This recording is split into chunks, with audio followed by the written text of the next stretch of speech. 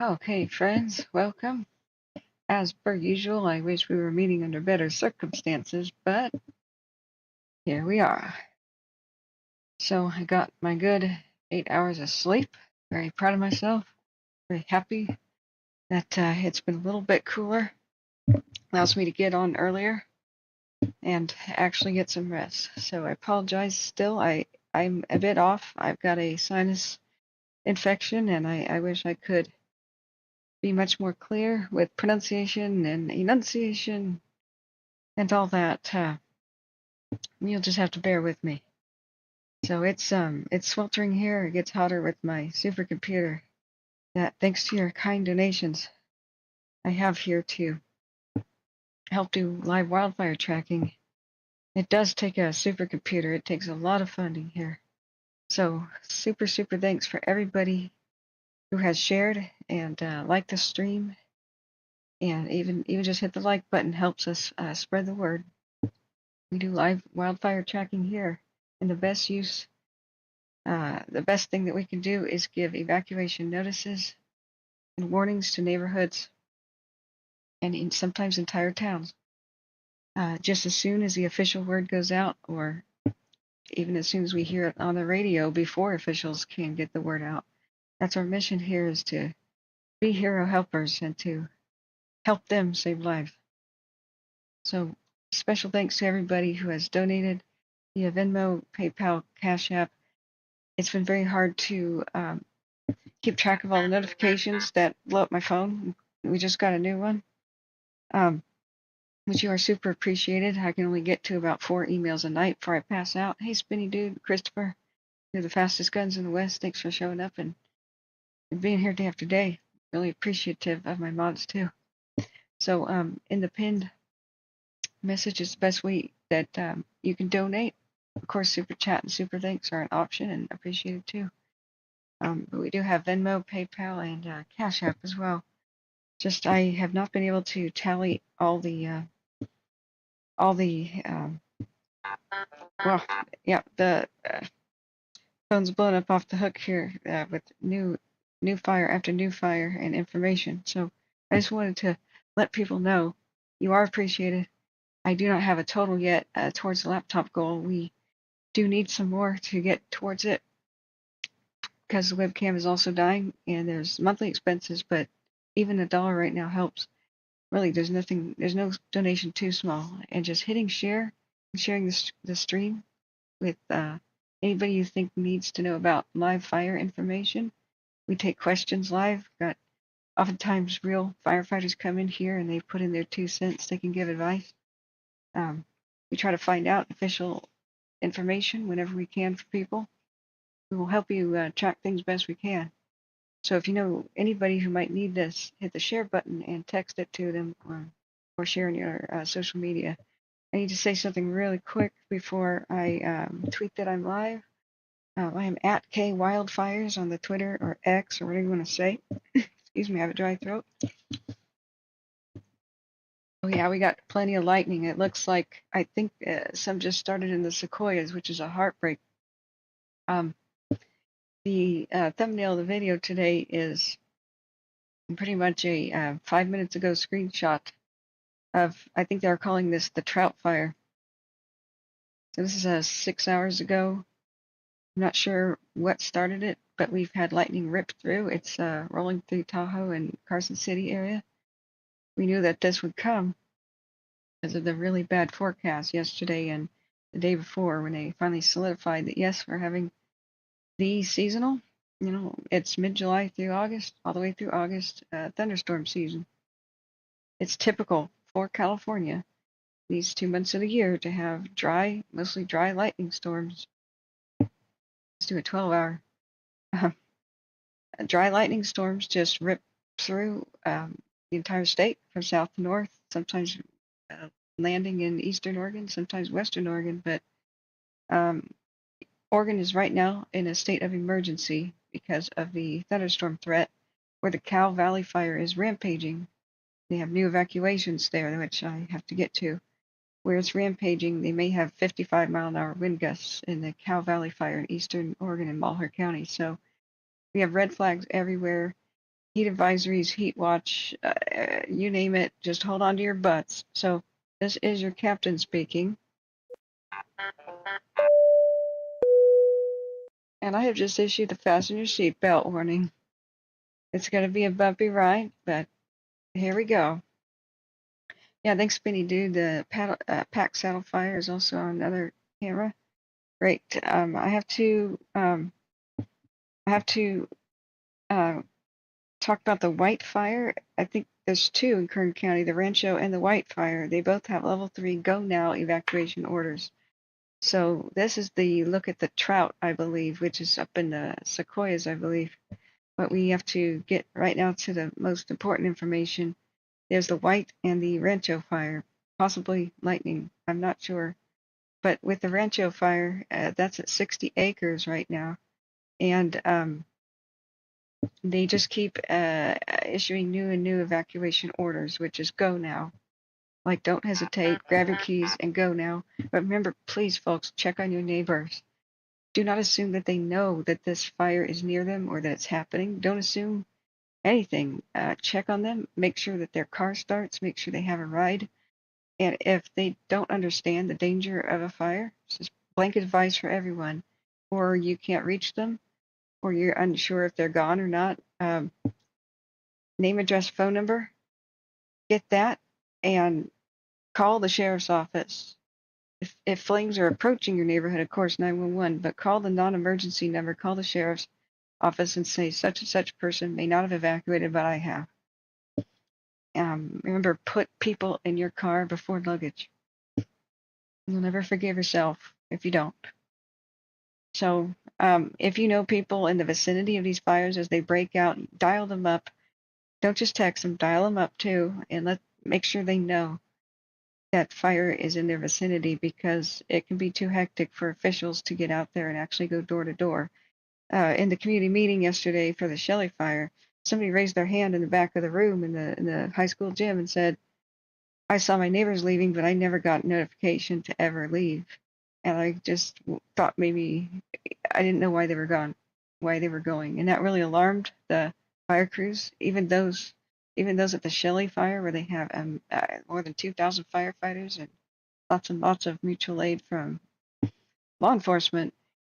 Things slip through the cracks. There are terrible, terrible things wrong in all levels of the state, local, and federal lands of the the United States. There are terrible, terrible things wrong with the system for reverse 911, which we see fail from time and time again, to text messages, to every sort of way that people can be notified of evacuations. There's inefficiencies and problems with the system. So that is why I do what I do. I lost a friend to wildfire. He had no notification. He never even knew what the fire was called or why it was in his yard. But the reverse 911 failed in the 2017 Cascade fire, where he died. And then I nearly lost my brother to Paradise, where reverse 911 and notifications failed.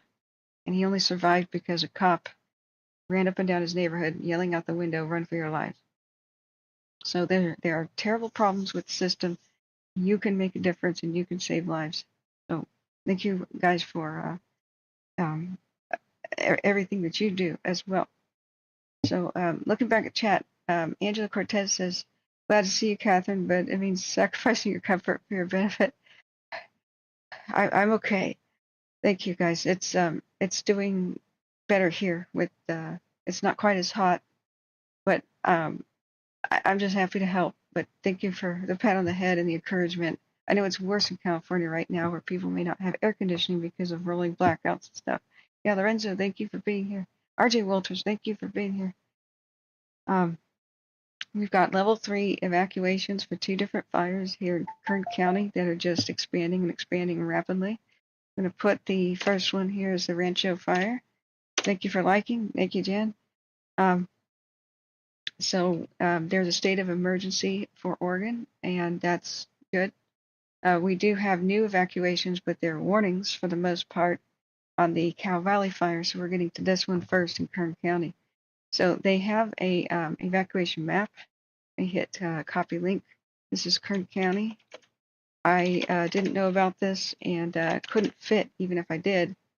I could not fit any more words in the description of this video to put more links for these new fires that were breaking out. There are just so many. There's pre-existing that I ran out of words. You have 5,000 letters that you could type in the description of a video. So, but my helpful mods in chat, if you guys can be on it, these new ones like the Rancho, the Whitefire, if you can help people whenever they are asking for help with the links to especially the evacuation maps, it's going to be super. Thank you, friends.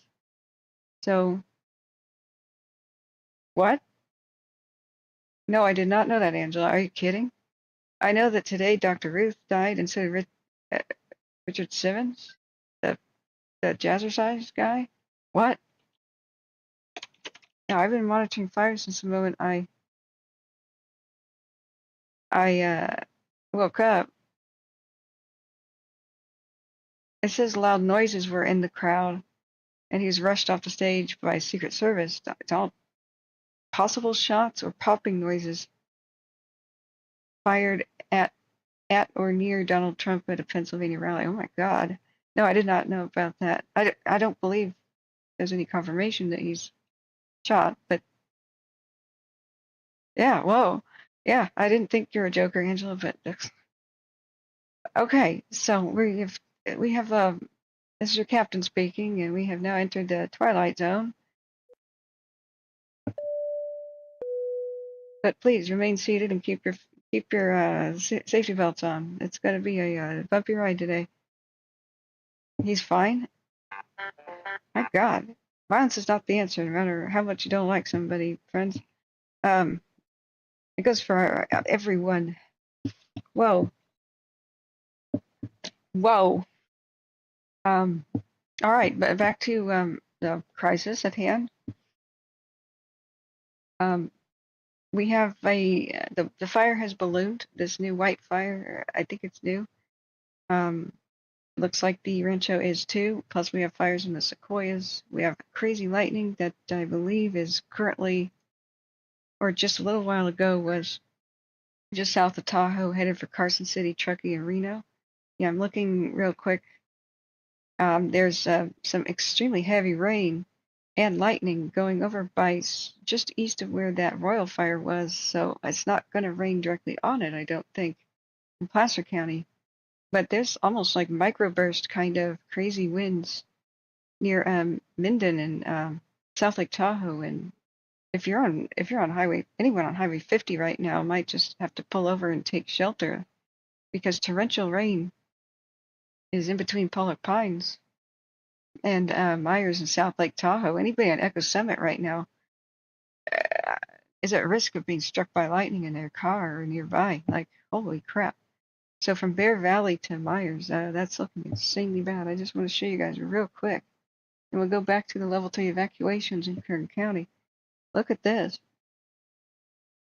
So this is, hold on to your butts. Wherever there's heavy rain, there probably will not be a a fire, but much, excuse me, many, if not most, they were warning us.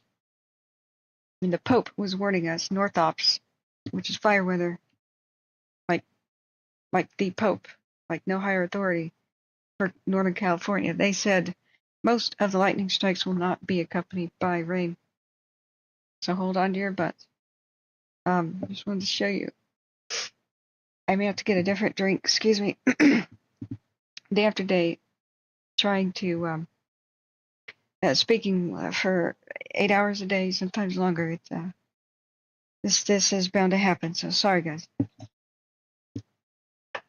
But yeah, we don't really get into politics. There's way too many odd things to cover, but just saying breaking news happened, I mean, that's all right.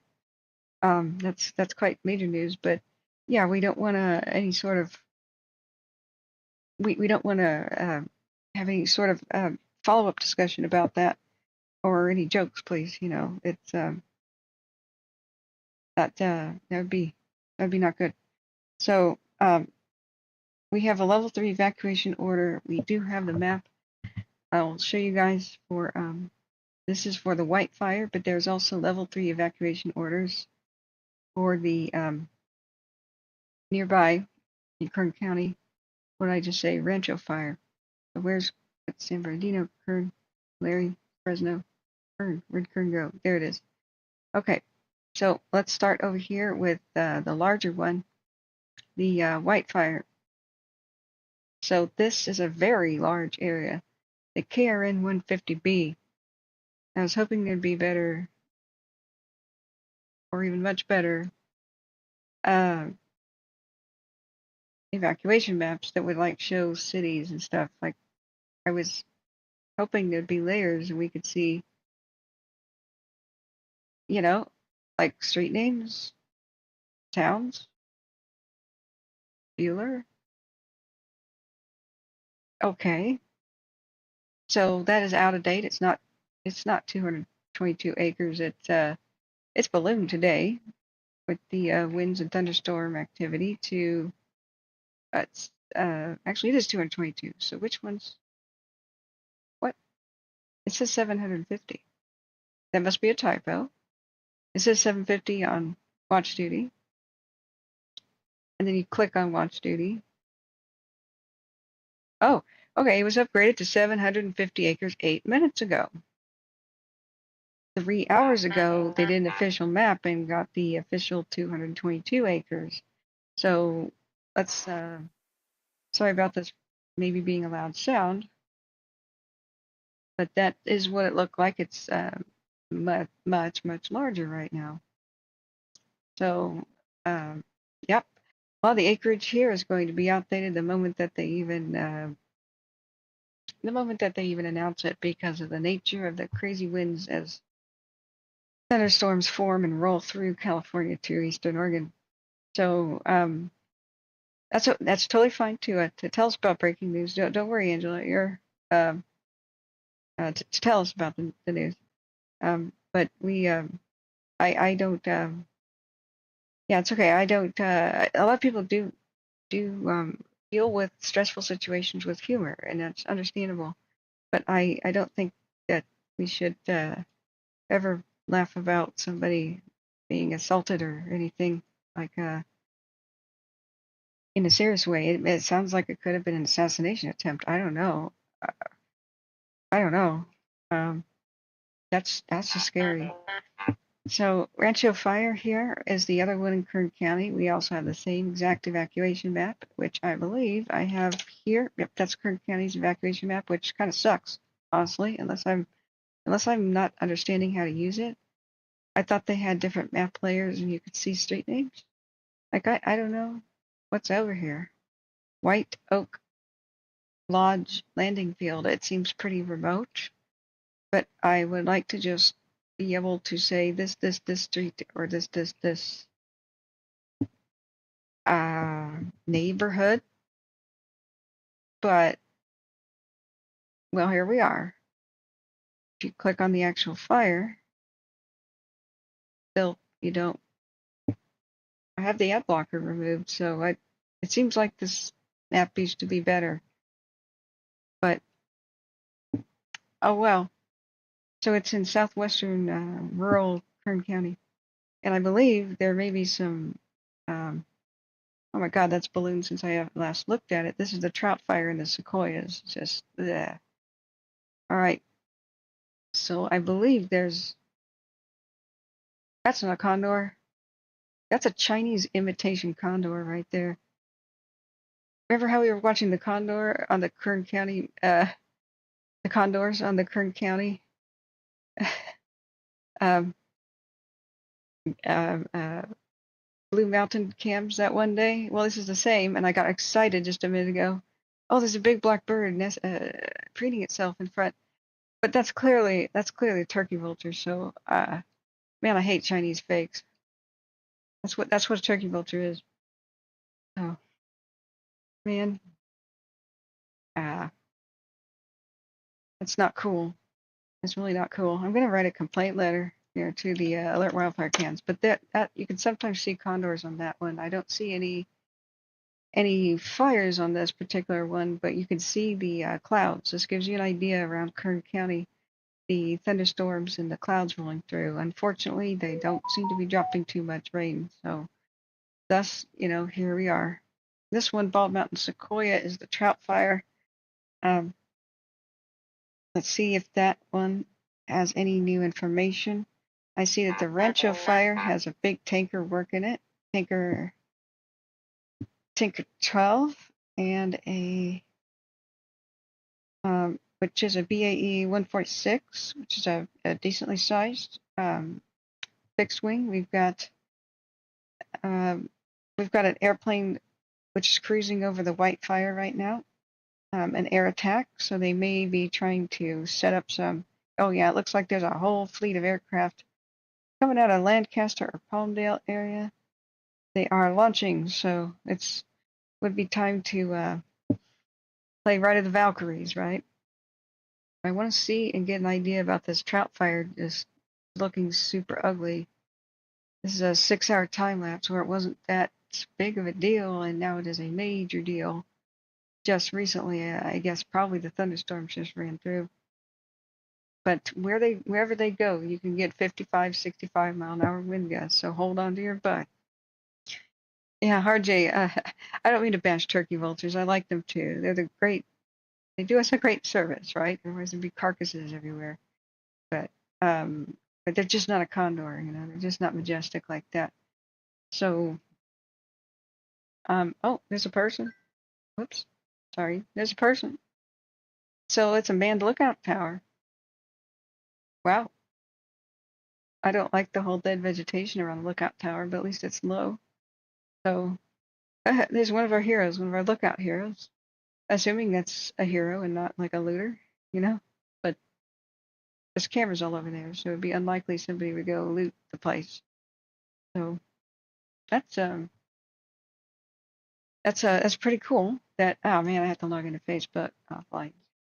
That's pretty cool that there's a revitalization movement to kind of restaff and reopen a lot of the actual lookout towers, and that's a great thing. In the future, I would hope to see that maybe they would launch recon drones from the different lookout towers, and they could be like battery charging stations. Okay, putting back the Facebook. Yep, this is Cal Fire sharing something on their Facebook. The U.S. National Weather Service of Medford has thunderstorm and lightning risks. So where the Cow Valley fire is, they have abundant lightning,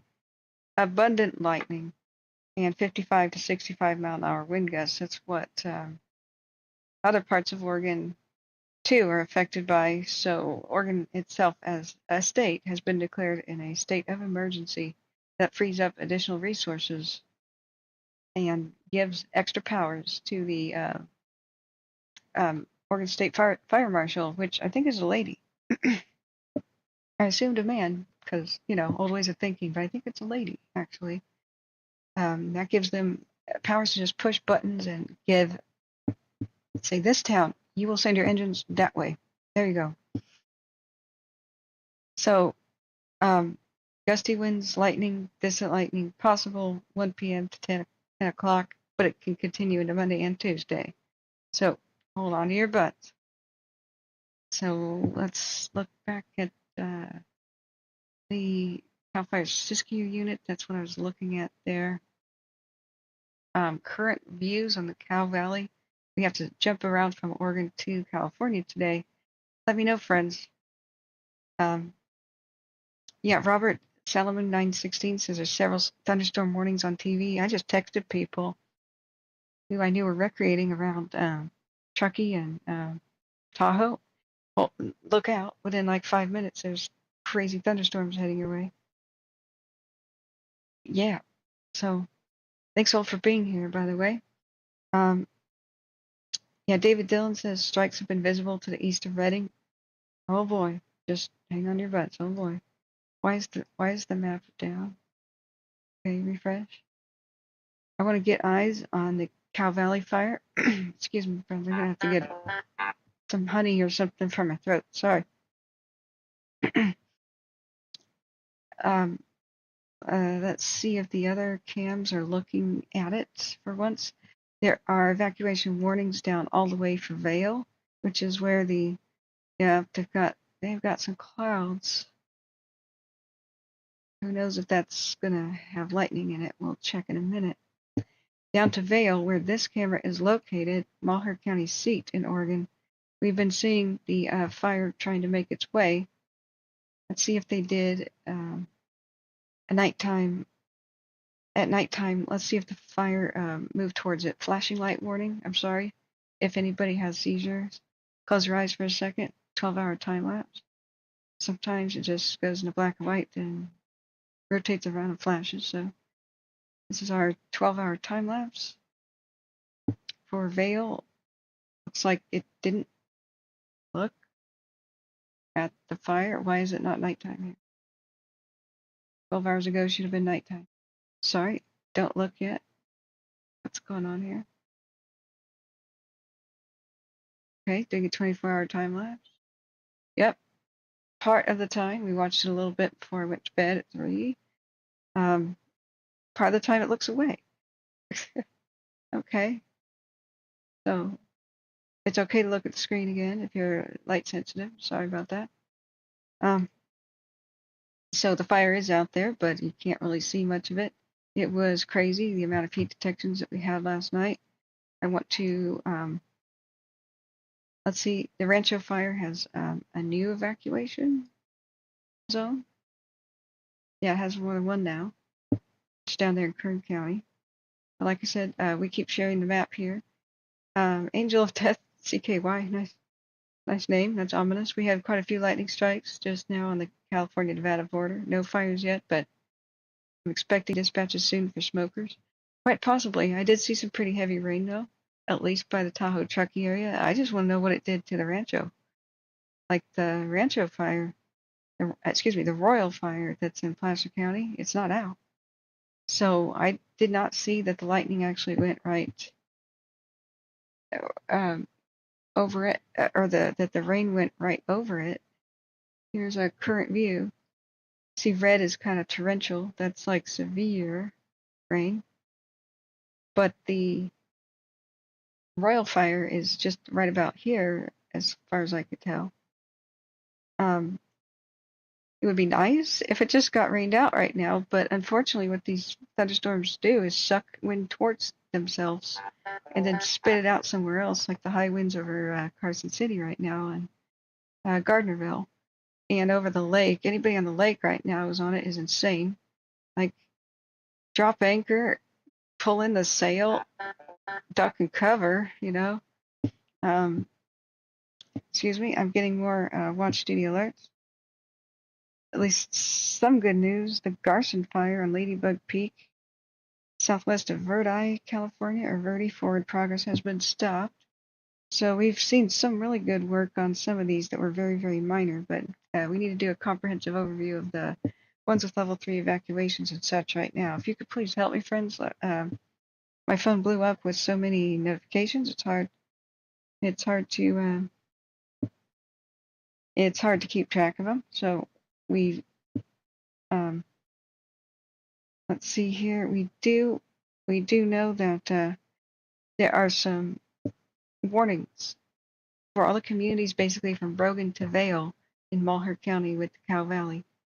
But they were already kind of on a soft warning for the last 24 hours anyway. I don't think anybody there has failed to notice the 80,000 plus acre fire on their doorstep. It's pretty small, low population county.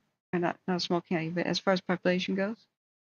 So they have a good advantage that most people live in the irrigated areas, and the remote ranches, they're used to fire, and they oftentimes just have ready-made, tractor lines around their ranches, and they can quickly, dial them up, sheriff's office, and get evacuation info to them. So what I would hope for is that the Royal fire gets rained out, but don't count on it. But let me know, guys, if you're monitoring that, if that's what's going on. Let's check out where there's more lightning. Abundant lightning east of California City, northeast of Lancaster, California, due east of Bakersfield, just abundant and crazy lightning, with winds erratic and being sucked around and pushed by these rapidly forming and moving thunderstorms. So hold on to your butts. Let's see, Inyo Kern, it's moving east and up the valley of 395, but also east, like some of the crazy desert areas, the border with Nevada, places like Furnace Creek. Of course, it's getting it right now with some pretty dang strong winds wherever this thing is going. Strong winds are following. But these are separate bands of thunderstorms. So I'm just going to go ahead and remove the pink layer, which is kind of obscuring our vision. It's basically the thunderstorm warnings, the red flag warnings. Well, we know about that already. Just assume that they're in place. So where's the weather alerts? It'll just be easier to see the map, I believe.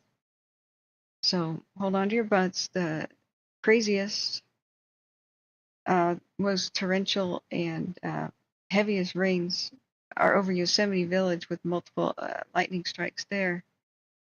Many lightning strikes just west of Mammoth Lakes right now, heading to, what is this lake? What's this one called? That one. Is that actual Mammoth Lake? Mammoth Lakes? That one, the big one, on the map here. And then, no, what is this lake called? A little island in it? Is it usually wet? Wait, map layer. Map layer. Where's that button? I look back at chat. Maybe you guys are telling me this is full screen, so excuse me. David Dillon says reported per our location meteorologist on KCRC Channel 7. Okay, Angel of Death CKY says Wildcat is showing a new fire incident in the Truckee Meadows area. Okay, hopefully that won't be a new one, you know. But man, what's going on with the Royal? RJ says I'm in Evac County. This morning was so overcast, no rain though, but thunder. Hopefully the storms will move through. Yeah, hopefully there will be rain, and more rain than they thought would occur. But what is the old saying? Hope for the best, but prepare for the worst, right? So yeah, you can see that over here by Sierra Tahoe and Kirkwood, Myers, South Lake Tahoe, and Echo Summit especially, just getting slammed with torrential rains. I mean, that can even cause potential rockfall and whatever on Highway 50. It would be very treacherous right now. And mudslides potentially because, well, the Caldor fire didn't grow back yet. You know, it's not like the Eldorado forest grew back.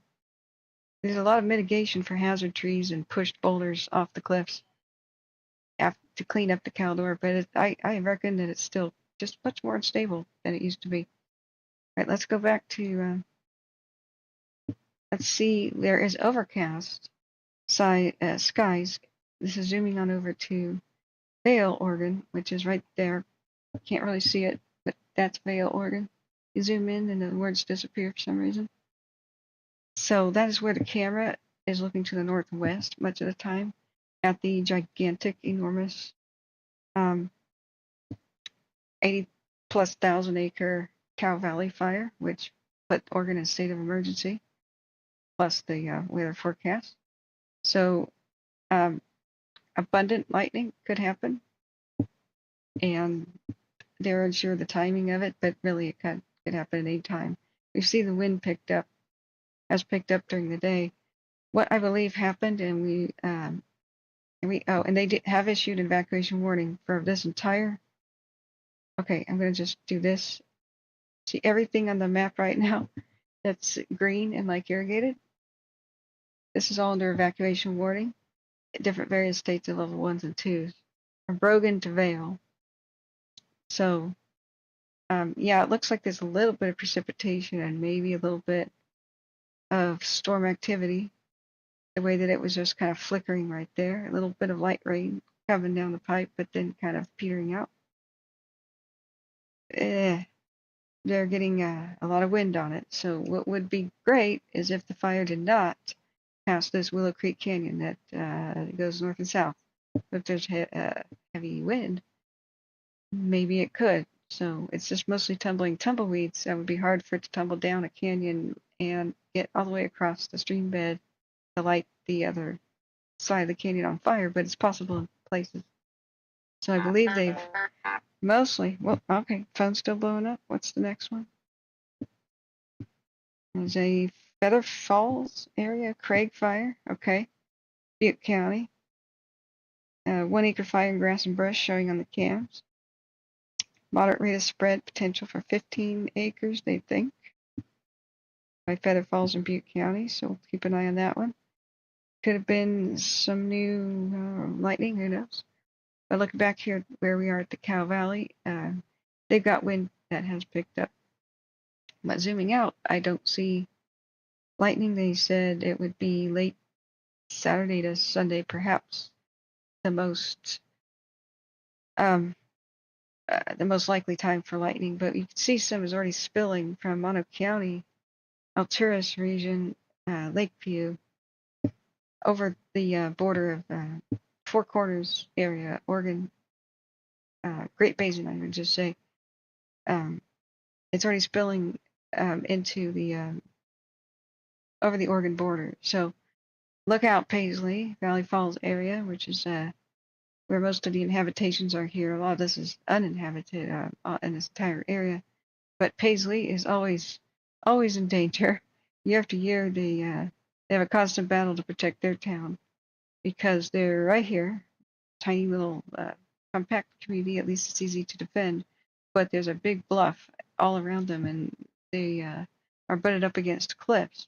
And year after year, they always have fires up there and around them. So this little town is a little town that could. I always look out for them, but they're getting significant winds out of the west. Winds in general for Oregon right now are out of the west, but they're being completely erraticized, becoming erratic. That's my new word. They're erraticized by the unstable air that's coming in via the monsoonal effect of the thunderstorms. I almost sound fancy, don't I? Really, I don't know what I'm talking about with weather, but I'm just repeating. Monsoonally generated thunderstorm activity. Here we go. So once again, Minden, Carson City getting slammed by some pretty high winds. I bet there's some rough seas at Lake Tahoe right now. So let me get off of the weather. We'll keep checking it. Tell me if we need to go back and look at my radar guides.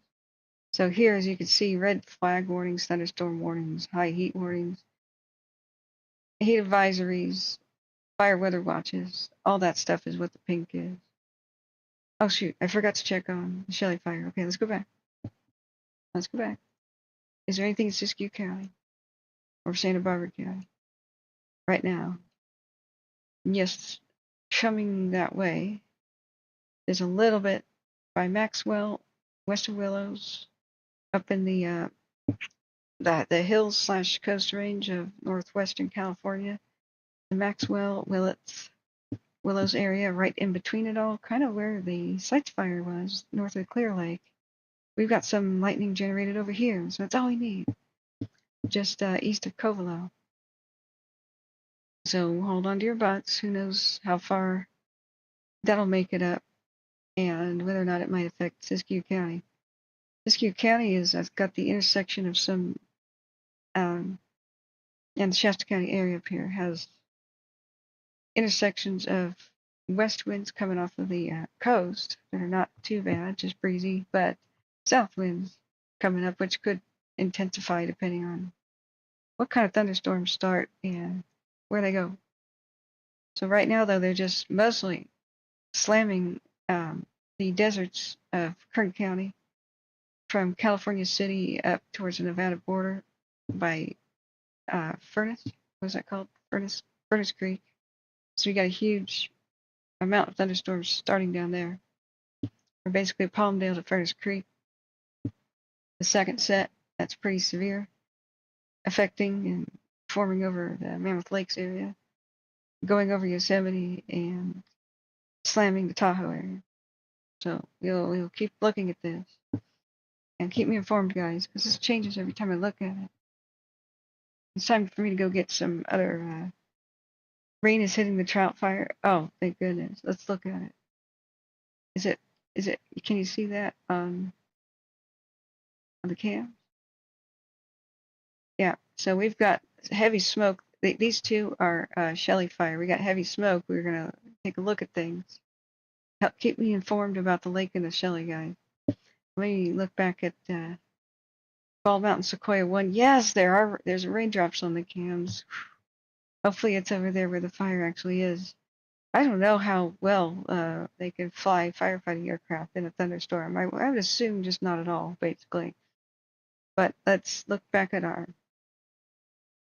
We got some sort of a plane that is over the Shelly right now and circling very close to Etna. So please, guys, can you check on Shelly Fire for me right now? Let's go back down to. Let's see. There's firefighting aircraft taking off and maybe even returning to Grass Valley. Looks like they may have gone up there to Lake Orville. Is that where the Feather Falls little one is? Let's look back at what have we got for. Got a helicopter over the French fire, I don't believe is 100% contained, still over there by Mariposa. I'm not really quite sure. Here's some tankers that have just been over there by the Trout, actually. They may be leaving. They may be leaving. Excuse me, what did we just get here for a new notification? Let's see here.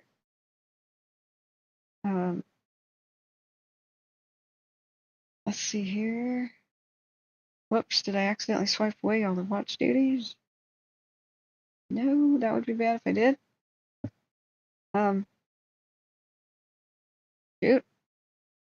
Shoot.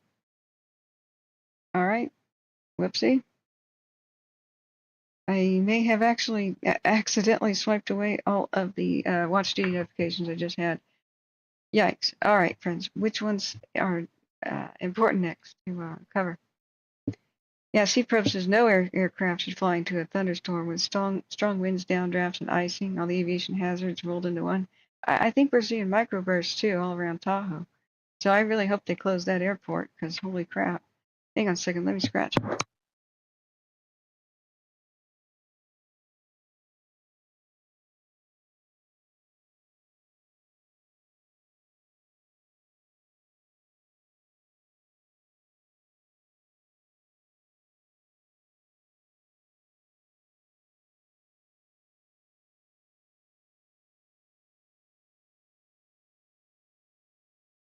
Okay, sorry about that. I get itchy ears wearing these headphones because they kind of make my ears sweat. But I am staying cool.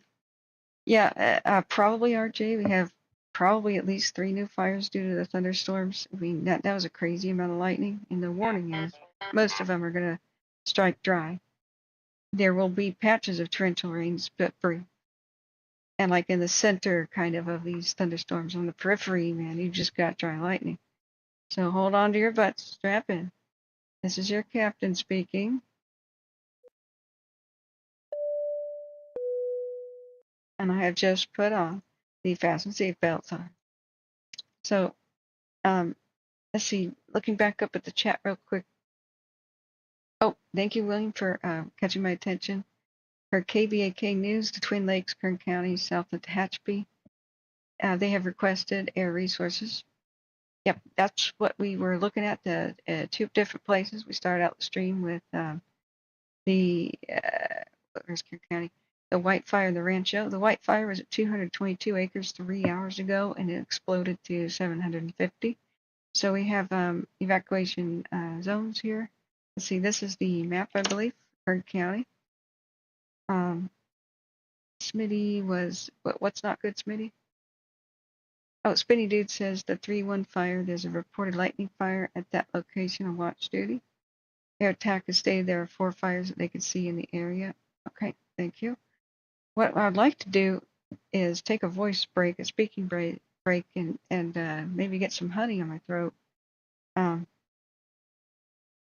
and yeah, Angel of Death, CKY, the one west of Verde was wrapped up, thank goodness. Michael says the average number of California wildfires is 3,800 per year. We're at 3,500 now. I don't know how many regular vegetation fires they're wrapping up into that statistic. They've been flying loose and wild with those statistics, and they're not giving specifications. There's a big difference between a backyard fire, a vegetation fire that gets to be like 1 acre, and a true wildfire and a forest fire. So I would like to see a chart of statistics. I've actually seen, other than the stupidity with some fireworks, we've actually seen people be extremely careful with fires during these this heat wave.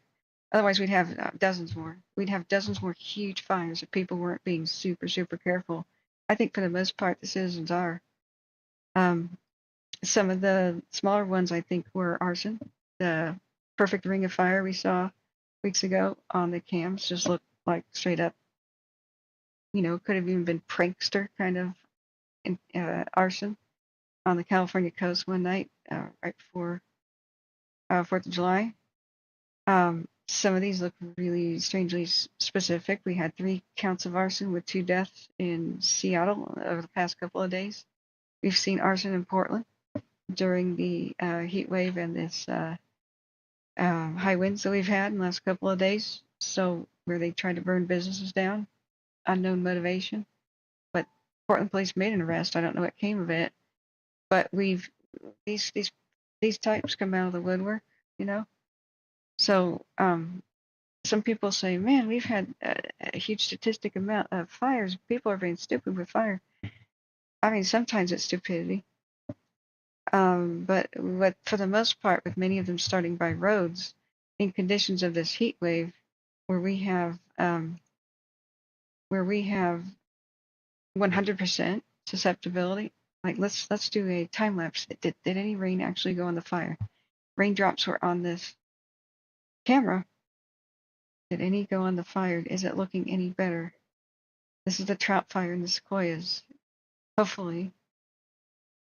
But this is getting towards now. You see the rain kind of in the background. A little bit. You see how the white smoke? I think that's a little bit of rain hit it. White smoke is oftentimes steam. You can see it change its characteristics, especially on the left side of the screen. A little bit would be better than none. So I'm just fast forwarding. This is every 1 minute. So this was 4:33, 4:35, 4:37, every 1 to 2 minutes. And then it peels back. You see rain on the lens. But see how far away from the fire the actual watchtower is? This is zoomed, unfortunately. Rain on the lens. So we do see that there's a new whiteness to the smoke there, which is steam, probably from rain. It is moving and blurring. Looking around again, probably looking for new fire starts, kind of what these places do. Then it looks back, rain on the lens. Let's see the fires on the right side of the screen in this view. So next frames, and it moves towards it. Yep, we have a lot of white on the left side of the fire, which means a little bit of steam. Looks away again. But that's our last image. We won't know how much the rain may have just affected it. Unfortunately, if it's not really rained out, if there wasn't that much rain, then the actual fire and the actual heat of the day will just kind of evaporate that quickly. And unfortunately, the wind that accompanies the nearby moving thunderstorm will have probably fanned it up. So just fingers crossed there. If it keeps the airplanes away, Plus, there's also rain can wash away retardant. It's a double-edged sword to this. Having just a little bit of rain could really suck because it means a thunderstorm came by and maybe it just washed off retardant. Okay, there's a new fire. Okay, the lake fire has a evacuation warning. Go quickly to the lake fire, then look at the new one. So we have to jump around here, friends. Sorry about that. So let me look back. Please let me know which ones we need to be bouncing around and looking at. Everything's going to change fast and furious. Thank you, friends, for hitting the like button. I forgot to tweet that I was live. Whoops. We have to do that. Please hit the like button so people will find us. Hit the share button if you put on your own social media. That's really, really great. But also share and text this info to anybody you think could use this information. We have to spread by word of mouth. Where do we access this great camera footage? Glad you asked, K&G Landscape Maintenance. Thanks for being here. So alertwestlive.com. Here's your first set of cameras. This is great for this particular set right here is for California. I do have some links in the description of the video, but I don't mind just giving you these. So with Alert West, you get the panorama view, and then you get the you can enlarge, one of these at a time, and it's supposed to be a map. This is crashed or something. I don't know why the map is white for some reason. It's not supposed to be. Either my browser is hiccuping or there's a crash. You're supposed to see maps on the right side with the satellite heat detections and the like. Is it white for you guys too? So for example, here's Bald Mountain Sequoia. So here's like one set of cams. So that's Alert West. But if you want higher resolution, but not all the fancy views, you have a second set that's really similar and they don't really link to each other called Alert California. So let's see, basic Alert California. See how this is higher resolution? You have different options. You can zoom in. You can do your time lapses.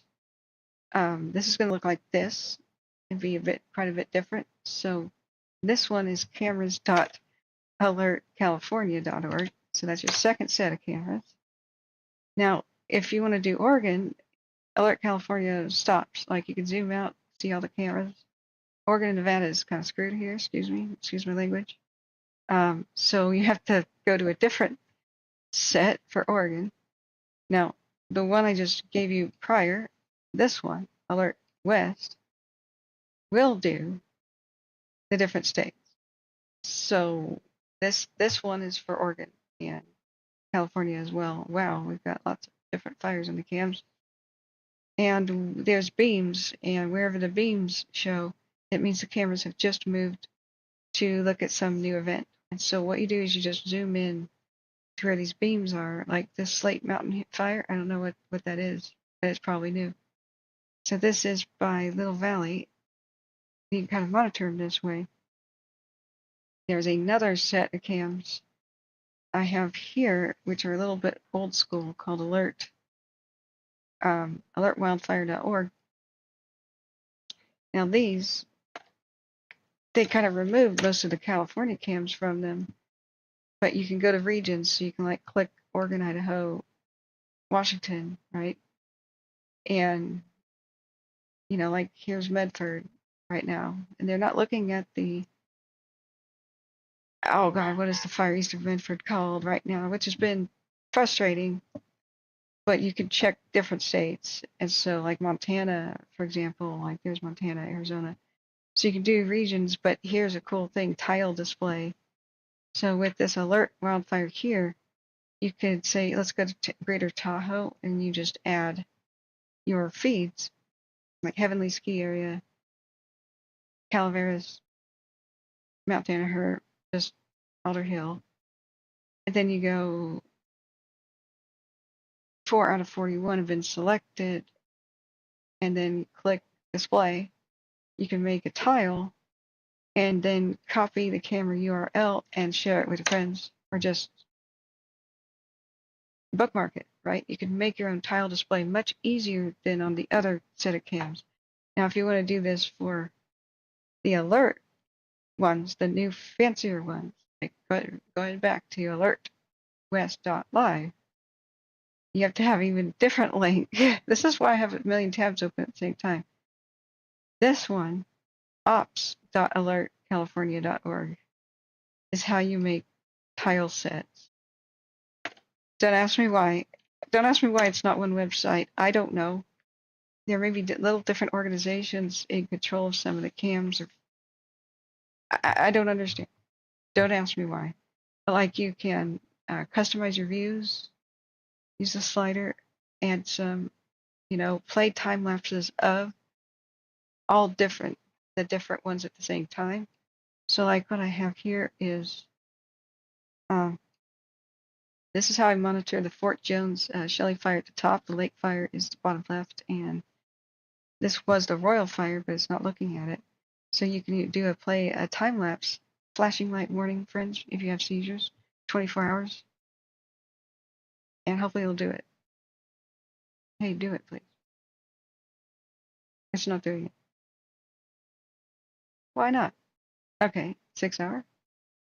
All right, the 6 hour is functional. Never mind, no flashing lights.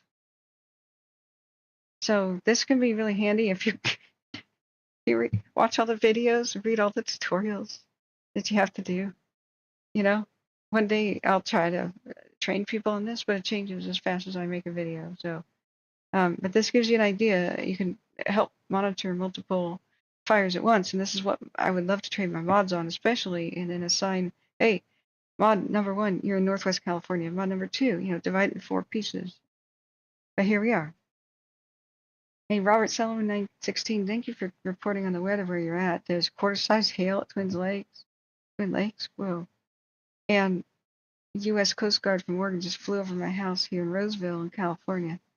I see 2713. Well, and welcome, sister.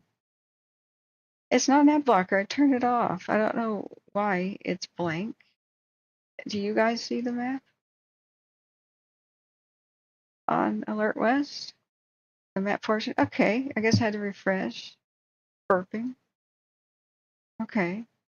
So Cow Valley, we don't really have a good view right now. But I want to check on the evacuation status of the Cow Valley. Malheur County does not have an evacuation map that I could tell, but I put in the link in the description of this video where people could sign up for emergency alerts from Malheur County, Oregon. I have no idea why they don't have a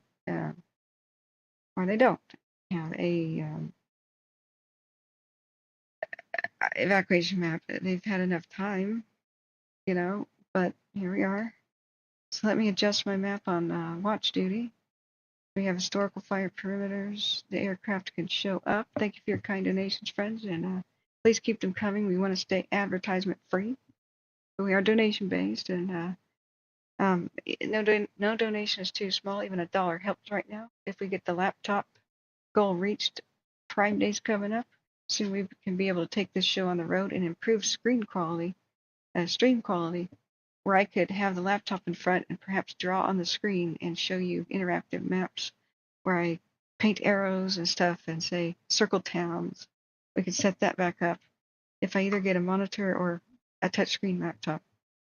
These are quite expensive, but that will mean that I can be anywhere and go live and not be caught with my pants down again. Like that one day I was volunteering at the airport for the ODART exercise. So if you do want a tax-deductible donation, you can go to odart.org. That's that CPROV is involved with volunteer pilots ready at a moment's notice to respond to the big earthquake that will come eventually and hit tsunamis, on the coast. So that's a tax-deductible, pretty new organization. But the day I was there volunteering to film their exercises, they were practice running medical aid and food supplies to the coast. Fires broke out, and I was too far away from home to go live. I went to a nearest relative's house, and I could not make Firestream really work because it takes really a supercomputer to do this. So Thank you everybody who has donated. Last night I wanted to get more of the calculations together about how far we've gone towards the laptop goal. We're over 1,000. I know that for sure. But the report that's generated by YouTube that would have the final say, not estimated earnings, but final say, comes out at midnight on the 12th. So we should be able to see it today, but not right now while there's a crisis. I was trying to calculate it, and some of the emails I got, which say Venmo, you've got cash, were actual scams and not true donations. So that's something where I was calculating the wrong amount. So I have to go back and look at that. But I'm glad I didn't click on anything. But it said verified Venmo, email, and Gmail. Like I don't know why. I can't imagine why Gmail does this. But I verified that it was actual scam and fake stuff. So we will try to figure this out. But yeah, Prime Day's coming, guys. So it'll be a very, very expensive laptop that, unfortunately, that's what video production demands. Things like Thunderbolt ports, touch screens, large screen, at least 1440p resolution on the screen. But mostly the most important thing about is animation going to be smooth? Can I switch from different things like here to the radar app? Can I switch screens and have animation be smooth? Can we just zoom in and zoom out without the stuttering all over the place? Can this animate? Can this all be running at the same time? Can I have 130 tabs open? I can always upgrade the solid state drive myself. That can be a secondary purchase. But what I cannot upgrade is a video card of a laptop. And that is something that has to have a lot of RAM. The video card itself has to have a lot of RAM. Excuse me, I'm becoming a meat popsicle. So I'm going to quickly go and get a different drink here. Actually, that drink's okay. But I've gotta turn down the AC.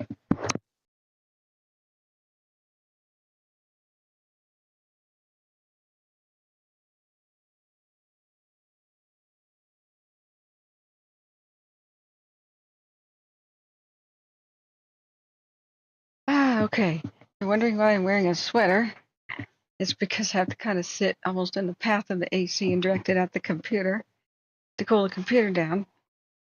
So I sit there wearing sweaters and having like them draped over me because if I put the air conditioning temperature too high, like 74 or something, then it can't keep up with the tremendous heat that the computer's generating. Oh, and what I did forget to mention about the laptop is it can't just be a powerful laptop. It has to have powerful cooling options. Otherwise, I'll overheat it and it'll like throttle and shut down. So there are very few out there made for like video production on the road and constant use. But that's what we're going to need. So we're getting closer and closer to the goal, friends.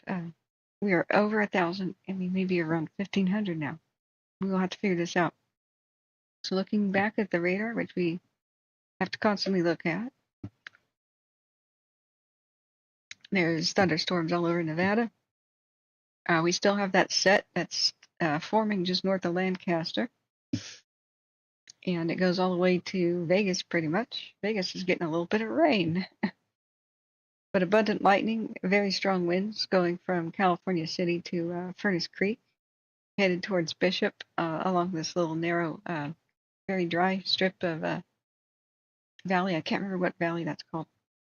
The one that goes through Lone Pine, Independence, Big Pine, and Bishop, and up towards Mammoth Lakes. Mammoth Lakes is having thunderstorms form pretty much just to their west, and they're experiencing very high winds. It's rip-roaring all the way towards Tahoe, which is probably has a rough seas advisory. Or a small craft advisory, excuse me.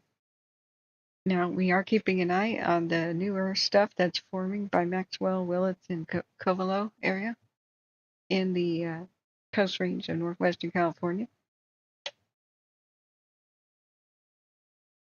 I just thought, I should have lunch delivered. It's 5 o'clock. It's dinner time almost. No wonder I'm hungry.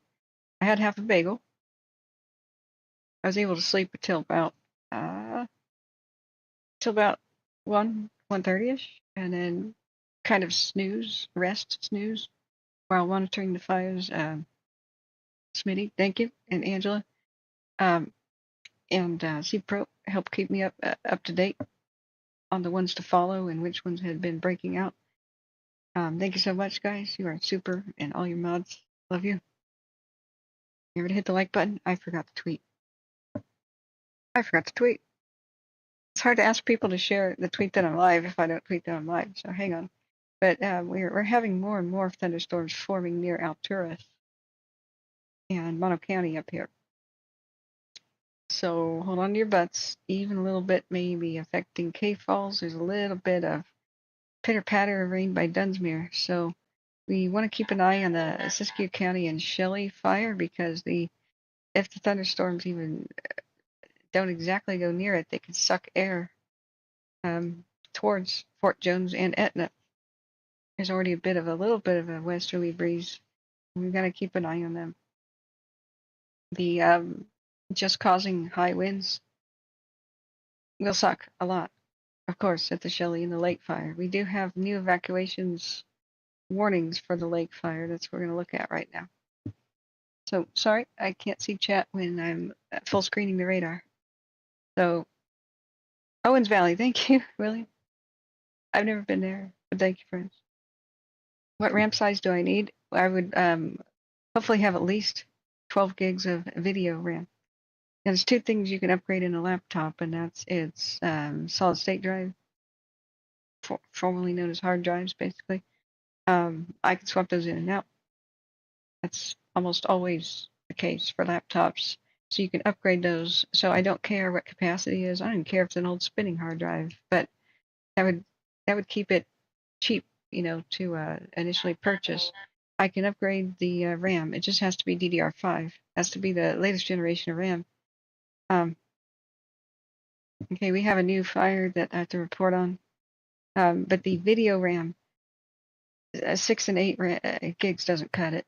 So it would be like an 80s class video card. An NVIDIA, like a 4080. I was looking at 4070s and they only have 8. Like, seriously? But 12 is the new standard, even for modern video games to run. Because I have to video edit 4K on the laptop. 8K desktop, sure. But my cell phones take 4K video as I'm in the field filming things like fires and interviewing people, and so does my Sony, my main camera, the good one, the DSLR.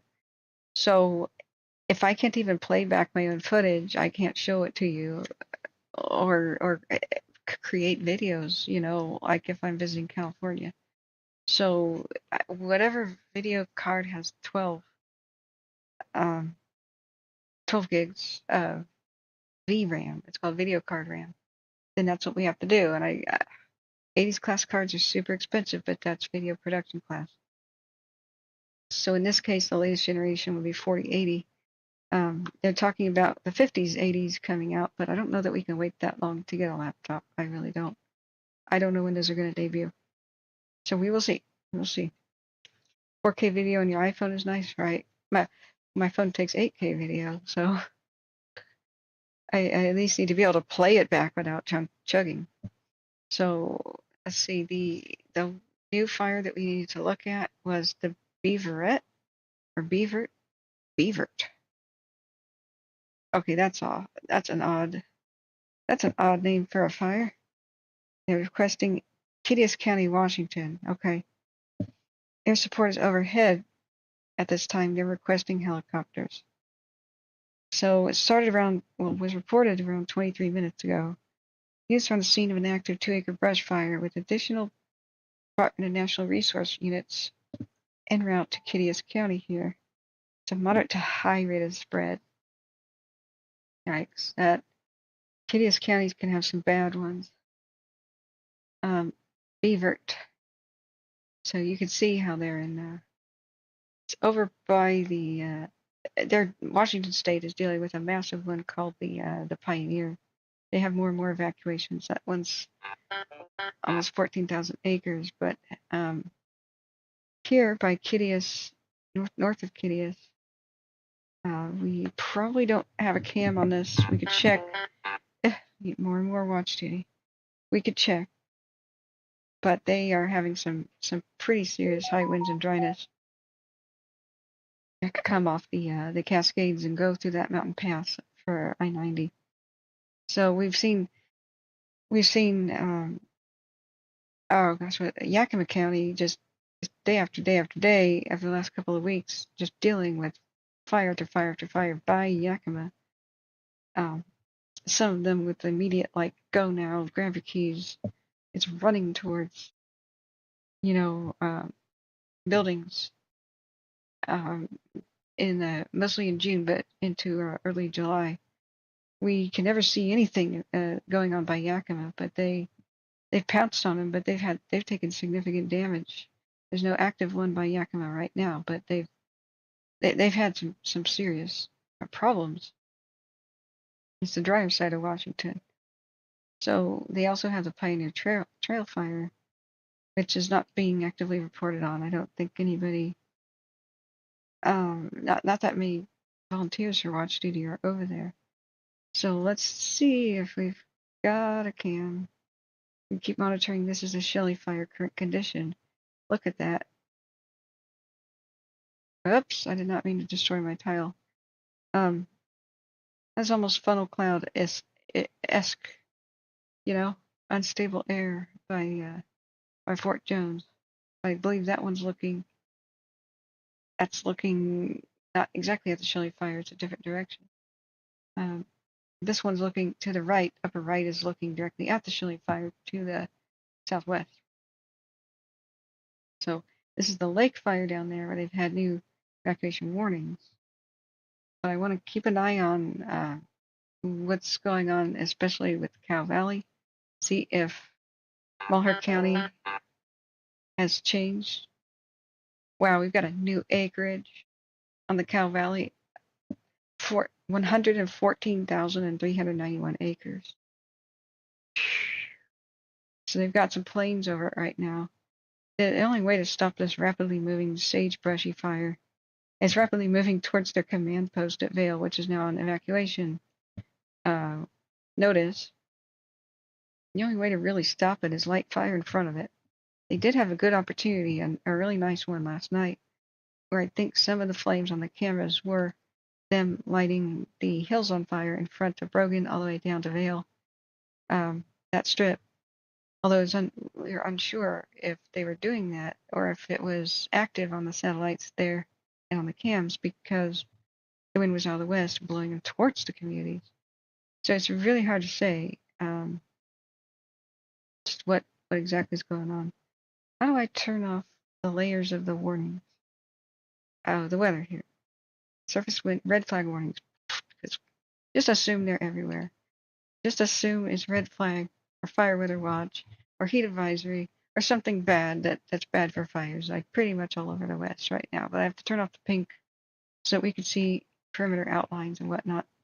So the actual perimeter is this red stuff. There are tankers working around Sugarloaf Butte right now. We don't have any way to hear pilot chatter that I know of anywhere near Malheur County. If you know something different, please let me know. I do have some battle maps. They started to drop into my secret file location and get shared with me. So I went over that last night. But the incident command team just started generating them from some of their nighttime flights and recon last night. So they don't have the full like battle maps like we can see for the Shelly fire. I can see a lot of comprehensive maps and share them with you for the Shelly and the lake. That's because the incident management teams are more set up there. So let me go back to the chat real quick. Oh, right, we were looking. They have level 2 get set from Brogan to Willow Creek, but those people who are there have known about the fire's danger for more than 24 hours. It's a very small community. So we see that the prevailing wind right now is going towards the town, but there's so much irrigation and a good network of patchwork roads that I'm sure that'll be very, very good and protective of the communities and the structures. They've had a lot of time to prep. So Oregon being declared an emergency, state of emergency has freed up a lot of resources, a lot of help. The feds can even send it from other states as well because there's not enough. There's hardly any towns in this entire county, let alone a lot of firefighting equipment. So it's coming in from all over the state. But there's new ones. Expect new ones. I want to quickly check on the Salt Creek. That's the one northeast of Medford. No new evacuation information. They had an update. So we just wanted to do a quick checkup on there. The winds are pretty significant there right now, but it's blowing away from Medward, like it's out of the northwest. They looked around for hot spots at night doing infrared mapping. It's around 4,000 acres. They worked incredibly hard in a short amount of time to get to this point where the fire is lined and it is now holding. That's super great news. So that is super. All right, let me look. I still didn't tweet that I was live. Oh my God. 1 hour, 16 minutes into it, we looked at the Salt Creek. And just up there, we looked back at the Cow Valley, which is now 114,000 acres and growing. The Cow Valley is just rampaging. Do we have a good view of the Cow Valley? No, not really. It's hazy. Since it's a sagebrush fire, it's a lot easier to see at night and in dusk, so we'll return to it. Let's check Oregon Department, Oregon State Fire Marshal, Twitter. We have to look at the Larch Creek too. They are taking advantage of calmer weather today. Well, that may change because of, here comes thunderstorms potentially out of California. But over there at the Larch Creek, we've got they've got a little bit of containment of 3%. I believe that's where it first started, and it's at 14,267 acres as of the morning post by the Oregon State Fire Marshal. Good morning, Oregon, says Oregon State Fire Marshal. We are in for some rough red flag weather conditions on the east side of the state. Forecast is calling for dry lightning, gusty winds, and heat. Not a good combo. So, as your captain, I'd like to remind you that the seatbelt sign is on. We are in for a little bit of turbulence this weekend. Hold on to your butts. So, they've got general propaganda such as it takes a spark. Please don't be stupid with fire. No new updates otherwise from the Twitter of the Oregon State Fire Marshal. Let's look at a couple of pictures. This is the Larch Creek, that is just east of Mount Hood, pretty far away from the Cow Valley fire. But you can see how it's threatened Tygh Valley. So this is probably from the west looking to the east, if I had to guess. You have some trees and some grass and some oaks and some pines though around Tygh Valley. So I don't know what other kind of trees are there, but it's a little bit different than what's going on far eastern Oregon and Malheur County, where it's mostly just tumbling tumbleweeds. But the only way to put a tumbling tumbleweed type fast-moving brush fire out in the high desert of eastern Oregon is get in front of it and just burn off the landscape ahead. That's about it. It's kind of, dozers are great for, well, up in the mountains and areas where the fire is not headed directly in the wind and around the habitations, around farms. But mostly, you've got to pray and spray. You just got to burn off in the cool of the night or in the early morning. Hopefully, when the wind is not really a factor, you just got to burn off the tumbleweeds ahead of it. And then later, like today, where there might be 55-mile-an-hour wind gusts, you just hope that when the wind blows back that way, it'll stop because it has nothing to burn there. So that's what they're talking about when they're doing firing ops. I was hoping they'd be a little bit more forthcoming about what we saw last night, if it was firing ops or fire spread. We may have to just kind of wait for more official reports, but you can see the wind picking up. there is a tanker that is headed to the, where is it headed? Is it Falls Fire it's headed to? Which we gotta check on too. 2 hours ago, there's an update on the Falls Fire, which is also Malheur County, but in the forest. This is northwest of Burns, pretty far away. Well, decently far away. Malheur National Forest has issued an updated and increased fire area closure for the Immigrant Creek Campground, a bunch of other campgrounds nearby. Forest Service Road 41 remains open. They had a little bit of a blurb there we can watch later. But blah, blah, blah, it's because of red flag. So I'm not sure which of these fires in Eastern Oregon that tanker is headed to, but one of them, an Avro RJ85. Let me look back at the chat real quick. What do we need to go back and we're whack-a-mole going from state to state just as new developments occur. Klamath County has something going on now. The Donkey Fire in Lewis County, Washington has been upgraded to 30 acres from 15. Now that one bothers me. That one is near some prime. I think there may be some old growth out there, but it's also by some of the old historical sites from the glory days of logging that became ghost towns. So I'm a bit worried about the Donkey Fire. Like maybe nobody else is, but I am, because I know where that's burning. Let's look at Larch Creek, but guide me, guys. Which ones are having the latest developments and which cameras should we be watching? Let's see if they have updated. Yeah, there's a community meeting in Maupin, but they're saying that there's no way to tune into that. So they're having a community meeting on Saturday today. Welcome to Saturday at South Wasco County Grade School Gymnasium in Maupin at 7 o'clock. But I don't think they're going to broadcast that. So looking at the 8 hours ago was the last time we got an update. They said they had further progress. Overnight, they undertook pop-up patrol around the north and the east side, reinforcing lines up to 100 feet deep in some locations. That's one heck of a thick fire line. The southwest portion, which was very dangerous, and southeast, which threatens Tygh Valley, where they did not want it to go past the canyon and the roads.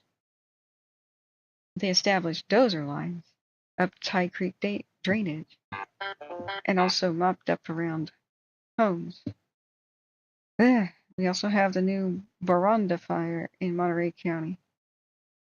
That is a dry grass fire, short dry grass, with a slow rate of spread, 100 feet by 20. So we'll keep an eye on what's going on in Monterey County.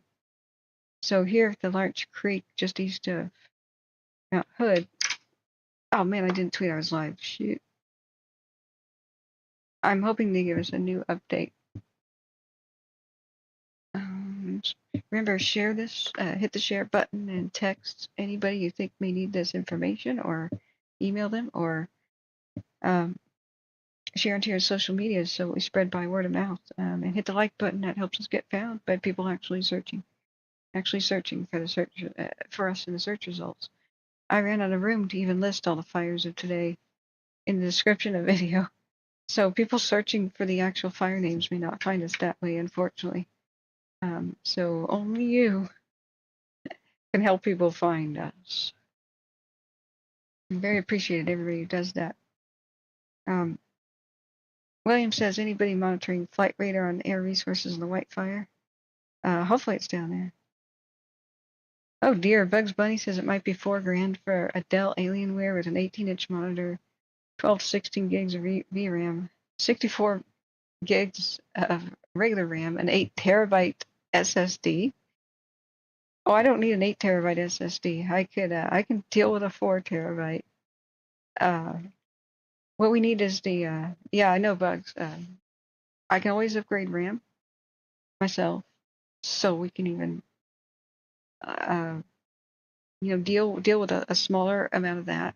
Um, we can upgrade our own SSD. We can upgrade our own RAM, but it's just the VRAM and screen size, and whether or not it's a touch screen and the screen's resolution. I'd be very hesitant to buy a Dell. HPs are out of the question. I will never touch one ever again. Ever again. After it almost lit my room on fire charging. Never again. But yeah, I know bugs. Thanks for trying to check that out. What kind of video card is in that one? I'm very curious. Is it a 4080 video card? Because I don't. The 4070 has 8 gigs of 8 gigs of VRAM, and that doesn't cut it. It really doesn't. Let's go down here. We could look at flight radar and see where are some tankers and stuff going. East of Porterville, just east of Rhodes End. Is that the Trout fire, guys? North of Kernville, pretty far east of Porterville. I don't know. Let's look at that camera again. Well, that's the Shelly fire right there. Where was the camera? Okay, let's do a little time lapse again of the Trout fire. We're hoping the rain helped out, but I don't know that it really did. Maybe little portions of it, but maybe not.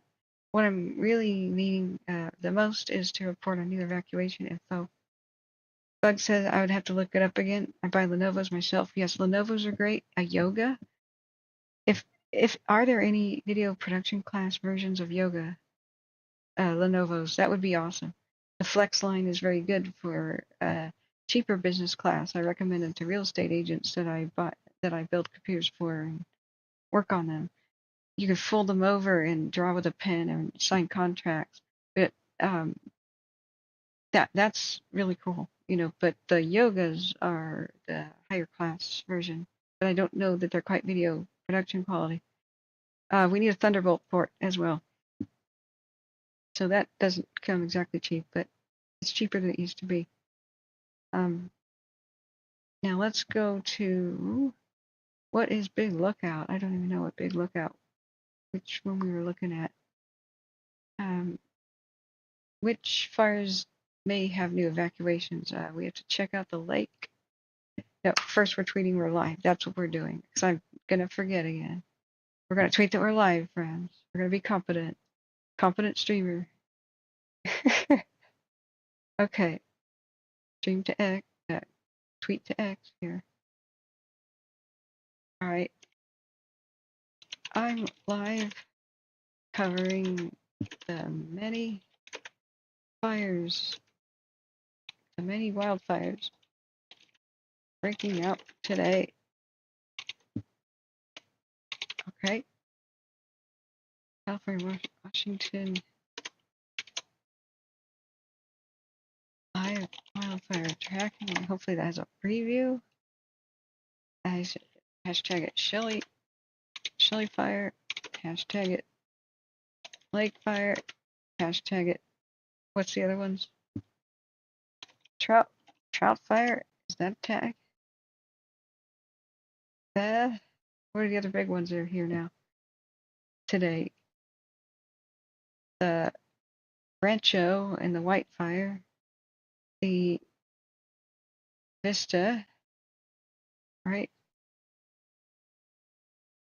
Should we just say Rancho?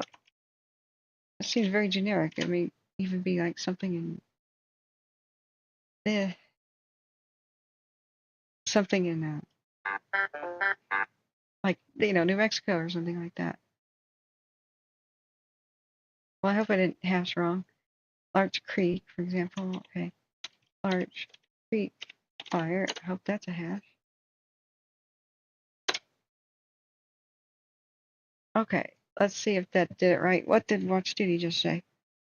The Wildfire, speaking of the devil, is now 1,400 acres. Man, that blew up from 222 about 3.5 hours ago to 750 to now it's 1,400 acres south of Twin Lakes there in Kern County. So I wonder if they'll issue new evacuation warnings. All right, guys, keep the info coming.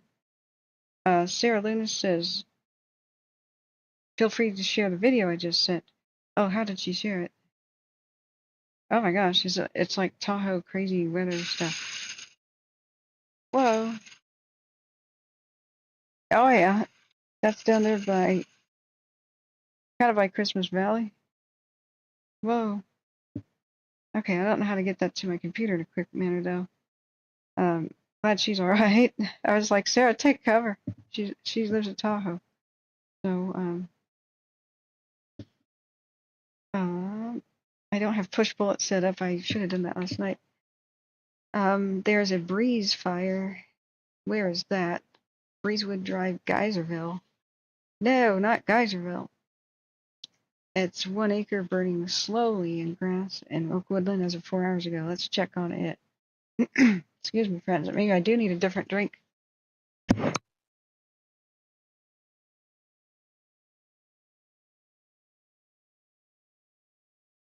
Woo, yeah, that was a done deal. Sweet. They handled it. They handled it. Okay, so I did tweet. So if you guys could share the tweet that I'm live on your own tweet, Twitter, X, that'd be great. So my actual link to the Twitter is here. When I'm live, I get like 1,000 views on that post and 2 shares. I don't know why, but do please share and please hit the like button so people find us. The King's Fire is showing heat detection now. Thank you, Spinny. No reported gain today on the Vista. Good. 31% containment. That's good. RJ says Alienware is for gaming and video cards and resolutions, memory, and graphics. Yeah, but Dell bought them. You have no idea how my history of Dell has been so troubled.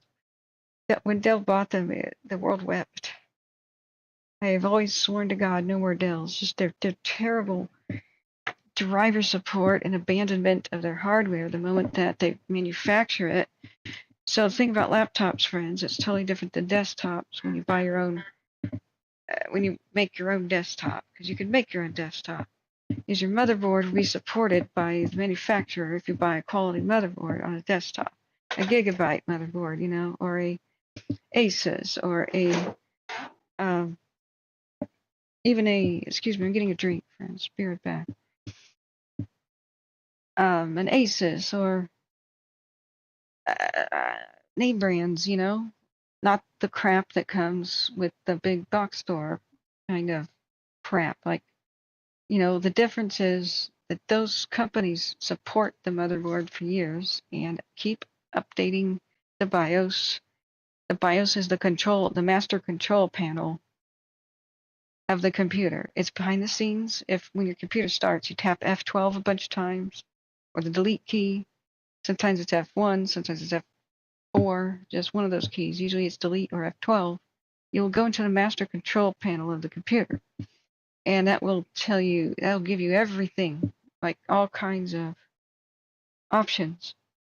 And so in a good quality motherboard, the options keep changing, and the BIOS, which is that control panel, will be updated to fix the bugs, because a motherboard bug, like in the BIOS, destroys how your computer functions, whether or not it's USB ports or whatever. Just will cause crashing the rest of your life or other errors unless the BIOS is updated. So what the laptops, unfortunately, you still can't build your own. So you get incredibly crappy motherboards, just like when you buy a Dell or Gateway or E-Machines or HP or all those crappy ones. What they do is they cheap out on the motherboard, which is the most important part of your computer. Like, your motherboard is your computer. Everything else slots into it. So they have these crappy BIOS that like never get updated, and you have golden handcuffs on yourself. You can't go and tweak things. Like, for example, if my computer was a little bit too hot, like on a really hot day, and I'm in my car trying to stream, I should go into the BIOS and I should clock down the RAM. And it just won't be that hot, right? Yeah, and the fans will be able to keep up with it. Stability is more important, like not crashing, than snappy graphics or smooth transitions, right? Or having a million tabs open. That's something you can do. So you can do that in a motherboard BIOS. You have all these options, all the options of the world, to make a computer behave quicker and faster and snappier. But you get into the ones for laptops, and they're all bad. Like all the laptop manufacturers are bad. They cheap out. They give you a crappy quality motherboard for one thing. Just like HP's, mine just about exploded into fire while charging. It burned my leg when I put it on my lap. That's how I found out it was overheating while charging. If I had left the house, I would have probably come back to a bedroom fire. Like I caught it in the nick of time. So I tried to make it work and clock down the CPU usage and try to troubleshoot where's the heat coming from. And I was locked out in that crappy BIOS. It's like, you do not have access. Like, it's my machine. I don't have access. So when you load Windows, you can use software to try to do the same thing, and it's just not good enough. It's just you need to do it in the actual BIOS. So I can't even turn it on, or the moment that I do it, it like heats up to ignition temperatures before Windows even loads to clock down everything. So it's a brick. It's a paperweight now. It's a $2,500 paperweight. That's why I'm like, I hate HP. I hate you. It should have been a recall of fire hazard. Other people reported it too. But they never did it. I don't know how they get away with that. It happened to my dad's. We had identical ones, and they replaced his for free. And then they told me that, oh, you reported this a week after warranty expired. I'm like, it's a 2-year warranty. No, it's a 1-year warranty. What? But it's going to be on fire if I turn it on. Sorry. So that's bad enough that you get locked out of the finer controls of the BIOS. Excuse me while I make myself a drink. That's bad enough. Maybe I should get a protein chocolate milkshake thing here. Yeah, that'll be good. Excuse me, friend. It's a mineral drink, one of those carnation things. Yeah, let's do that. So if that's bad enough,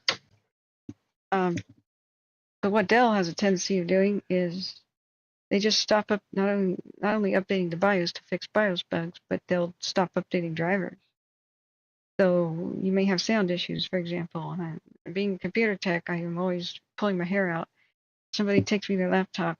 I'm in Zoom meetings and people say I'm clicking and popping all the time with my audio. Okay, well, the best way to fix that after troubleshooting is change the drivers and then go back to previous versions of drivers before that ever happened. Oh, it's always been happening. Oh, really? Oh, okay. So you go to different driver versions to try to fix it. And oftentimes Dell will be aware of the problem, but not ultimately fix it. So you could play whack-a-mole. Like now you're not clicking and popping in Zoom anymore, but now when you play back YouTube or something, it is clicking and popping.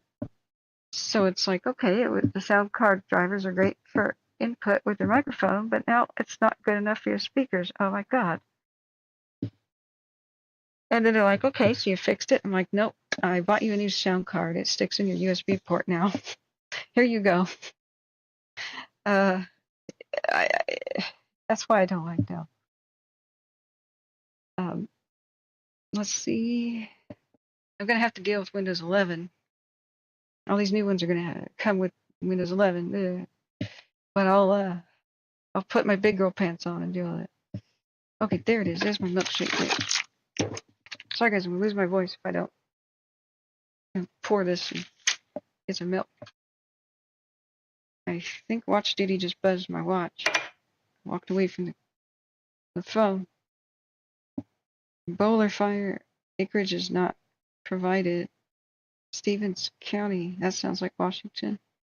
Shelly fire, law enforcement are reinforcing the evacuation order as the fire has crossed Patterson Creek. Oh, crap. Anyone remaining in that area is currently ordered to immediately leave per emergency orders. Oh, God. That was what we were fearing. The thunderstorms nearby, maybe, or just the unstable air is. It's pulling the fire towards Fort Jones and Etna with the wind out of the west. Okay, right there. It's neat that I can get watch duty alerts on my wristwatch now. If you have a smartwatch, you can set it up. Make sure you've got notifications for different apps that are linked to your phone set up. And that's pretty cool that it buzzes me when I walk into the kitchen. Get a spoon here. I'm gonna start mixing this up. What's for dinner, C-Pro? Is it taco night? Is it taco night? Man, he made the most amazing baked salmon for me yesterday. Oh, I watched the community meeting and I showed highlights of it. There was some drama. There was some juicy drama, National Enquirer drama during the Shelly meeting, but it was really cool. There was a lady who stood up in the back, a narcissistic type, who would like to speak to the manager about this fire. Big Al was watching and a couple others, but I went over it past midnight. But at some point when things calm down, I'll replay those highlights. It's like, with the question and answer time, like 99% of the community is super respectful and very, alarmed, but respectful to the firefighters and the speakers. And she goes, I see a lot of people standing around town and not doing anything.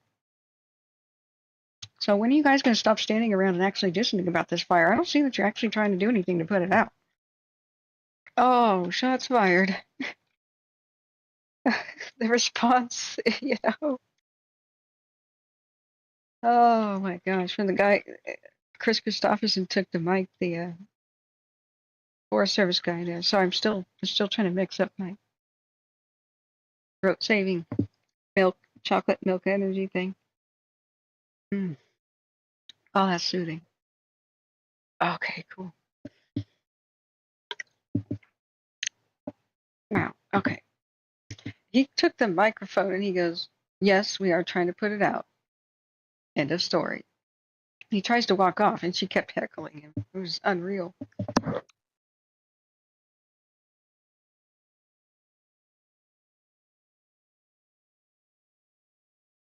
Okay, guys, I'm sorry. I have to use the bathroom. I'll be right back.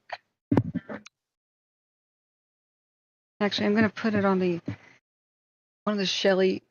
This is Fort Jones currently. There's emergency evacuations going on by the fire across Patterson Creek. So that's Fort Jones 1 and 2 at the top. We'll be right back.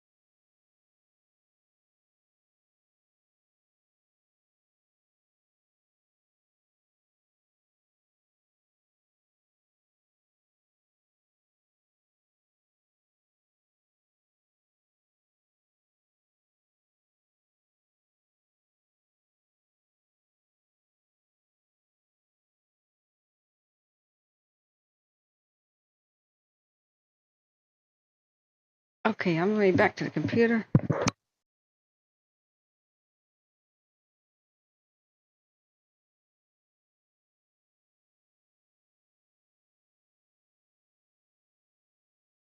Okay, air conditioning is adjusted. I'm refreshed. I got my my milk. Sorry, friends. So we gotta transition on over here. We've been looking at the Fort Jones 1 and 2 and seeing the smoke going straight towards the Kidder Creek and Patterson. Patterson drainage is bad. It looks like the air's being sucked over. I want to quickly look at the my radar to see the wind direction. I think the wind is out of the west. We were worried about that just a bit ago with the Shelly fire. Even if they don't have lightning, the little bit of the stormy kind of activity, just bits of it, is over there by Weed. And west wind would be pushing the fire. It'll try to make its way to the east. So we just got word on watch duty that it is that there is emergency evacuations, not just advisory, not just warning, not just level 3, but get out of your house right now. The fire is coming. Evacuations, for best we can tell, because it has jumped, and it's into the Patterson. I don't know, drainage or jumped the ridge. It's hard to know. We may have to just turn on the radio as best we can. Does anybody have a radio for the Shelly that's decent? Meanwhile, just really quickly at the Rancho fire in Kern County, they are asking for more aircraft, and I think they're getting it. It's at 1,600 acres down there with the Kern County. And they said they had requested 2 very large aerial tankers because there's potential threat of 2 structures in 1.5 to 2 hours, but they're not saying exactly where on the Rancho fires. So we have to keep them in our prayers, of course, keep that in mind as we keep updating people on the situation. There are no aircraft that I can see anywhere near the Shelly fire. It's just smoky and windy. It's beyond 10,000 acres right now. So what just came down the pipe within the last 15 minutes, law enforcement are reinforcing the evacuation order for zone 2203A. Here is our current weather over the Shelly. You can see the west wind trying to push the fire to the east, and it's testing their lines, and it looks like there's been a breach. So let's get all the info that we can. You can see up here in the upper right-hand corner, this is quite alarming. So let's do a 6-hour time lapse. It's a little bit of, when the fire comes directly to the cam, it's trying to go down to the Greenview area. So they have emergency door-to-door evacuations in progress. This is not a joke. This is not a drill. This is go now. Everybody near Patterson Creek remaining in that area is ordered to leave immediately. This go, or they're going to kick down your door and carry you out, because this is it's that level of seriousness. I'm using that loosely as a phrase, but you get the idea that they will be trying to, for anybody who can't move or is delaying, they will be trying to get inside and make sure everybody is out of the home. If anybody's asleep or in a coma or has bad health or napping, they will be trying to make sure that the home is vacant because the fire is potentially coming. So that's really bad news. Take a look at their evacuation map. Run up there to the Shelly fire. And I mean that in a good way. I don't mean that they're hostile. They're gonna come to kick you out. I mean, like, they would come to rescue, kick down the door, carry people out. I hope I made that clear. The zone 22038. Now that one is by Deacon Lee Place. That's the one that's just northwest of Etna. So it's really, really tall, this zone. I wish they had split it so we have more of an idea of where exactly they are going door to door with this emergency evacuation. But it's not split. It's this big long one here. So we can look at our Cal Topo and go to Patterson Creek. Let's pull Cal Topo. We'll go to just Patterson Creek. I have the battle maps for the Shelly Fire too, and I'll be able to show you where their dozer lines are. And it looks like something got hopped. Siskiyou County, California. If you are locals there and you have more information, please do let us know about that. That's not where it is. Okay. East Forest Service map, perhaps. You can see the big red lines here, the flare up, even though it's very hard to see in smoke. Remember, fires are invisible. They're like a rain-wrapped tornado. You can't see a tornado in a rainstorm. It looks like everything else. You can't see fire really in the daytime because the smoke is obscuring it. But if smoke suddenly gets really thick and heads your way, changes direction, the fire's heading your way, especially if the wind picks up and you start to hear it. It'll make a sound. It'll make a really scary kind of sound. It may be too late to, once you hear the sound loudly, to evacuate by vehicle. You have to think of your shelter-in-place options. It's not your house. It's not your home. It'll be pools, ponds, swimming pools, recently plowed fields, open areas with short green grass. Park your vehicle on those things. You'll get to it's big box store parking lots, depending on what kind of where you are living rurally and such. If there's a big turnaround, like a big gravel turnaround at the end of a dirt road, that might be one of your last resort shelter-in-place options. It could be a culvert, even one under your driveway, culverts, underneath culverts, big, long, wet ones especially, and underneath bridges. Like if you're driving over a significant sized bridge where there's water there, don't leave that area, or where there may be a culvert with water running through it. Don't leave that area for a sketchy drive ahead where you may be trapped without any shelter. Just keep a cool, calm head and look around for your options. Yeah, Jack. Hey, everybody. What a day. Yeah, BBYT. Thank you for looking up things. There's a mobile CRD 60 cam now showing a fire pointing towards the Warren area, but it's too far northeast to be Rancho or the White Fires. That could be the Trout fire. Yeah, that could be the Trout fire. Yeah, Matt Dykes. Yeah, a lot of wows going on right now. So, it's too hot for serious cooking. The toaster oven's perfect for hot weather. What's for dinner though, C-Pro? It'll be later. Let's see. I'm just looking up at the chat, just seeing if I missed anything. Here's a new update from the GOES satellite.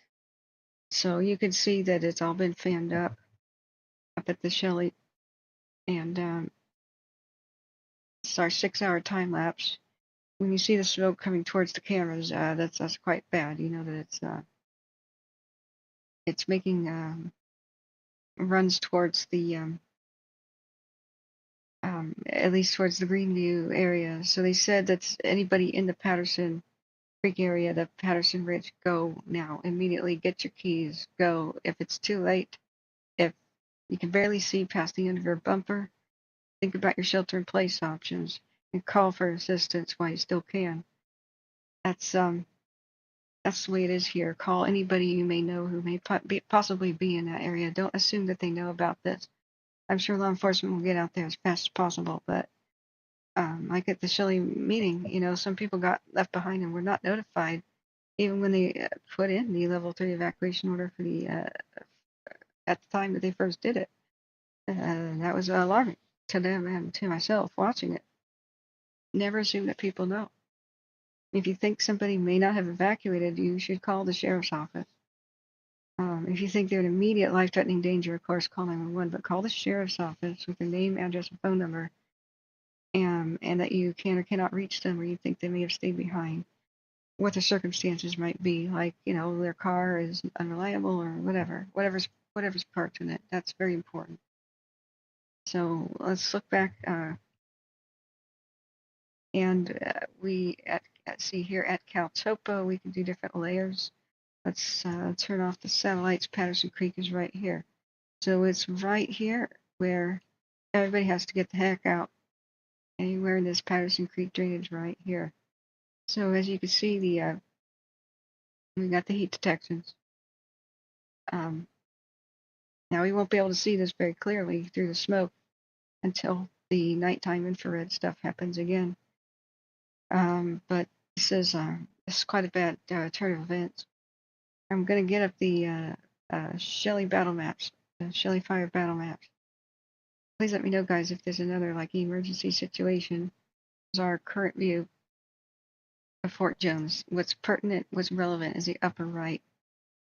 The upper two images are the Fort Jones 1 and 2 cams, but only the one at the upper right is looking towards where the fire is. The Patterson Creek is either here.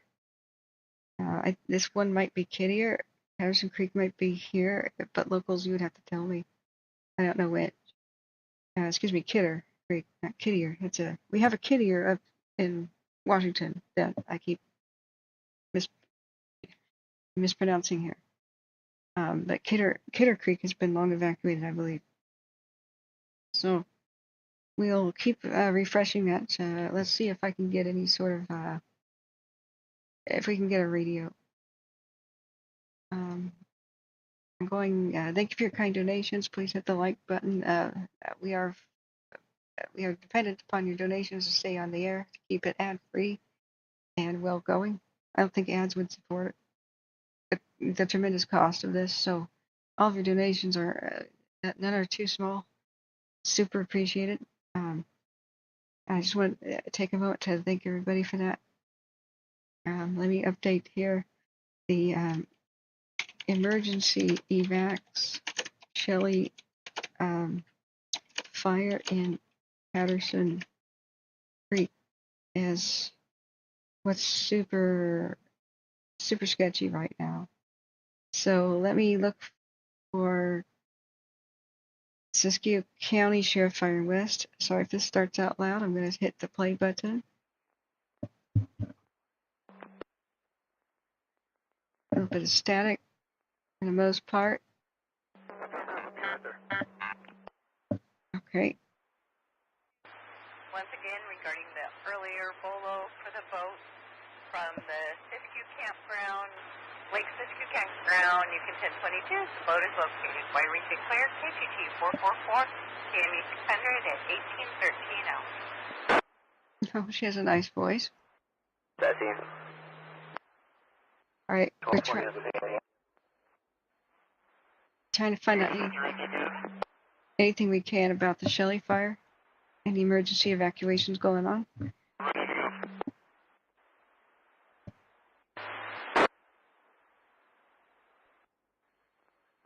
Tygh 24. Water tenders up there. I got the word to drop down the DT5. I do not. I was working with water tender 11 and 12. They were on a run for additional water to come back.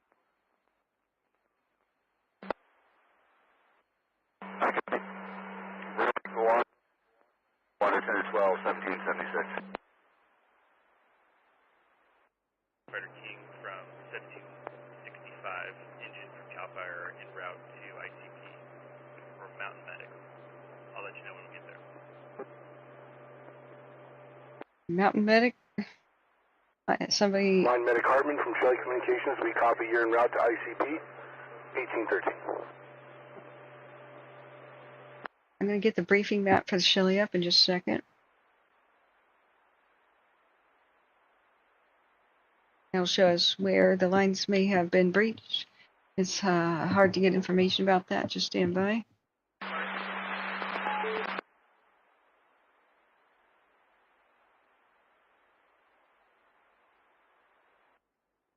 68, 1776, Track 24.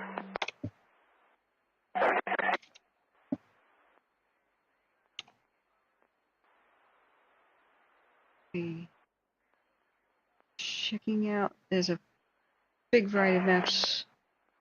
Bear with me. Tom's with water tender 11 and tender 12, just to confirm they're off this piece of land so we can get accountability for them.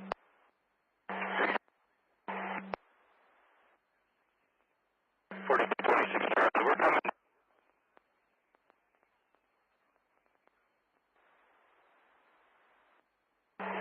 Copies.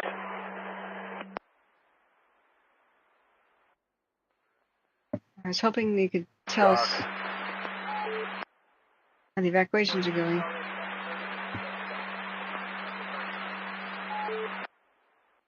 Number 2 is going to be tanker 16.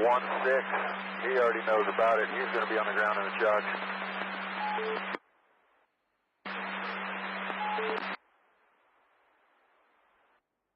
Charlie. 2 water tenders, 11 and 12 that we took. 75 Charlie has 10. That counted there for him. No, I'm just letting you know what numbers they were.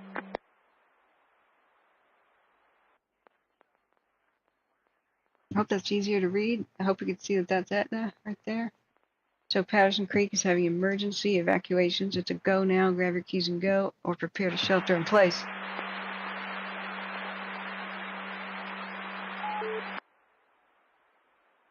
Hopefully law enforcement can help get everybody out. The Shelly maps are having a difficult time downloading the latest one to try to see which line may have breached, but Structure group, structure brand. There we go. One of them just downloaded. A very slow server. Bear with me.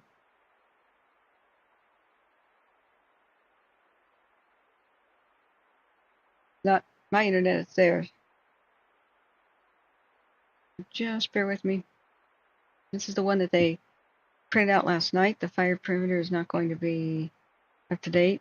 It's not going to be completely accurate, but that's the nature of all these maps. They're outdated before Northern 2231 gun site. the morning they're printed. Structure group, go ahead.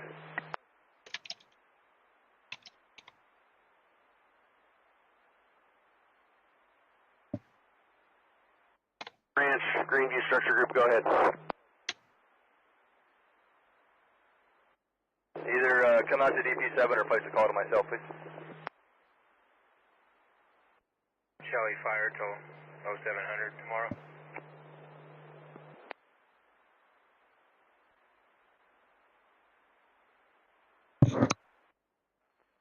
Has the drop point 4.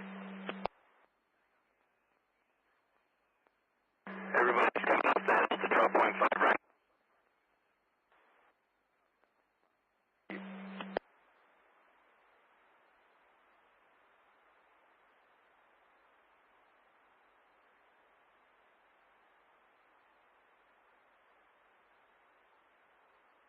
Okay, if I can get a word in here. The map's still downloading. It's taking a bit of time. They're going door to door in the Patterson Creek area. The fire has arrived. It's breached a line. There's a west wind blowing the fire towards the Fort Jones Valley area. There's a lot of unstable air. We knew. 10-7. Have a good night. We knew there was a possibility. 51-10-7, have a good night. All right, here we are, friends. Let's get this up for your viewing pleasure.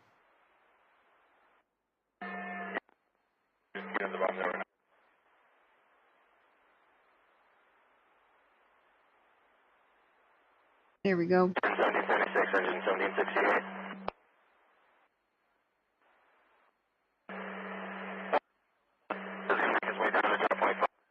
He said he thinks water tender 12 is down there, filling up at drop point 5. All right. Thank you for your kind donations. We can zoom in. have pretty smooth animations compared to what? Yeah, just make your way down to Fox and just deposit the information on 12. I gotta tone down the screen brightness. Whoa. I'll look at chat in a second.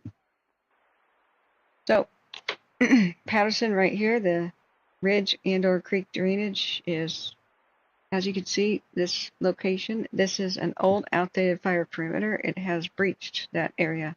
So they were working on a line going out and extending this direction. There are other lines that are protecting Etna. We don't know where the fire has gone though, but you can see everywhere there's a bunch of X's. Everywhere there's a bunch of X's. Dozer line. Okay, where it's black and gray, completed. If it's pink, it's not complete. It's under construction. Fire landing department back with Firefighter King to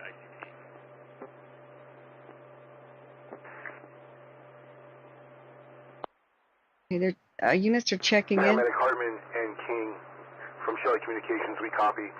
Back at ICP 1819. Close of IWI.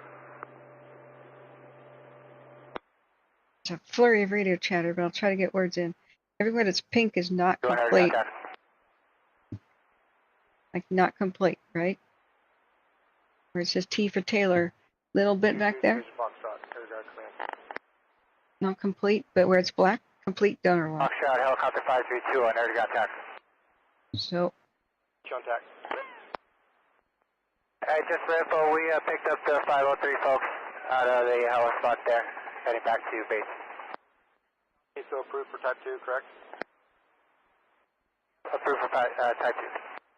well, we may be hearing crews evacuating in some areas that are just too hot to handle right now because of the changing situation. And they're checking in, and it seems to be that they're making sure that they're safe and trying to find the location of everybody. 4142, Wairika 1097, go ahead with sending call. So far, happy news. So H is hand line, where it's just more like a trail. R is a road line. 4142, ending miles 134, 106, and we'll be back en route to the vehicle shortly with the drive. The heat detections are margins of error, so we can't tell where exactly in Patterson Creek, but it's in there. I don't know where it breached over, but we have heat detections all the way to where it says Beacon Lead Place right here, like center of the screen. Sorry, you can barely see that. It's a huge margin of error squares, so it doesn't mean that the fire is there. 2231 inside. But you can see many other backup dozer lines that'll hopefully hold today, but it's in the Patterson Creek drainage. So will it get closer to this road, which is unnamed, unknown, but the Taylor Divide or whatever this little gap is, I don't know, but they have where it says RRR, they've reinforced the road as a fire line. We just don't know where the breach occurred right now, but they said they are doing emergency door-to-door evacuations of Patterson Creek. 12 on patch. Oh, I wanted to show people 2231 inside. what they have in front of the towns. They've got some backups. Contact 26 Charlie. They got lots of backups to fall back on. We just don't know what exactly is happening right now. But I hope this helps. You can see this 24, go ahead. old perimeter, but the new heat detections outside of it. So some of it may be hot drifting smoke, but I wouldn't count on it. It's probably the fire moving around. Remember, it's all margin of error, every square. So 3 good. we won't be able to see much Burned. Command Gen. till we have infrared. We won't be able to see much about what's going on. Copy. Sorry about that. When you look back, hey Husky, welcome. Chevy 4x4 Mike says, thank you. Yeah, you're welcome. We're glad to help her. And please thank the 04 Larch. Alpha, Greenview on TAC. Chevy 4x4 Mike says, thanks. My daughter lives in Etna and she hasn't had to evacuate yet, but we're keeping a close eye on it and everything. Thank you. Oh, thank you. Please, please share this stream with anybody else you know in Etna so they're aware of it. I don't know that many people are aware. Hey, Lady Bird, how you doing? Lady Bird, I really wish you had contacted me privately. Just fine location. How do you feel? It's hard to raise $3,500. Alpha, Greenview on TAC. Move all your resources down to Highway 3 and Patterson Creek and stage on Highway 3. I'm going to use you as backup deploy in that area. Copy that traffic. We're en route now.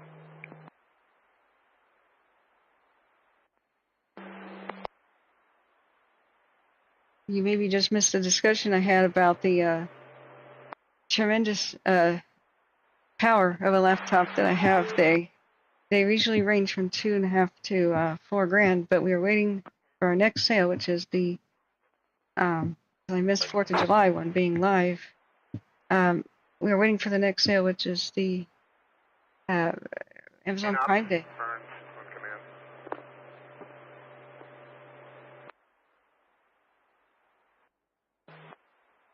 I had a laptop. It was $2,500, and then it blew up. No, not just saying that. You broke my heart.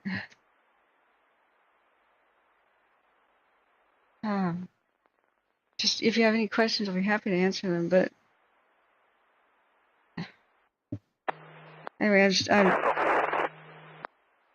I'm doing my best. I'll be happy to answer them. That's all. We were just talking about how what I need for a video card. It needs to have 12 gigs of RAM for video RAM. So it's like a 4080s card. If you look up laptops, I have an NVIDIA 4080 card. I copy that. I see a pretty good boil there. It looks like, and looks like folks at drop point 24 said it's kind of following the drainage down. Does that look right? Into there, but I am wondering what the next plan is. A couple of donations ended up being. Talk with Delta. It looks like it's going to be pushing hardest into his division and up over the ridge here in Echo. They ended up being fake. I thought I had $98 yesterday, and I'm like. Do you have any idea where they're going to put Diamond Mountain tonight? Sorry, we've got to listen real quick. Your priority is going to be Echo. I'm standing next to Day Off.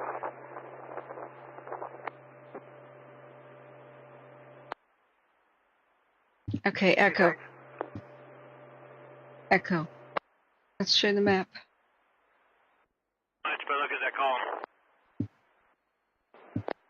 I hope I can restore your face. I see you working tankers in there. You're just going to keep working that? As much as we can. Echo, Etna. Okay, that's great. And hopefully it settles down in an hour or two, couple hours. Sun goes down. I hope so. Anyway, I hope, Lady Bird, that I can restore your face. But structure protection down in the valley. Affirmative. That's what he's pulling his stuff back and putting the resources out. Copy. Break. Division Delta. Air attack on air-to-ground command. Yeah, the crews are pulling out. It's too hot right now. It's too. They're going to wait for darkness, and they hope that it settles down to go right back in there. I have a map for structure protection as well. So when they're saying this and that group, there's a Quartz Valley one and one by Etna. Let me see if I can download those maps. But look, as to reassure people, this is there's a lot of dozer lines here. There's a lot of backup dozer lines. I just don't know what's going on in Patterson Creek. Hopefully they'll say something. Go ahead for Division Delta.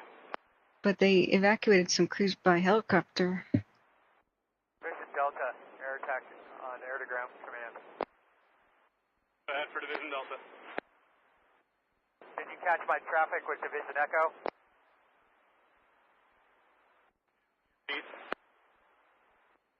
Near drop point 25 in section 13, the fire's pushed that dozer line and is now over it. Ah. Starting to back down the hill into the next drainage, still upper third of the slope. Oh. Drop DP25. Any idea how far it is from DP24? Get in there. Give me one. Okay, it's over drop point 35 down the slope. We may have to. 22 Lima, 62 Golf, attack 24. Alright, let's look real quick at where helicopter might be. Real quick, real quick. Rescue 1240, available response. That just cut out. I didn't do anything. Creek Road, they were currently just kind of left where the logging operation was. What's your location? Or where the logging operation was. I don't know about where the logging operation was. And I don't know who was just there. Copy, you're further up the road. What road? What road? Ah. Yeah, copy, they're heading there now. Okay, they said the fires past drop point 35, section 14 of the map. I imagine that's a Forest Service map. So let's go. All branches, please stand by for a weather update.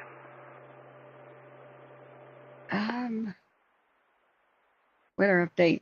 All sections listen up is what that means. All right, let's check it out. I'll look the at column on chat. top of the fire continues to grow. It's currently up to an elevation of 20 to 25,000 feet and is likely to continue to get taller over the next hour or two. Break. That's super dangerous. Recognize The potential for microburst or for downburst winds out of the column, spreading in erratic directions from the fire, as well as long range and prolific spotting. Break. Oh man. Hot, dry, and breezy conditions will continue into the evening as well, with winds up at ridge level out of the west to northwest and generally southwest in valleys, generally 10 to 15 miles an hour for the gusts, with some localized areas up to 20 miles an hour. Those winds will be diminishing between 20 and 2100. End of weather. Jeez. She's not talking about column collapse, but we understand it. All right, so I just jotted that down. This is there's a 25,000 foot cloud of smoke right now. So what that does is it's sucking up. Go ahead. It's sucking up the heat and stuff in it. Air to ground command. When the column collapses, it'll just push winds in all directions at super. There to drop point 24, but I'd imagine it's got to be pretty close to that as well. So if you got folks in there, it'd be good to get them out. They're evacuating crews. How many negative? Nobody's up there. Just trying to get a reference point. Okay, drop point 35 and 24. That's where the fire is. Let's take a look at the map at the drop point. Bravo 71. On the map. When columns collapse, it's like a 360 degree. Bravo 71's just north of Kern Lake and bound to the Shelly fire. 2 on board. 4 hours on fuel and advisement have AFF for 4 lines away room. Yeah.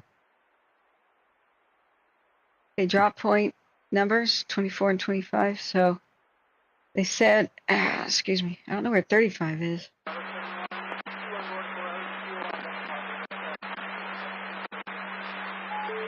That's our bingo right there.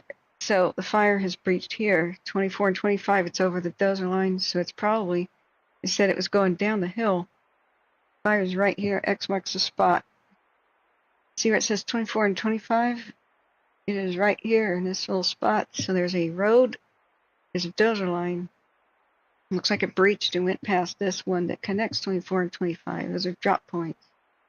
Drop points are where they deliver equipment like hoses and stuff. Sometimes by road. Were you able to send most of these 2729 tomato? Sometimes by road, often by helicopter. So they got everybody out, they said. But that is where it is. So. See a crest on the ridge right now. I'm watching it from right here. Said cresting a ridge. Okay. 4142, where we got back en route to the vehicle, beginning modes 134, 106, payment pending. Hope that helps people. Please consider donating or at least sharing the stream. That's the free way to help, and hit the like button. This is emergency info. 62 Golf, 1024. That people need. Yeah, I got the utility and Colton and Mike.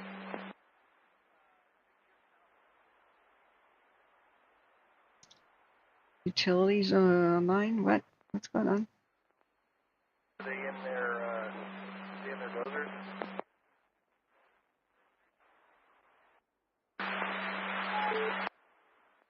Early day off the 5-minute number ready with a 20-minute ET. Brown. They press the button.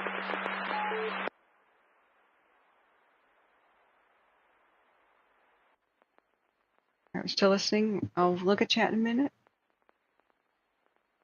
Thank you everybody who has donated to keep us on the air and ad free. We don't want ads to play in the middle of, oh, the fire's right, you know. I just find it distasteful anyway.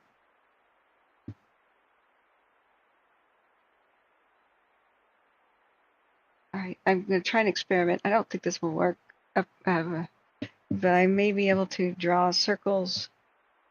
Ah, it does work. At least when I have the map up like this. Okay. Let's try this out. Make it thicker. It won't work all the time on all maps, but for anything I full screen, it looks like it might. Fire is right here. Right there. Well, actually, let's make a better thing. In between drop point 25 and 24, they're evacuating all the crews. They said, get anybody out of there? They said, everybody is out. They're watching it go down the ridge line. Nope, that is not exactly where I drew it. Okay, I have a little bit of an offset. All right, so let me redo. That's a little bit closer. I need a third monitor. Okay, there. That's where the fire is. It's odd. I'm drawing it in the wrong spot, but it's showing up correct for you guys. That's where it is. It breached over the dozer line that connects 24 and 25. That little X hash right there. So they said that it's already in the Patterson drainage in the creek. That's where we're going door to door emergency evacuations. So I hope that helps friends. That is the fire is at. According to all the radio traffic and according to all the radio traffic and what we can see with the heat detections, we can't see a lot. We can't see a lot with the cameras. Oh, Andrea, thank you so much for your kind donation. Sorry. Let me get you the heart. You're a super supporter. No donation is too small. Nobody be embarrassed. If you can't, don't worry about it. Don't sweat it. Tender 199, Greenview on TAC. At this rapidly changing situation here, what are the other fires? I'm sure it's changing in other places. Water Tender 199, Greenview on TAC. Move down to Highway 3 in Eller Lane. All right, they've said it's too dangerous to work the fire right now. There is a 24,000-foot smoke column currently on the landscape. This is our current view. Upper right. You can see the thick smoke coming towards the cam as the fire's trying to make its way down Patterson Creek and over that ridge towards the valley. We're going to make sure we're going to keep refreshing to see if there's any changes, especially to their evacuations. on the Shelly here. We keep refreshing it. They said that it's not a new evacuation, but now they are super enforcing it, 2203A. So the ones that say ETN, blah, blah, blah, those are Aetna, right? So the one on the northwest side is 2203A. That has already been under mandatory evacuation, but they said now we're going door to door to make sure people are out. It's a highly dangerous situation. That the fire's moved into Patterson Creek. This is a bit of a laggy website. Even the desktop could use an upgrade. This is my supercomputer desktop. Water cooled. I have a radiator water cooling thing so it doesn't slow down, and it can lag out a little bit with the sheer amount of windows I have to keep open and switch to, and different cameras to monitor. Try to do this. Try to open 65 tabs with. I challenge you guys to just get an idea of what I go through here, and the incredible expense of keeping this up. Try to open 65 tabs open on Edge browser that are mostly evacuation maps, animated time lapses and the like, and maps with multiple layers enabled at the same time. Plus, I have my radar in the background. I have a PDF reader, which is for the battle maps, with gigantic PDF files in it, all sucking down memory at the same time. Okay. I have OBS Open Broadcaster software recording my screen and broadcasting it to you at 1080p. So this sucks up the power. But once you reach 65, double it because you're not running OBS like I am. So when your computer starts to chug, you'll understand why I have to have a Ryzen 9 5900X processor, water cooled. It's so hot that air fans. 4170, Air fans are not powerful enough. Sorry, why is it the wrong cam? It's Fortunes 2, I'm sorry. That's the storms moving by. Okay, this is the one. It's the last 6 hours. Now what is going to happen while they're evacuating on the cruise here is because there is unstable air and the new wind has fanned up the heat, it's created a smoke plume that's 24,000 feet high right now. I want to see it from other cams. I'm sure it's visible on other cams. But there's enough wind pushing smoke around on the ground as well towards inhabitations. So it's too dangerous to be there because if you think about the smoke plume, the pyro cloud is similar in a way to the pyroclastic type flow. 45, 10 hit doubles with Sam 9. The plumes that create pyroclastic flows on volcanoes, like the eruption column, which is just another type of mushroom cloud in a volcanic eruption. That one was fed by tremendous heat from Mount Vesuvius, and so it kept pushing stuff up high into the air. And as the heat begins to wane a little bit, like the sun will start to set, so there will be less and less heat on the column. The air will cool and cool. And then there will be less activity, less heat coming up from the bottom from All things on branches, fire. please stand by for a weather alert. What will happen is it will collapse with a huge air rush down, and that can Please stand by for a weather alert. that could push fire over the cruise. The pyrocumulus over the fire has continued to grow rapidly and continues to strengthen. It's reached a height where in-cloud or cloud-to-ground lightning out of the column is a possibility if it continues to grow any further. That threat would last for the next 30 minutes or so. Outflow winds and downbursts from the column are also a possibility as it begins to weaken. End of weather update, branch 10 and branch 20. Please check back that you received the update. Oh man. So she's warning about lightning, that it can generate its own lightning. Like volcanoes can. 20 copies. 10 copies. I don't know about you. Can you hear the stress? Thank you, weather clear. Can you hear the stress in her voice? So I'm trying to get another view of the possible cloud from a distance. I don't know which ones are looking at it. I want to see this 25,000 foot cloud, man. Maybe from a distance we can watch it possibly collapse. So,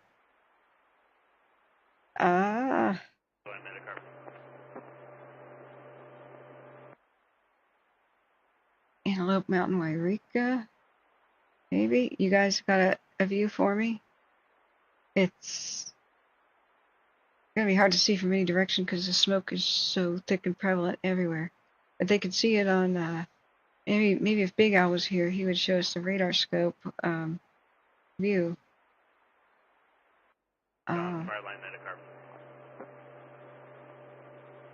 That's a very ominous forecast. She's basically saying everybody get the heck out of the way of this. This is super dangerous.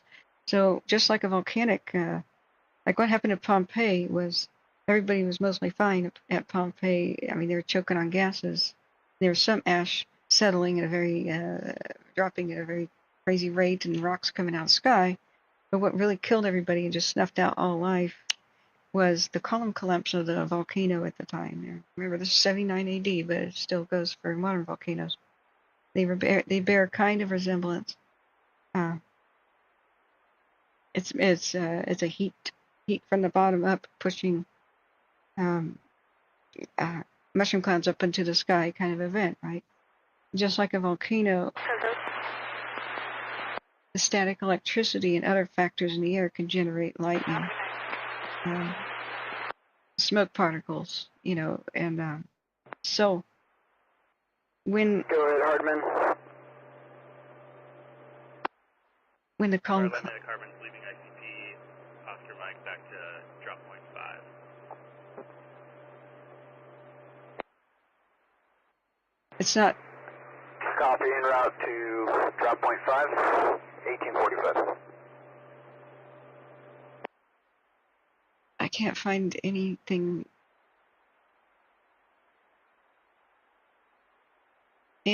that will really give us a good view of this. There's not a lot of high altitude cams that are looking that direction right now that can see past the other mountain ranges. And those that are nearby are just seeing thick smoke. I'm glad that she just said that, or I wouldn't even have known that it is there. But people who have a good handle on radar scope and radar Omega, you can see it. Husky, are you able to see it? Are you still with us, Husky? Or are you at dinner? Oh, there you are, Husky. Sorry. Yeah, and meanwhile, the 3-6 fire is going ballistic. Great. So where's that one located?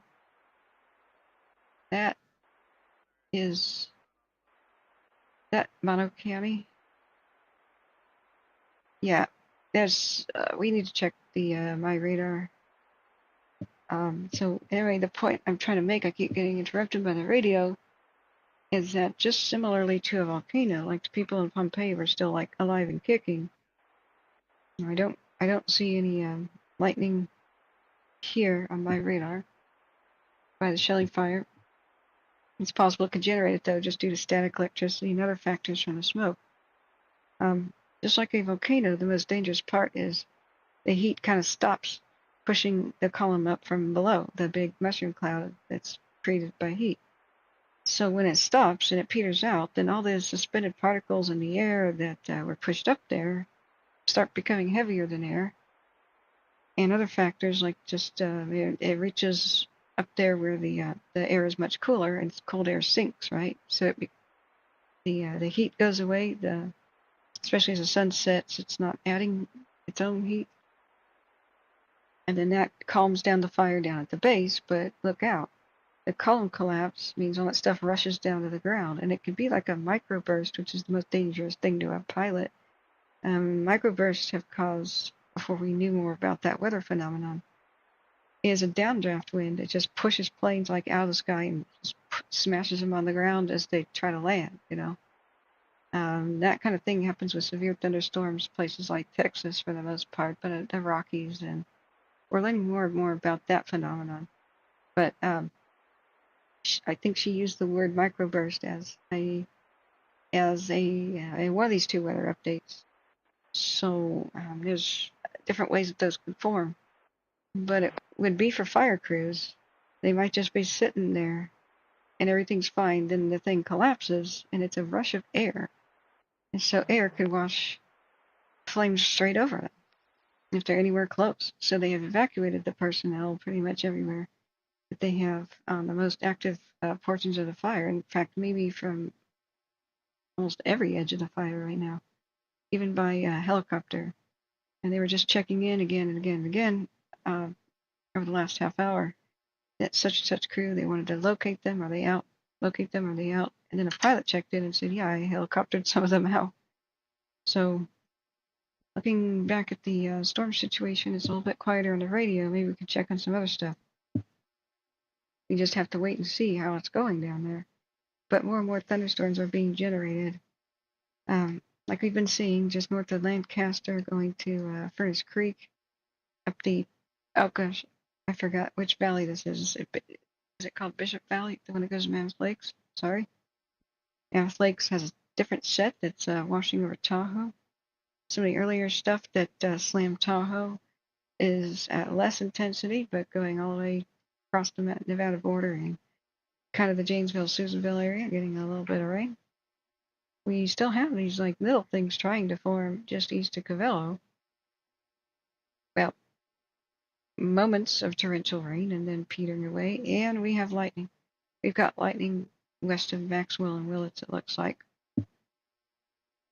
Outside of where it was raining, so hold on to your butts. Updates will come thick and fast now. Let me go adjust air conditioning. It's either too hot or too cold.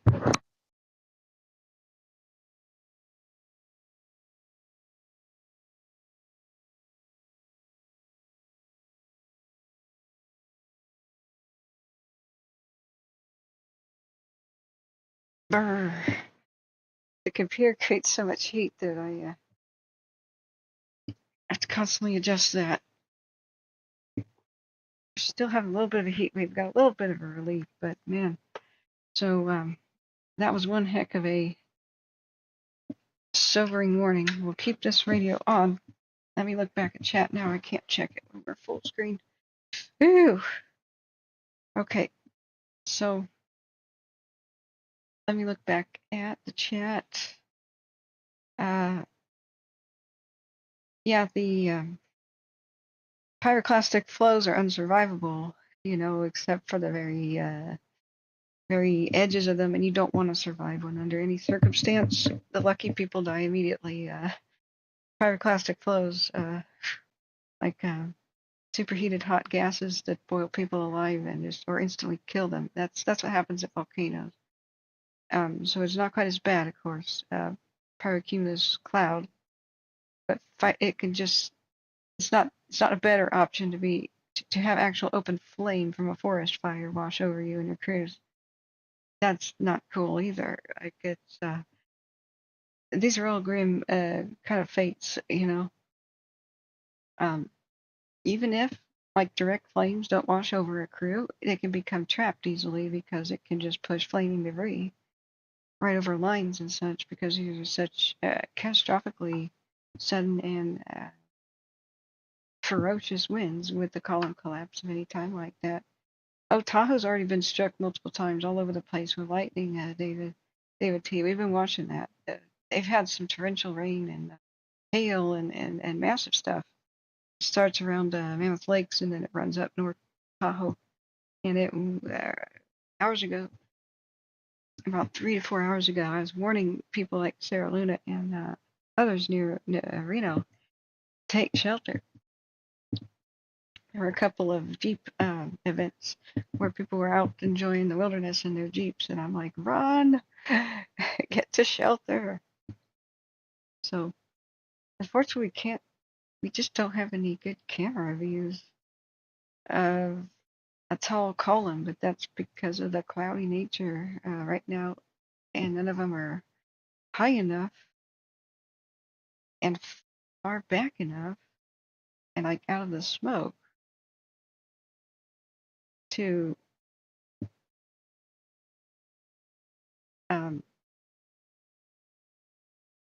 show us right now what's going on. So when I screwed up my 4 image view, these are the top 2 here, Fort Jones. So they did have some clouds roll by, but we're not detecting any lightning so far over it. But the actual plume can generate lightning due to static electricity. And okay, thanks, Husky. Let me take a look at what your it's open question answer time now. Oh yeah, Bald Mountain Sequoia one. That was my initial. Thanks, Husky. That was my initial. That's my thumbnail for this. For anybody finding this screen, we were hoping that a little bit of rain here would rain a little bit of this out, but we were a bit disappointed because we had rain splash this fire lookout tower's lens. See, we had a little bit of white happen, which is rain becoming rain that was becoming. Sorry, it's bouncing. Just it's constantly looking around for new lightning strike fires. Maybe there's new rain that'll rain on it. White smoke is good. That would be steam. But it also could be an optical illusion, like the way that the horizon is, where the sun moving lower on the horizon can distort colors and stuff. But there's still plenty of dirty, darker smoke in the back. But down in the front is where we were seeing a lot of the white smoke, and that was steam from the water hitting it. But you know what is a little bit bad about that is if they put retardant there, it washed off or got damaged. So yeah, this is the Trout fire, I believe, friends, that I believe was started by lightning today, by lightning ripped through the Sequoias area. Severe thunderstorms are just all over the southern Sierras. I don't know if the 2 in Kern County were caused by that too. Now I just got a new jingle on the phone. I gotta continuously drink my milk. Bear with my hoarse voice. I'm sorry, guys. Here's a bit of good news. Are you ready for some good news? The fire that had tried to eat Mariposa and unfortunately did take out some homes, the French fire, 100% containment, just announced this afternoon.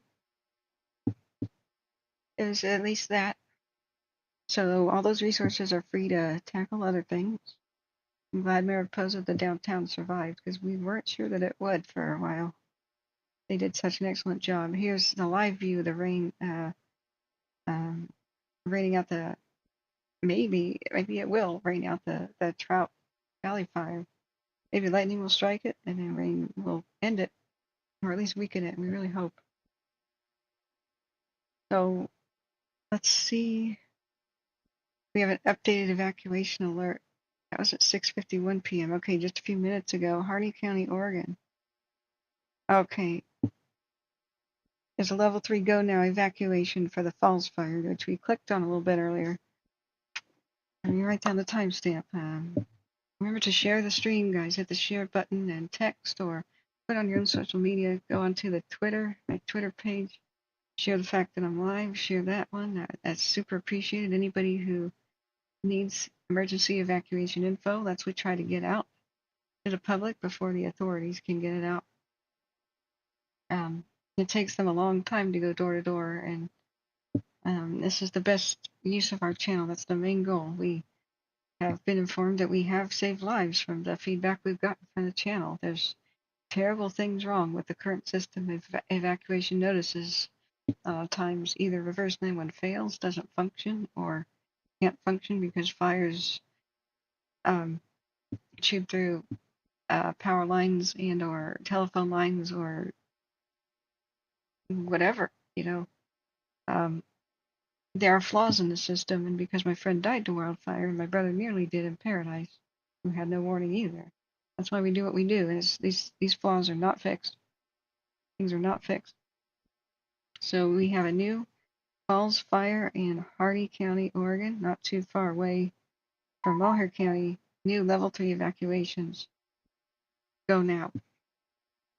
And I don't know how rural that is. We're going to check on it. But we got a lot. We're playing whack-a-mole today. Hey, Nick, there's a lot that's going on. what isn't going on is almost like the question right now. So there's emergency evacuations. The fire has jump lined at the Shelly. No word on if they'll increase evacuations near Etna. I don't see it, but they are enforcing. They already had at go now the Patterson Creek drainage, and so the fire entered it and it breached a couple of lines.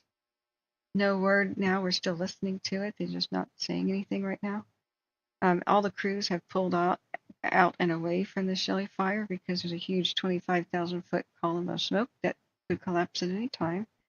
And then in a 360-degree radius have temporary hurricane force winds blow fire on the crews. So they have they have gotten out of there. And we don't know how the dozer lines will hold against this, but they're going to get out. They pretty much have. And then they will come back after dark, after the column is gone, and try to push the fire back where it belongs across the lines, any breaches.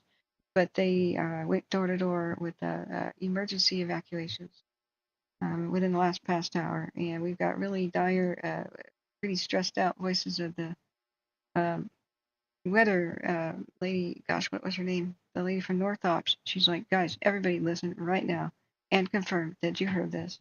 The column could collapse.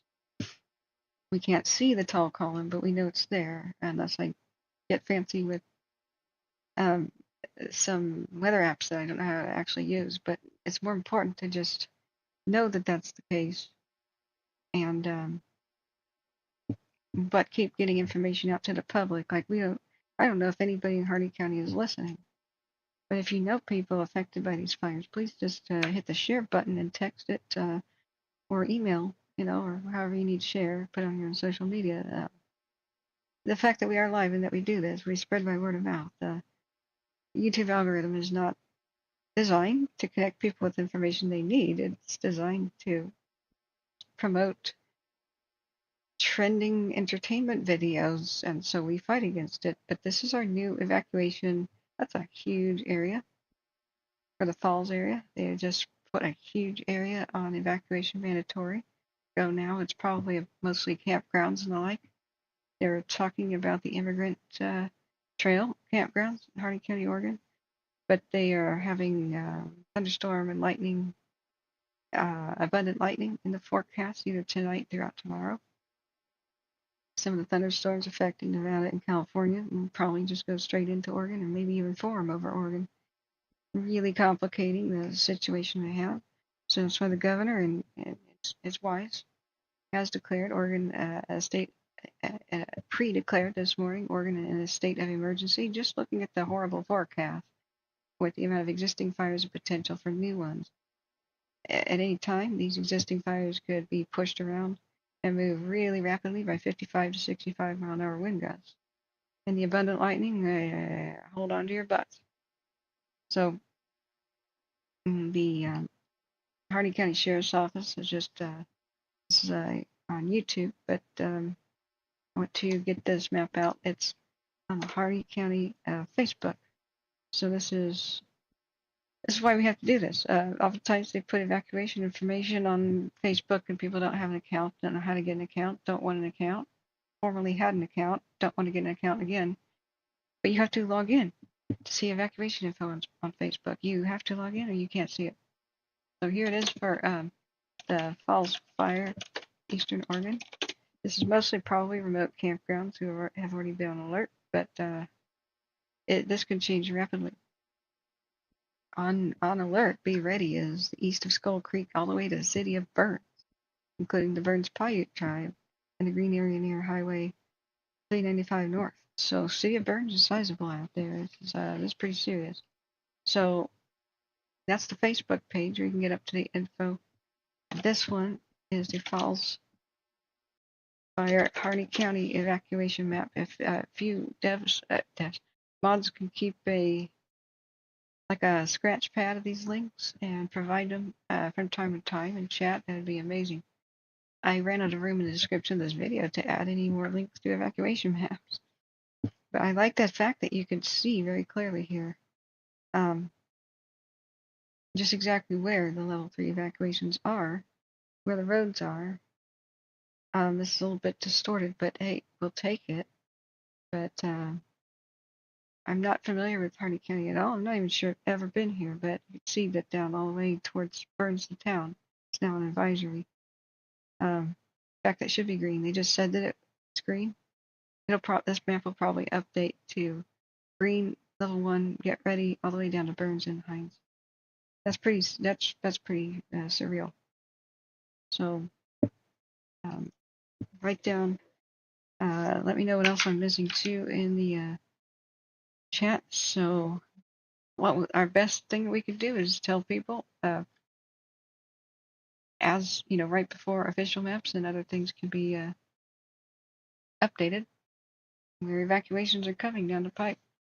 So level 1, 2, Burns, Hines, they're right up on the edge of town. So level 1 means prepare so that you can be ready to go at a moment's notice. It doesn't mean, oh, be on alert, and that level 2, I should start preparing. No, level 1 is prepare now, start doing it now, get ready to leave at a moment's notice. Level 2, be set, means be set. It's not get set, okay? It's be set. When you're at level 2, you should already be ready to go at a moment's notice. This pretty much goes for the city, the town of Burns. There is abundant lightning and crazy winds in the forecast, and who knows where that'll occur. So, Dr. Elephant says, I'm still disappointed they didn't name the Sue Me fire the Jackass fire. Why? Is there a Jackass road nearby or what? David T says, I have a fear of fire and I run away. And our firefighters run to it. But yeah, thank you, our heroes. I don't know if they ever watch or anything, but we have to appreciate their dangers, the dangers they face. Dr. Elephant says, the quality fire. Who picks the names?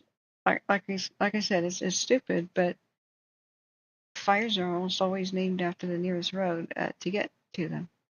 So, like that campfire, the one that erased Paradise, was Camp Road. Camp Road.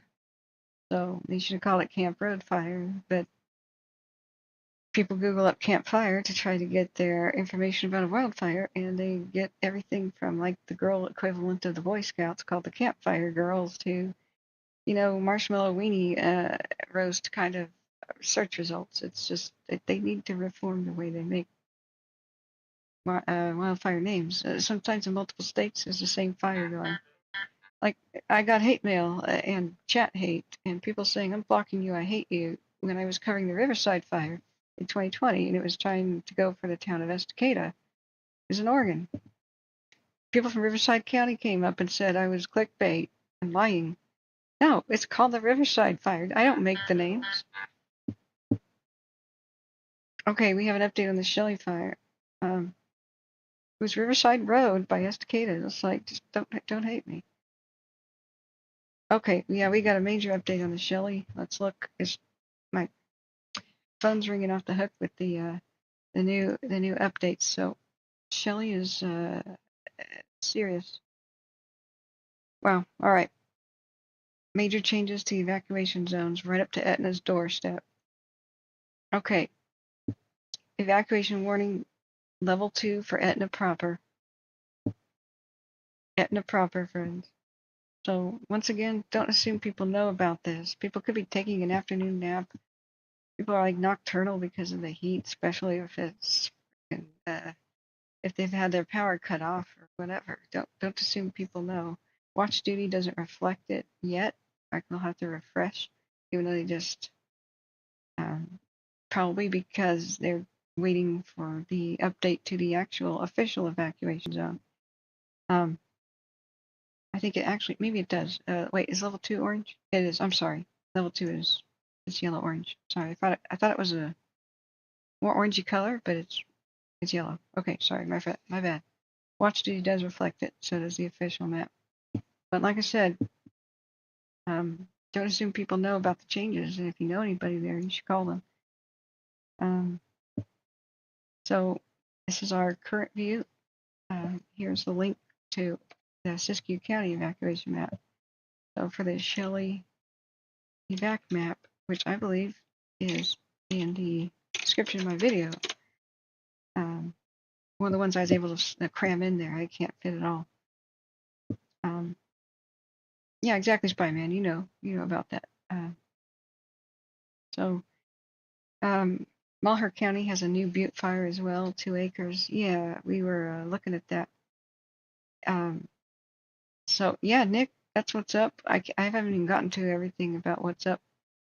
Now we want to look at the 3.6 fire cam as well. There's a 25,000 foot column of smoke. I wish Big Al was here. He's the one who tracks the smoke columns really well with Radar Omega, and he was going to teach me how to use it. As fast as I can talk, there's new updates. A quality fire is just overwrote what the Kingsway Lane fire is about, which is in Camas. Somewhat close to me in Camas. What's going on in Camas? Anyway, you can't see it, but there's a 25,000 foot column of smoke, pyrocumulus above the Shelly. I want to make sure that Broadcastify hasn't quit. Why are we not hearing anything from Siskiyou County? It got offline. That's why they're not talking. Maybe the ham radio operator lost connection. Okay, it's not that they're not talking, we can't hear them anymore. Siskiyou County Sheriff and Fire West is offline. Period.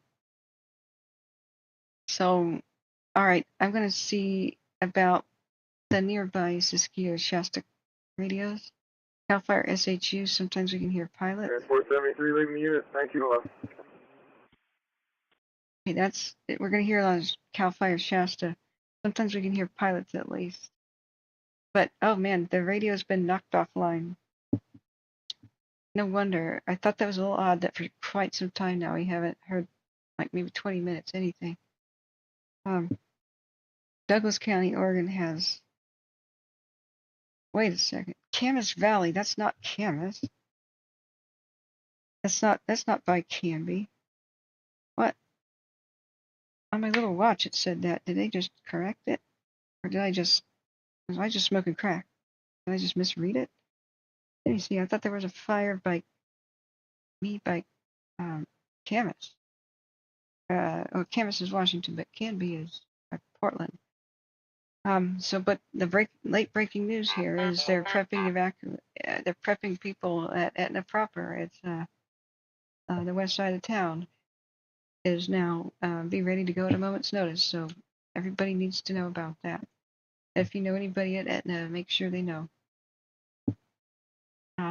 Let's look at the heat detections there with the Shelly fire. Here's Etna proper, but they'll be trying to give people as much notice as possible. We know that it's breached a couple of lines, and if the column collapse, which will happen eventually as night falls and as the air cools, that column will not be able to sustain itself, sustained by heat from the sun and from stuff on fire. And as cooler air comes in, it'll collapse and it'll throw hurricane force winds, at least for a few moments, all over the place. So they want people to be ready for this possibility that it may breach whatever lines they have. They're just not sure which ones. They have a lot of contingency lines back too, but I've never seen a column collapse. I've never seen one on film, but it's something to behold. It's the kind of thing that can throw an airplane out of the sky and smash into the ground if it's like low enough to be landing. It's called a microburst. Those are intense. So rare, but incredibly intense. So here's our sheet of relief, and you can see that depending on where the fire gets, I would be most worried for Etna if it was here, Whiskey Butte. Now, your community is very, very vulnerable if fire is above your community in elevation, like 1,000 feet or so, and if there's a drainage or a ridgeline pointing at your community, like so, and if you get high winds That's the trifecta of doom, and that's called the looking down the barrel of the gun, the cannon, whatever you want to, wherever, this is my wording, this is whatever you want to call it. If the fire were to get up there on Whiskey Butte, would be, this is how we see towns, fire run towards towns and try to erase them. It's the, if the fire's above on the ridge lines or in the canyons, higher elevation than your town, and the wind is blowing the same direction as the drainage, the canyon looks at your town. Like that is looking down the barrel of a gun. It can rapidly roll down there. So we don't know the exact position of the fire. We have the most activity right here. We know it breached over here, which is by Patterson Creek. So I know exactly where they were reporting the fire earlier, but now that we can't hear, we don't know. So let me show you the battle maps again. Let me show you the battle maps. We know here that in between 24 and 25 drop points, they reported that the airplane that ran away from the fire reported that the fire was right there. If I could try my best to circle it, that area, and then they said it was crossing over the ridge and working downslope, which would mean, trying to go. Sorry, this is my crude drawing of an arrow. Crude drawing of an arrow that way, right? It's trying to go that way with the wind. They had to get the crews out because, like I said, this is a crude arrow. Okay, no, it's not dirty. Don't even go there. That's the way the wind wants to push it. But you see how these little X's are all over the place? That's dozer lines. Those dozer lines that are complete, and where it says R are reinforced road lines. Not all are complete. So, whoops, I'm not drawing in the correct area here. There, this pink right here, that's not a complete dozer line, right? They're still working, but they pulled the crews out because of the crazy whatever's going to happen when the column collapses. Man, I've got even more notifications on the phone. So we know in between 24 and 25, where I do the circle, that's where the fire was reported like 45 minutes ago to an hour ago. So where else it is, though, we don't know. So we have heat detections. Whoops. We have heat detections. Get the battle map down. And wait, get the radar down. Okay, we have heat detections right there. Excuse me. Sorry. I'm juggling these screens. It's a little bit difficult right now. Because I looked away to go back towards looking at the, see if we could get some shatter back. We've got heat detections here, so this is where I was showing 24 to 25, right? But this is margin of error. Some of this is hot drifting smoke. We just don't know where exactly it is. Orange is a heat detection last hour. Red is last 15 minutes generally. So right now we don't have a heat detection over Etna. Reading Rescue 21 released by SO, returning available. 21 available at 1918. But should the fire get on this ridge line and then Etna starts looking down the barrel of the gun scenario, which is my own terminology, just my own quick way of explaining it, Etna will be in danger at that point. So I'm going to show the battle maps again about what kind of lines I have to protect Etna. They've done a lot. So it's called Division Echo or Division E if you ever hear them talk about it. Show it again real quick. There you can see Etna. You can see that there's a lot of the X's or the dozer lines and whatnot. They reinforced heavily this one particular road that just goes north. I don't know which road that is. The one that parallels Highway 3. They've super reinforced that a lot. And they put dozers up to what is called Deacon Lee Place, whatever that is on the map. They have hand line. H is hand line, which is like a trail. See where it says H to H? That's basically a trail on a ridge top because probably too narrow or you can't get dozers there, or maybe they haven't had the opportunity yet, but they connected it at least. But that's weak, much weaker than a dozer line. So they've got some lines. They've got some, but if the fire comes closer, it's easier to work with people out so they don't have to worry about evacuating people. So the west side of town now is on be ready to go to moment's notice. And that would have been wise to have always been ready to go to moment's notice with a massive, very difficult forest fire on your doorstep. But it's bring it home now. That make your final preps in case you are asked to leave. I don't know if anybody will be tonight, but it'll depend on what happens when the column collapses and clock's ticking towards that moment. Whenever it gets colder, that'll happen.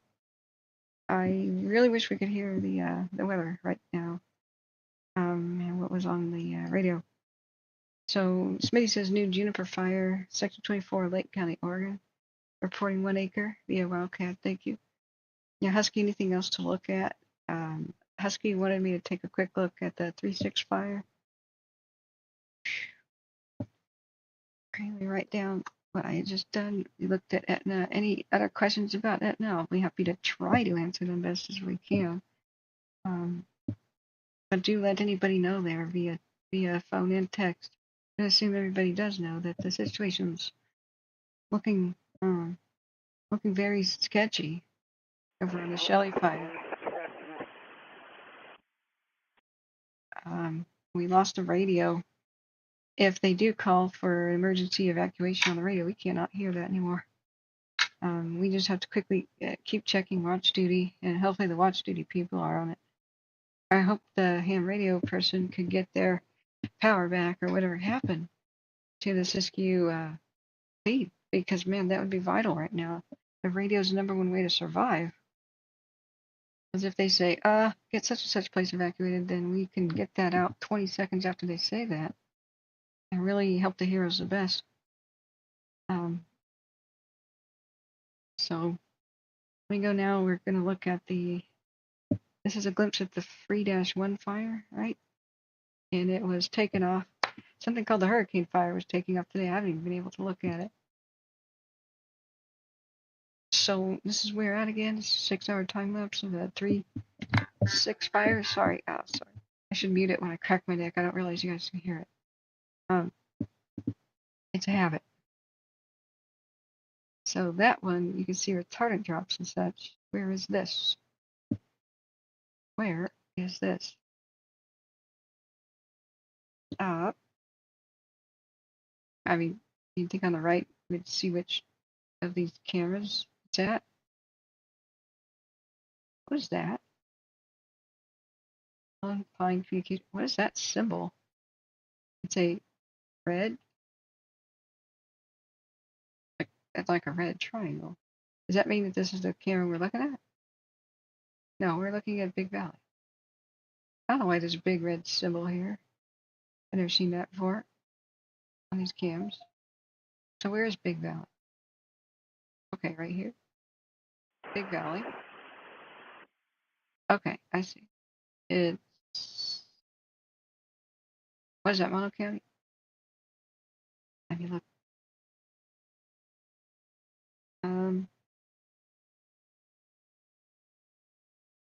Oh, the Kingsway Lane fire in Douglas County, Oregon says this is a duplicate of a nearby reporter managed fire. So this one's being deactivated. Okay. All right. The chemist training prescribed burn. Okay. So that was accidental false reporting of something in Douglas County, just west of Myrtle Creek. So they're actually prescribed burning over there. Okay. That's a helicopter and a Salt Creek fire. Now, what is 3-1? Excuse me. Just looking at it on my phone. Falls Fires had a new update 2 minutes ago. Lassen County. Oh, I should have known that. Hat Creek. Duh. So, is it looking any better? 3-1 fire, Lassen County. Note, after additional information has been provided by air attack, the first camera image in the incident appears to be the 3-7 fire, which is being covered at the following different watch duty event. So it's not, the 3-1 is actually the 3-7. There is a reported lightning fire at the location of this 3-1 fire on the watch duty map. Air attack has stated there are 4 fires that they can see in this area. One called the 3-1, and another one called the 3-7, like 3-1, 3-7. All are under a quarter of an acre, except for the 3-7, which is the one you see here. Additional posts and fires will be added to the map once better information is obtained. Yeah, it can be pretty chaotic. So it was a reported smoke from fire lookout after a thunderstorm passed through the area. Full wildland response, including 2 helicopters and 2 tankers. So we'll, turn off updates for that one, so it doesn't swamp my phone. So the 3-6 fire is saying that they're calling this now the 3-6 instead of the 3-7. I'm really confused. Ready, striking 9254 Golf, you're out last. 350 acres. This big one. The others are small. Whatever. Wasco County's got a bunch. So we'll continue to watch that. I don't see any evacuations or anything like that. But thanks for informing me. Looks like it's maybe improving, I hope. Let's look back at the Shelly. Get any info we can. I am really nervous that we can't hear what's going on with Shelly. Let's do a 6-hour time lapse. Okay. Welcome back. Thank you. Hit the like button if you just found us. Please text. Hit the share button and text, or share via email, or put it on your own social media. Anybody you think needs up-to-date live fire information. Our goal is to help the heroes save lives by getting evacuation info as fast as we can, and all fire information to people as fast as we can, best as we can. I lost a personal friend to wildfire, nearly my brother in paradise. This is why we do this. All the volunteer mods here are just volunteering their free time here, and we have to absolutely thank them. Thank you for helping me. This is a lot to juggle, and everybody here, we are crowdsourcing information. Do feel free to share weather alerts, anything you get on your phone. Subscribe if you ever want to find us again. With the ringing bell, we go live whenever there's a crisis if we possibly can, and we go 24 hours a day if we have to. Mods will take over while I'm asleep and help people in chat with links. This is going to be one bumpy weekend. So Nathan Hand, thank you for being with us again. Shelly's looking bad. It's real bad. There's a 25,000 foot column above it. We just went deaf. We can no longer hear. The radio's offline, but everything was just looking. They evacuated all the crews off. Medical at 8031 broke off Meadows Road. Yeah, the donkey fire. Yes, I'm very concerned about that by Pet L. And all there's old growth there. Do you have new info about it? Yeah, it's 25,000 foot pyrocumulus. Company 20 medical, 35-year-old female, chest pain at 8031 broke off Meadows Road near Cross Viola. Sorry, I'm going to mute that. We're listening to Shasta. It's the closest one to Shelly we could possibly hear. We were hearing a lot of desperation, and they were doing a head count. They're like, where are the crews? Where are the crews by the Shelly? Are they out? What is their position? Have they left? Do they know? Have they left? Because they're forecasting the collapse of this huge pyrocumulus cloud by the Shelly. It's going to blow at 360 degrees. Hurricane force winds briefly when it collapses, and as night falls, that's ticking down to that. The fire has already breached hours ago. Patterson Creek area. They went door to door trying to yank people out there and save their lives if they remained. It was already on mandatory evacuation, but apparently not everybody was out. So law enforcement went door to door. There's a rapid chatter, and some of it, a lot of stress in their voice. not panic, but stress, especially from the weather lady. She goes, everybody, all the crews, you must check in that you heard what I just said. There's a 25,000-foot plume. It will eventually collapse. This can generate its own lightning. So get out of it, get out of its way. And as it gets darker, then the chances of that get closer to its inevitability. Less heat. These plumes survive by heat from below and above by the sun. The sun is heating up the upper atmosphere winds, and so it will collapse. Cool air sinks, right? The moment that it can't sustain itself, it'll suddenly, unexpectedly collapse, with hurricane force winds going all the way down to the ground, potentially blowing fire right over crews and right over lines. So they're just talking about transporting a patient somewhere in Shasta County. There's no aircraft that can be over there looking out for people, but they helicopter evacuated some of the crews, and others just left on their own. So they've just put Etna itself on be ready to go at a moment's notice on the northwest and west side of Etna. So we are, I am very nervous about not being able to hear live what's happening. I want to hear the weather updates. Especially, it's that lady we love from North Ops. Can't remember her name, but I should know it by now. She sounded very stressed out. Like, this is serious. There's a vegetation fire in Toutle, Washington by the Spirit Lake Highway going. That's the highway that goes to Mount St. Helens. It's half-acre burning in stumps. Department of Natural Resources and airport and air units arriving on scene. So yeah, Washington's not having a great day, but Eastern Oregon's really not having a great day. We have new mandatory evacuations on the Falls Fire in Harney County. We got to check on, refresh Shelly's. First, Shelly is our number one serious situation here. No update since 24 minutes ago, when they put Etna itself on level 2 evacs. So I'm still listening to Shasta, but I do not like the fact that we lost the comms for Siskiyou County. If anybody, we lost Siskiyou County Sheriff and Fire West. Like it went down. Like maybe the ham radio operator evacuated or lost power or something. But it's ham radio people who give us the feeds. Give us the feeds for. They're unsung heroes here, so that we can track fires. Radio is the best way. So, if you guys find another, we can go to northern Siskiyou County. Anything that's uncomfortable, just give me a shout. We'll send you right back home. Oh, hang on. Maybe I found one. Northern Siskiyou County Fire and EMS is alive again.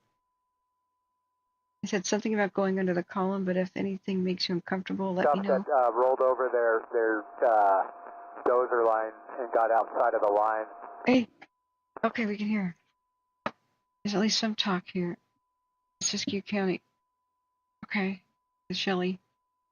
So it's over dozer lines. We know that, but where? Please explain. 3004. You're cleared in.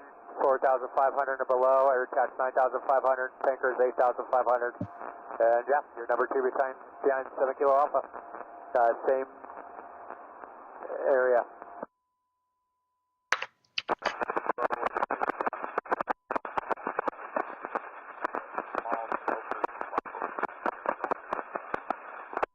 Hey, they got planes flying around Shelly again. And try to get it to where you guys can take this all up direct again. Oh, did it already collapse? Bravo 7-1, only send out at 8,500 crosswind for a show me. If you want to just continue to follow me around for the show me, I'll get you on target. Hey. I believe I got your target there, and then I see 2 vehicles parked in the landing kind of down below all that slop over stuff. and we're going to kind of drag it back that direction. And understood from air attack that there's nobody on the ground in that slop area. Service in the area of Cedar Mountain.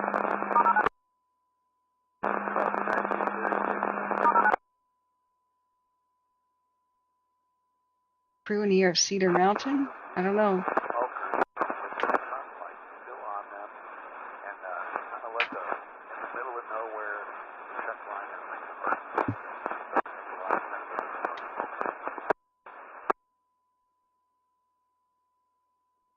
Yay! We can at least hear the pilots, if not the ground crews. Alpha Zero Hotel X-Ray going to come in to that area where it flopped over the ridge in sections 20. Ready and rescue 220 responding. 220 responding. I'll see if I can tune out one side. Between sections 24 and 25, and they're going to start trying to knock that, keep that stuff in check. Yeah, we got any ground folks in there.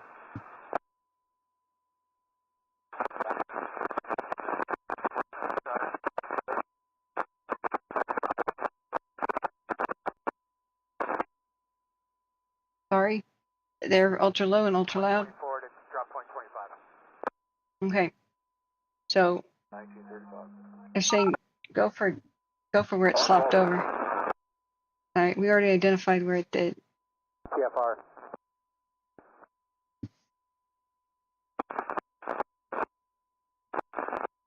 So tanker 131 will try. Well, potentially try to make a drop. Here, I'll show you on the battle map. Engine 1282, patient has been transferred to the ambulance. You show engine 1282 available. Okay. We know right here around 24 and 25.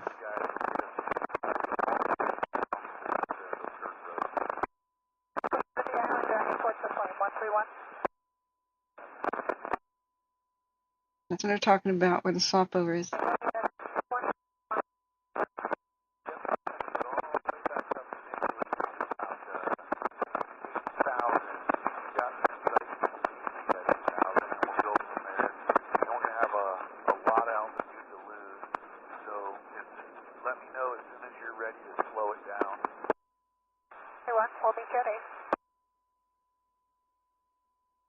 Why isn't it showing my plane altitude anymore when I click on it? 330 for now. He says, I know you got a lot of altitude to lose, but let me know when you circle around and you're ready to pick up on it. So they're going to try to do some aerial drops. Maybe we can even see it in the cams. Because it'll be around here. Somewhere around here. I think. I'm just not a local, so I don't know where exactly that might be. But that's amazing the aircraft are working it. It has the column already collapsed then. That would be great, if so. Sometimes it collapses with a thunderous roar, and sometimes it drifts away and only...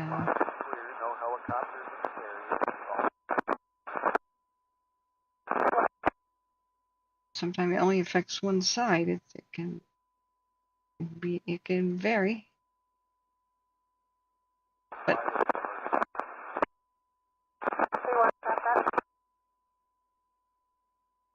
that's great. That's great if it's already occurred.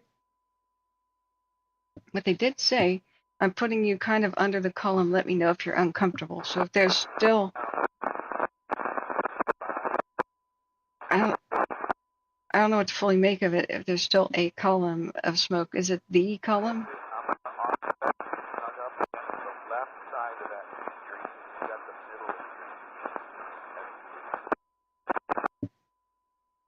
Yeah, hey, it's me again, Magnetic. Thanks for being here. Chris Robinson, thanks for being here. It's way out in the desert, and I'm really last town out here in the region. Which one? Sorry, the Juniper fire. The very remote region, no structures would likely be at risk. Hey, thanks for your local knowledge. How are you today? What's it looking like?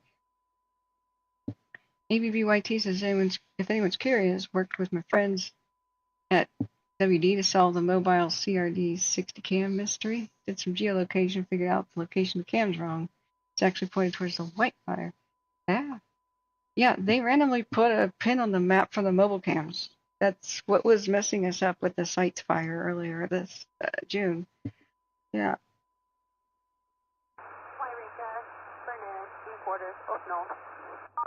Yeah. What's it like in Hornbrook right now? Slarty says a coworker of mine is on the Shelly as a heavy equipped boss. He thinks everyone's okay. Great. Jack, the feed that's down that we were listening to had comprehensive coverage of the Shelly. We're now on a secondary one. The one that's down is Siskiyou County Sheriff Fire in West. It went abruptly offline about 20 to 30 minutes ago. I didn't know Broadcastify doesn't give me like a beep or anything. It says, oh, something. It's just they stopped talking. I was just assuming they had stopped talking. So I don't know if the crews are going back there, but Writing it in 22, that's me. we're now listening to Northern Siskiyou County Fire and EMS. And it's the pilots, pretty much. But I don't know why I'm clicking on the planes and I'm not seeing their altitude anymore. So I must have clicked something wrong. Usually the plane shows up, plane information, altitude. I had to refresh.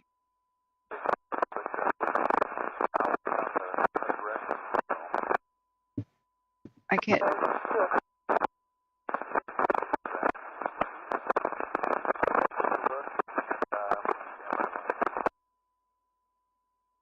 No. Task Force 1's and quarters, Wairika available by cell. Copy 1940. That is as best that I can handle.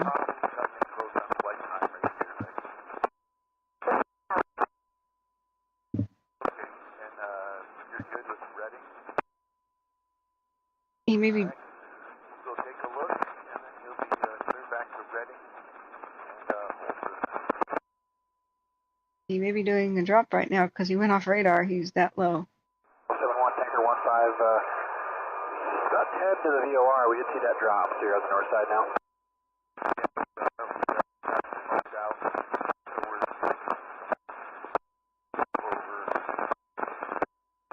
Can we come to your area at 8500? There it is. Go for it. We'll come to you at 8500 and look up for 131.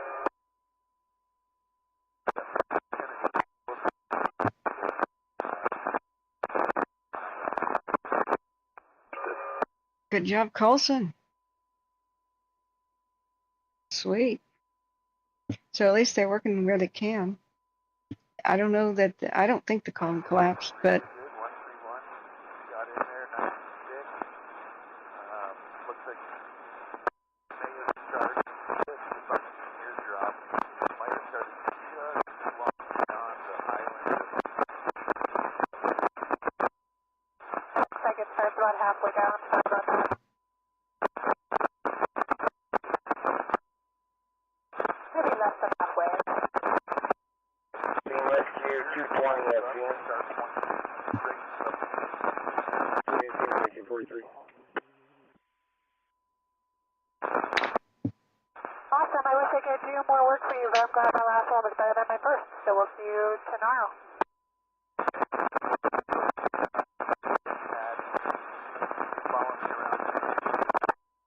We're still off your 4 o'clock now. Okay, it's a bit chaos. Sorry about the radio, but there's EMS on one.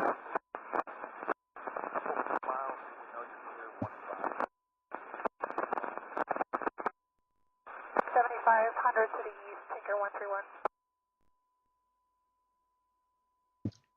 I guess they're both talking about the same thing. Tinker 15 is coming. About 20 minutes, 131. Air Attack just said, good drop, nice and thick.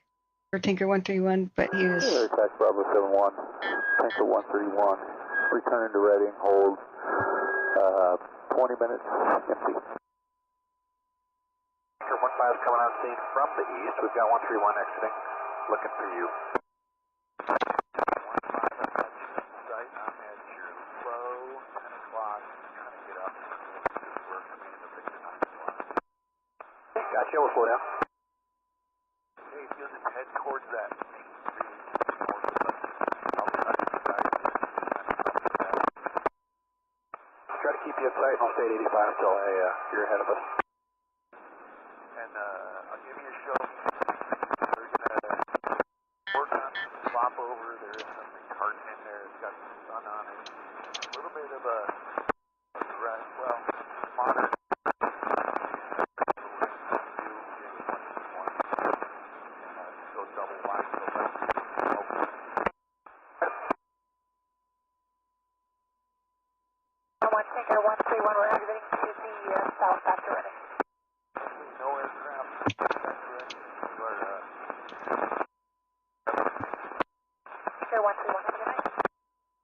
Bald Mountain Tower. Okay, thank you.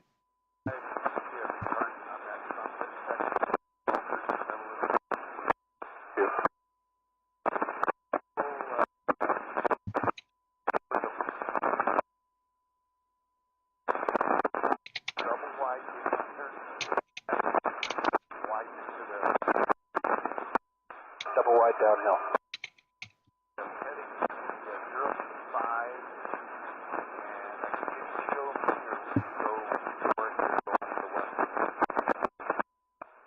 Go ahead and give me a showing, and then just kind of we're too high.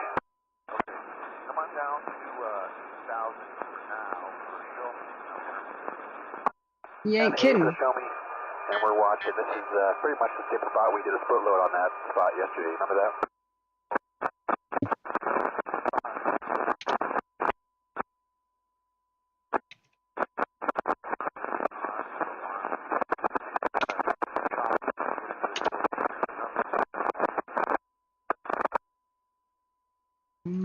Wow. Meanwhile, down by Tehachapi, holy, is that the Wildfire? We're listening to Air attack the Shelly fire, but on the north side. This is not by where anybody lives, but that's all they can do right now. At least they're doing something while they still have some daylight. Unknown if the column has collapsed on the Shelly yet. They're saying they're working under and around it, and let me know if you, quote, get uncomfortable.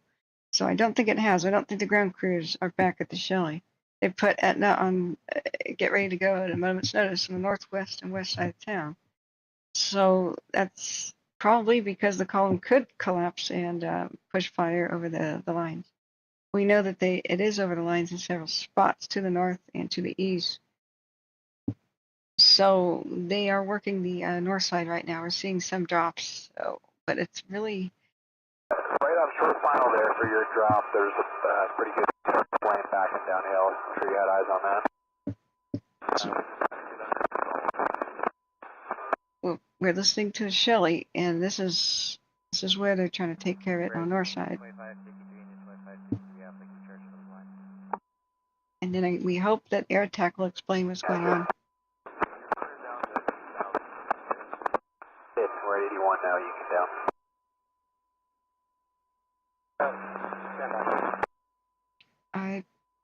We're seeing splashes here. Yeah, they're trying to do. Time for one more. Yeah, trying to do one more drop. Then we can switch shutter fires too. I think it. We could check with Siskiyou, see if they're open still, and could give us a load. We could do one quick out of there, but I don't think we can get the Medford back in 45 minutes from right now. You mean? We're going to look at the other fires in a second. Lightning apparently. Loyalton fire. Okay. We have not been in there yet, but I know 16 was in and out of there all day today. We'll give them a shout, make sure they're still there, and they have fuel, and then we can be back. Yay. This is sketchy, but they're still trying to drop. I think it's because they're... 14th at Fort Jones, 8500. I think it's because they... I think it's because they're far enough away from the column if it hasn't collapsed yet that they can do this on the north side. But that's not a consolation for Patterson Creek people and the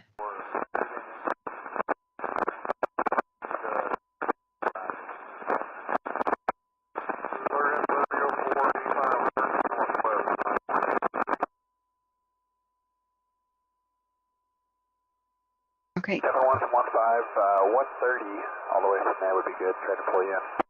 Okay, yep, I got a little bit there. My bad. I'm down to 125, 130.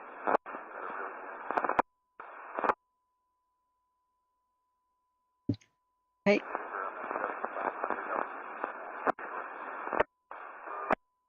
Yeah, we covered the Wildfire earlier. Somewhat remote, but they said later that structures may be impacted and explain what kind or which communities might be around here. So I guess Twin Lakes, I guess, is what they're talking about. So this has been under mandatory evacuation. I started the stream out with this. This has been about almost 4 hours. Is this what we're seeing? Is that the Wildfire? Because in Kern County, because dude, it's a bad day for lightning. Whoa. Dispatch, KNF Task Force 2 on 12. Wairika. Okay.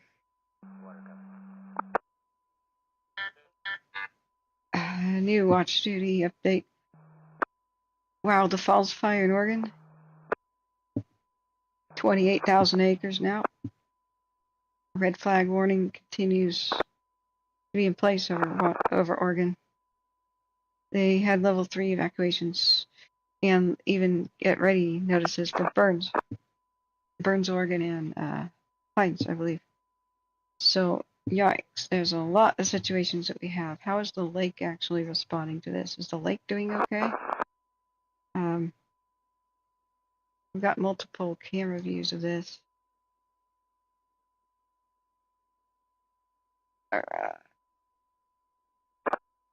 Down here, and multiple fires too. Whoa. Whoa. Okay, those are homes. Those are fire trucks. Why are they pixelated? Whoa. They're there to help at some place here. Why is this pixelated? I hate it. Mobile CRD 60. Yeah, so where did we find out that mobile?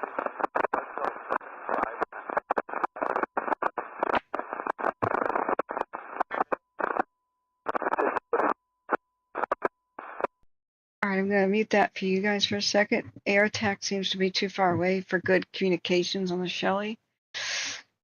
Incredible noise. So this will be hard to mute and unmute it, but I want to see mobile CRD 60 on the other cams on the high res. So let's go to alert mobile 20. No.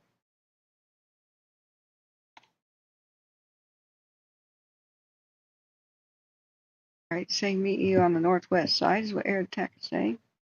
I'm listening to that horrible sound, so you don't have to. Wow, it really is mobile. Holy crap. Holy crap. Look at that. Wow, look at the swooping in of the helicopter and everything. Last 3 hours. So when you guys were saying I located I never knew that this was happening. I'm sorry. It's been very hard to keep up with chat. Wow.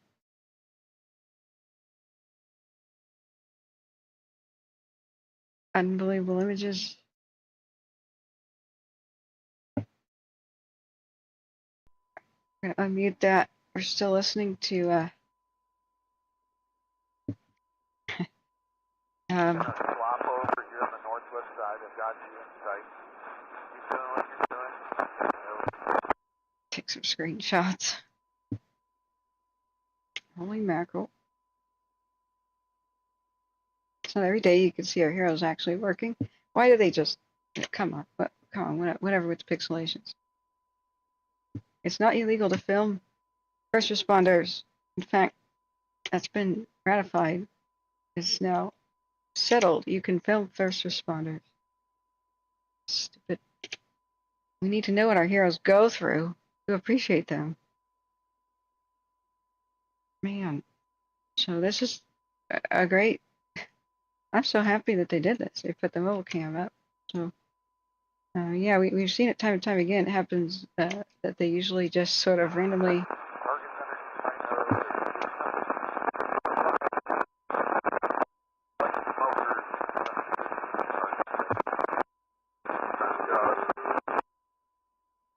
We're listening for them to give a report on how it's going with trying to deal with some of the slopovers on the Shelly fire. It's on the north side that they're working with retardant drops. I don't think they can do anything right directly in front of the valley, Jones Valley, or Etna itself, but they can skirt around the edges on the north side, and they're doing the last drops of the day. And as they do that, they'll give an assessment of how the Shelly fire is doing. That's why we're listening to it, even though it's crackle.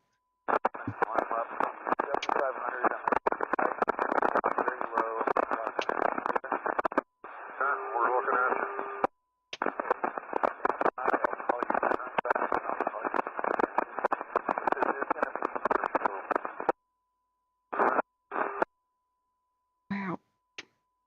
Yeah, they just drove right up on the hill, didn't they?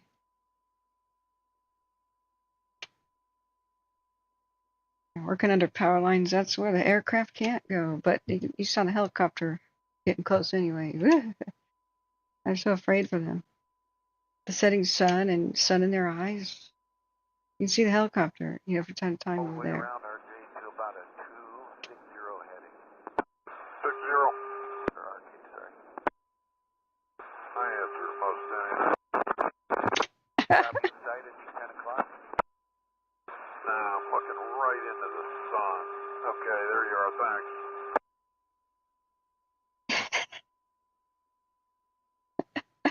Whoops, I called you the wrong thing. Coverage level 6. Start stop. Start stop. Wow, look at that. Look at that. Threading the needle between power lines, like underneath them or above. Oh my God. Fun one. I'm not sure if you saw that area that I was talking about that's got some, I don't know, half a dozen little thin wispies that's completely covered by a retardant section in the middle of nowhere. We saw it. I'm looking at it. I want to do is grab that retardant, the lowest part of that retardant, down to a road. That's mid-floor road there.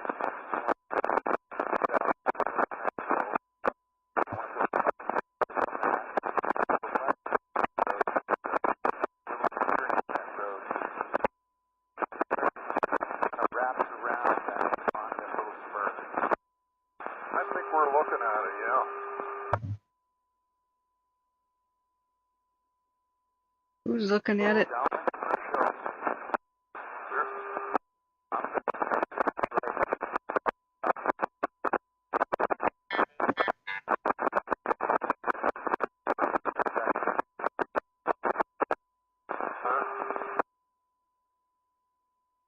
Oh dear, as he goes further away from Etna,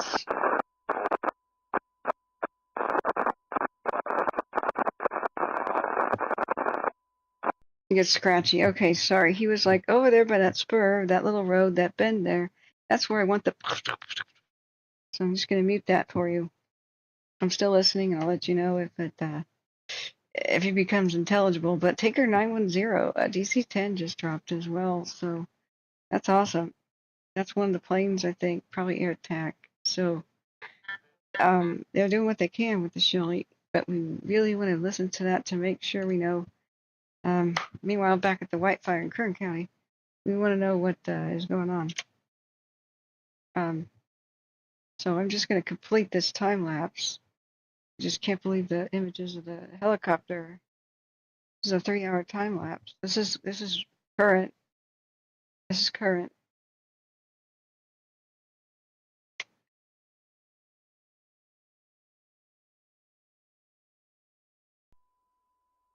get this spot.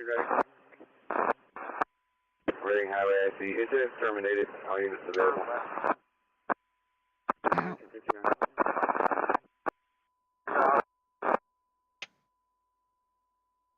Wow.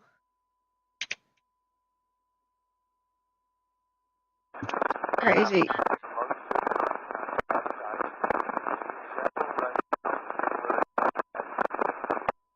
Last 15 minutes.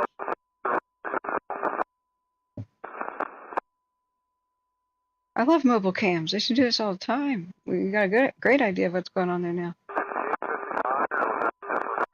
Sorry.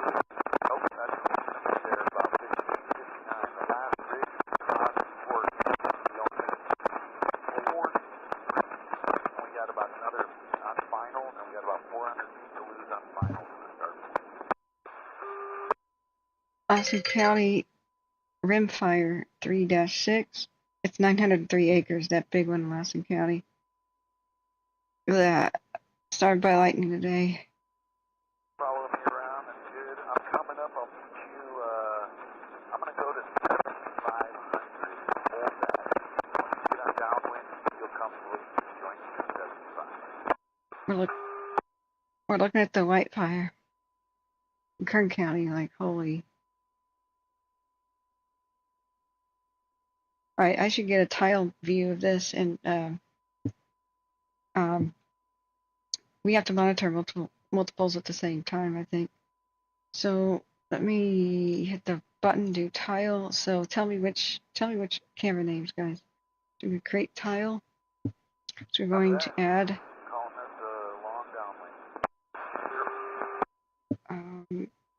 customize,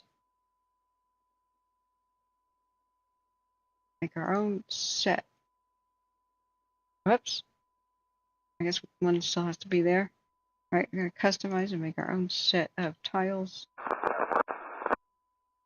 So we want Fort Jones 1, Fort Jones 2, Mobile 60. All right, what else? Keep it coming, guys. Mobile 60.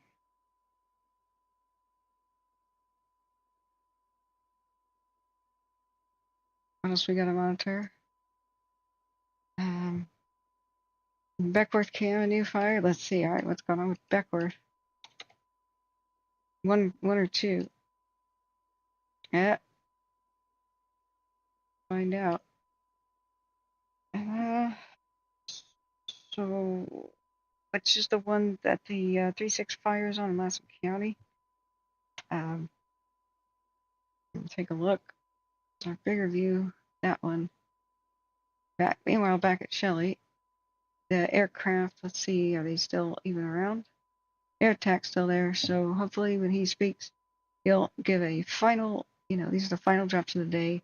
Explain where he sees slopovers. Right now, you can only see into the north side of the fire. I don't know the status of the column, if it's going to collapse, if the ground crews can go back yet. They're pulling out until night because it's too dangerous to be there right now. So up here, these are Fort Jones 1 and 2.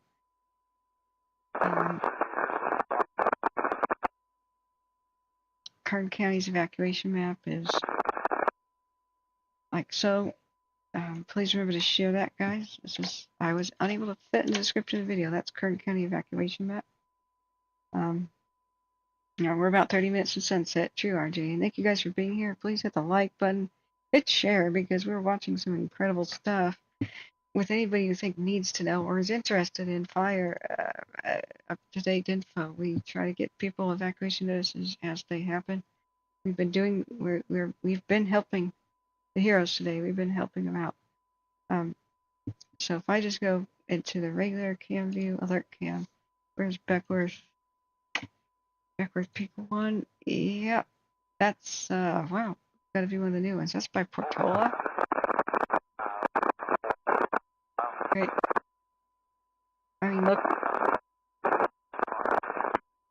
Look at this. This is live, People need to watch this. This is our heroes at work. Like, dang.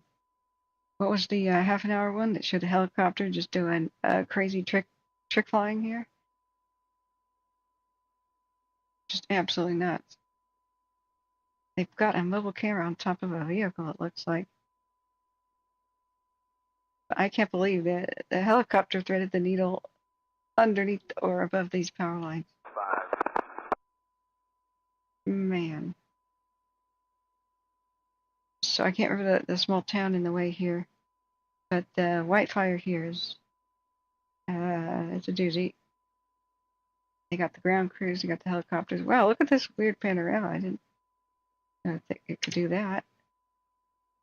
Whoa, that's an unusual frame.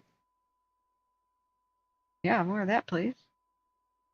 But we have to take the frames we get. Here's me clicking ultra fast. Click. Replay it. Yeah, I'm gonna retweet that new things are happening. New things are happening. Maybe that image will be compelling and we can find new people and warn them about the fires too. So, Smoke with Flames showing, Spinny Dude, thank you for that camera link. Yeah, Beckwith Peak 1, we got it. Thanks. Keep it coming, guys. What are the other ones we have to add to our tile? So we're covering all of them at the same time. What is the one up there by Lassen County? Is that one of the 3.6? Or one of the new ones? A little bit, it looks like it got to the road. It did blow a little bit right. Meanwhile, back at the Shelly fire, they're trying to...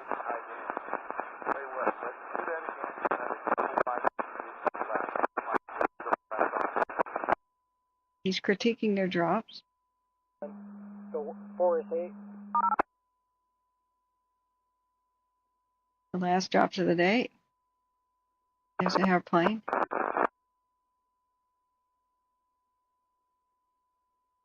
Great. Back to our crazy view here. I wonder. Engine 611 4 is 8.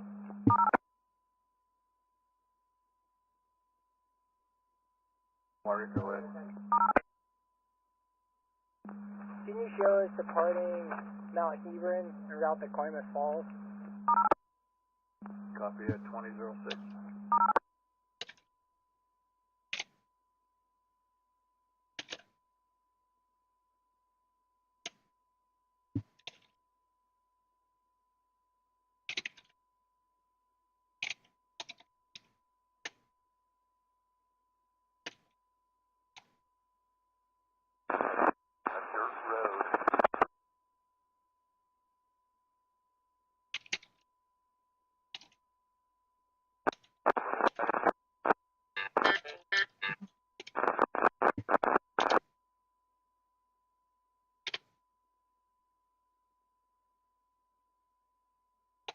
Watch live.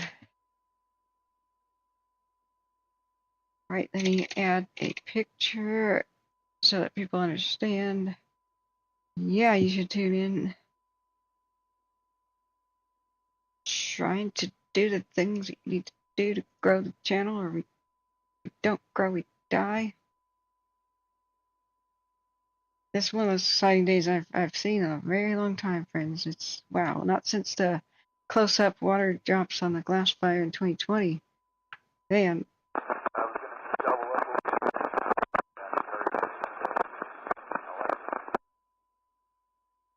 see something quite like this. Wish I could change the thumbnail of the video, but I don't think I can. I don't think it matters. I don't think YouTube really wants you to do that.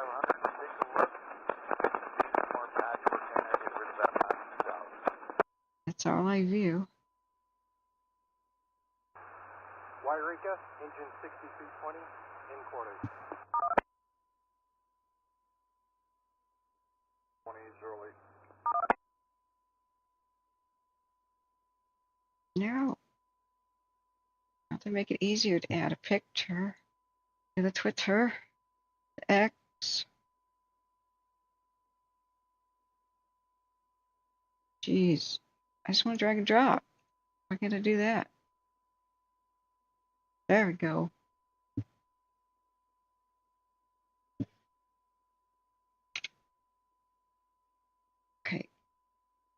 water dropping helicopter flies under or over high tension power lines to do a risky water drop on Kern Counties.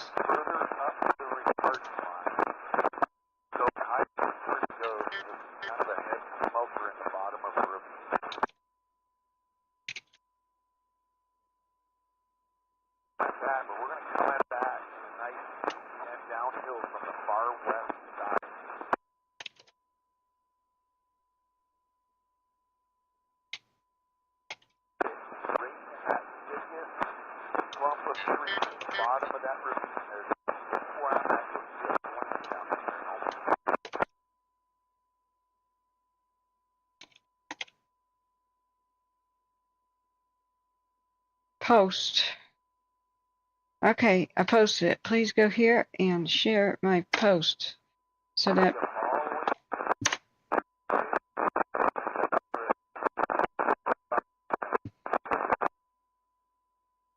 this is the Wildfire in Kern County. You won't believe this. They put up a mobile camera. We're listening to the Shelly fire, which is not going great either. But look at our heroes go.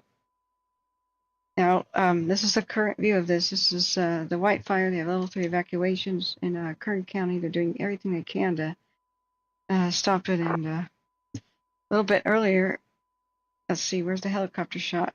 It doesn't show up in the time lapse, but this is some risky trick flying right here. Holy crap. So this is what I just tweeted is going on right now. Like, look at this, guys.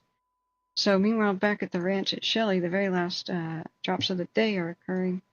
On the north side of the fire, we have lost the main radio comms where they were explaining the weather. They evacuated the crews off the Shelly temporarily because this is where they're doing drops right now on the Shelly in Siskiyou County. They've got Etna on level 1 evacuation. Get ready at a moment's notice. It's the west side and the northwest side of town. I don't know when, if, or already the 25,000 foot tall smoke column is going to collapse. But dude, so something new in Deschutes County, Wiki Up Reservoir near Sun River. Yeah, hey Blob Wardos, thanks for being here. It's hard to even name all the fires that are just happening, let alone go back and explain the chaos of the day. So yeah, tell me which fires to look at. We're going to take a quick look-see at Oregon, but what I try to do is set up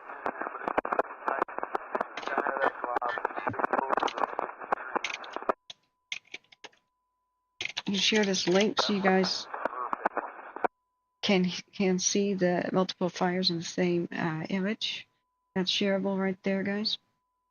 As I zip around.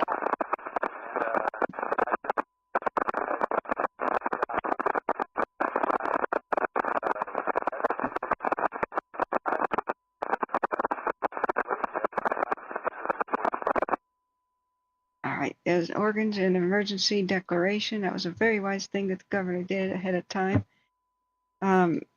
Things have been popping off everywhere, so a couple were false reports in Douglas County, just due west of Myrtle Creek. They were the false report. The Kingsway Lane fire does not exist. It was that prescribed burn smoke column. At least there's some good news. They have brand new level 3 evacuations. New evacuations to Burns. Burns is on level 1, I believe. So the Falls Fire. Level 71, 1094. Returning to Moses Lake empty. CTE 1 hour 5 minutes. They're doing everything they can. They're squeezing every drop of daylight to, at least on the north side of the Shelly, drop some huge retardant drops because it breached the lines in several places in the Shelly fire.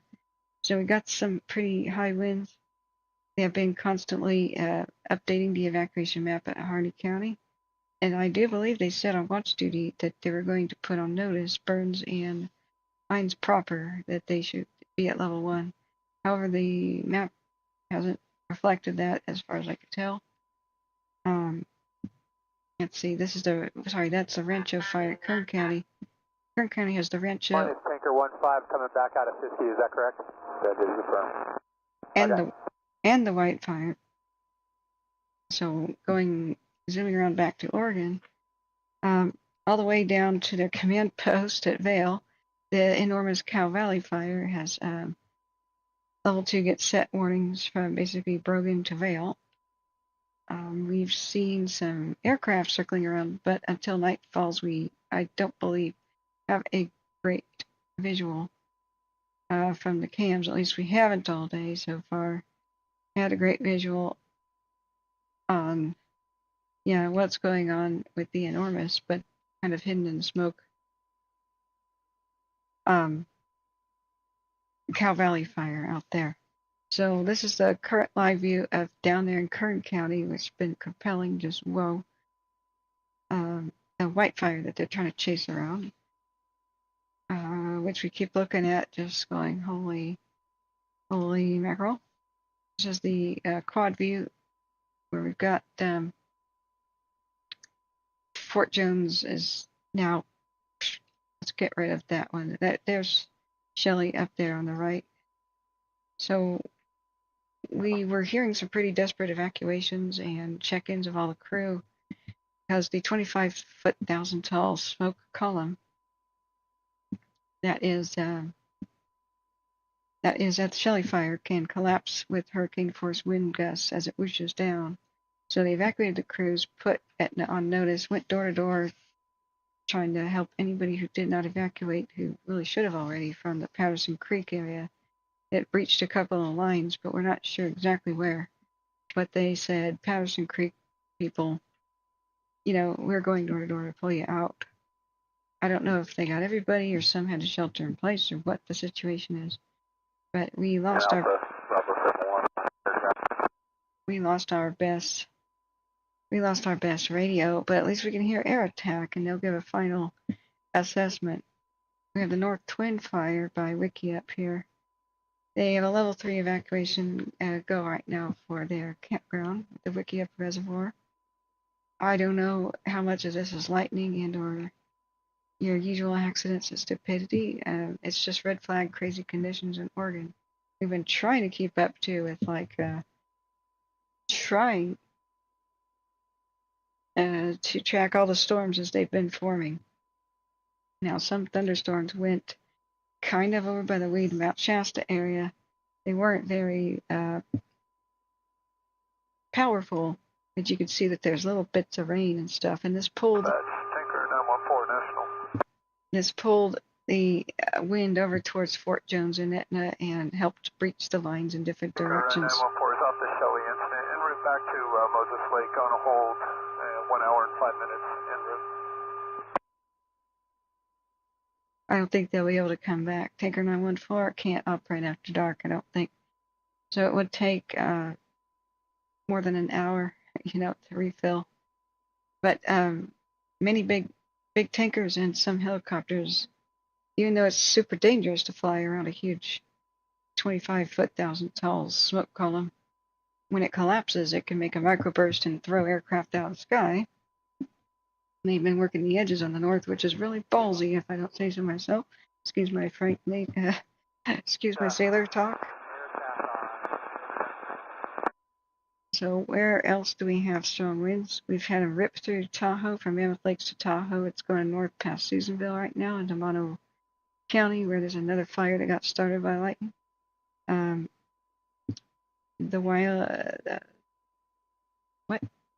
don't know what fire it's called. We'll go back to it. So Nevada's not having a good time with tons of lightning as well, but you should have seen the insane torrential rain and high winds, like small craft advisory type thing for Tahoe earlier. So that went straight up towards Susanville. A lot has formed, and we have thunderstorms just north of Lancaster. Not Lancaster itself, just north of it, and it went straight up towards Bishop, like straight up, is that the Bishop Valley thing? Up to Mammoth Lakes. A bunch of them started at Mammoth Lakes, flew into Nevada, and mostly slammed Carson City. I have not even gotten a chance to click on the lake fire and see what's going on. But in Kern County, tons of lightning up, and the sequoias, unfortunately,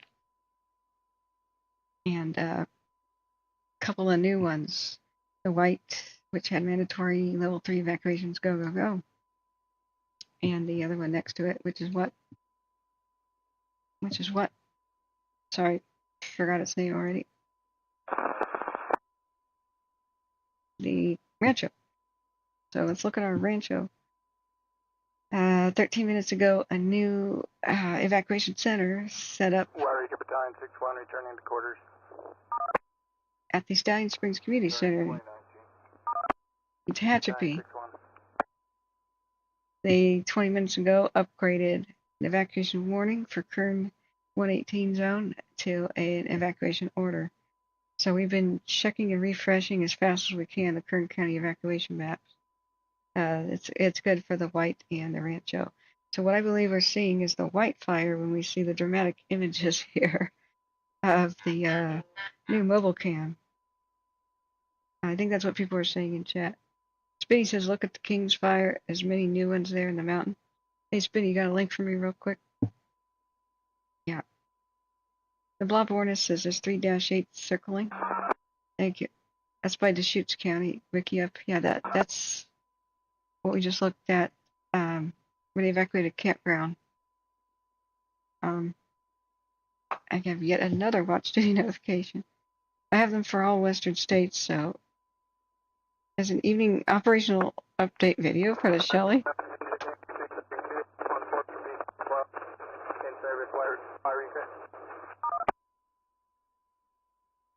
I was hoping the Trout fire got rained out, but I don't think so.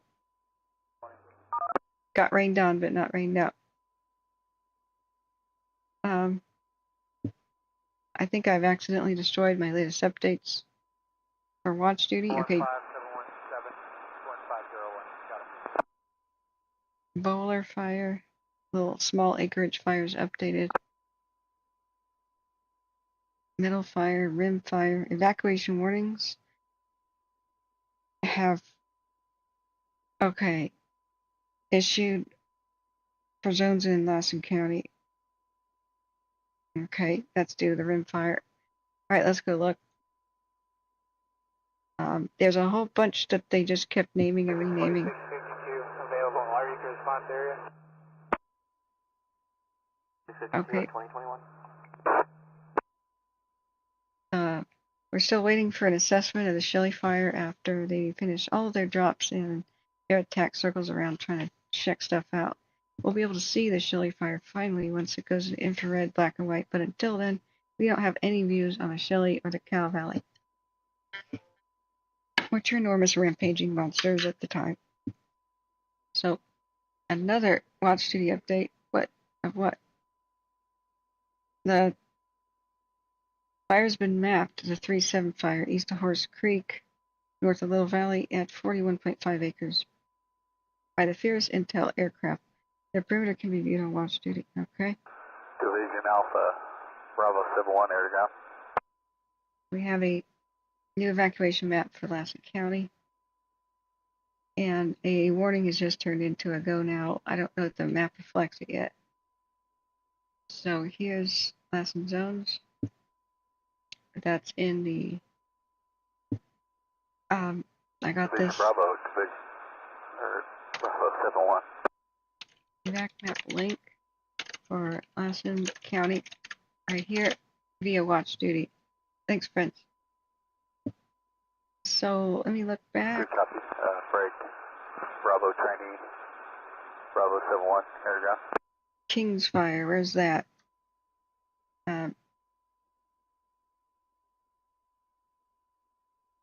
Okay, but Lassen County is confirmed lightning. We saw it rip through.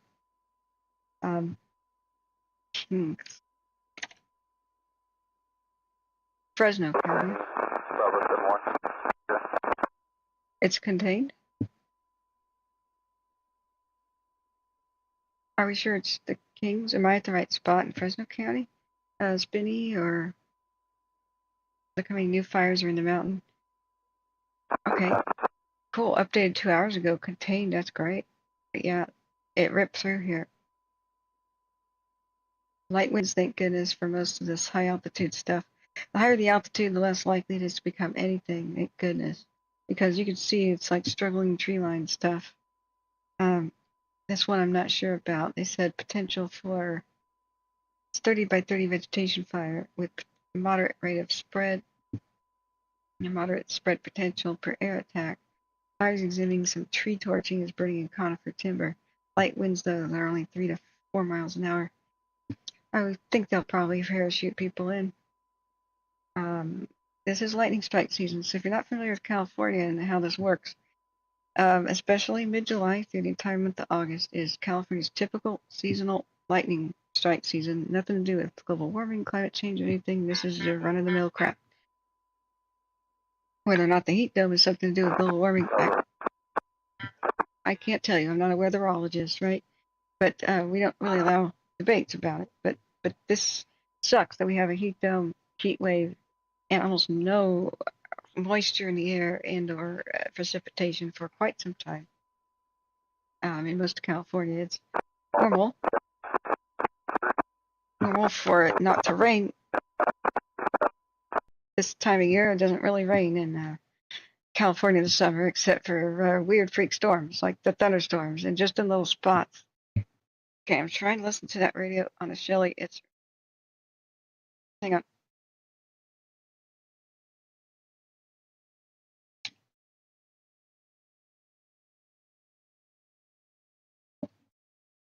All right, they're gonna get a tanker in there and then eat a little bit of stuff up and then be done for the night on the Shelly.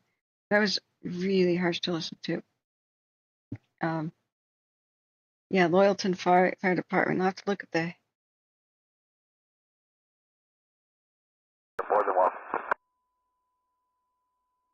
Circuit. It's normal to have like thousands of lightning strikes from July to August as monsoonal, seasonal, blah, blah, blah, caused by geography and the change of the seasons, blah, blah, blah. Thunderstorms rip up. They're typically dry. They'll have torrential rain in little spots, but most of the lightning strikes will be outside the rain zone and it'll be dry. So there's always a race all throughout June to get all the fires contained as best as possible for the get ready to be able to have all hands free and ready, all hands on deck. As soon as the lightning season starts, they run out to the middle of nowhere, no matter where it is, and try to put out every single little lightning storm fire, lightning strike fire, before it's a race against time before the next big wind event picks up, because that's when they become huge. So they will go full suppression, crazy, whack-a-mole, all over the state of California, and I'm sure other places too, because you can't fool around when it's this hot and this dry, too hottest, driest months of the year. So what they try to do is try to be as aggressive as possible on the June fires to get them at least contained or like mostly safe, to free up resources to send everybody that they have at all the fires everywhere that they can. So you'll see them flying up into the edge of night as they're like doing on the Shelly too. There's still some rain over there by Tahoe and Truckee, Signal Peak, the bottom right. You can see some rain. So there's still some thunderstorms and stuff forming and rolling through. And like I said, it is a race against time. It's oh man, now we can start to see. It's the last hour of that Wildfire. I believe we identified this one in Kern County. It all happens at once. Pretty much the whole state is super dry with an extra heat wave and heat dome. That can happen right before the lightning starts. It's unfortunate. So it did. It's unfortunate. We're in extra ultra dry mode. A lot of times if lightning will strike, say, a living tree, nothing happens. Or if there happens to be some dewy, wetter kind of leaves and stuff in the high altitude mountains, lightning will strike and nothing happens. Lightning will, of course, strike a lot of rocks and nothing will happen. But, oh God, you hit a dead tree, you get sometimes even sleeper fires. Thank goodness the quality fire. Quality fire.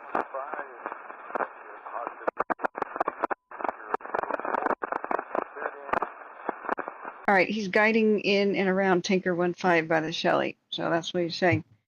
So the Lone Pine Fire forward progress stopped, which is at least at 25 acres, which is at least something good, as CAL FIRE has just updated us. So we won't know where all the fires are yet. These are just the ones that showed their ugly heads today. They probably hit dead vegetation, dead dry grass, and dead trees, and with a little bit of the wind going by because of the storms, these fanned up, right? But they can hit things like dead trees on the ground that maybe are a little bit moist, like where it rained a little bit too. Like say the storm goes by, there's been a little bit of rain, and then lightning strikes that dead tree on the ground, that log. It could be on fire on the inside. We won't see. We won't see for days, maybe more than a week. They'll fly over it as much as they can to inspect every place lightning has struck, but sometimes they just can't see it. If there's, ironically, if there's not heavy, thick, crazy winds, it'll probably be a sleeper, with the fire just sleeping and chewing through some somewhat moist log or something, with the smoke just lazy drifting through the trees, maybe showing mostly at night. But then when you get more and more days of hot, dry weather, which we have in the forecast, great, and the log starts to dry out, for example. Last current drop, so I'm going to set up for a show me. I'm going to come get you a bit out well in front of you, so you can be looking at me kind of on a downwind. Sounds good. We're just 11 and 8 now. We'll start slowing up when we get over there. Okay, sounds good. And I'm going to come get you at 75, and you're at 8, so all work out. I don't know how well you can hear them. He goes, all right. Ow, geez, I'm meaning that.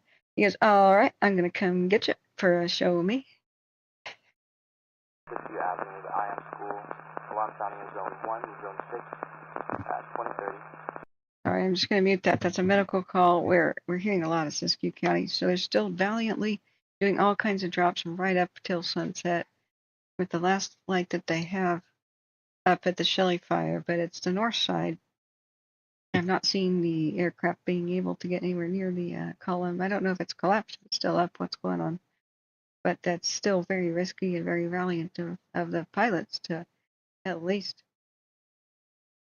try to take care of the slop over on the north side where the fires breached several lines with the Shelly fire today. Now, what a sleeper fire is where, fires like in a hollow tree can't be seen. It'll take a big wind event or something to happen. For example, a half-dead tree or one that's hollow inside, but there's only a hole at the bottom or just a hole at the top, right? If the fire slowly eats through that log or that tree, and there's a second hole that develops, and it creates a chimney effect where there's airflow up into the tree, it'll start roaring to life. That dead trees that burn until they collapse. Then you have flaming pieces all over the ground as the tree falls down and shatters. That's why dead trees are the biggest risk for wildfires. They're called snags, and everybody hates them. You want a couple of around. Every couple of quarter mile or so, you want one dead tree around for eagle nesting and the like, but you really don't want more than that. And the environment is in danger because of those, not helped by those. So you hear people talk them up about how important they are to feed woodpeckers and help the environment. Okay, bugs can infest big dead trees by the millions. So the woodpeckers have plenty to eat. Don't worry about it. There's bugs in living trees too. Don't worry about it.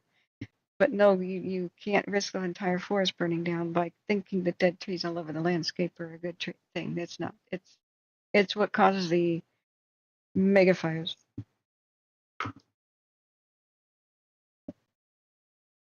Grabbing that small spur just above those furthest up smokers. Okay, I think I got all that. Cool. So the last Tinker 1-5, I guess, who came back he's just taking air attacks instructions, and I just cocked my head to listen to see if I could see where the quote smokers are and where he wants him to do a drop. But he's just saying bend in the road and where smokers are. He goes, okay. But after Tinker 1-5 does his thing, which is the north side of the Shelly, then hopefully what Air Attack will do is give us an assessment and kind of like further ground crews and explain what he sees going on at the Shelly, because that's going to be the best information we can get now that we can't hear the ground crews or the weather reports anymore from the other. I hope the ham radio operator is okay, but his radio's down.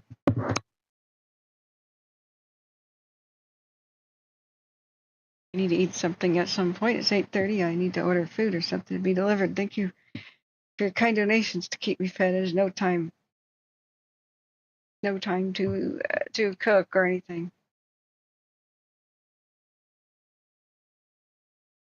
And this is our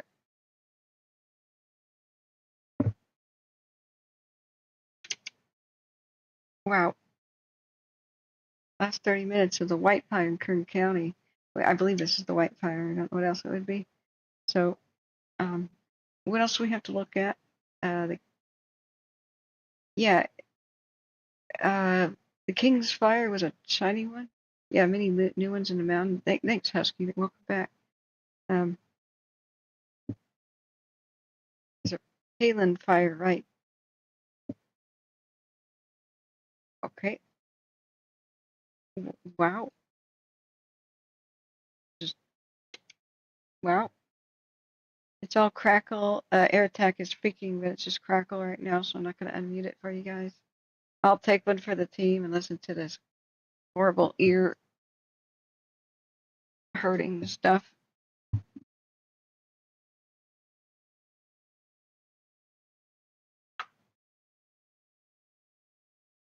Are there any changes in evacuations? I'm unable to keep up with all notifications.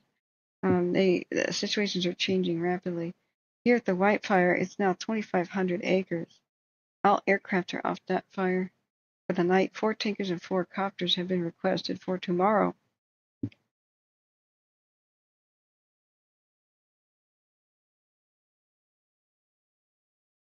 Okay, Palin. Let's look at the Palin Fire.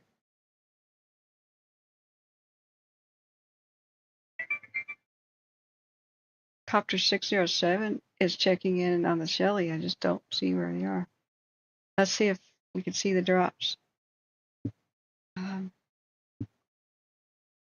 the Shelly, excuse me, I have a lot of tabs to juggle. This is our live view on the Shelly. This is mainly where they've been dropping. Remember, we're looking to the southwest. This is the north side of the fire. It's our last 15 minutes. I don't know. We've seen several drops. I don't know if Tinker 1-5 has done the drop yet. But they haven't been able to get close to it now or anywhere else. But Patterson Creek, they went running from door to door to try to get people out earlier today. So we're monitoring multiple things. This is one of the craziest, most compelling views of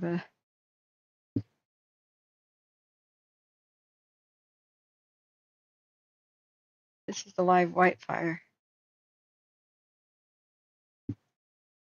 They've got their hands full.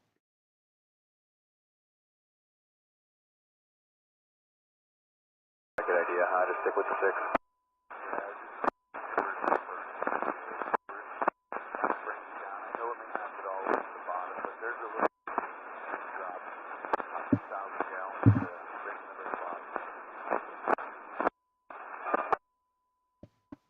Hey, Queen Ninja, how you doing? Welcome back. Long time. How are you and where are you? How's the weather? We're watching.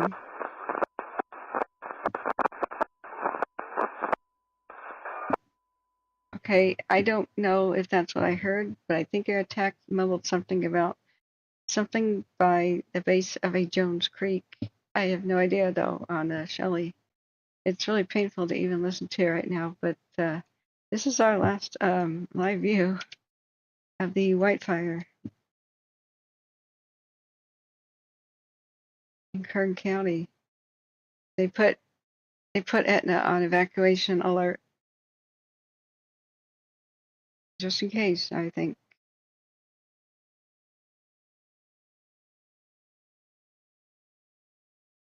Air tankers are still up. To contact them on TFR. Whoa, what a flare up here. Holy crap.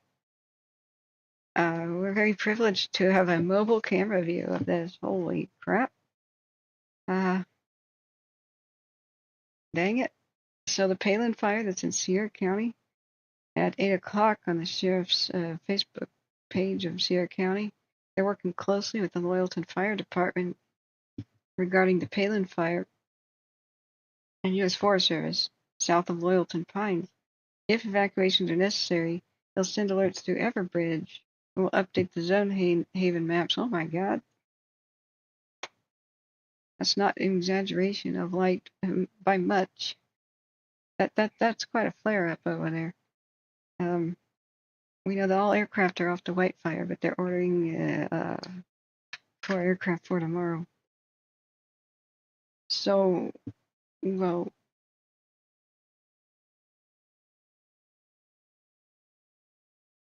I have a view of, that's the Palin, upper left.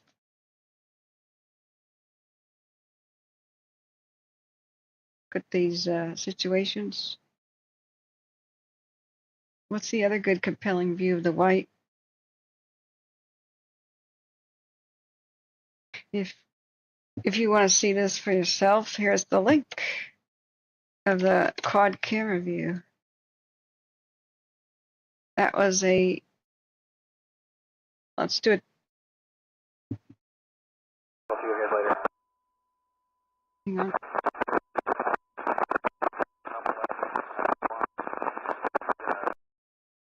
Well, somebody was very clear. I think a helicopter pilot said, well, thank you. My pleasure working with you. We'll see you again. But you can hit the time-lapse button. Let's do a 3-hour. Something with this third comm radio. We've got to listen to air attack on the Shelly. He'll give an assessment before air attack leaves. Don't worry, as I said, we got to hang with his uncle for a couple loads the other day at Fox. Good to see him. They have a chance to catch up with the Palin, I hope. I see ground crews and stuff over there. This is our live view. So what is the other compelling image of what was going on in Kern County, or any other camera view, guys? Tell me which cams to add to our quad view. I tried to get a view of the 25,000 plus foot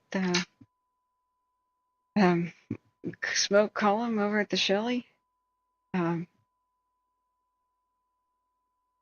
And no other cam is far enough away. You guys are clear to go back to Reading. We'll release you through Wairika. Let's see. Yes, here, 60L Rancho. It's a Tehachapi area down here by Kern County that's having all sorts of fun today with the lightning. Lancaster breathed a sigh of relief because all the fires, lightning storms originated just north of it, but Tehachapi's like, oh man, dang it. Dang it. So here they are. So here's the various cameras in view. One was showing a huge smoke column. Was it Bald Mountain Tower LAC? Let's just try it.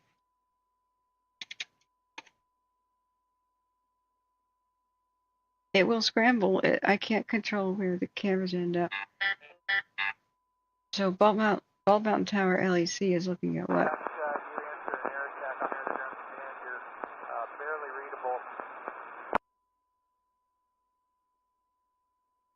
LAC 2. Brief update on what we got. We put some retardants direct on the stuff that's left over.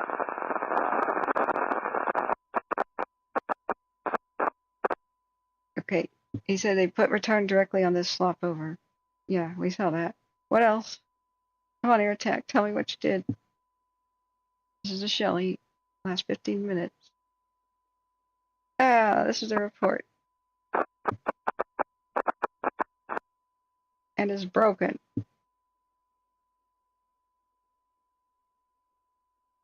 It's broken. And a 10-minute time lapse. I don't know what Bald Mountain Tower LEC2 is looking at. Isn't it looking at the opposite view of the white fire? It's 4 in the morning here, Queen Ninja says. In the UK, that's right. Yeah, you came from, we say hi to each other on Shaz's stream, that's right. Yeah, sorry, it's so hard for me to keep track of everybody I know. My wrist is on fire clicking the mouse so much today. I better get some ice on it, otherwise I'm gonna get carpal tunnels or something. Jeez. What crazy images we're seeing. All right, I have to check the the Palin fire. They were saying it was holding at 2 acres. It's boxed in with retardant per the Tahoe National Forest. I don't know when that came in as an update though.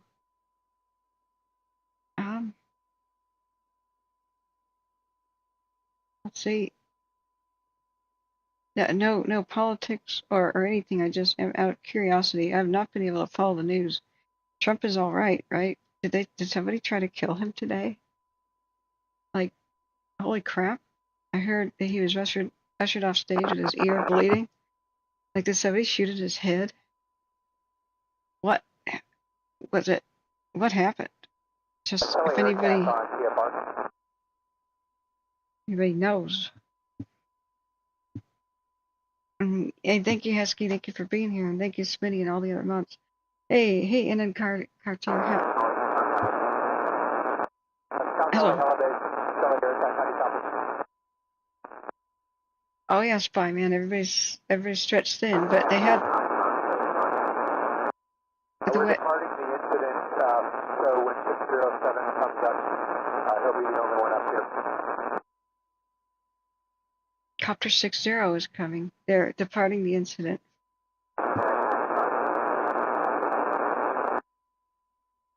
So there goes air attack and lead plane. From Wairika, yeah, the Night Ranger is coming. Copter 607, the nighttime dropping helicopter. He's gonna help take care of it, and hopefully Patterson Creek or whatever. Right now, I don't know if the columns collapsed or what. If Big Al was here, he'd be able to tell us with the radar Omega and or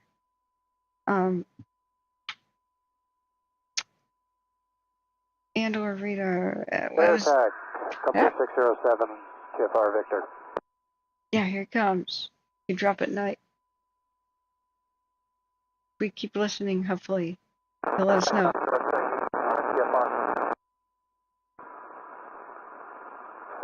trainee 607. Just over Wairika en route to the Shelly incident for the MBG shift for the night. MBG shift for the night? Okay.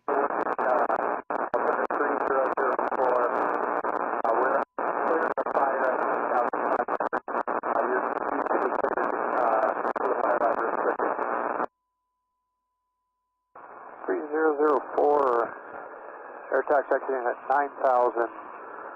607 cleared unrestricted.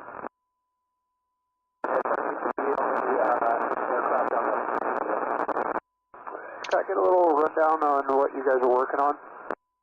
Saddle stack, Division Alpha. We're going direct on some retardants with up over the ridge. That is like section 6 and 5 break.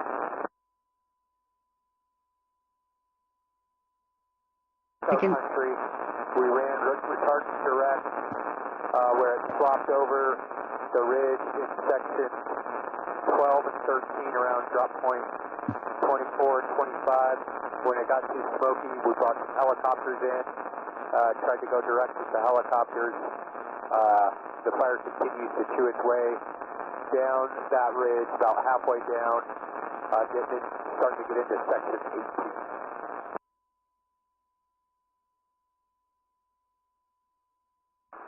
Shelly Air Attack 607, copy. Appreciate it. Have a good night, sir. Yes! You too. That's what we were waiting for. Now we know where the fires are at. I got most of that. Okay, I just did a clip in case I have to go back and listen more. Okay, so that was the Shelly fire. Air Attack is leaving and explaining to the helicopter 607, which is a nighttime capable dropper and a hero. We were calling him, but it's probably maybe two different pilots in the cockpit.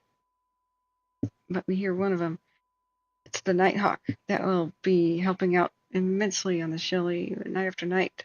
He shows up and works for like sometimes even 3 hours after dark. And the crews will eventually at some point man their stations again. They had to leave. Bravo 71 on National. Because it was so dangerous today, and it slopped over and breached the lines in a couple of sections. One of the north section. Bravo 71's just passing Trinity Lake inbound to Reading. 2 on board. 2.5 hours of fuel. Showing 10 minutes en route. Bias when you have that. That's for 41 Juliet Romeo. Sweet. This is the Kern County's crazy Wildfire. Bravo 71. Monterey Bay.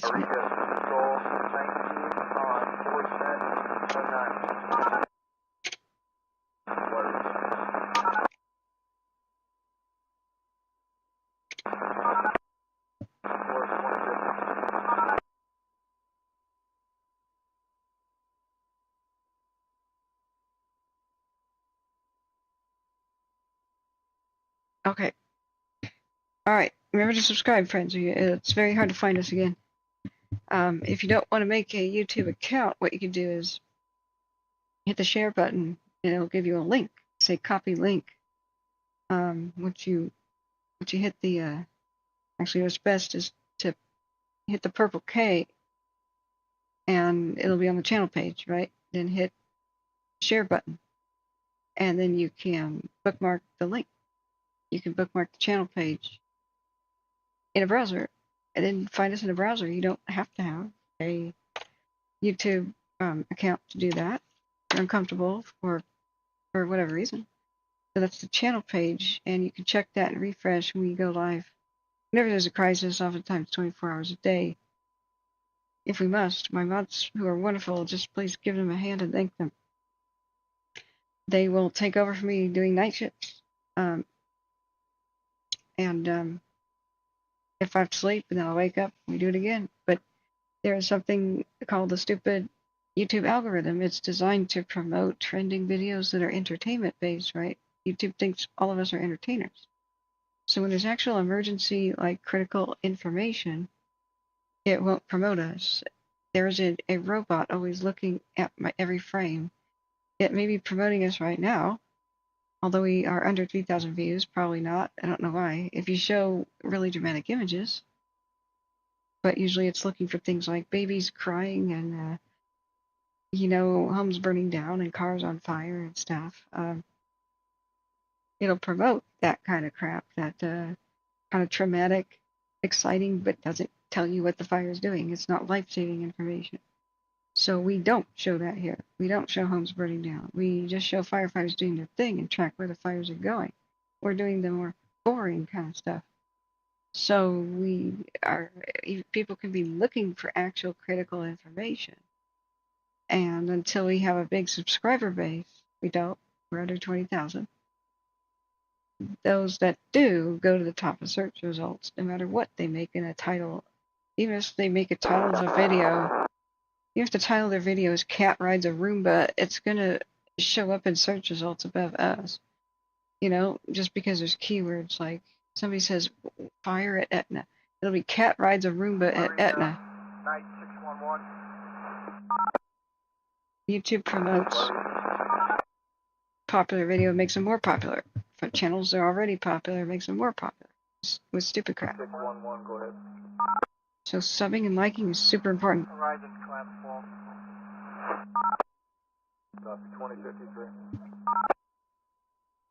So we have 73 viewers. Shouldn't we have 7,000? Like, this is some of the craziest stuff I've ever seen. We've seen huge marching flames running across the landscape. Got communities in danger right now. The Cow Valley fire went to 80,000 acres in less than 24 hours. We watch it rampage in the cameras. We have multiple emergency situations right now. But we barely have any viewers because we won't be promoted by YouTube. We're not being suggested. C-Pro, when I tried to find us, tried to find any information about the last fire of 2020, and even though I was going viral at the time, we had like 16,000 views a day, more than 1,000 people in chat at a time. In dramatic views, it was 747 tankers flying in front of the cameras and dropping water and saving towns like Calistoga. Even then, he couldn't find information. It was all this news crew, that news crew, because they have millions of subscribers. So even though it's meaningless crap information, I'm here at the scene of a house, and boy, is it burning down. Okay, that's sad. That's what everybody sees. We're at the bottom of search results unless we're trending. We're fighting that, and I hate to be annoying to ask for likes and such, but this is what happens. We have the tremendous secondary problem of once fire season's over, a lot of people never want to hear about it again. So we'll get 3,000 new subscribers, then 3,000 might unsub. That triggers the algorithm, and it says, oh, this entertainer called Catherine has insulted thousands of people. They just unsubbed. All right, we're going to punish her channel so nobody finds her again. This is automatic. It's crap. But this is what we're fighting. So I've been over the. I've had over 14,000 subs before. And what YouTube also does is if you don't upload something like every day, it begins to unsubscribe your subscribers for you, and people come back and say, oh my God, I thought you just stopped Firestream. I had no idea you kept going past 2020. Yeah, I've been here year after year, man. Daniel, what the hell? I can't check. I can't check the news right now. I'm a little busy. So when I ask for people, it's to let me know on the status of a potential assassination attempt on a presidential candidate and former president. I'm kind of dying to know, is he all right? What the hell happened? Was there a accident? Did a light bulb shatter and cut his ear? Did somebody try to kill him? I'm just asking, what happened, and is he all right? No, it's not important. A little ear cut is not more important. But would you like me to just stop giving the evacuation info to people so I can go check on things myself to appease my own curiosity? Like, that, what are you scolding me for? Like, you can't please people, I swear to God. Just understand that I've been here nonstop talking and covering fires for like 6 hours. Then before then, I was covering fires until 2 in the morning. The day before that, I barely slept for weeks. I don't even know what's going on in the world. Entire weeks go by and I don't go outside. Like, I know the sun's out there doing something, but I don't know. Like, I basically am only looking at fires, just constantly. If I'm lucky to be able to do my dishes at night and get my mail. Like, I don't even have time to get my mail. I have people come over to deliver me food. Like, I'm just asking what happened. But man, besides, read the sign. It says Catherine's World. It could be about anything I freaking want. I just have a no politics rule because it's going to get ugly in chat and I don't want to discuss it. But yeah, I want to know about, like, did somebody try to assassinate a former president today? I hope you don't mind. I had to name it Catherine's World because I had people in the past treat me like a reporter. I'm not a reporter. My friend died in a fire. I'm just an ordinary citizen who's hit the like button, and that's how it started. Because the officials weren't giving people evacuation info. That's how my friend died. Then my brother nearly died in paradise a year later. So I decided somebody had to do it. Somebody has to be here when the hotline's end somebody has to be here all night to monitor the fires when there's nobody to call and there's no way to get any answers whatsoever because the media is on to, let's talk about Kardashians. And this is the latest thing on Amazon that you can buy.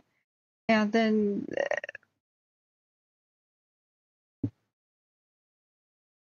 cool, a false alarm fire. I like hearing that. I'm still listening to radio for you guys too.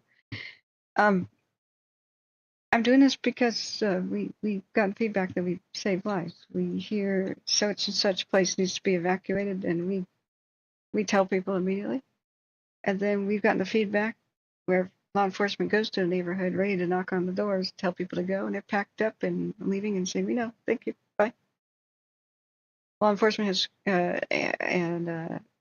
not law enforcement, but the reverse 911 fails time and time and time again. The last community meeting at the Shelly fire, somebody stood up in the back and said, "I saw my neighbors leaving, but I didn't know I had to leave. Nobody ever told me." And the officials went, "Oh my God." Like, "Oh, sir, crap. Oops." Sometimes they say people are not evacuating because they don't want to, but oftentimes they don't know. Like, they don't know to evacuate. So what we try to do is crowdsource all the info we can.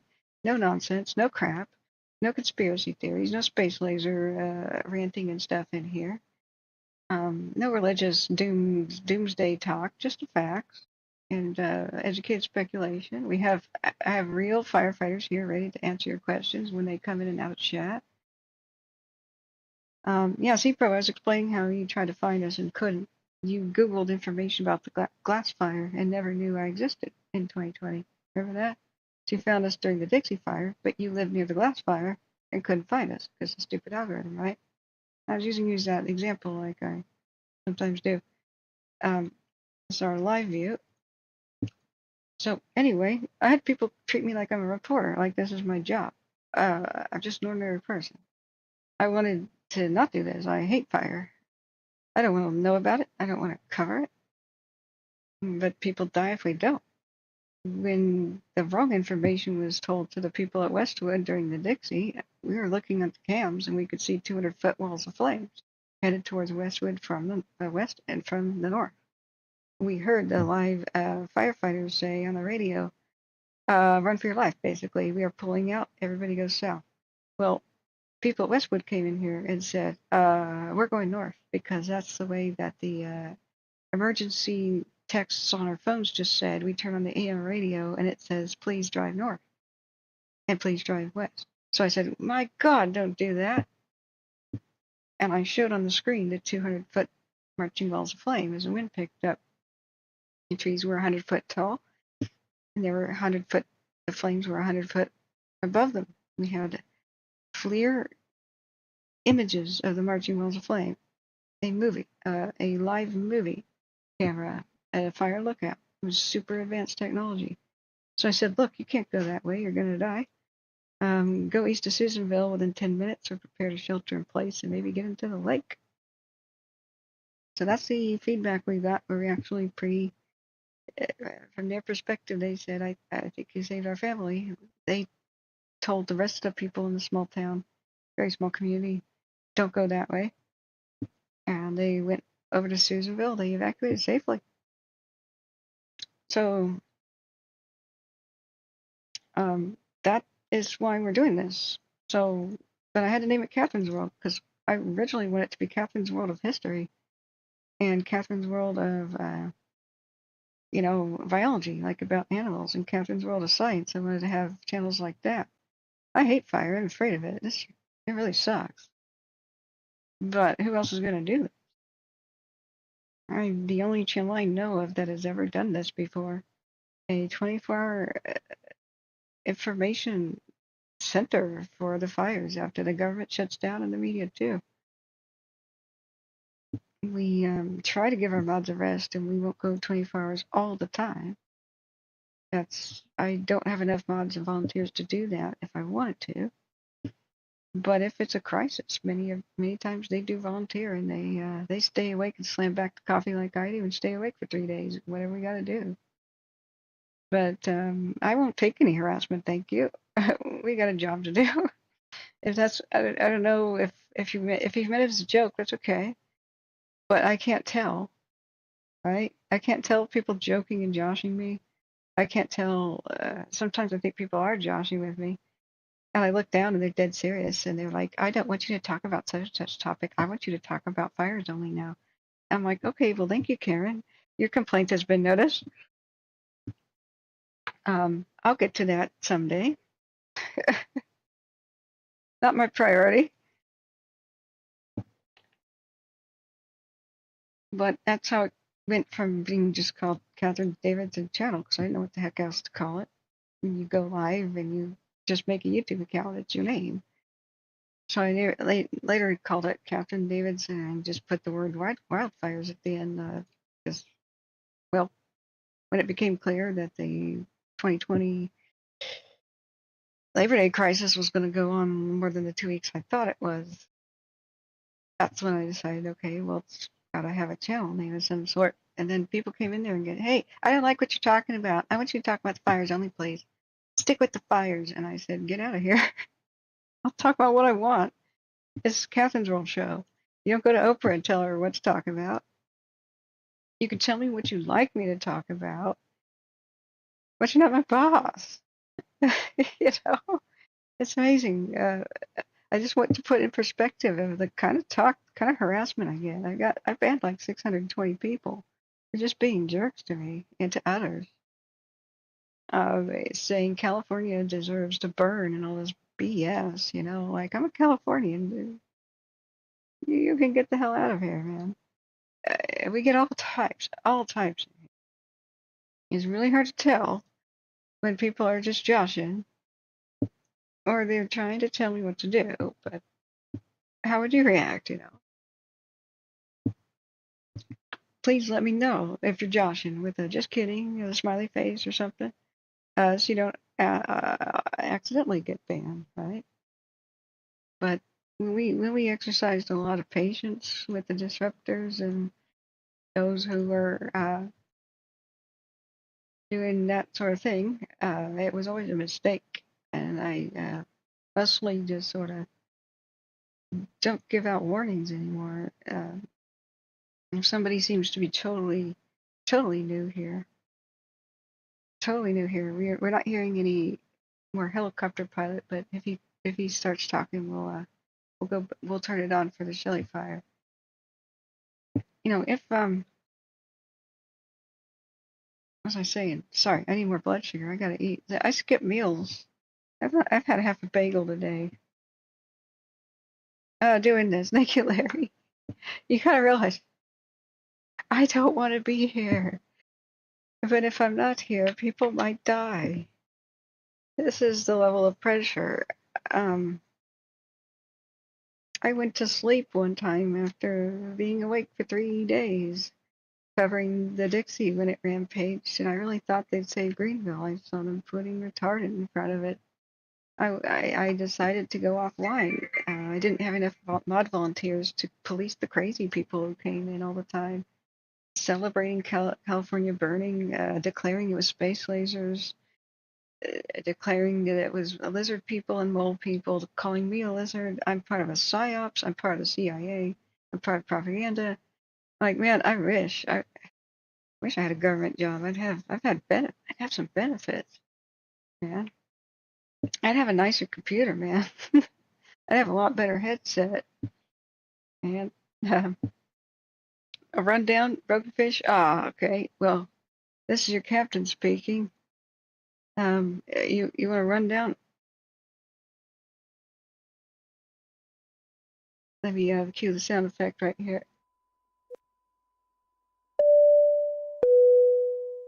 A rundown. I don't know. That might take hours to explain, but I've just put on the fasten seatbelt sign because we are continuing to fly through turbulence as we monitor fires here. Much love, Larry, and everybody else who's donated. I still don't have a total for the laptop goal because I actually started thanking people who were scamming yesterday and the day before. I just saw emails coming in. I glanced at them and I was like, a $98 Venmo. Thank you so much for that. We're going to get this laptop in no time, and it was fake. it was a scam. I'm so glad I didn't click on a link. It wasn't real. So, you know, and the hold on to your butt sign is, you know what? I used to fly an MD-87 when I was a kid. The MD-87 emergency, the thing in the back of the emergency flyer. What are those called? The little things in the back of the pocket of the aircraft. Emergency egress thingy.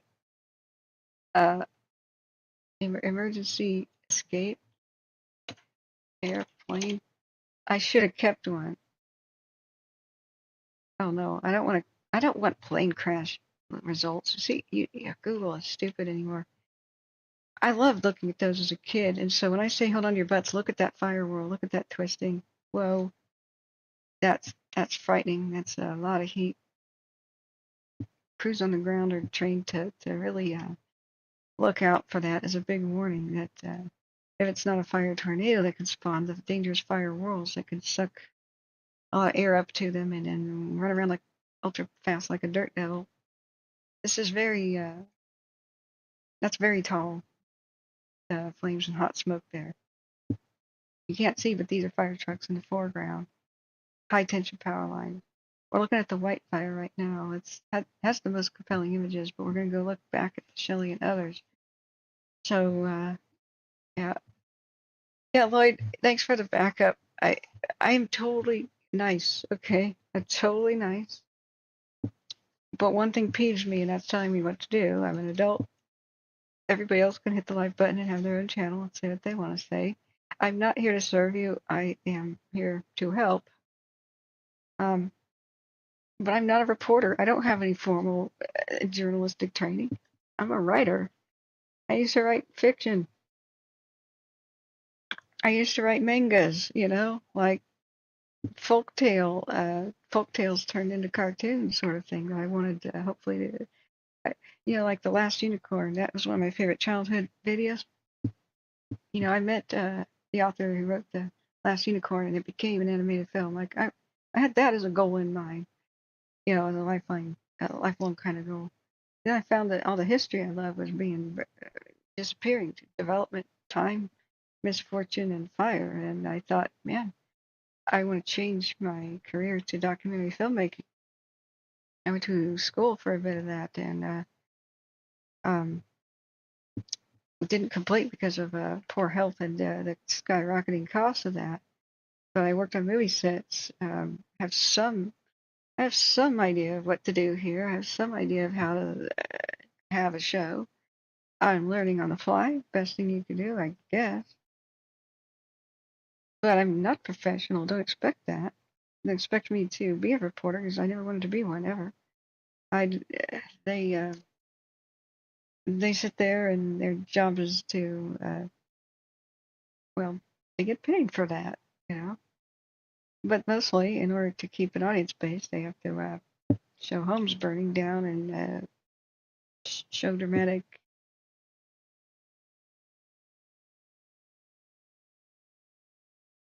In your dips, please. All right, Helibase. Maybe the pilot's going to talk about something. We're on the Shelly. This is me winging it, you know. But we're doing somehow better than officials in some points, in some occasions, which is scary. I'm not bragging about that. I'm scared about that. That the official sources don't reach a lot of people. Charlie in total. Everything's clear past that. They put them behind. They put information behind login walls, like with social media. Like you have to have a Facebook account, or you don't know if you should evacuate or not. This is why we do what we do. I log into Facebook so people don't have to. Most people who are watching are in rural counties over the age of 65. And to expect them to be checking up on the Twitter and Facebook for the latest evacuation info is really stupid, honestly. I don't understand. I know it's convenient for them officials to quickly tweet something that's super fast, but they ignore their own Office of Emergency Services pages for each of their counties and don't update them. And so I'm here to, like, play the community update meetings, which are only on Facebook for some reason. I'm here to show the different tweets. I have to do it.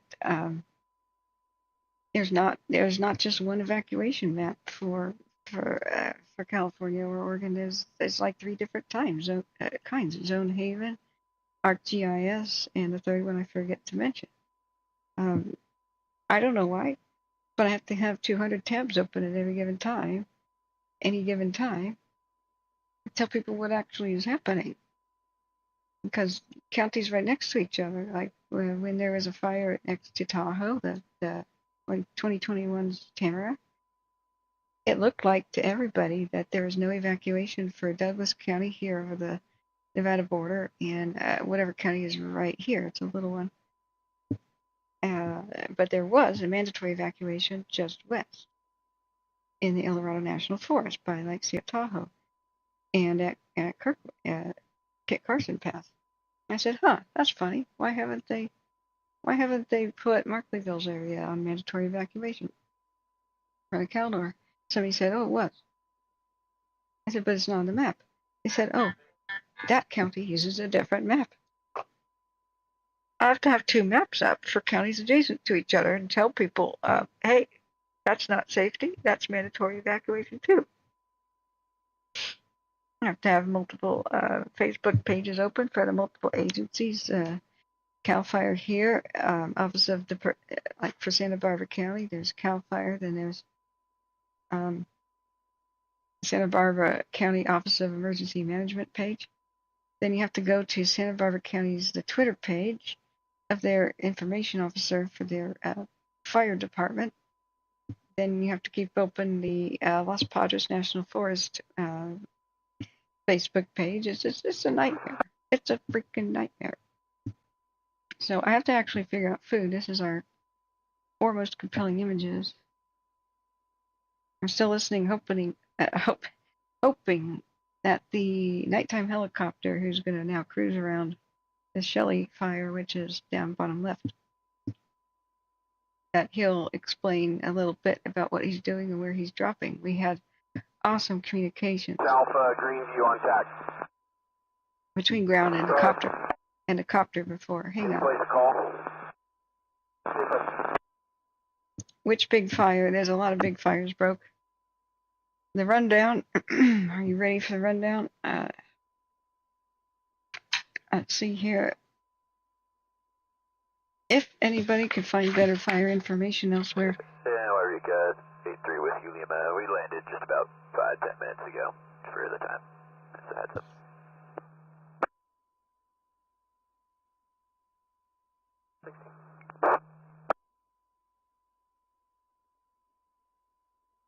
All right. I was hoping that they'd actually give us an update on the Shelly. I'll be interrupted by that all the time. So I was just giving a little rant here about a lot of new people may not understand just how this works here. But I'm not a reporter, and I'm not playing a reporter. I chose news and politics because that's the closest thing to what we do. But I am not political, and I'm not the news. So what we are actually is emergency. Lima, Siskiyou Helibase on deck. Crowdsourced information supporting our heroes. We're hero helpers. And we also broadcast all the official information we can get too. And point out when it's wrong. Sometimes wrong. They're humans. They make mistakes, sometimes critical ones, but hey, we're there to help. It's not a big criticism, it's just a reality. So I was expecting to be interrupted by the copter arriving on scene broke there. So first of all, without Big Al here, I don't know if the smoke column collapsed today on the Shelly. It grew to be 25,000 feet tall. That was the other radio that broke down. They were explaining the North Ops lady had a lot of stress in her voice. She said, all fire crews will listen up. Smoke column, 25,000 feet tall. They'll collapse eventually as the air cools and sunsets. All crews, you have to say that you've acknowledged, you have heard this. So one by one, they all checked in. There was a desperate, where are you, where are you, where are you, where are you? Crew, this, that, and that. Helicopter pilot evacuated. many. Then they went door to door with emergency evacs in Patterson Creek because in multiple places the wind today blew the fire over the line on the Shelly. We're still not sure the locations of every single place, although I did, listening to the radio, pinpoint it because air attack did describe. So we then, all of our team effort, showed the battle maps and showed where that was, for people anxiously watching in Etna, right? Etna went to level 2 evacuations on the north and the west zones. We have to check and see if that's still correct. But these are all live views. We can do a time lapse of, say, we're flipping the night vision for many 1 hour. Beckworth Peak 1 is Lassen County, upper right. Bottom right is the current crisis, one of 2 really big fires with level 3 evacuations in Kern County. Bottom right is a Wildfire with a mobile cam on top of a truck, which had super amazing, compelling images today. We've seen helicopters working around those high tension lines, maybe even flying underneath them. It was pretty nuts.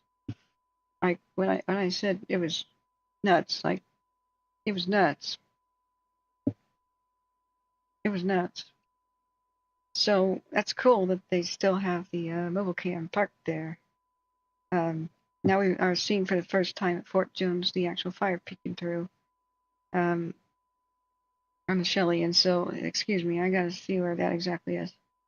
So let's see, the ones that can pinpoint the best are the Alert West cams. Let's go to Fort Jones real quick. We'll have the beams. Let's go. Now that the fire is finally peeking through the smoke, we have one helicopter 607, the hero of the night. There's actually 2 people on board, but he's got 2 hours worth of fuel. There it is. We can see the fire right there. See the beam. Okay. Let's fix my layers. I have been unknown what was happening on the Cow Valley. Not that many updates other than Vale was put on evacuation notice. They talk about on watch duty putting there are new evacuations. Level 3 go around the campgrounds in Oregon at the. Can I get the division you dropped in, gallonage, hobs, and dips? Okay, that's not that important. Yeah. We're ready to copy. That's fire. Was 349.8. 7 buckets for 4,200 gallons.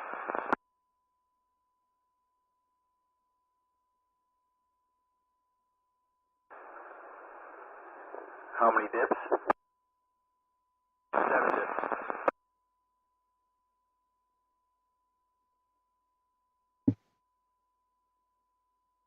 Right. 3 Whiskey Lima deck. Which dip site did you go to?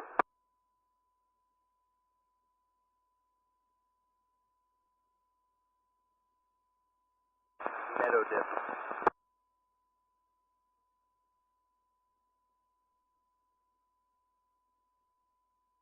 Deck. I have 7 dips for a total of 4,200 gallons. Hobbs is 349.8.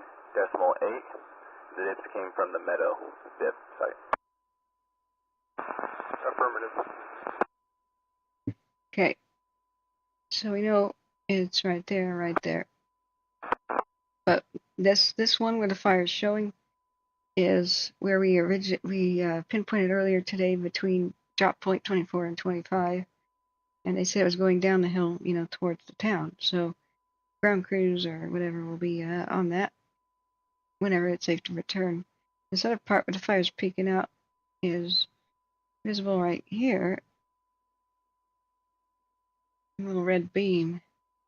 I can't go and zoom in any closer, but when you see it peeking there, that's across Patterson Creek, so it's up the other side. It crossed Patterson, and that's what was in progress when they were trying to go door to door to pull people out.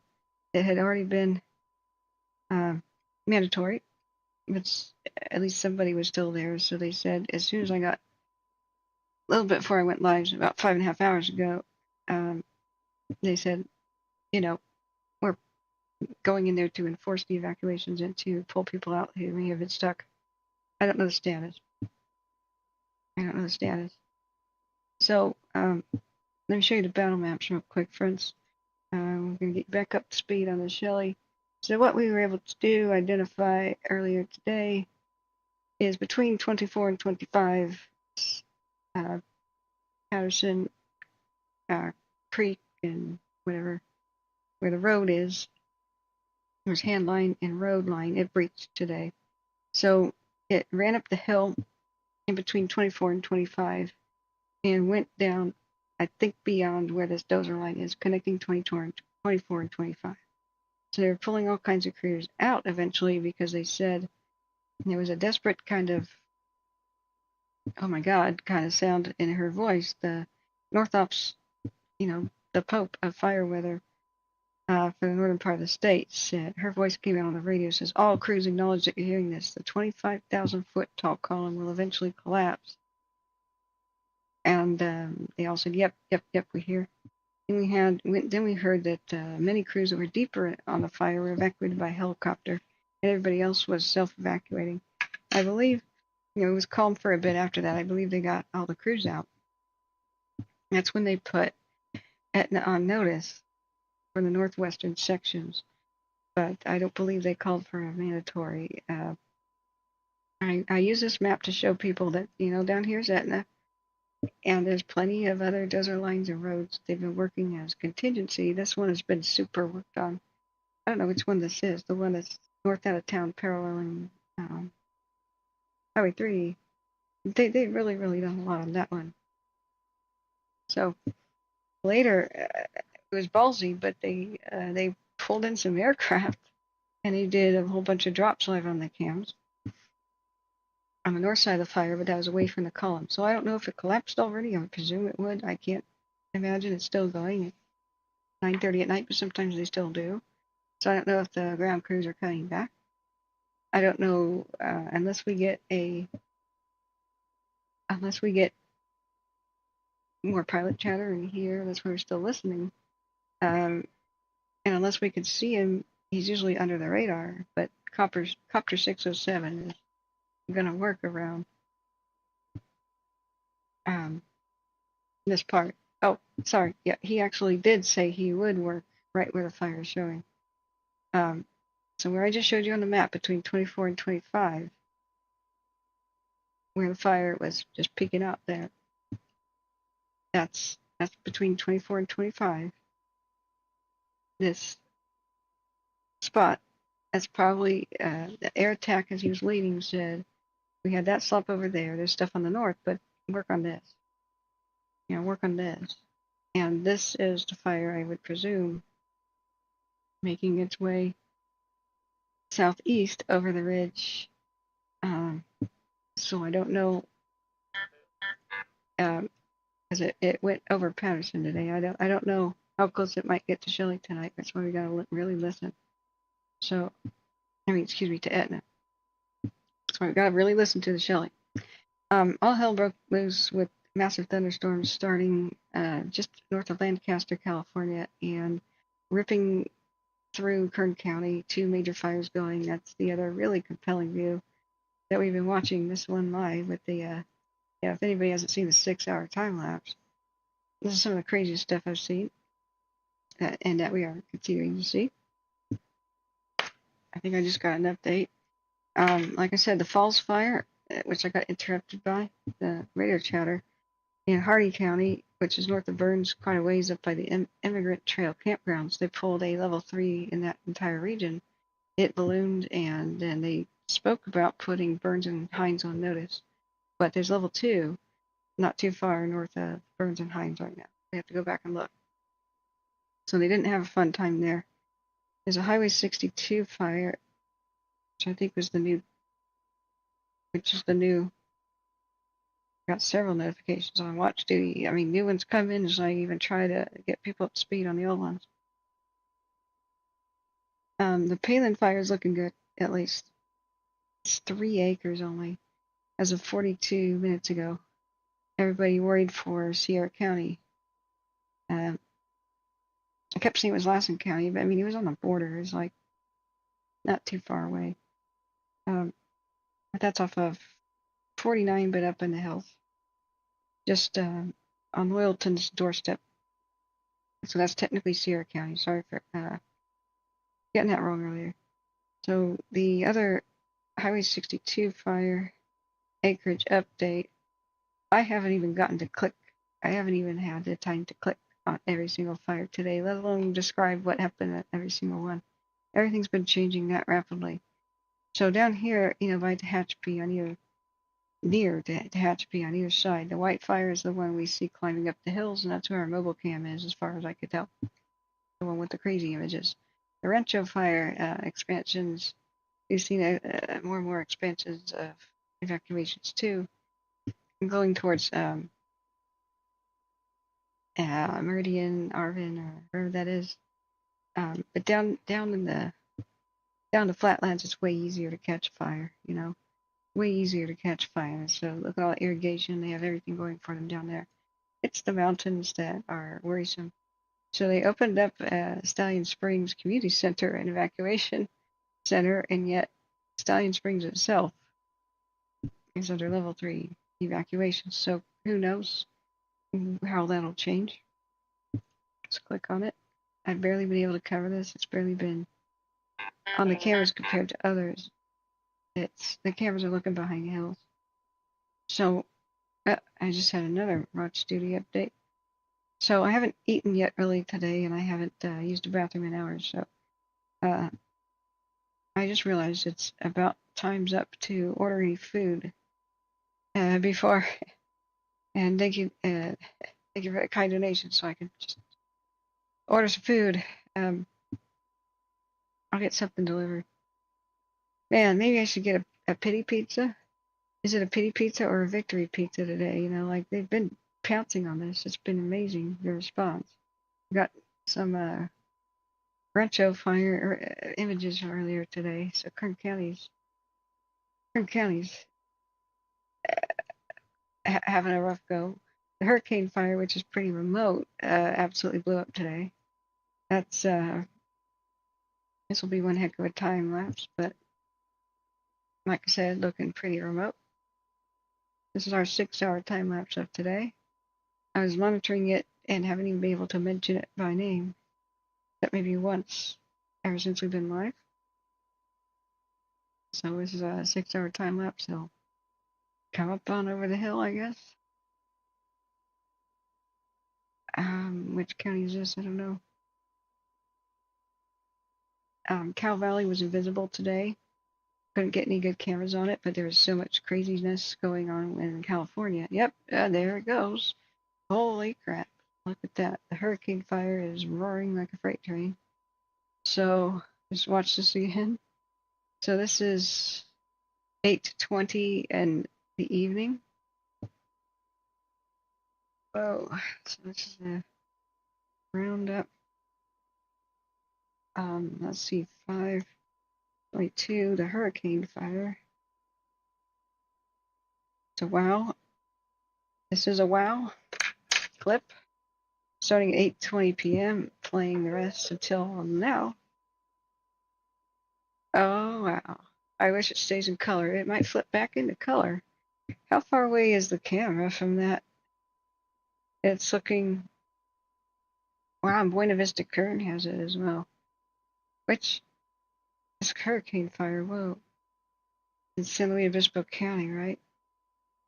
The mountains southwest of McKittrick, which I'm sorry, I've honestly never heard of before. I've never been here.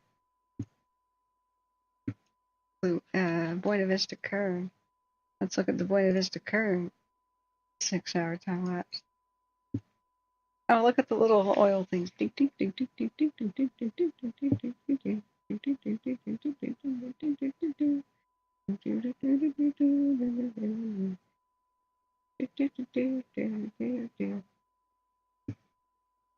I thought it would show the fire by now. You could see the rolling thunderstorms that were coming through, mostly dry lightning, some torrential rains in spots. That trout fire that broke out in the sequoias, we were watching that. That was the thumbnail of the things are not over yet, guys. Look at that. Holy crap, look at that. We may see camera burners and stuff. This is the hurricane fire. It finally pivots over and looks after staring at oil derricks all day. 1 hour time lapse.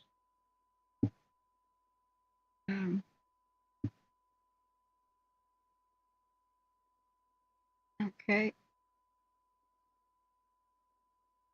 Here I asked about the update on the former president. I never even looked back at the stream.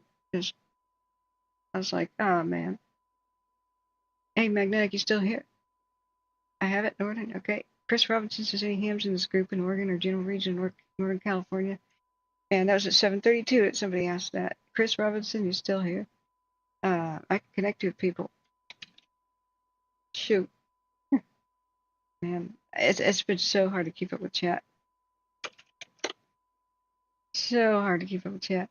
But that's cool. ABBYT, you still here? Said, we worked with my friends to solve the mobile CRD60 cam mystery, did some geolocation, figured out the location of the cam is wrong. It's actually pointed towards the Wildfire. Yeah, that was awesome detective work. Yeah, Jag, let's see, yeah, we spoke about the different things being down, but let's see, this hurricane fire, that's one heck of a 1 hour time lapse right there. Jeez. Or can we see a cam burn over? Possibly.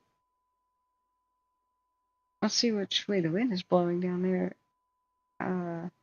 The borderline of Kern and San Luis Obispo County. The Telephone Hills. Huh. The Telephone Hills. I guess the first thing through there was a telegraph or telephone line, and they're like, you know, the hills where the telephone line is. Okay. Let's do a quick look-see. We will return to the Shelly. It's still on, they're just not talking. Assuming the other Siskiyou County one is not down too. Wait.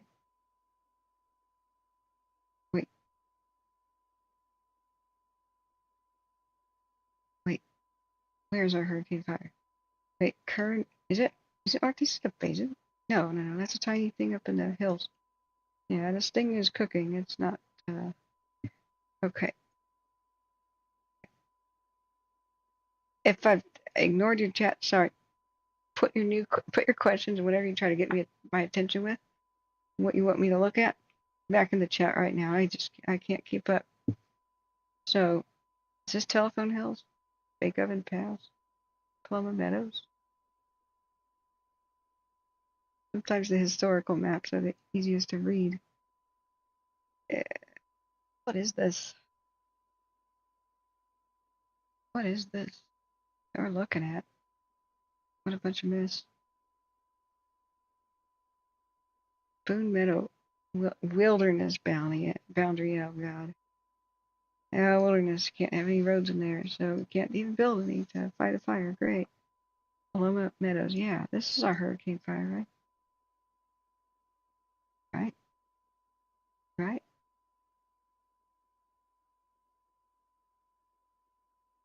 Wait, that's Fort Jones. Let's go. What? The North Twin Fire.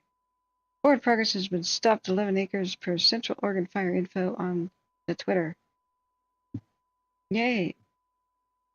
Didn't even hear about that one.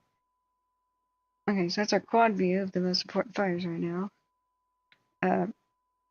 That's Beckworth Peak. That's what's going on by Loyalton, Sierra County, upper right.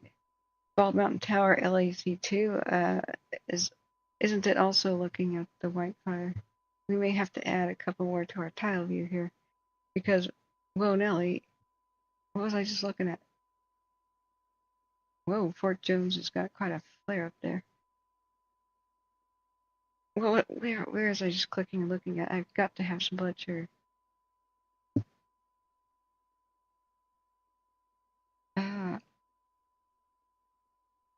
Where, where did I click on the hurricane fire? There we go. There we go. All right, it's way over here. Telephone Hills, McKittrick. Okay, we'll just put McKittrick in now. I don't know where I'm going. McKittrick. Not Hornet. Not close.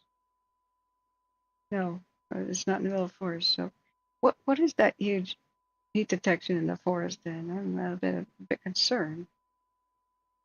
Okay, there's McKittrick.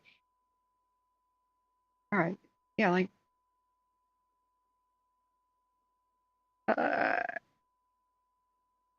activity. Yeah, panorama anyway.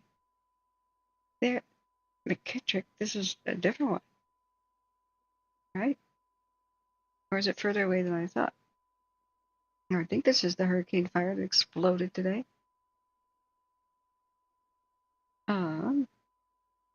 But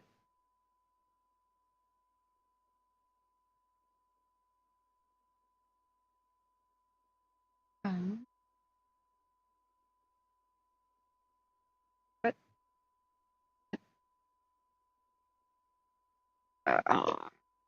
I just wish we could zoom in on place names and stuff. About brain damage, without blood sugar. Sorry, friends, I haven't eaten all day. There's been no time. The Carrazzo Plain. Yeah. So where these two intersect is the fire. Oh, that's the ocean. Oh, oh God. Okay, I got confused with the other one. Okay. Yeah, definitely need some blood sugar. I zoomed in too much. Oh, yeah, that's right. The hurricane was the one that was the other side of Kern County. All right, what's the huge one? And which one's Bald Mountain Tower looking at? Right, the white. Okay. So Bald Mountain Tower, what? Watch duty. There's even another thing. The Lone Rock Fire evacuation has been ordered. Level 2 evacuation has been issued for the community of Lone Rock by the Gilliam County Sheriff's Office. Linked to the fire is now 4,200 acres in grass and brush. For Central Oregon Fire info on X. See what I mean, bro? Like, how can I get you up to speed when there's new crap happening? So, all right, then what fire is over there by McKittrick? That's climbing over hills and stuff. McKittrick.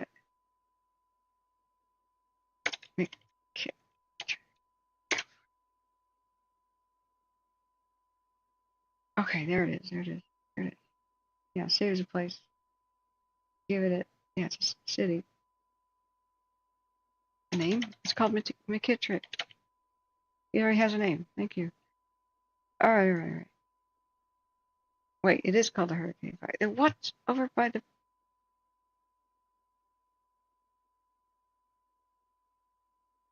All right, just random blonde confusion. Okay, I'm blaming it on being a blonde here. So when I didn't zoom in too much, I thought Nevada was over here. Yep. All right. I was earlier monitoring these, the Trout. This is how we started out. See how it looks like Nevada's over there? I got that confused. The Trout got a little bit of rain on it, but it's remote, but it's quite worrisome. Does it have any updates? It says 400 acres. We should have a nighttime view of it now. All right, Fort Jones, stop that.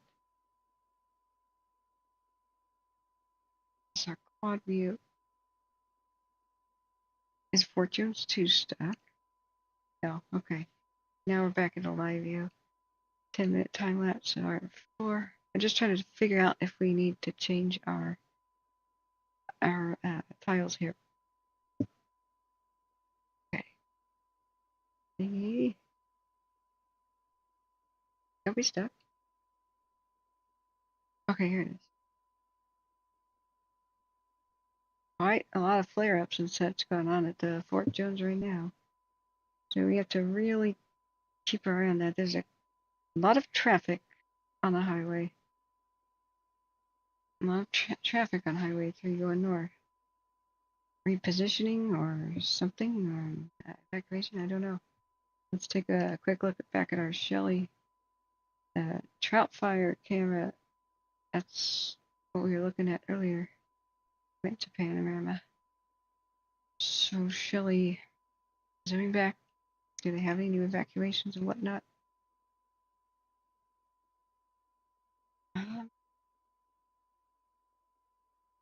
Highway 3 is closed up that direction. I mean, it wouldn't be evacuees unless it was really bad. So we just have an operational update and evening video, which we should play so I can use the bathroom because I have to pee like Seabiscuit. Sorry about my crassness right there. But hang on. Let's get this video playing on actual Facebook. Oh, that is very loud. So sorry, I have to close that on. I have to close that. Click on a different fire, otherwise it'll play on both channels at the same time. There's a bug. Okay, 5 minutes. Partner Operations Frederick, here for your evening update. Today we definitely had an increase in fire behavior. Good evening, JT SOAR Operations with my partner Operations Frederick, here for your evening update. Today we definitely had an increase in fire behavior. Starting on the northwest side of the fire, we continue to see some flanking fire up into Kidder Creek, and we had some spot fires over into Upper Mill Creek as well. We were able to work retardant on those with both fixed wing and rotor wing helicopters. Still looking at figuring out how to get crews in there to keep that in the smallest footprint we can. Moving around the west side of the fire, less heat back here towards the heel, very similar to what we've been seeing the last couple days. The infrared is showing that there is some pockets back there, but very minimal movement to the west and to the south. Crews continue to look at secondary lines along the Scott River Road and the Sawyer Bar Road, as well as other secondary lines a little bit closer to the footprint of the fire. Yeah, good evening, John Frederick Operations. I'm going to talk about the northern end of the fire, then I'll come around the eastern portion. So one thing I do want to point out is this blue line is TFR, which is a temporary flight restriction. So it keeps any kind of aircraft, UASs out of our area. That way our aerial firefighting equipment can be working in that area, not have to deconflict any kind of space in there. So starting at the top of our hand line between Kidder Creek and Mill Creek, we have hand line going down toward Kidder Creek to the south here, and that line is holding really good right now. So the guys are in there mopping up with the hose lay, coming down through the Kidder Creek area and coming around toward the Patterson area. We did some tactical firing and finished that up this morning, and that is now holding really well right now. So crews are in there mopping that up as well. And now coming around into the Patterson Creek area. We did have a fire activity up in the upper portion of Patterson Creek yesterday. Make a run about 100 acres in there. We tried all day to get in there. We tried with aircraft, multiple air tankers, helicopters, dozers. There's some road systems in there that we really tried to get in there, get after it. Too steep, a big stringer of timber in there. This afternoon when the winds picked up about, I would say about 15 to 1600, we had what seemed to be some outflow from the thunderstorm activity, started to push from the west out toward the east. So the fire made a pretty good significant run, jumped over Patterson Creek. Our crews were on there in that area. We decided to pull out just due to the flame lengths and the rate of spread. So our crews pulled out of there. We did have a very big significant secondary line that we had in here. So it ran from Whiskey Butte all the way down in the Kidder Creek area. We've been working on that for about 5 to 6 days now, and forcing that with retardant. Dozer line, we had that all plumbed with hand line, with hose lines. So that made a significant run, jumped over that line, and is now making its way down into the, I would say, below Kidder Creek, into just below the Greenview area. So right now we have all of our firefighters engaged in that area. We do have secondary and contingency lines down at the base just to the west of Highway 3 here. So on the backside of all the structures, we do have that backup line that we're going to be falling back to. The fire activity right now is pretty intense. So we do have all of our structure protection engines. They are in these areas. They are sitting at the residence waiting to engage on this fire as it comes off the hill. And then coming around down to the bottom, we still continue to have these secondary lines around the backside of Edna as well. So our crews are in there. Now let's talk about some of the evacuations. So we decided once it did jump over our line on that main ridge that we were going to force the evacuation. So we did do a mandatory evacuations just to the north of Edna, and then coming right down through Main Street, down around, and then headed out towards Sawyer Bar. So that is now at a mandatory evacuation. We did put just to the east of Highway 3 into a warning into the island area. So that area is now under a evacuation warning.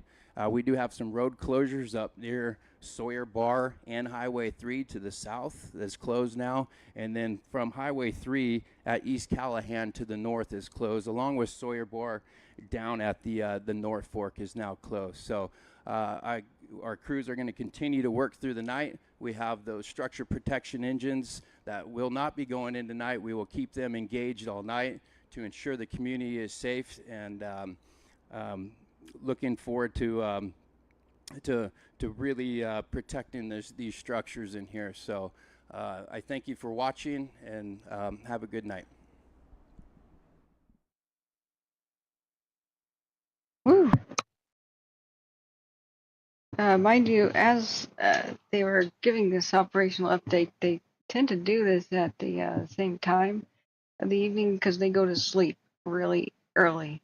We're not done talking about the Shelly. If any of you guys want to know about it, put your questions in chat. I don't know how many people from Etna are still watching or passed out from the craziness of the day.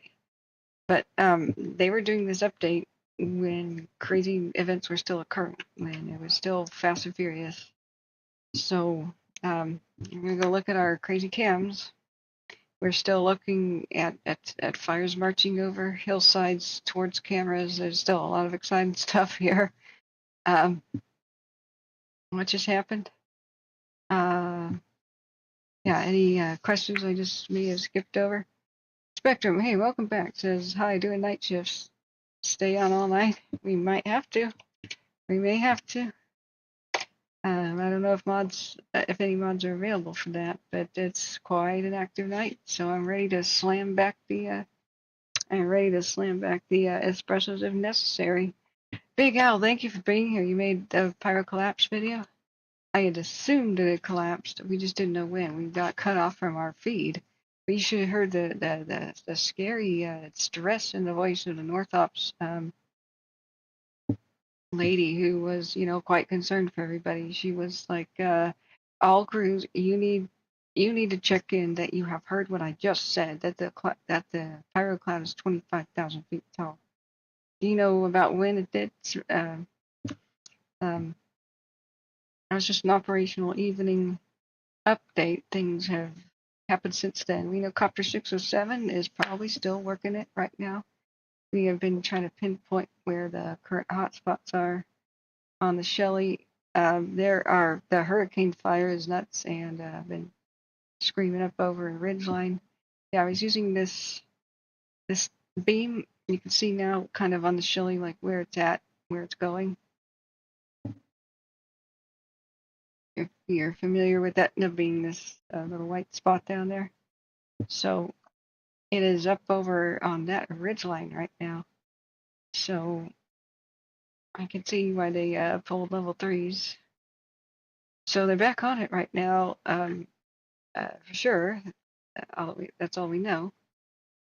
But there's an alarming amount of traffic on Highway 30 that was like supposed to be closed, headed towards Fort Jones. Or maybe it was just normal traffic from like the Greenview area towards Fort Jones. I don't know. But we'll have to check on their current, their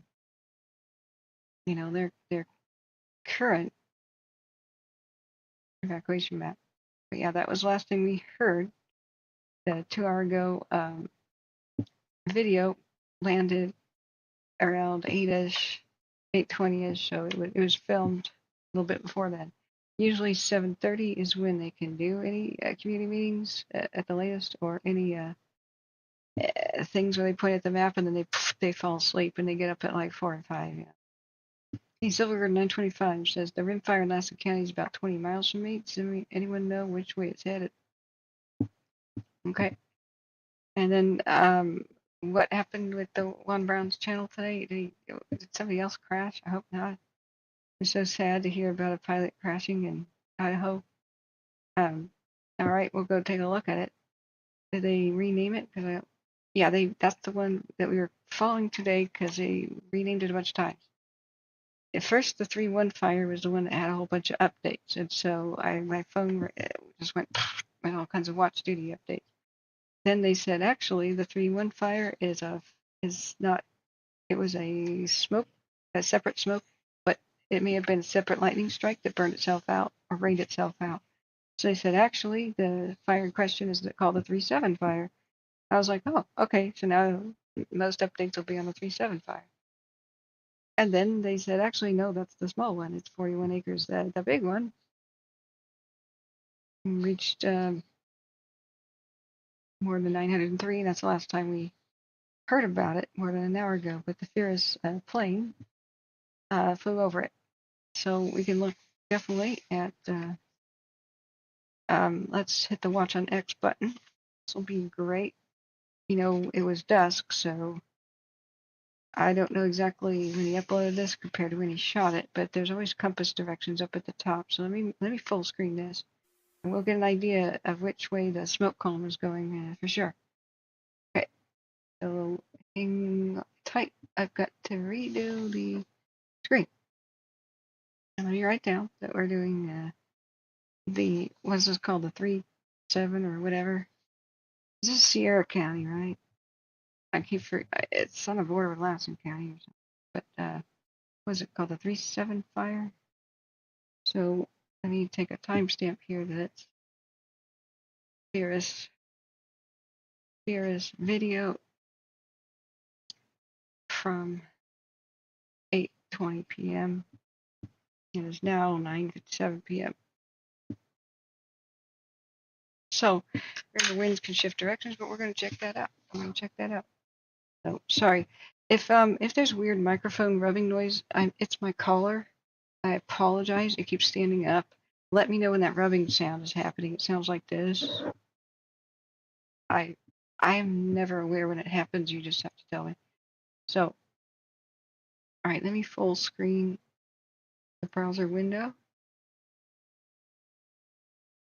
Okay. I think that's good enough. All right. Hopefully it's not too loud. OES Intel 12, July 13th, 2024 at 19:55 hours. This is the 3-6 fire, LMU SRA, Lassen County. Heel of the fire here just started off of Loomis Cabin Road. As we work our way up this flank, they've done retardant work all the way up to the shoulder. They haven't been able to turn over the shoulder, get under the head. But if you look around, we've got about a half a mile from the head of the fire to Horse Creek, and then that would be the Little Valley Road that just comes right past the reservoir and the reticle. We'll come back around, see if we can get a look here. We've got dozers on order. But a couple other fires in the area, a 3-7 and a 3-1. But this fire is taking priority. Again, 892 acres. End of recording. Okay, so right now he's looking almost due north, so it was spreading east. So I think that is toward Loyalton, right? If I'm remembering my fires right, there's been so many. So what we need to do is check on the current wind conditions, because this, I mean, right here as we pause at the end is pretty much looking due north. Do you want me to play? Let's just play it again to get your orientation. Here he was looking almost due east, just slightly north, right? So that's Loomis Cabin Road. I'm sure locals will, you know, you're local, you can get it. OES Intel 12, July 13th, 2024 at 19:55 hours. This is the 3-6 fire, LMU SRA, Lassen County. Heel of the fire here just started off of Loomis Cabin Road. As we work our way up this flank, they've done retardant work all the way up to the shoulder. They haven't been able to turn over the shoulder, get under the head. But if you look around, we've got about a half a mile from the head of the fire to Horse Creek, and then that would be the Little Valley Road that just comes right past the reservoir and the reticle. We'll come back around, see if we can get a look here. We've got dozers on order. But a couple other fires in the area, a 3-7 and a 3-1. But this fire is taking priority. Again, 892 acres. End of recording. Okay, I hope that was helpful.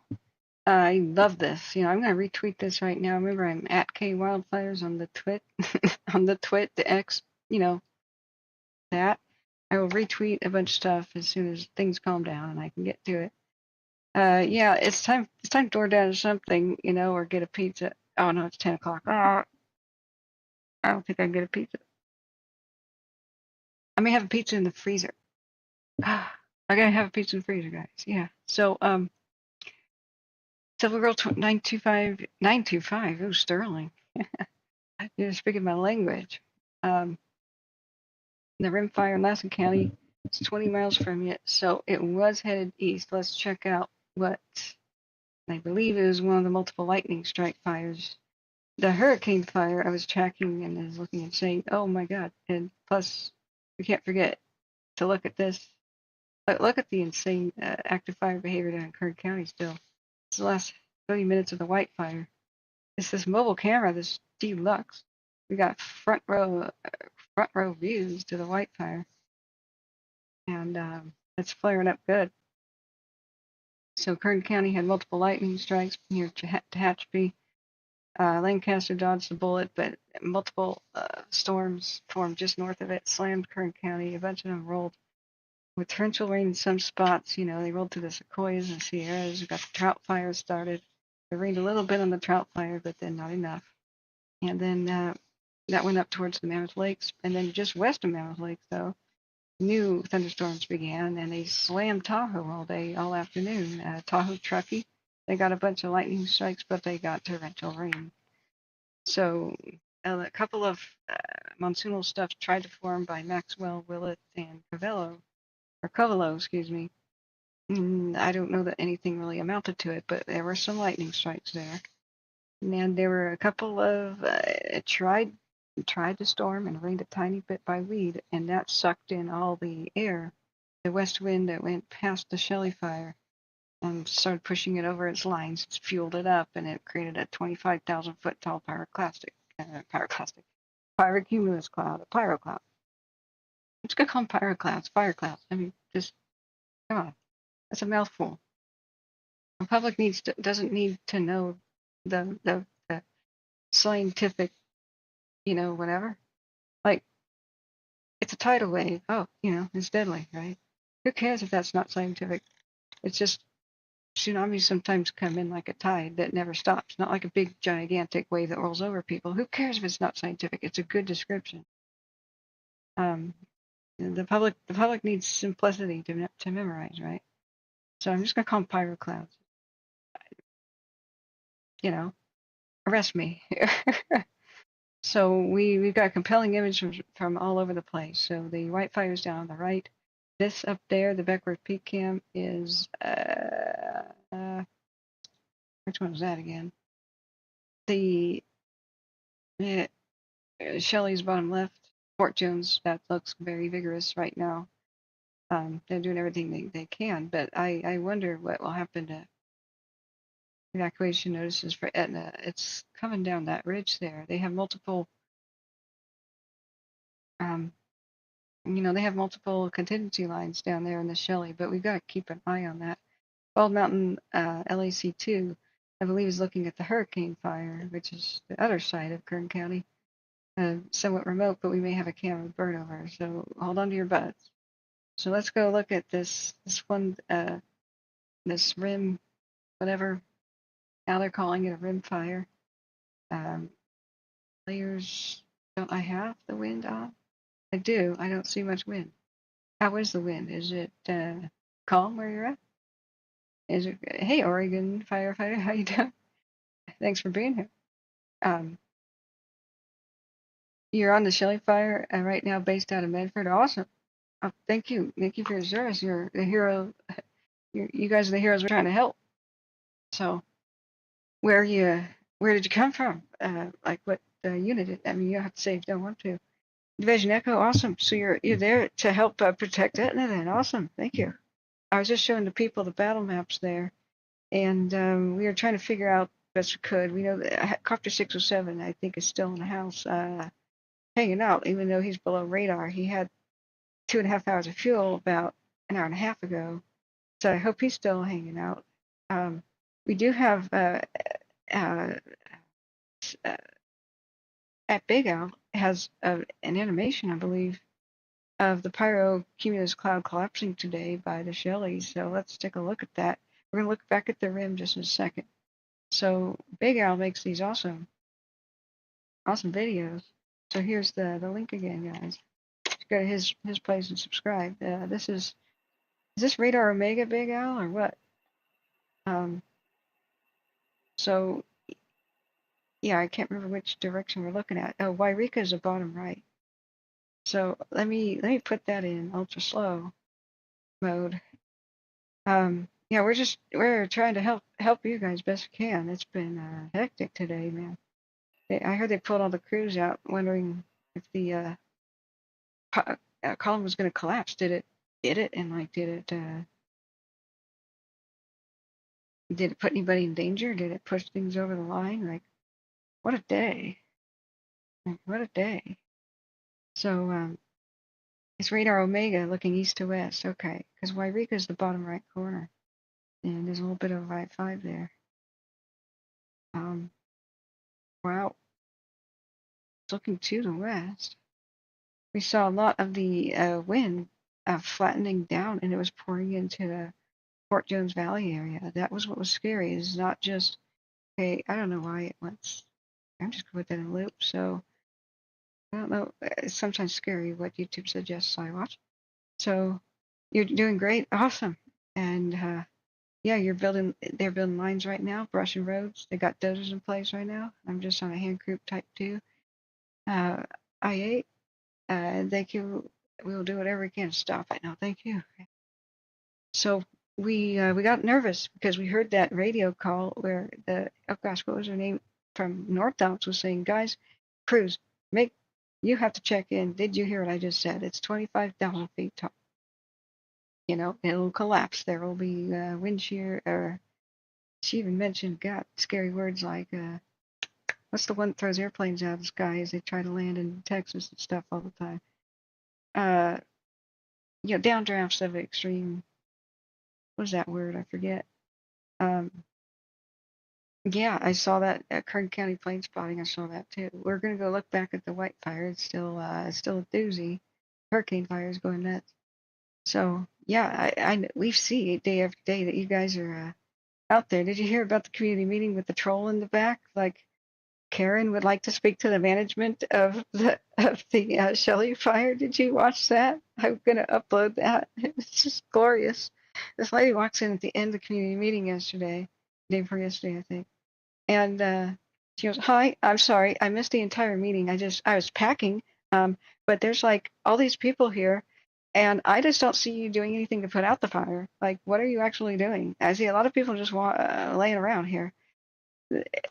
Everybody went, "What?"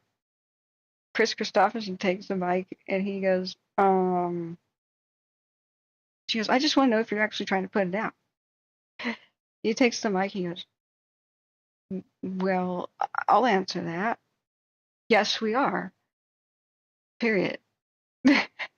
So you'd think that would shut her up. The rest of the people in the meeting are going, "Oh, seriously, lady?" And she's heckling, like they're taking the mic away from her and she's yelling at him like she's like, "Wait, I just don't see you guys doing anything. What are you actually doing to put it out?" So later, lady grabs a mic with her question and she goes, "I don't know how anybody could fail to notice that there's more than 2,000 firefighters here, or fail to notice the 16 aircraft, and fail to notice that they're risking their lives every day to save us and our things." And then everybody, a round of applause, and everybody was trying to hold their laughter, and it was like, sit down and shut up, woman. So, but that was great, like there's always one person who says that, but it was hilarious. The whole community was really clapping and being supportive. So diurnal winds, no, when a column collapses, it's not wind shear. You know what I'm talking about, Big Al? I mean, they're extreme, but really quickly over with downdrafts, and so they're microburst. So they were first discovered when a plane crashed trying to land in Texas or something in the 80s, like early 80s. And they had their landing gear down, and all of a sudden they slammed into the ground with their belly like short of the runway. And it was because a microburst had formed. It's a thunderstorm activity, right? So, but the North Ops lady with the weather was saying that this is such a huge pyrocumulus cloud that it could generate its own lightning. And so when it collapses, it can microburst and it can throw flames over lines and run over crews. So that's why they were evacuating people, and they evacuated some crews by helicopter today to get out of its way. And of course, as soon as the column collapses and does its thing, then they can go back. So it was really heartwarming. Yeah, microburst, big. It was really heartwarming to hear them do that. But I could see that you have great, and this is the animation that of that cloud. So I can see you guys are doing awesome work. So man, everybody, give a hand to our firefighters. There's a clap emote. If you hit the emote things, and you guys just let everybody else know how much we love you. I mean, we super love you. You guys are our heroes. And that lady, that lady does not represent anybody actually. So if you hit the if you hit the little smiley face button, the emote thing, you can do a clapping hand animation. That's the best way to give people a hand. So I know a lot of people have just gone to bed exhausted, but everybody should do that. Know that we love you. Oregon fighter. Yeah, guys, we love you. So we yeah, in Silver Girl, I'm gonna get right back to the other fire. The winds have died down so much that it's looking okay. But we're gonna track that one. I haven't forgotten yet. But man, we have a special guest like this coming. We feel very honored to have you here, Oregon firefighter.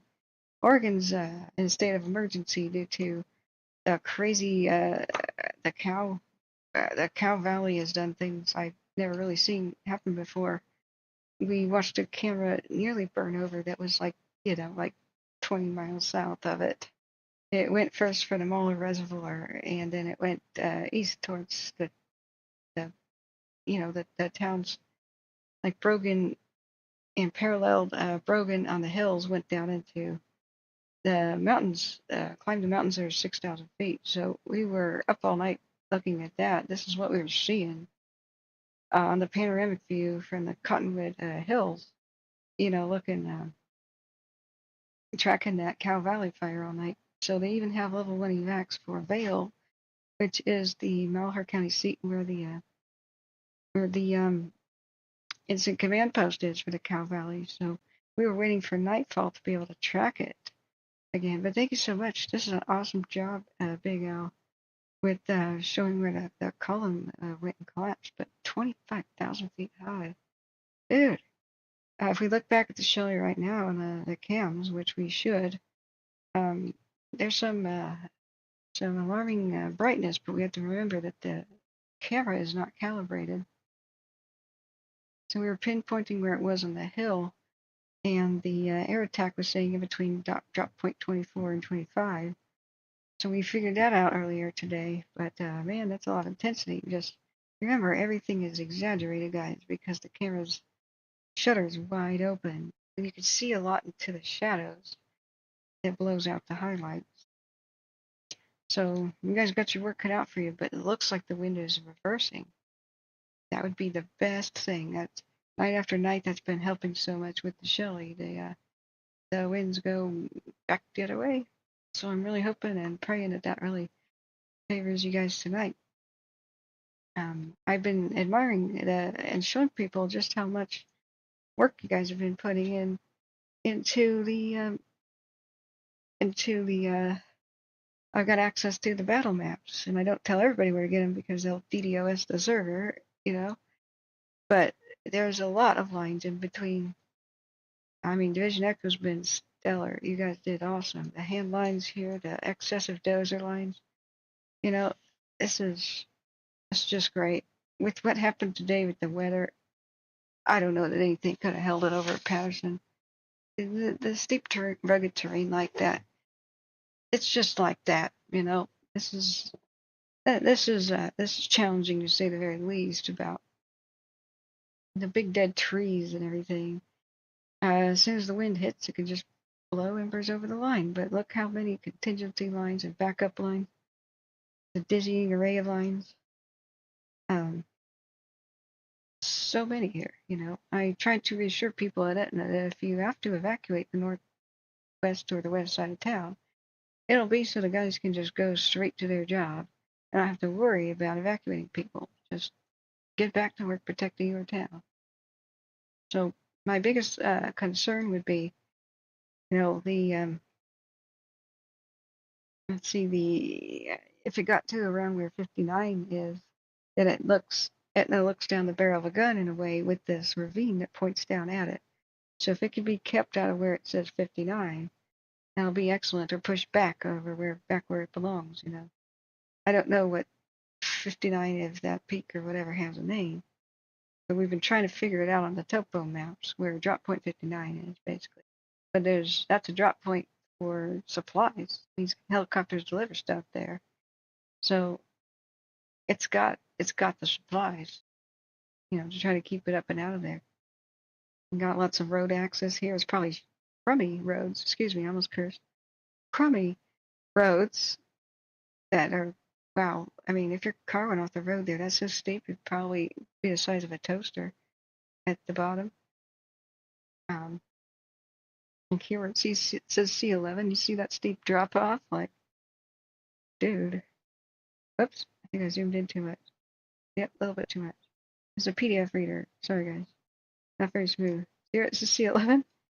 If you fell off, if your car went off the road from the top here, it's the size of a toaster by the time it gets to the bottom. Isn't that a couple thousand feet? Then it would go down right there. Like, ugh. I'm afraid of heights, man. But I've got the other maps for things like the evacuation, not evacuation, but the structure protection group map. So I try to reassure people, the more they see and the more they understand about these maps, I think the better they're going to feel. Like, yeah, sure, it's a big old nasty fire, but I mean, look at the response, and this has been thrown up quickly. I'm very impressed. So, also the communication with the public, I'm getting a B to a B plus. I can't give quite an A, but the fact that the Cal Fire and Forest Service and all of them are just talking to people constantly and showing people maps, lots of community meetings, lots of Facebook updates. totally different than Santa Barbara County, where everybody's a mushroom and nobody knows anything. I mean, the incident management team's pretty new down there, but day after day after day, like Santa Barbara County doesn't tell people what's going on. You know, they have very, very worried folks down there biting their fingers off, and we look at the cams, try to reassure them down there that also they have fewer options down there. So, but let me resize the window. Sorry. Okay. So this is our live view. Fire at the Shelly. Let's do a 30-minute time lapse. Look back. We're gonna go back and look at Sierra and Wasco County in just a sec. But since this is a lot of people need to go to sleep. A lot of people are very worried about the Shelly. We have a special guest firefighter here. We wanted to make sure felt appreciated. So Oregon firefighter says, my phone's about to die, but I'll check back when I can. Thank you again for going in depth and looking out. Very kind of you. Good night. No, thank you. We love you. Tell all your buddies we love you. We do. So right now, oh shoot, I forgot to even show people who may have just tuned in. Sorry. Just one sec. Where is the slop over and where's the bright spots on the map? So I have just used the map a bit ago, right before we saw the Shelly briefing thing, evening briefing. Mind you, we don't know where the fire is, other than what we could see on the cams. One thing I have to make abundantly clear is when people say, where's the fire? It is not where the red outline is. That is outdated the moment they print that out. And every one of these briefing maps is from midnight the day before. Like they have to print it out at 2 in the morning or midnight for the 6 a.m. Battle planning sessions and 5 a.m. battle planning sessions, the 6 a.m. briefings of the crew. So they point at this map and tell the crews where to go as they're tuning up their radios, right? So down here is Etna, right? Where the fire slopped over and gave them hell and ran over Patterson is between 24 and 25, where it says R 24, 25. That's where we're seeing the bright spots right now. And it was trying to go down this hill. But you can see that they've got more dozer lines. It's all the X's. Black X's are complete dozer lines. They got a couple. They've got some roads too, and they've got some dozer lines protecting the flatlands down there by Valley Pines Drive, etc. So we've seen that. There's a bunch of flare-ups up here because it's once it got past the dozer lines, the road, Patterson Road, and climbed up here, it found totally new fuel. So it's going to be really bright.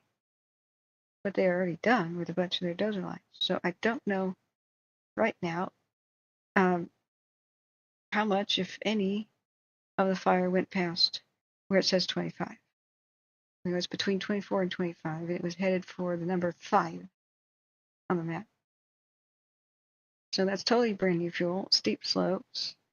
So there's a rollout effect where pine cones or any branches on fire or shattered trees on fire can roll down the slopes and spread it all the way downhill, right? Is also the fact that it's on a hill to climb. Well, it's actually a mountaintop, but you get the idea.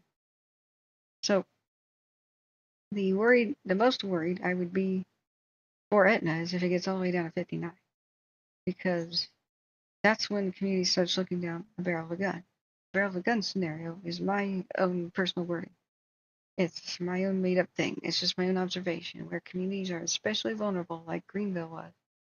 If a fire is above you in elevation, like 1 to 2,000 feet, right, or higher, somewhat close to the community, and it's at the point where it's on a ridge, right above a drainage that points at your town. So at least there's only one gun basically pointed at Etna. There's other communities in between, sandwiched in narrow canyons, for example, with drainages pointing at them in all directions, and that's like, oh my god. So there's only one side to worry about here.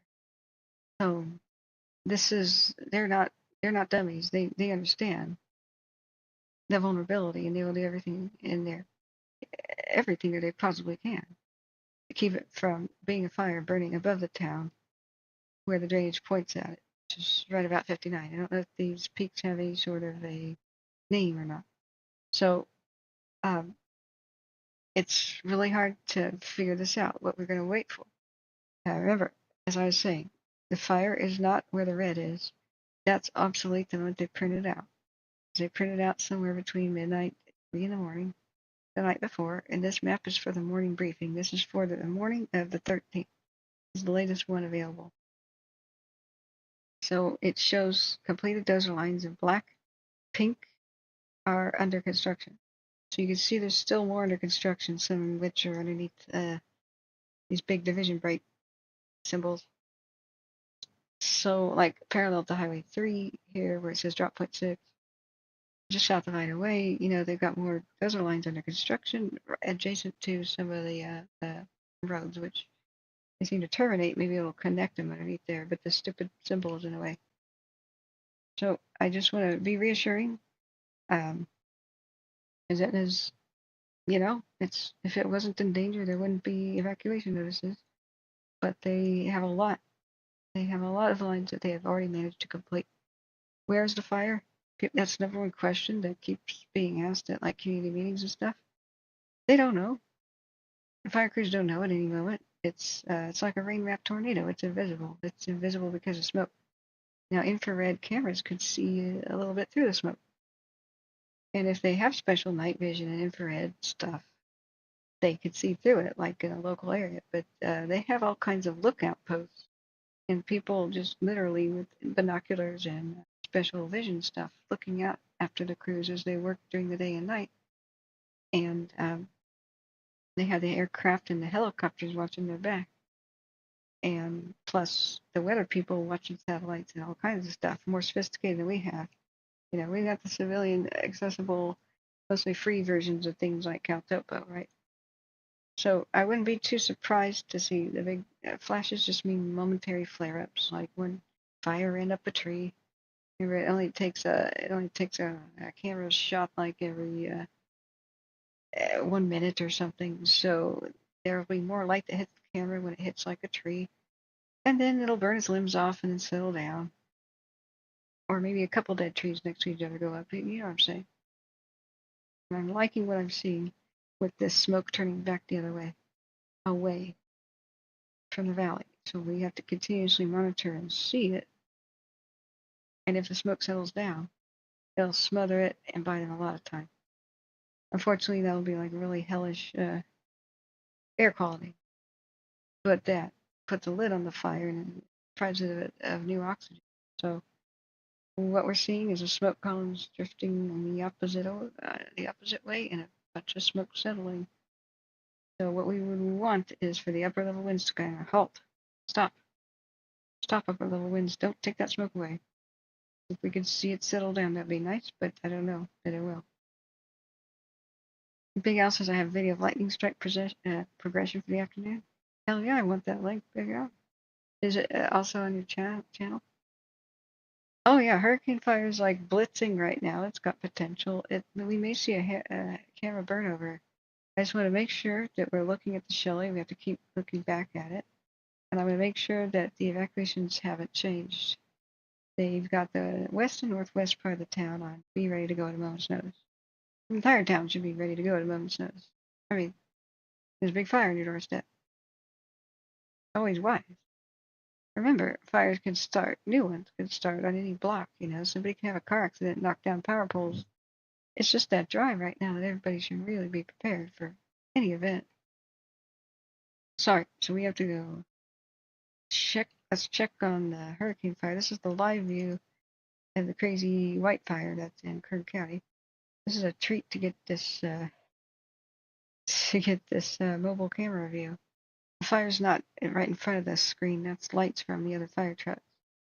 But this is some of the craziest images we've seen. That's 3-hour time lapse. Let me start you with the 6 real quick, and then I'll show you the crazy latest views of the hurricane fire. Whoa, it's a little bit remote, but it's kind of going towards the camera. I was going to look at the possibility of it burning over. Oh, sorry. Yes, we're going to go to Sierra County first. Sierra and Lasso County first. Keep me on track. Mind you, I haven't eaten yet. It's 10:30 at night. I think I shall put a pizza in the oven in a sec. Yeah, thanks, Big Al. Of course, I want to see what you're doing. Do I think it has a potential to grow a lot more?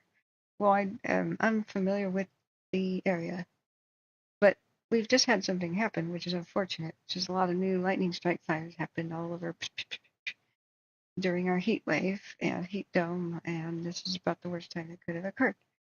So we have split attention where there's only so many resources. Aircraft are the biggest tide turners of the battles at the start of fires. It's their best use is when it first starts out. Can they get around it and put a retardant rope around it? And if they can, ground crews catch up. They have to order a lot of stuff. People have to drive 50, 100 miles away, sometimes 300 miles away. There has to be a shifting, Like if Salinas County doesn't have, and I'm not saying they don't have a fire, like if they don't have a fire, they'll rush over to Kern County. But who's watching Salinas County? So then they'll be like, Amador County, or not Amador, Alameda County, why don't you step up and babysit Salinas? Oakland Fire, why don't you go babysit Alameda County? They have to do a shuffling. And so then when they get to a fire, they're like, we need thousands of lines of hose, thousands of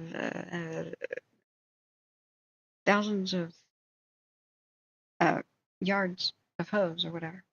So then they have to order that. The helicopter has to be loaded, has to go get delivered.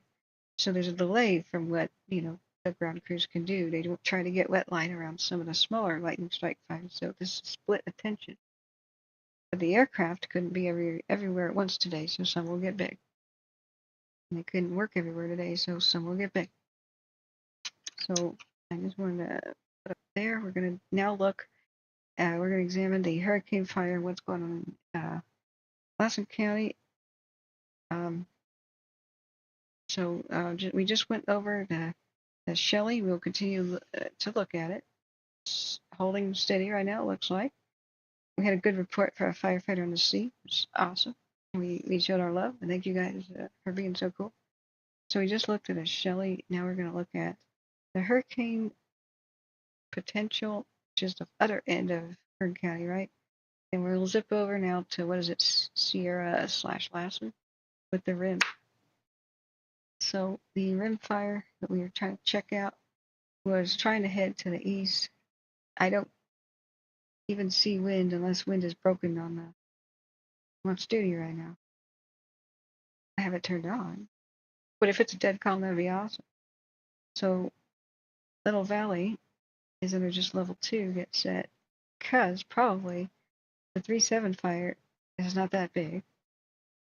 And the rim was being pushed due east. You can kind of see its footprint, literally a footprint. It looks like a little, okay, it looks like a Bigfoot.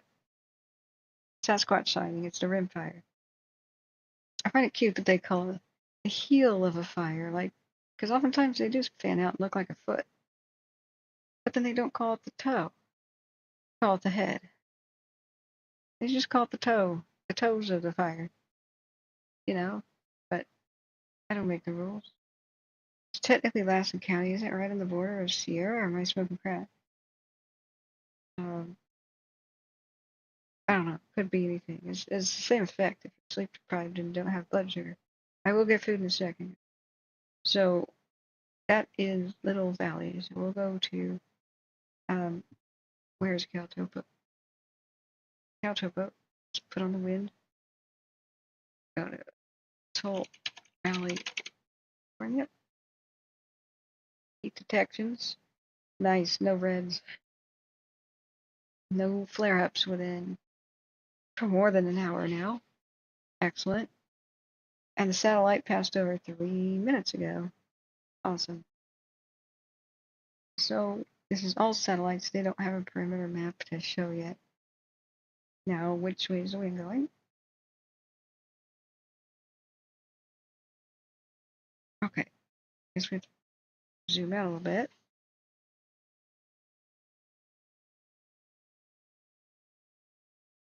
I don't think you want to see all my tabs, do you? Yeah, I'll just leave them there.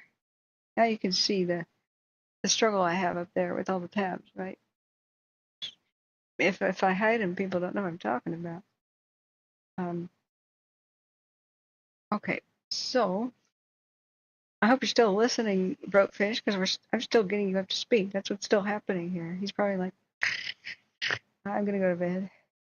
I still haven't even covered every fire, let alone can do a good summary of what happened today.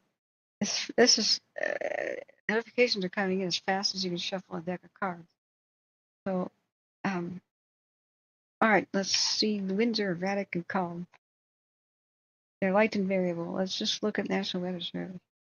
Or NOAA weather. Little Valley, California. I like NOAA weather better. The 7-day forecast. Hell, it just showed National Weather Service. Whatever. I guess NOAA is by the website. Humidity. What? That's not. No, not the San Joaquin Valley. Little Valley, California. You jerks. They're saying humidity is 94% in Yosemite Valley near Yosemite Village. Oh my god. You gotta be a fish to survive there. Alright, current temperature by Little Valley, California, Lassen County, where the rim fire is. They kept calling the 7.6 fire. No, wait, let's call it the 7.1 fire. No, wait, let's call it the 7.6 fire. No, wait, okay, it's the rim fire. Humidity is 23%. Below 40 is high fire danger. 23 is Wind speed is south-southwest, 10 miles an hour. Okay, so if the wind is out of south-southwest, it's trying to go north-northeast. If the fire is being pushed by wind, but who knows how constant or not that is. So I would think that if it had a constant 10-mile-an-hour wind, we'd have more flare-ups. However, since they did slam with aircraft, there's a sleeper effect that it could be on best behavior right now. Maybe there's just a lot of retardant where the head of the fire was, right? Or maybe it's just not in a area of heavy fuels. Wasn't it climbing some sort of a miniature mountain? So don't get a super false sense of security here. If we read the red flag warning, it'll talk about tomorrow, especially tomorrow's wind potential. So the red flag warning remains in effect from 8 Sunday for thunderstorms and strong outflow winds for the eastern Sierras, all of northeast California, and western Nevada too. The affected area, most of California, that's it. Just draw a big box. Just draw a big box. Like the Reno area, Sacramento area, to Mono Lake, or Mono County, Four Corners area, the Great Basin, to Tahoe, to Mammoth Lakes. Just, just draw a big circle on the map. Thunderstorms, scattered mix of wet and dry thunderstorms. Outflow winds, gusts of up to 50 miles an hour near the thunderstorm. There's another hold on to your butt day tomorrow, too. Oregon may be impacted the most tomorrow by the thunderstorms. We're unsure. Impacts lightning can create new fire starts and may combine with strong outflow winds to cause fire to rapidly grow in size and intensity before first responders can go contain them. But make no mistake, it's always been California's policy that the mid-July through all of August is the lightning strike season. They'll have 6,000 to 8,000 lightning strikes. That's pretty normal. That's just because of geography and the time of year, the seasonal situation. And they know that it's a race against time. All these lightning strike fires, oftentimes they start pretty small. It's a race against time to keep them small and contain them or put them out completely before the next big wind event, right? And sometimes the next big wind event is October with the Santa Anas and the Diablo winds. Those are almost guaranteed big wind events to happen. So they don't want any of these to get big, especially not in the Sierras, where they have a tendency to roll down toward the valley after the Diablo and the Santa Anas begin and try to erase towns, a la Paradise, Brushberry Creek, and so many others, In Santa Anas, everybody lives in terror of. The Diablo winds, too, are basically the same thing.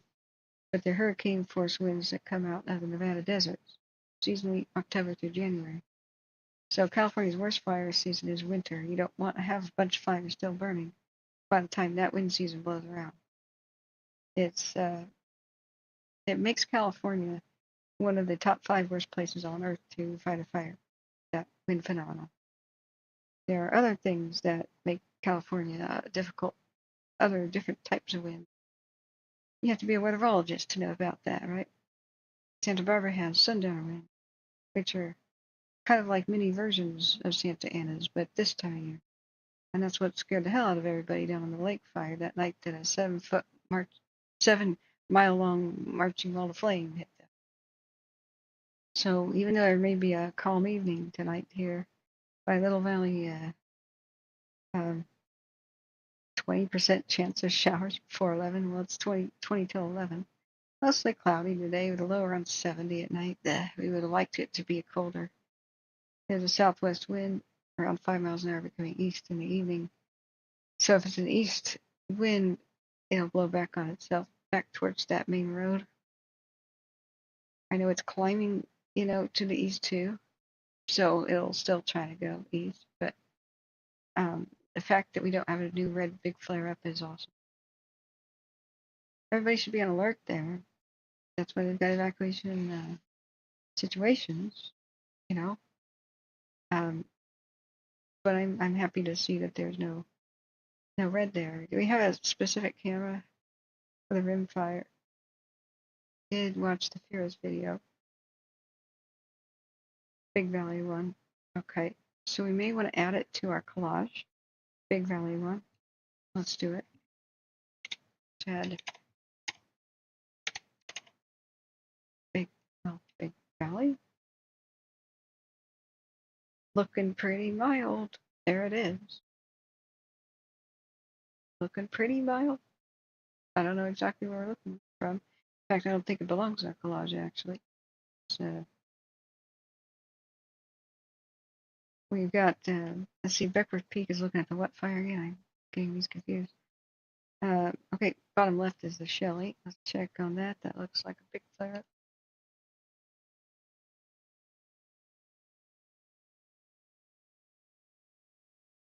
Check Shelly real quick. So I hope Silver that helped you out there. They said it was in Lassen. Thank you, Smitty. So sorry it took me so long to go back to it. And Kern County Plains Spices, you guys think hurricane fire has any potential? Yeah, we're going to look at that now too. It'll depend on what kind of fuel is around it and its vigorous activity and what's going on right now. So let's go take a look at it. But let's look at Big Al's lightning strike video too real quick. That should be a nice quick one.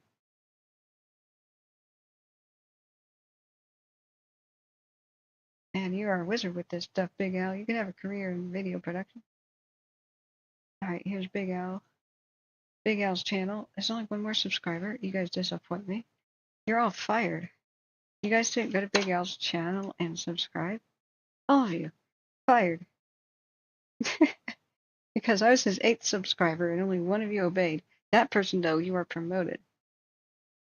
The rest of you, clean out your desks. Security is coming to escort you out. Okay.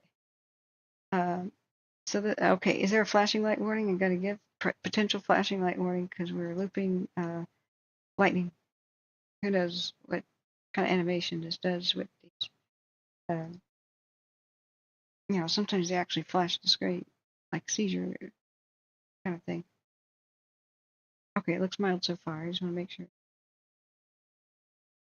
Wow, that's a lot of lightning today. You got to teach me how to use this. If there's a little bit of like free time tonight, are you here for much of the night, Big Al? Because maybe. I'm getting a headache though. I may have to turn the red lights on. You may not be able to see me well if I do, but man, I get a headache. Glare off the screen. So let me, Lassen County, we saw the lightning rip past there. It hit Tahoe. Now the screen has a good actual. There's no way to zoom really well on a YouTube video. So you guys click on the link too. Go subscribe. But you can see how it just came from, started around California City, Lancaster breathed a sigh of relief, but from California City to Mammoth Lakes, there was a rip-roaring series of lightning and thunderstorms that started a whole bunch. The ones over through Kern County, including the White, which is insane right now, and the Rancho, which they still have mandatory evacuations in some zones. I think the Rancho is trying to head towards where they actually have evacuated to. We have to check on that. But thank you for your awesome contribution there, Al. It's always appreciated. Let's check on the Ranchos real quick and see if there are evacuation updates for Kern County, and I'll show you some of the insane battles happening as we speak on the Wildfire. So with the Rancho, last update was 2 hours ago. Hopefully as night falls, we're going to get less, it'll weaken the fire. They're beefed up by heat of the day. They're beefed up by sunlight. Gives them steroids. But I like to use a video game analogy. So no, I don't see any new evacuations, but you see how close it is to their evacuation center. Stallion Springs is under evacuation. The red is the evacuation zone. And Stallion Springs Community Center is one of their evacuation centers. Buck Passer Drive. That's funny. That's funny. Why couldn't they mean? I want a fire to be named the Buck Passer Fire. That would be in our contest. Remember, guys, you can always at any time submit a fire's name for the funniest fire name, or the goofiest, or the weirdest, or the stupidest. We should have a contest for all of that. Buck Passer would be for the coolest. So I wish the Pay Fire was named properly. It should have been named the Pay Dirt Fire, because that was the Pay Dirt Road. Well, that's right. We were going to add this camera to Axes McKitterick to our Hall of Fame cams here. Axes McKitterick. Yeah, because we might eventually have a burnover of one of these. Which one? Yeah, okay, here we're trying to find the views. That's the mobile one. We're looking at the hurricane. And this one. Oh yeah, Buena Vista Kern. Whoa, okay, we're gonna add that. The McKitterick Summit North is not that good. So Buena Vista Kern is looking at the hurricane. You won't believe that. How do you spell Buena? Buena B? I'm tired with there. I can't type. Buena Vista Kern. That's a view from which direction? What? Watch TV. Got another one. Oh, speak of the devil. The hurricane fire update. An evacuation order has just been issued. For zones 249A in Kern County. It's an order. It's going out. Yep, there's a reason we want to watch this one. So, to answer your question, yes, it has potential for spread, unfortunately. And I'll show you the insane images of the. It's going to be a long night and a long, bumpy flight. So, Kern County is SOSing. Can anybody find a radio? Because Siskiyou has gone dark. We're going to have to try to listen to this if we can. I don't know how remote this is or what kind of zone that is, but isn't the little community of McKitterick right next door? I don't know where it's going, but we're going to find out just now. So there's a new evacuation level 3 order. I'm going to update emergency evacs. Kern County, go now. Hurricane fire. Oh man, it's out of frame.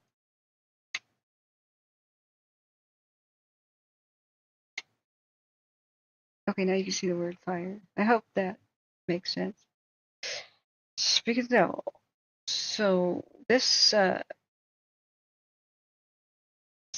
at the okay, they put on evacuation notice to the east. That is McKitterick, isn't it? Oh there.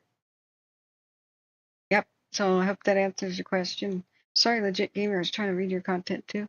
Oh yeah, there's a bogus fire. Yes. That's on our list. Okay, I'm putting it on the list. That's a premium fire name right there. Some of the funniest we've ever seen. Like there's an old ghost town called Geniopolis in Oregon. So the Geniopolis vegetation fire. Some guy named it after his daughter Jenny. Geniopolis. He didn't. I hope he didn't expect. I hope he didn't expect an actual metropolis to show up because it was like a village. So the best fire names 2024. All right, I'm adding the bogus, and that was mid-July. Just so we don't forget. Let me sharpen my pencil. I'm gonna mute. But we have to deal with everything with humor. We're going to go insane. A lot of people drop in for the first time. How could you be joking when we have to joke? We go insane. As first responders all universally adopt a really dark sense of humor. They have to. Otherwise, they'll die of depression. Uh-oh. I lost my place. Sorry. Where did I put that sticky thing? Show my app. Oh, it fell off. Wait, is it purple? Crap, it fell off. My sticky, my place marker fell. Okay, hang on a minute. Hang on. Got a big notebook. I'm gonna mute for paper rustling noises.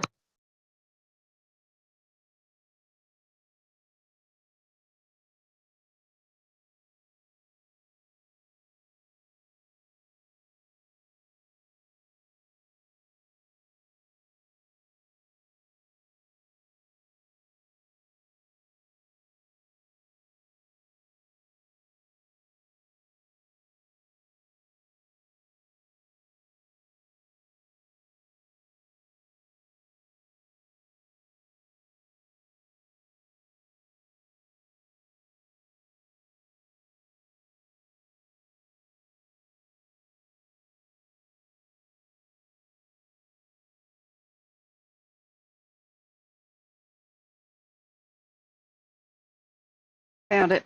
Sorry, friends. I gotta put that sticky thing tighter on there. Okay, friends. So breaking news. The latest round of mandatory evacuations that we've seen today, I lost count, is the evacuation order for, I think that is the town of McKitterick. Like go now. So I did this. This is one of the views where you may eventually see a camera burn over. It seems like it's a little bit far away, but it climbed up earlier. That's the hurricane fire. So this is western Kern County. That is fast. Yeah, that's moving fast. I can see why. So this is our 3-hour time lapse. I'll show you the direction of the camera pointing here in a minute. Yeah, that one's rip-roaring with shifting wind direction. That must have been why they called it. Look up at the wind directions.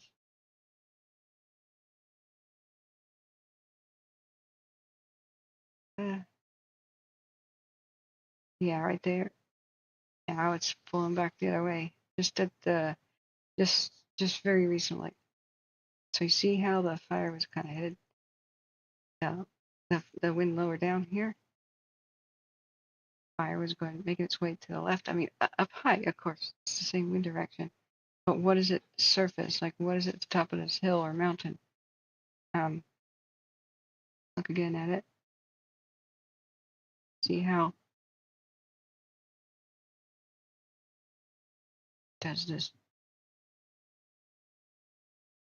turn, push back, head the other way. Or maybe it just is the same direction, but now it's much stronger. So what a fire can do is go against the wind just because it touches adjacent vegetation, right? Especially if the wind's not too terribly strong, right? Maybe the wind speed just increased and now it's pushing it back and it can no longer go as readily against the wind. There's a lot of things that could be happening. Let's see the direction of this camera. Is it Taft that's in danger?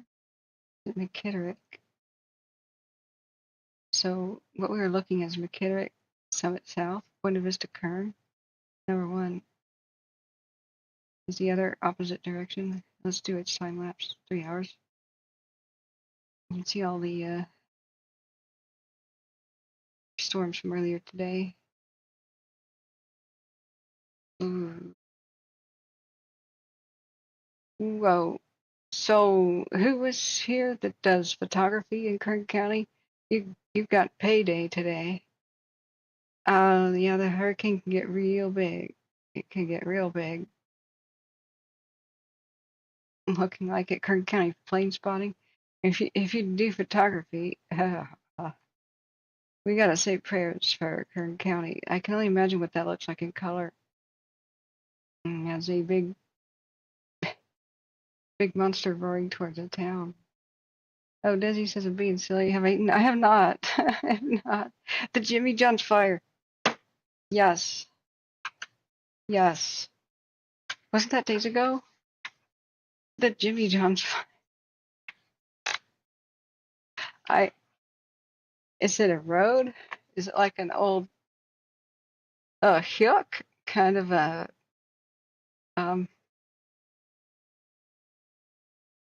sort of like an old pioneer kind of name. Oh, over Jimmy John's place, you know. Like there's a lot of place names like that. I looked at that too going, oh, wow. All right, so we have a level 3 evacuation order. Let's just look at the current ever-expanding Kern County evacuation map. Oops, that's Siskiyou one, but I think it's the same one. It's, I believe, Zone Haven, Genesis, or they like to call themselves now, is the same one for many of the different counties of California. But since it's not all of them, we have to have a million tabs open. Santa Maria. That's what I always think when I see Santa Maria down there. All right, which town is in the way? Of course, they don't have like a street map. I hate that. All right, just let's go back to Caltopo. All right, switching gears. McKitter.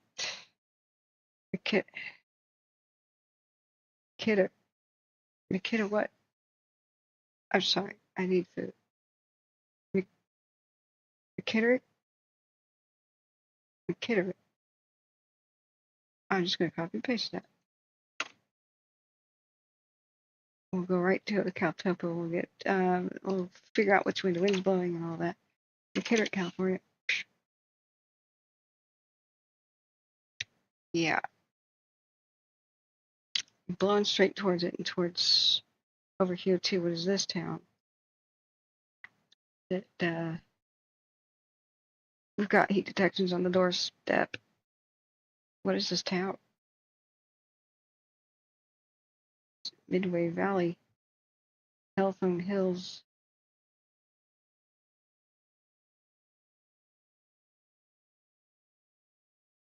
What is this town? Fellows. In the Midway area. Fellows. Lots of oil wells. Oh dear. What happens? I bet the oil derricks are actually fine. It's just like grass in it. Kern County is unpredictable in general, Desi says. I remember going camping there June once. It went from sunny to rainy and woke up to snow outside the next morning. Yeah, hold on to your butts. Okay, once again, I'd like to remind everyone that this is your captain speaking. And the fasten seatbelt sign remains on. It will remain on. I hope you relieved yourself before the flight reached this level of turbulence. Oh boy, but here we are. So we've got at least 10-mile-an-hour winds. Let's do a, let's watch this train wreck. The train wreck of Kern County, unfortunately. They have got their work cut out for them today. I have to delete some tabs here, otherwise I'm going to crash my browser. This is Harney County. Once again, I was supposed to go and look at the Falls Fire, which I've barely touched upon Oregon. Oregon is not doing awesome either. So we don't have Burns itself on evacuation notice. Malheur County, does this cover Malheur County as well? No, it doesn't. Malheur County has never really had a map that I could tell, but it's all the way down to Vale. So the wind is blowing it to the east. And that's what we see on these crazy cams. Yep. Wait, go back to the fire. Back to the Buena Vista Kern. La Panza. Where's La Panza?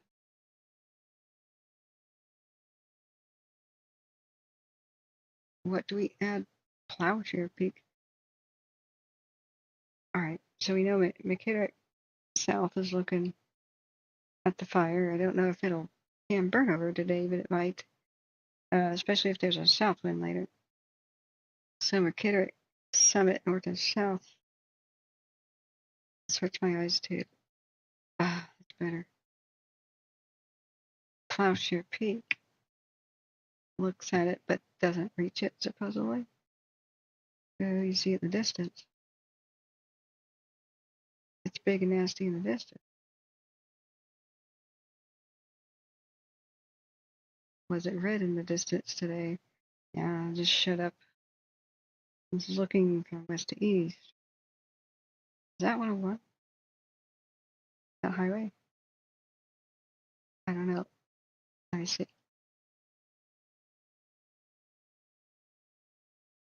There hasn't been a way to eat. I swear to God, I will put food in the oven in a second. We'll figure out. I probably have some old chicken nuggets in there. The Caliente Range. Oh, the Caliente Fire. That was a good one, but wasn't that last year? The hot fire. That means hot in Spanish. All right, so we're looking southeast. That's the panorama. So McKittrick North is in panorama. Summit South. Okay, so Plowshare Peak just sees it from a super long distance. Palado Peak West is kind of looking at it. Well, 6 hour.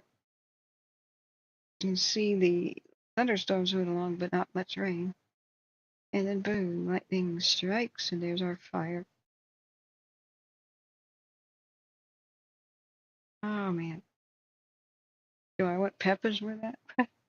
Banana peppers on pizza is great, but like with pizza. But you know what's best is the ever since Papa John's kind of included those, the pepperoncinis. I like to squeeze a little bit of that on pizza. That's great. You prefer Jersey Mike's? I prefer Firehouse subs, and I'm not saying that just because it supports firefighters, you know. In Oregon, after the 2020 fires, Firehouse subs have these huge walls of thank you for the firefighters, especially fire crews that just risk their lives during the firestorm. That's when I began to stream too.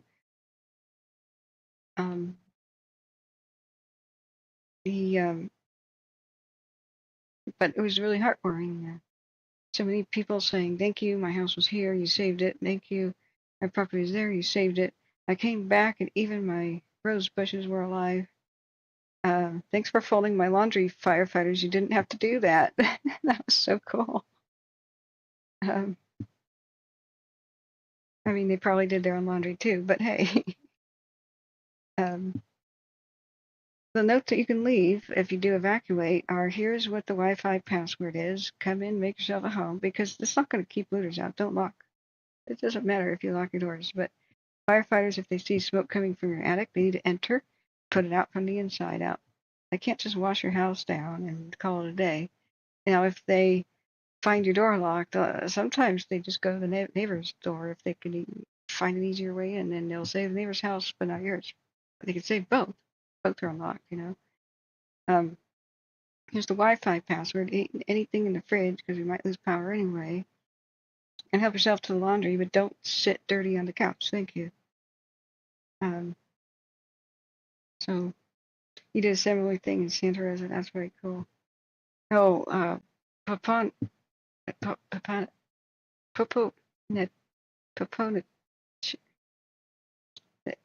Popo. I'm very sorry to hear that. I had to I was a noob, when the 2020 fires broke out. I'd only done Firestream just briefly and not like a serious advice way during, I was just tracking it myself when Paradise was happening in November of 2018. I didn't do a thing with anything. I was hoping nothing like that would ever happen again in my lifetime. Didn't do a thing in 2019. 2020 Labor Day storms come around. So I started tracking that. I couldn't believe the news was like, back to Matlock and Lassie. Oh God, it's marching down towards the homes. Sorry, Big Al, you said we had a scanner. I'm sorry, I totally spaced out on that. We may have to listen as they're going to call for more and more evacuations. It's rushing. It's rushing downhill. Oh my God.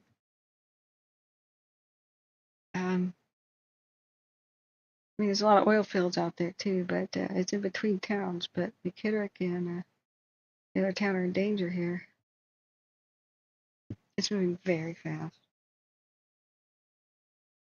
You can see the swirling erratic wind gusts for different directions up there. That's one hell of a fire to respond to. This is extremely dangerous. Can't really, the best behaved fires just go in one direction. And so fire crews can safely be behind it, kind of following its little tail. Trying to get in front of the head of a fire is always very risky, and they calculate that risk, right? But if there's no safe direction to get near it, holy crap. Are there continuous thunderstorm activity right there? That would be one thing to explain it. We're going to look at the weather. This is a lot more serious. This rapidly escalated. This is a lot more serious. Yeah, the thunderstorms are rolling over it. No wonder. You see that moisture right there? Big Al, he's still around. Can you monitor that on your radar scope and let me know? They may even have more lightning generated. It's probably like 50-mile-an-hour winds. They're occasionally just whooshing up here. How do we track wind speed on this stupid thing? Let's see. Wind mode, ground elevation. It's not showing a lot, but oh yes, there's lightning right there. Got lightning right there. A couple of little flashes. So, we already have wind showing. It's very calm most places, but there's local microenvironments where thunderstorms start. Unless there is a unless there is a working wind gauge near where the thunderstorms are, you don't know. You don't see the wind. I wonder if the fires killed them already, or if they're broken. There's very few weather stations in between. Like in the middle of nowhere, I'll just say. Everywhere that you see wind animated and like heat, temperatures in this is a total guessing game in between remote weather stations, and there's not that many on the landscape, so it is fake. I mean, it's like we'll just pencil in the areas we don't have data for, the areas that we do. In reality, what they should do to show the public is like have a big question mark on the map in between weather stations. So unless there's a online accurately reporting wind gauge around here, we're not going to see it. But you could see what's happening with the video. So wind is forming here and kind of spreading out at the very end of that animation. And that is a lightning strike right there to wherever this big, is that salt flats or something? See that little lightning bolt? It's tiny. It's on the white. Okay, but I see it. Okay, we may want to look at windy itself. This is very alarming though. You can see there's a lot more wind happening here than what is animated. I don't know what the deal is with my radar. Usually quite good at this. So yeah, we want to keep Buena Vista Kern there. We need to add, what is the other one? It's Buena Vista Kern 1. We've got it. Let's see other good view for the other McKittrick South. Adding that to our magic button. Now, I'm not in control of where it puts it on the tile here. I'm not in control.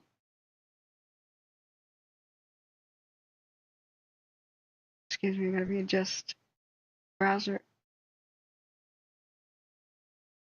And I may forget to move in between windows. If I'm saying something about weather and you don't see weather, you have to tell me.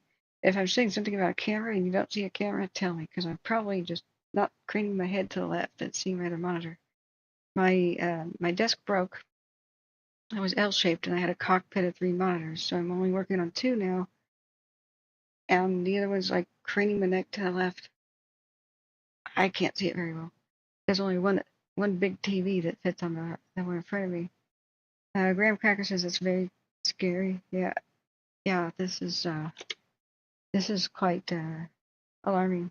Big House says look at Google Maps at the size of the oil fields. There's storage tanks and pipelines running on the ground. Well, I don't know that there's. I'm not too worried about it actually. Unless there's a bunch of trees next to the pipelines, I don't think a fast-moving grass fire would actually even do a thing to them. We would have to take a look though,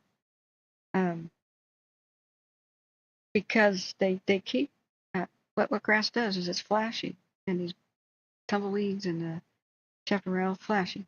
So it'll go up real quick, but it's done. It moves extremely fast, but it's done. Do you think how long it would take an actual fire stacked up against like a big oil tank to actually do anything to the temperature inside? Think of their enormity, right? It would be like a little tickle, right? They'd have to have like trees stacked up like firewood, like lumber mills, in order to get the oil tanks hot enough inside to start boiling their gases in or releasing, or as long as they just got short grass near them, I wouldn't imagine anything would happen. But locals, I mean, this also depends on how good is their landscaping, right? This is very scary. My cat is sad. Prayers sent for your cat, Graham Cracker. So don't worry about the name. Yeah, I'm sorry. If you want to guide me through it, I'll take on the challenge. But yeah, sorry, I abandoned my story I was telling. When I first started the stream and I was looking at the Holiday Farm, the Beachy Creek, the Riverside, and all that happening, the Echo one over at Lincoln City, and so many others, the Lion's Head, everything was going on, the stuff at Warm Springs. I had to I said, guys, this fire's getting too close to my mother. At first, I didn't know that the Beachy Creek was getting so close to Salem. We didn't know that it was power lines going down one after another, all the way from Detroit to Staten, erasing towns quickly like Gates or devastating Gates Mill City and Lyons and Mahama and all these other places. My mom sent me a text and goes, "Look at this." And I looked and I said, "Why did you send me a picture at nighttime? Like, oh, that looks bad. Was that last night? Was that the fire from the distance, or was it like new lights that the neighbor has? I have a neighbor of hers goes nuts with decorative LED lights all over her yard. She goes, no, it's now. Record scratch. Now? Is it looked at 4 in the afternoon like it was night. It was a black sky with a red horizon, like blood red, and beer bottle brown clouds. And I took my headset off. I said, guys, I'm just going to let Firestream run. Here's the scanner radio. I'm out of here. I'm evacuating my mom. See ya. And I came back like hours later. That was a scary time. Oh God, Opal Creek. You know what? I filmed Opal Creek and I went there for the first time. I'm a ghost town person. I'm a ghost towner, not paranormal. I don't believe in that crap, but I mean history. My channel is supposed to be Catherine's World of Ghost Towns and History. So I had just begun to film ghost towns. I was saving money for a nice camera though.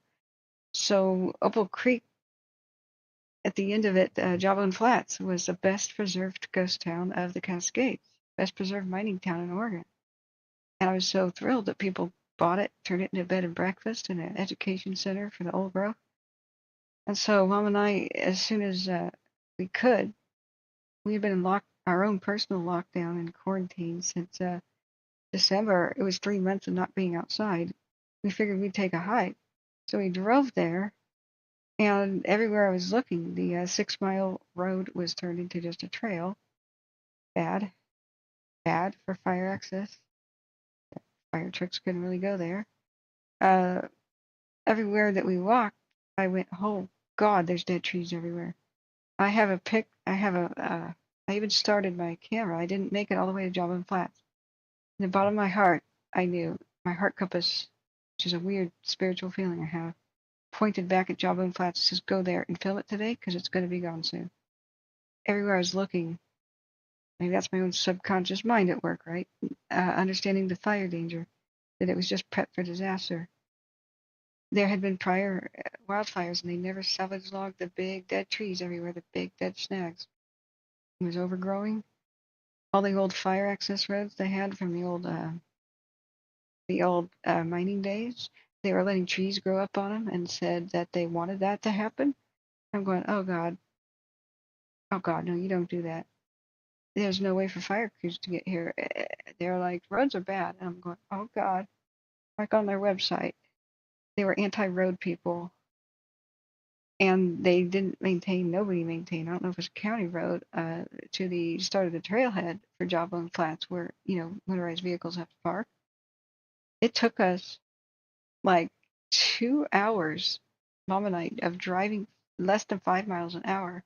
The potholes were like they had cluster bombed the road to the trail to get to Jawbone Flats. And I went, oh my God, any fire truck would be reduced to going 4 miles an hour because I screwed up my alignment just going that slow. The potholes, like if you didn't avoid some of them, they would have trapped your car and it would have just, okay, new transmission, new steering, like it would have sank deep up to the fender. So all of this was giving me a bad feeling over time. My mom and I had a goal, just walk the length of it, film Jawbone Flats. If they had any lodging for the night, stay there, but we didn't know it was COVID lockdown stuff. This is really something here. Let's look at the other cams that are crazy too. So I hope you're subscribed. I hope you were here when I was covering that stuff at the time, but if you just found us, thanks. I have like a goldfish memory ever since I had COVID.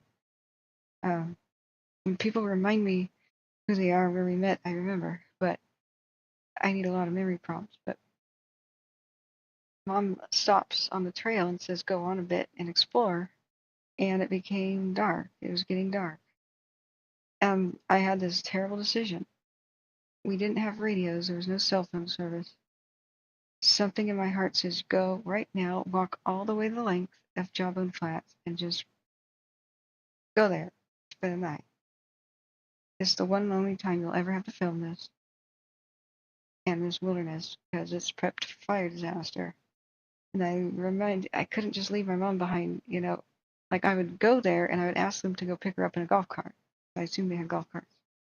But if they didn't, she'd be sitting there for like an hour, wondering where I went.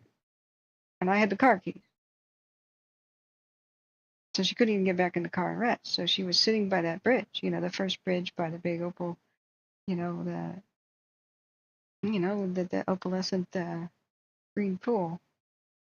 And, have you guys seen the 6-hour time lapse of this? This is insane. This is why we might have a camera burn over.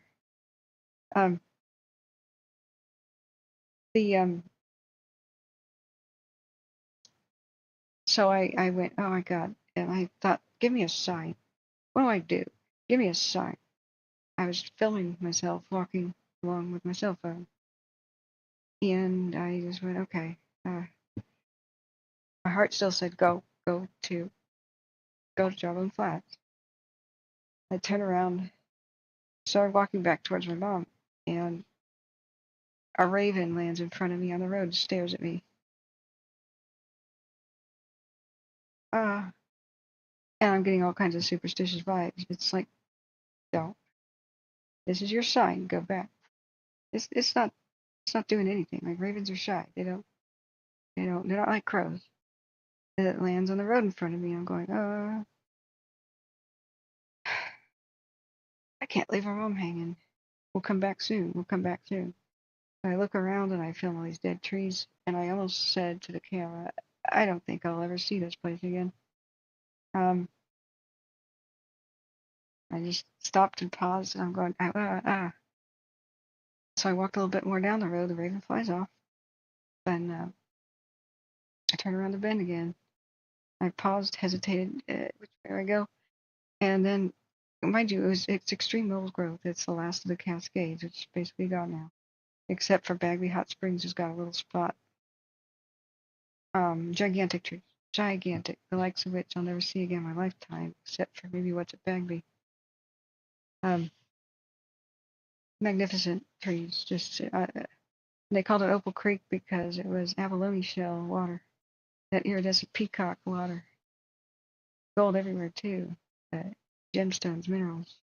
Former mining area, perfectly preserved gold mining ghost town, with lots of the housing and original general store and stuff still there, with old rusty ancient automobiles, artifacts everywhere. I found the remains of an old shack and poked around, and I regret it now. I should have just gone. I should have just gone marched straight the 6-mile walk to Java Flats. But I didn't. I was waiting, Mom was sitting down and waiting to see if her knee would feel better so she could continue. And the second time I turned around hesitant, had the feeling, but I turned back towards Mom. That's when another raven, a different one, landed right in the road and stared at me. I went, oh God, okay. I now know that it's clear. I will never see this place again if I don't go away from my mom right now, but how can I forgive myself for freaking her out? So I have a little tiny walking tour, and we poked around, just scratched the surface, and obliteration. It was so sad that in June, lightning basically started a fire up in the mountains, and they wanted to put hot shots in it. They wanted to put smoke jumpers in.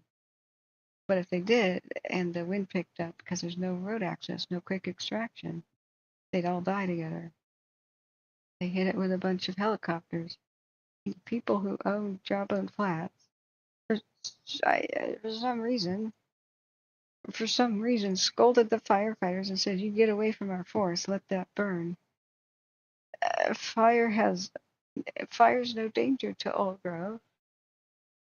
Words like that. And also, it's a natural part of the cycle. So the problem was we suppressed fire for so long. Okay, yes, that is a problem, but you have to introduce it in a controlled fashion. You can't just let lightning do its thing.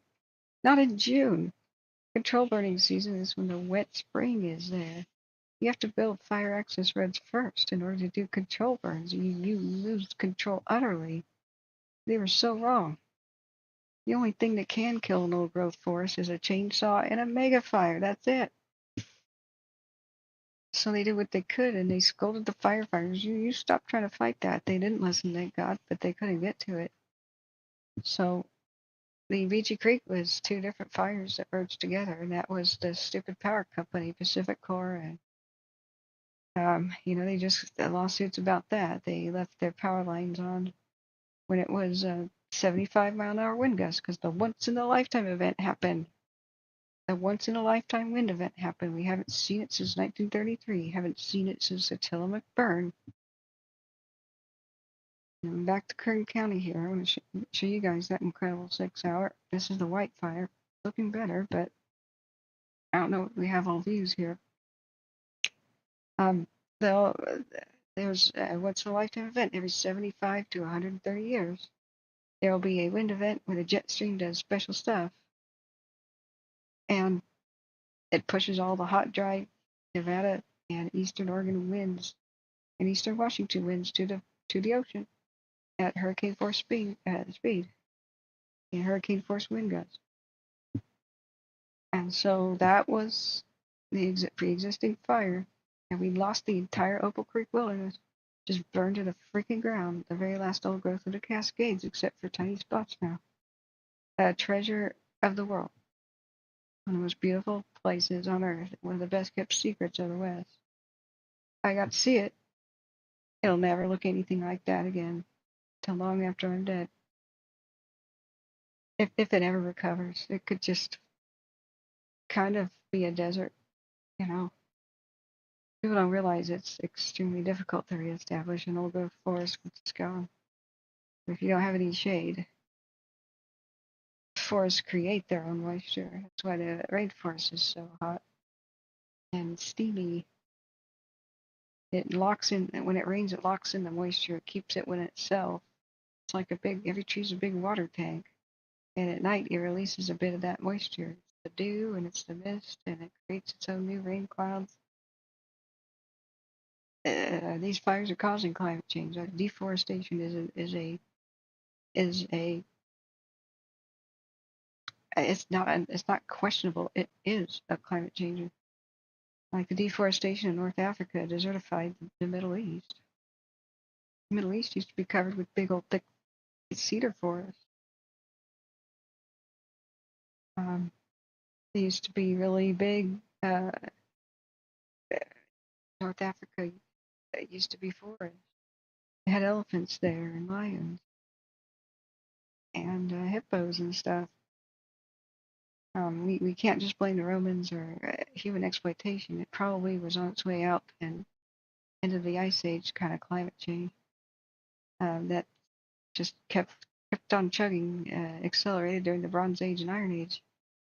Things like the Great Eruption of Thera, the supervolcano, I'm sure had a lot to do with what happened to the Mediterranean and changed it too. But the forest of North Africa used to create the wet moisture belts that created the Fertile Crescent. It's not that fertile right now, as you know. The spots in along the Nile and Tigris and Euphrates, but the whole 9 yards, the whole area used to be quite fertile. It was a place of lush green grasses and roaming antelope, birds and stuff, and elephants.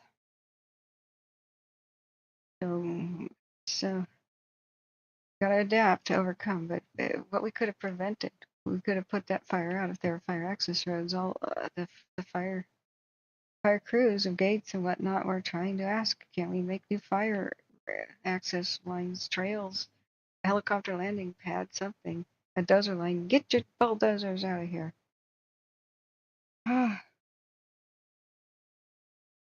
You know, I used to donate money as a kid and raise money for them to fight other lawsuits. They had to buy all that land and just keep it from being clear cut, which I thought was a triumphant 40-year battle, right?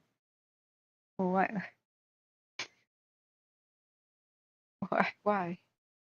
why save something from logging if you just got a mismanagement and doom it to burn? Yeah, the satellite images.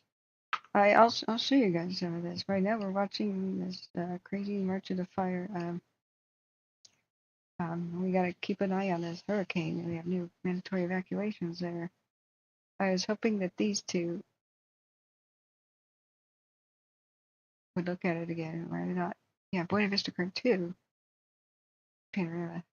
I want to see something die down. It'll be a lot easier to deal with.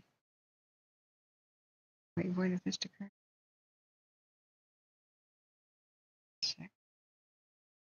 Can't be looking at. Yeah, it's looking up.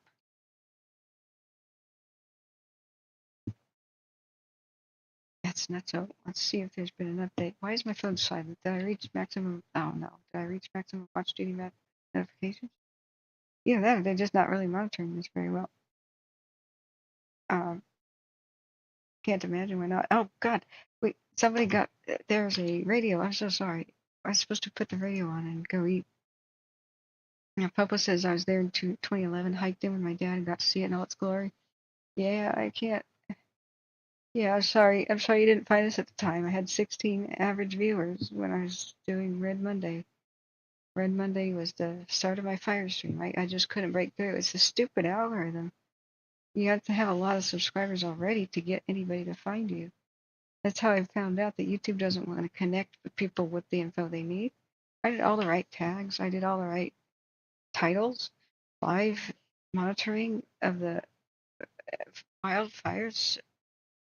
I was doing all 3 western states best I could. I could barely cover Washington, but that's how I found out that YouTube thinks we're all entertainers. And everybody who is already big, they promote them. Every video that's already popular and already has a lot of likes, they promote them. No new evacuation updates. Okay. All right, we do have to turn to some channels. Let me go get some food. Yeah. If you don't understand what we're talking about, Opal Creek Wilderness, just you're gonna cry what we lost. That's what it looks like. The amazing. I did a little bit of filming, and so you get like befores and befores. It looks like an opal. It's opalescent, and you know, there's many different pools as the creek goes by. Incredible swimming holes, but it's very cold all the time. But after, it's trash. Before, this is the main entrance. I filmed myself walking here and took this photo. Not this exact one here. I took my own. They all look the same. These trees are enormous, absolutely freaking enormous. So they were. Okay, they're dead, but they were. Oh, this was taken offline.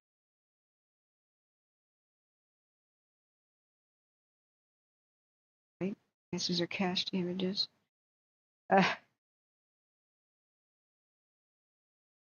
You know, like before, incredible beauty. We have to show a person in scale to show the enormity of it. Just dead, just gone, just dead. Massive tree, massive. Some 300 years old, just massive, just dead. The old ghost town there. That they turned into a bed and breakfast instead of destroying history. That was the best use of. That's what all ghost towns should be. Is they should fix them up, bed and breakfast, and they should be history learning centers, or we're going to lose our history. You can't just let buildings fall down to nothing. But we've lost most of our Western pioneer history and our gold rush history already. This is a part of the old Oregon gold rush that nobody understands even happened. I don't know that there's any other Cascades gold rush town that even still exists with these standing buildings. Yeah, they have before and after. It's just disgusting. And I'm not kidding.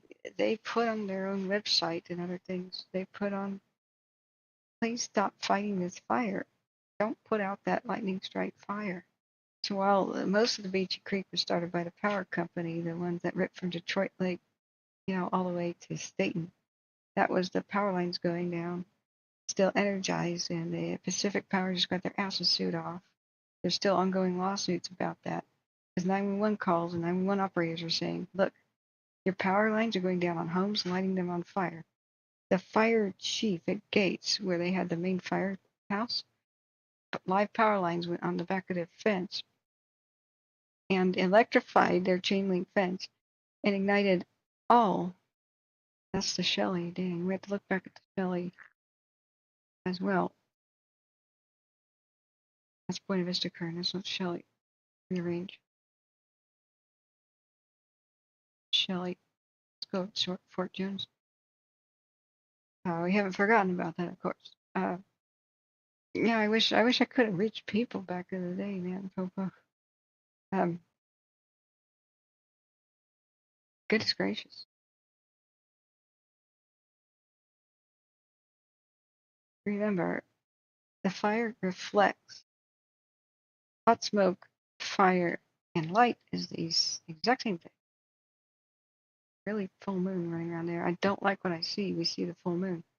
We're seeing the wind at the upper atmosphere take away the blanket of smoke that would have put a lid on the fire.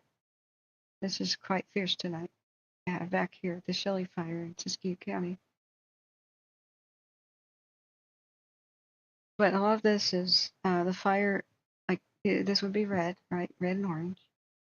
There's smoke above it, so it's the reflection of its own light on the underside of clouds and smoke. So don't worry, you see the flashing of light. But it's got new fuel there. It's gracious. It's still quite a battle going on. Speaking of old growth on fire, it's quite sad.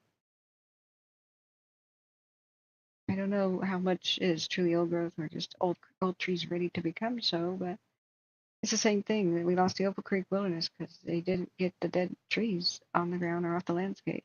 You don't have to actually log and like sell the lumber or anything. All dead trees are worth nothing. But you need to pay somebody to wood chipper them. That'll start or at least for God's sake, get them on the ground.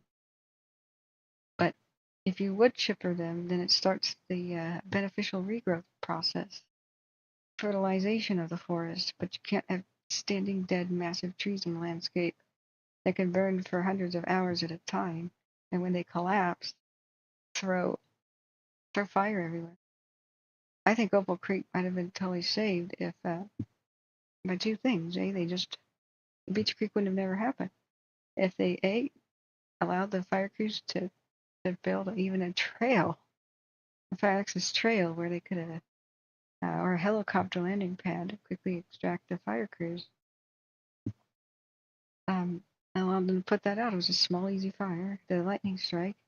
And if the Pacific Power had just done the right thing and turned off their power lines when they were falling down everywhere in 80-mile-an-hour winds, when all the 911 calls came in, they had to abandon the main firefighting station of the Central Cascades of Oregon was at Gates, which is a small town.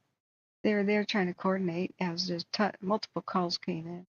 Telephone lines were down, but people were running. Citizens were running to the firehouse saying, my house is on fire. My car is on fire. There's power lines down over my car and on my roof. Tell the power company to turn off the damn power.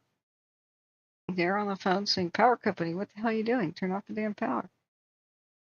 Tons and tons of 911 calls are coming in. Every single power line is starting to go down in that narrow river canyon. And we're looking at the Shelly. You know, we gotta keep bouncing around looking at this. Let's look at Cow Valley too. That's still on its rampage, presumably in Oregon.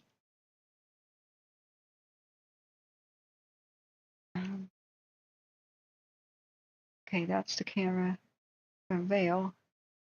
Let's look at the camera. Our good old Cottonwood, Oregon cam. Wait a minute. Who knows? Oh dear. I was just about to say, who knows if we'll ever see a burnover? Well, maybe right now. Oh dear.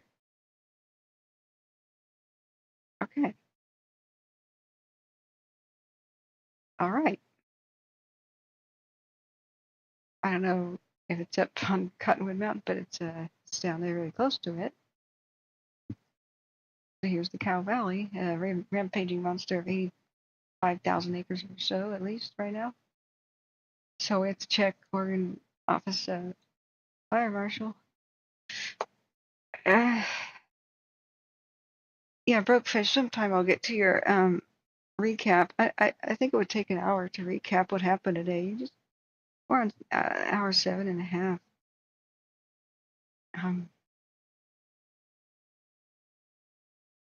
And so Cow Valley rampaging view, wow, is now 11:39 p.m. Who could do the night shift with me, guys? I want everybody on the night shift. Yeah, they could have taken care of both things. There would never been a Beachy Creek, but it erased. It nearly killed 70 people who got trapped out on the dock at Detroit Lake. They called in for a National Guard airlift and were denied. We can't see from the smoke. They should have stayed on the lake, honestly, but they got into buses, and some logger knew back roads all the way to Mount Hood, where Mount Hood had no fires. Why? Excuse me. Portland General Electric is up there, and they turned off the freaking power. Yay. But down there at Gates, the headquarters of firefighting for the Cascades in the mountains, like the wildfire, the forest fires are there. They had a fancy new fire station, a 3 or 4 fire truck garage. People running up through the town going, power lines are going down everywhere and starting fires here in the town. And they're like, what? And they were looking, and radios calling in from powers. The fire was already past them at Gates, down there at Lyons, and headed towards Staten. They're like, how did it get that far? It's a mountain ridge over to the north and to the east. How in the hell could it be west of us right now? How could it be at Detroit Lake right now? Well, the power lines are going down everywhere.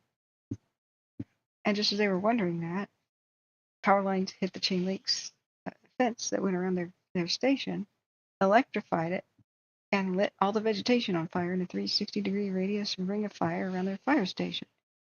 So they go outside and they're like, oh, well, we have 3 fire trucks here, but we can't put water in it. We'll get electrocuted. So they abandoned their own fire station and started just telling everybody in the towns, evacuate west, head for Staten.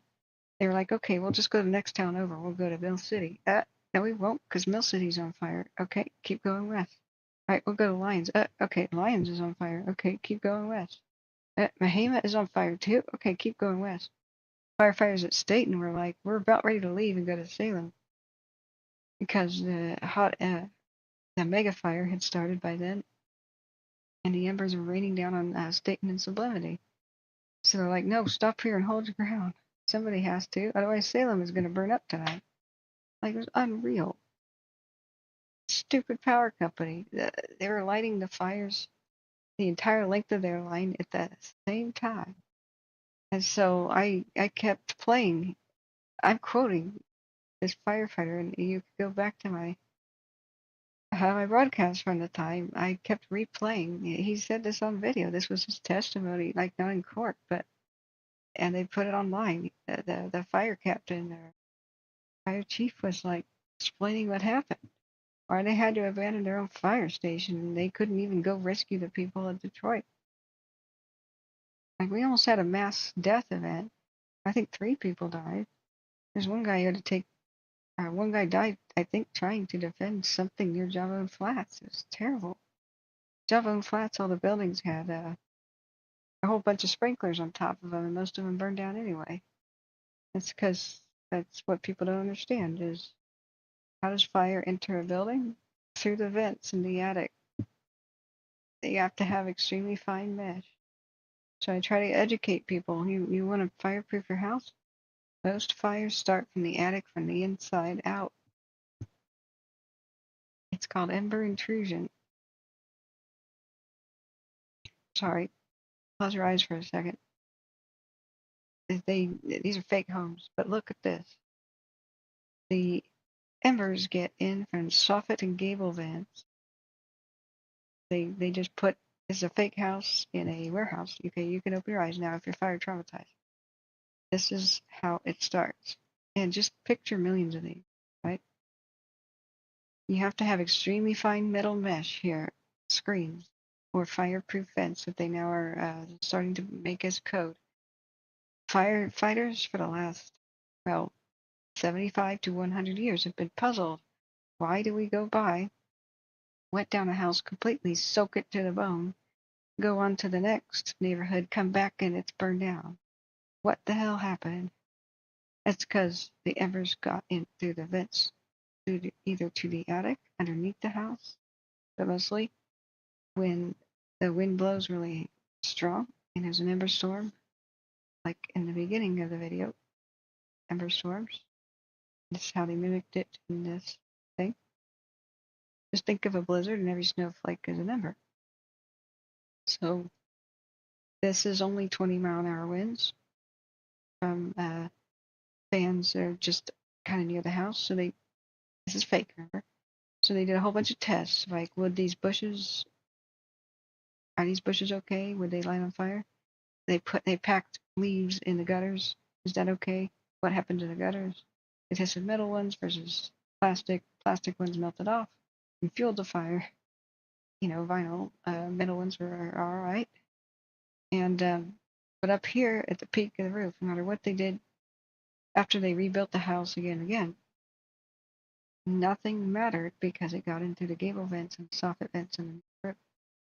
So in stronger winds, which happens, most of the embers hit the side of the house and then they are forced up by the winds and they collect there. They are forced up and stuck underneath the roof.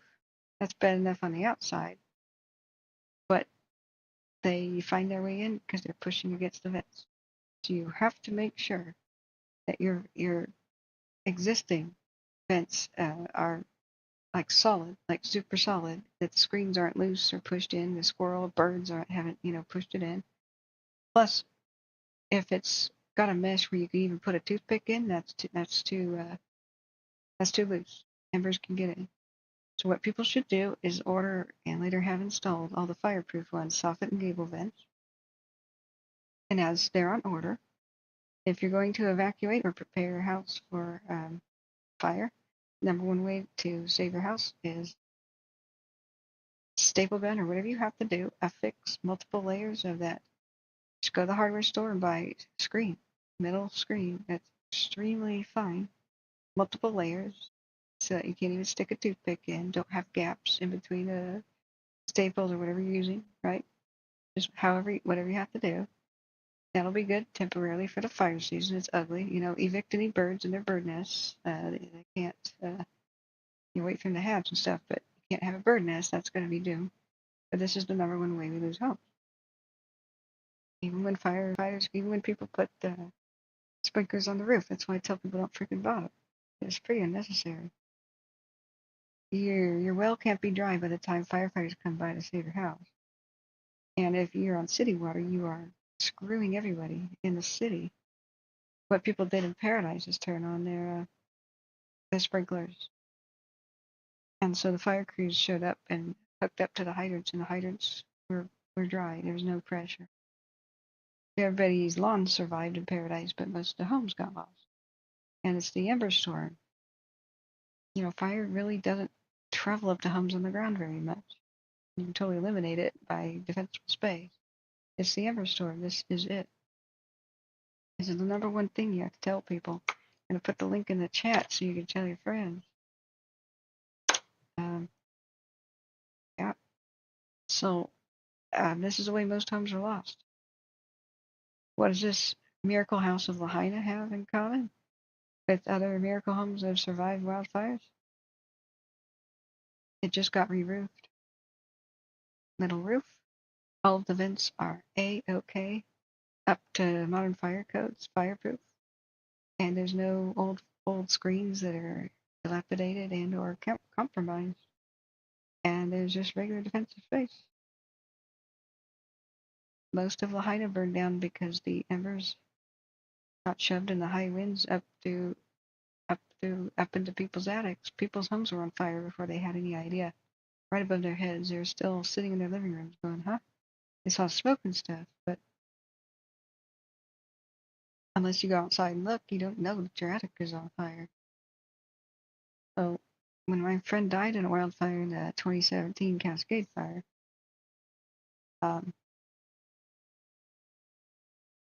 he was woken up by the fire already in the yard, and flaming debris rolled up against the car in the driveway. It was already on fire. They had motorcycles, but they couldn't open the garage door to get him out because the garage was starting to become engulfed. So the last they tried to make 911 calls, and we could get to them.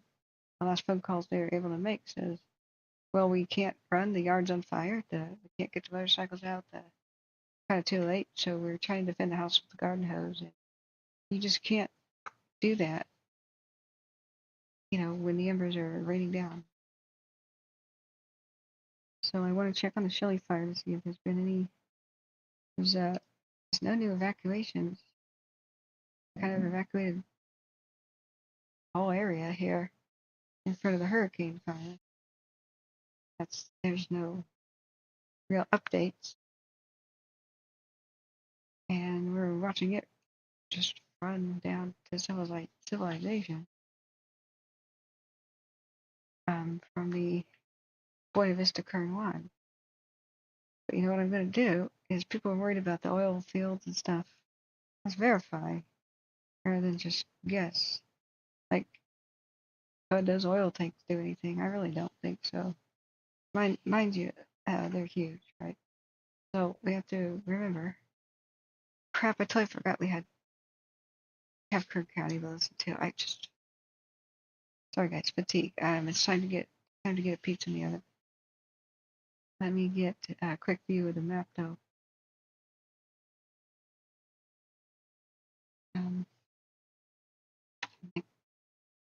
Gator, California.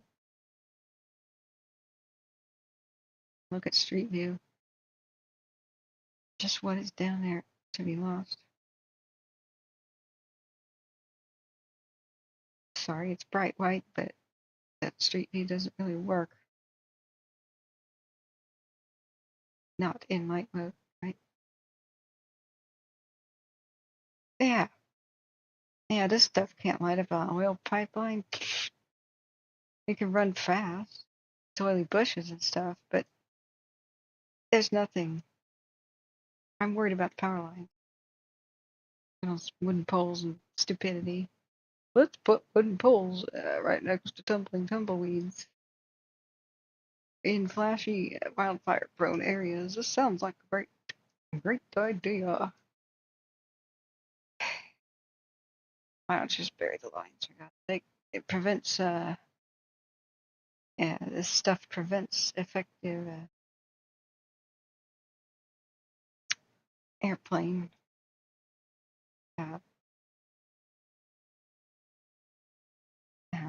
Airplane.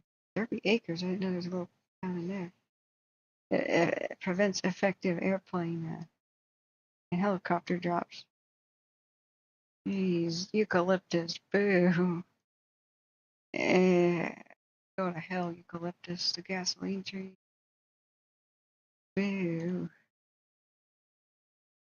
Alright. That's how you unfireproof your property, is just have this crap everywhere. What do you think will happen, man? Wooden fences, cute little orange tree or something. This is just okay. Not the worst thing you can have here. Look at all these. What are these used oil derricks? Are us?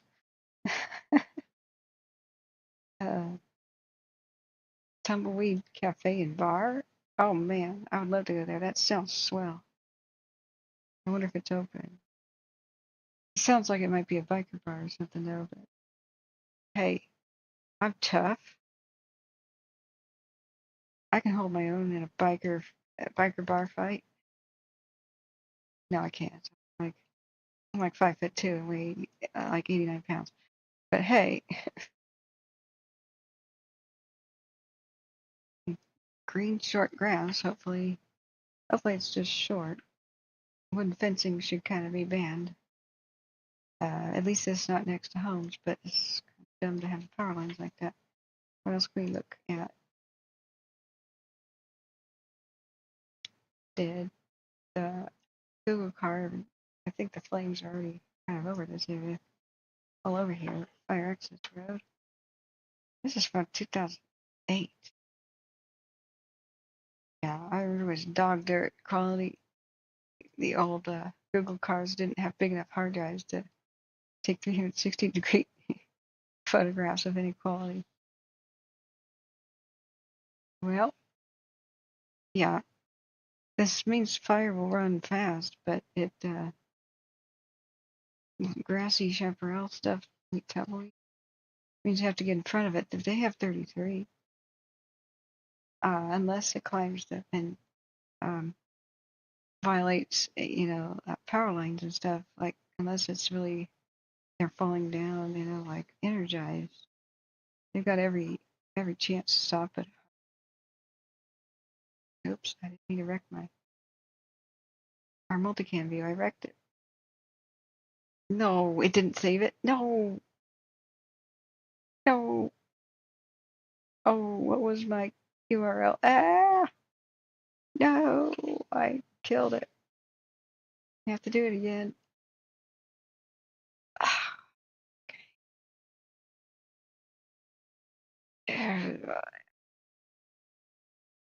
Buffalo Bump and San Clemente. This is the default crap. All right. Right. So we need Fort Jones. Is it 2? Yeah, that's the Shelly. Start there. Kern. What if it's the Kern 1? Yeah, that's the current crisis with the hurricane fire. The Oh God, which is the one that we just had, the lovely one for the Wildfire 60 mobile camera 60. CD 60. I don't know what's it called.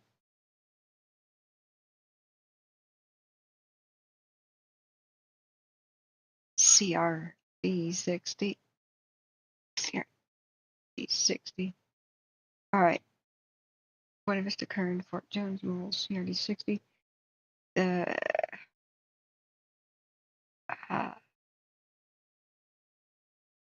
right, let's just go back. Whoopsie daisy. Do we have any other? We can't add. Oh, the possible camera burnover situation of Oregon. We have to keep going back to the Oregon set of cams because I don't think Alert West has the Oregon cams. Oh my God, it'd be cool if we could add it. Bear Mountain Kern. That's looking at the Bear Mountain Kern's looking at the Grapevine. Bear Mountain Kern and Grapevine are opposite directions of the other Kern County fire. What's it called? Not the white. Yeah. Time to eat.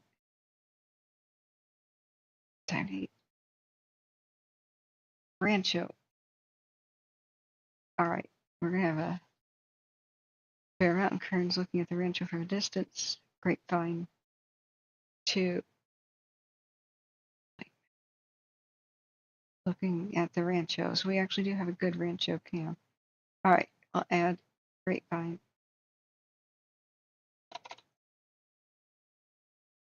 At 1 or 2.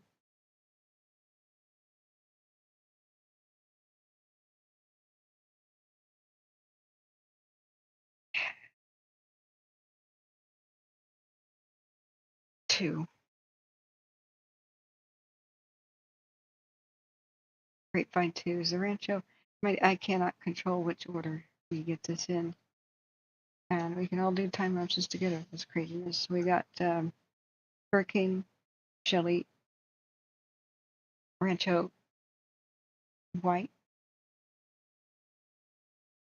Now, the one in Oregon that we may finally get a Cottonwood camera burn over. Last 30 minutes. Whoa. Nice and easy wind at least. So what they're doing for the Cow Valley fire is they are lighting the sagey stuff on fire in front of it. I wonder if they might be doing that too down in Kern County. We just have to turn it on finally. I'm so sorry. I keep spacing out and forgetting from one moment to the next. I'm supposed to be doing. Hit the like button, guys, if you haven't today. So Legit Gamer, yeah. If you're still here, Legit Gamer, you heard a little chatter on Kern County, Bakersfield. It only has 8 listeners. Let me go back to my pre-made broadcast 5.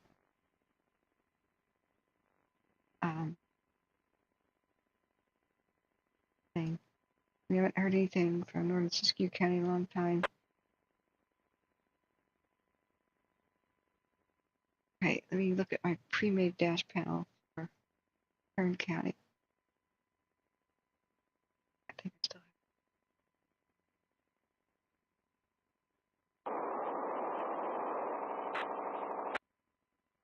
Oh, that's awful. With 8 people listening to it, odds are there's nothing to be heard. So Cottonwood, I don't think we can add it to our thingy because it's Oregon.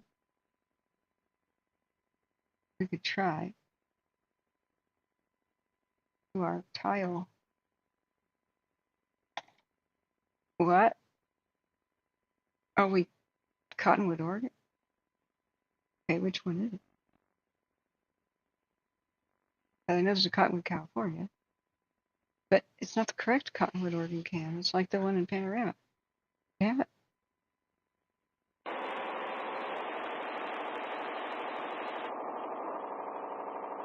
That's enough of Kern County Bakersfield fire. Okay. Yikes. Alright, let me see if I can find anything else in Kern County.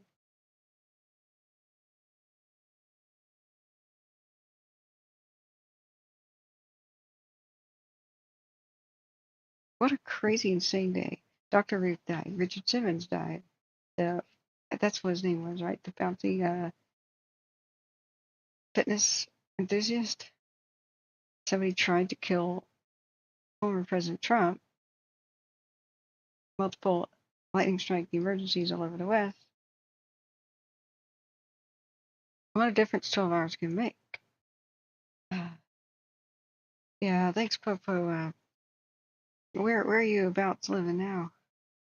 You had to get away from the holiday farm, so you down there. That was the one, but I forget which name, which was which. That was by Roseburg, right? Or was it by Grants Pass?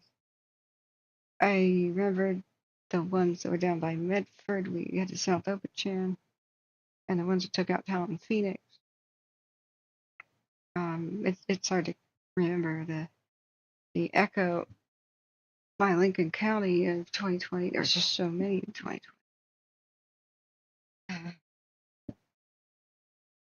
So the Cottonwood Oregon cam is useless. That's not the true Cow Valley fire in view. Grapevine is rotating. Let's do a time lapse of Buena Vista Kern 1 and see what's going on. So it's blitzing along this way and hither and yon alongside left and right alongside the mountainside. So it's kind of like fire belongs in a landscape up there. There's very few roads that go up there. They just really need to keep structure protection holding. But no, I'm not worried at all for the oil derricks or the oil infrastructure. They could lose power.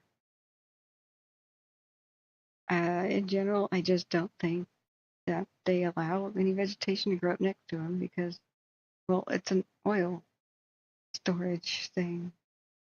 The big ones, you'd have to stack tree trunks against it. It'd have to be like a lumber mill's worth of dead, dried out tree trunks stacked sky high next to one of those huge oil tanks on the landscape, you know, the big ones, to even budge the temperature of the oil inside, you know. Yeah. Hey, Rob, thanks for being here. It's after midnight now. It's the 14th. What a freaking day. I'm having a headache, lack of blood sugar and stuff, so let's go crack open a Monster. Or we go to sleep. I have to make the decision. We're going to get food first. So I can either have a Pepsi or a Monster or coffee. If there's not much to cover, like if evacuations aren't screaming down the pipe, I don't know that we have to be up all night. Who would be here, mods, for the night shift? Desi, Sweeney, you guys still up? J-Cat,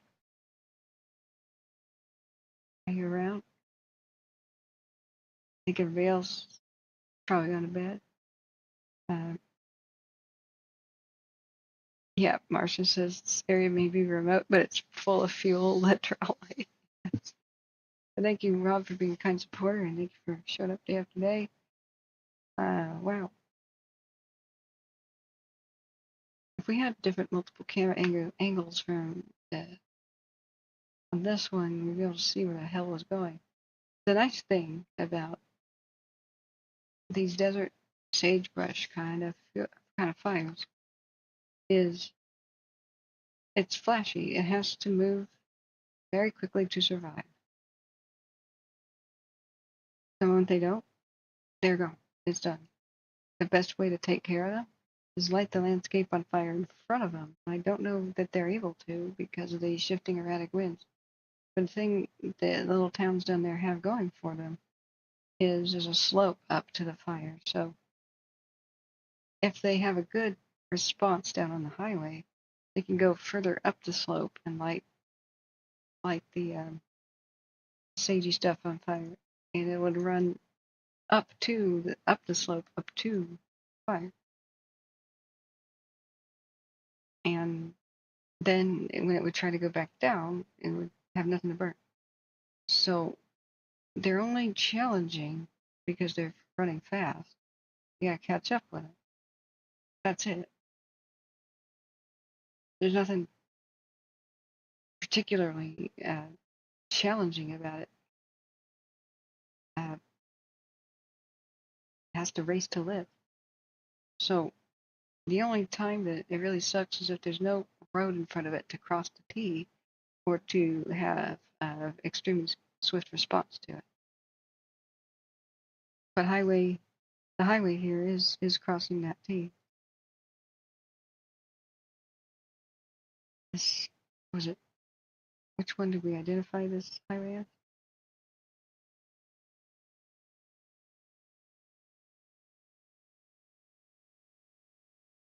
$33, not 3. Yeah. 3 is up by Etna. Other fire.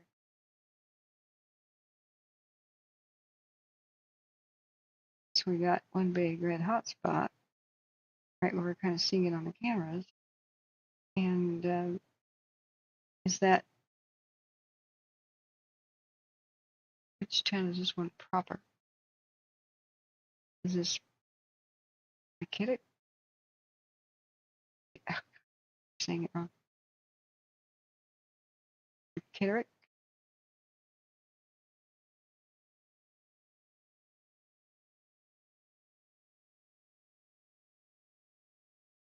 One size for me. There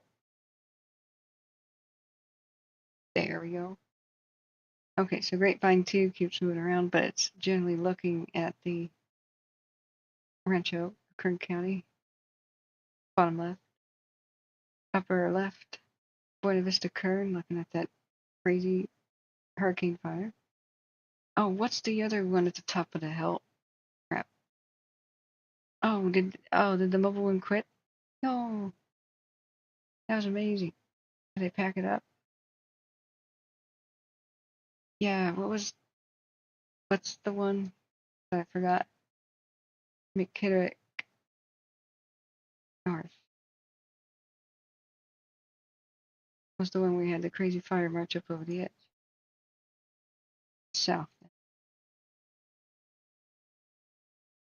Yeah, McKittrick South, forgot it. Well, if Mobile is dead, long live Mobile. That was CR 8, 6. What an amazing, just amazing. We're so fortunate they set that up today. Look, just a blood moon set, a 12-hour. Okay, so we salute the people who set up Mobile CRD 60. Or maybe it's just in rotation mode. Maybe we'll just wait to see if it's possibly still around. But we need to add the one at the top.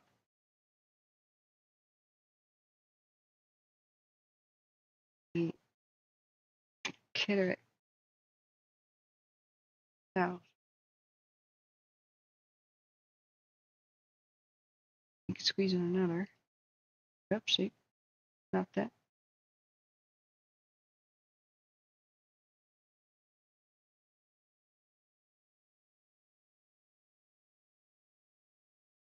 Look at all the cameras who switch directions to look at different fires. The colored beams show where they've switched recently.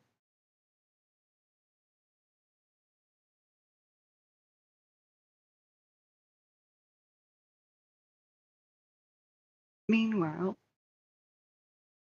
up in the Sierras,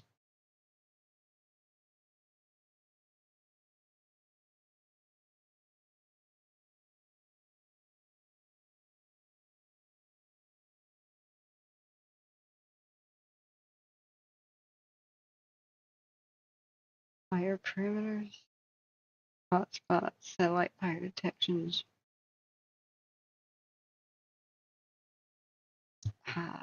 Better.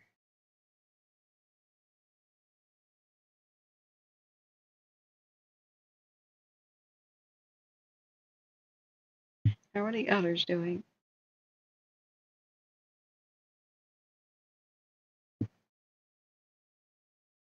I haven't even clicked on the lake today. Maybe it was doing better than most.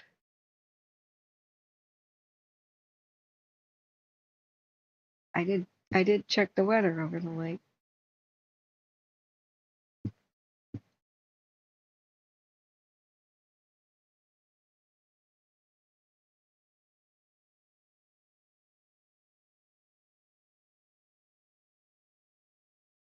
Kern County Fire has only 25 listeners. We could try it. It's unlikely to be doing anything with 25 listeners, but we'll see.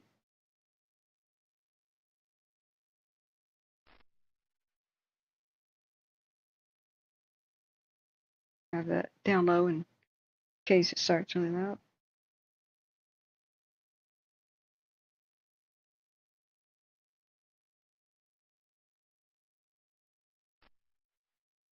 Well, if there isn't a whole lot of new updates, new evacuations or anything,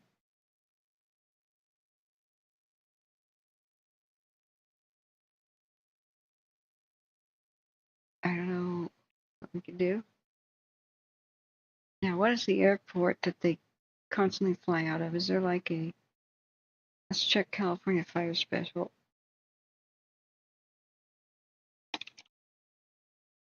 Fire Special 100. Not active, really. All right.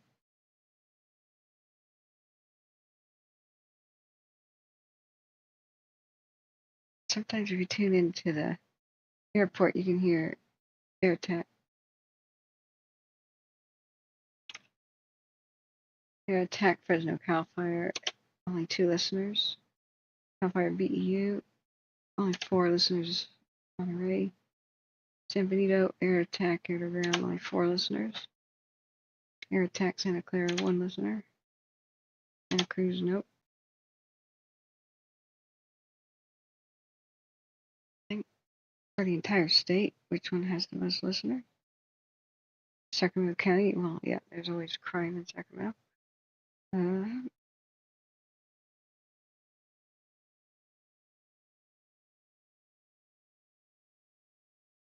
Ventura County Fire has 55 listeners, but I don't know if there's anything really happening there. 25 listeners, Yuba County Sheriff, Wheatland Public Safety.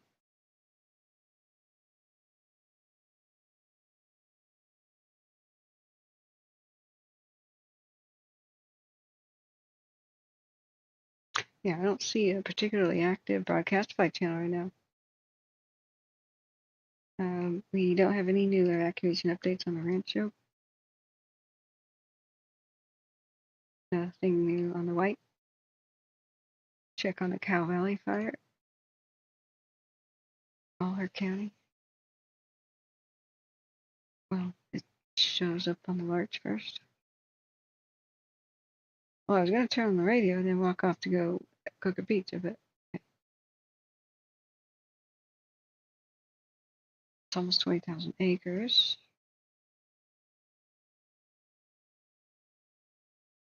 Yeah, level 2 gets set. The Lone Rock Fire, which Lone Rock, Oregon is one of the most remote places you could ever go. People write songs about it being so remote. So I'm sure all 5 people who live there or whatever. I'm kidding. 15, 25 people who live there. They're quite aware of the fire on their doorstep, and the smaller communities are easiest to defend. So prayers sent for them.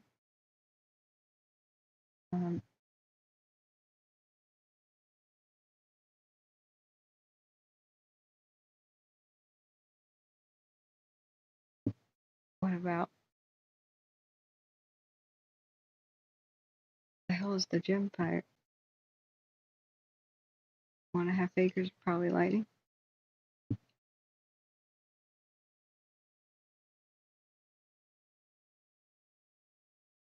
Almost 150. What? What the hell?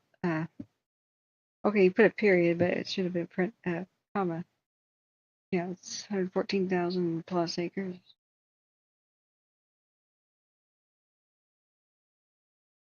Let's check their sheriff's office.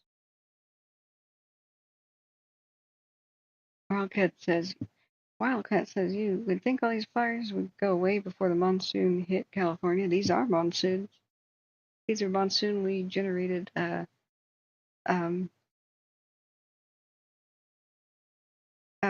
thunderstorms. I don't know what the word even means anymore.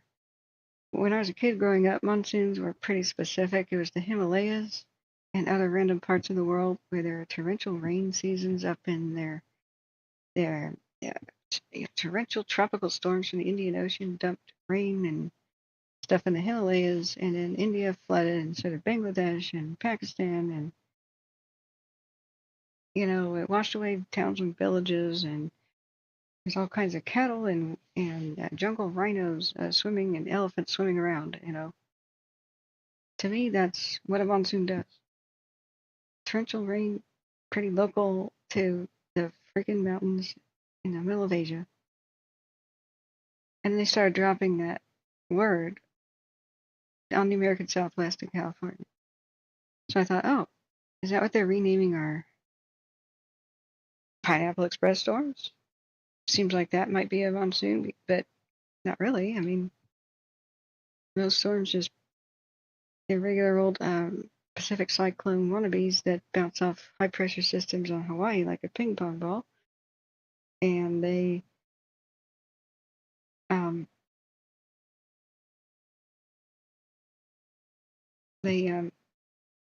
see, Fresh Oregon State Fire Marshal, and they just dump, rivers amounts of rain out of the sky, and so they call them atmospheric rivers, which I hate that. I like the Pineapple Express. It's Pineapple State, you know, Hawaii. And these storms come back to back to back like a train, so it's called express train. Whatever. But if that's not monsoon, now they're talking about just crap like that happens in like Arizona, New Mexico, and down there by Vegas and Southern California. The dry lightning storms. That's nothing to do with a freaking monsoon. I don't know what the hell they're talking about. Not in the way, not in the context of how they used to frame it for like Asia. And storms that would wipe away entire cities and kill like 3,000 people in a day. You know, I think it's an insult to call these little dry lightning storms that we have the same thing, monsoonal, as that is like the worst thing that can happen to Asia.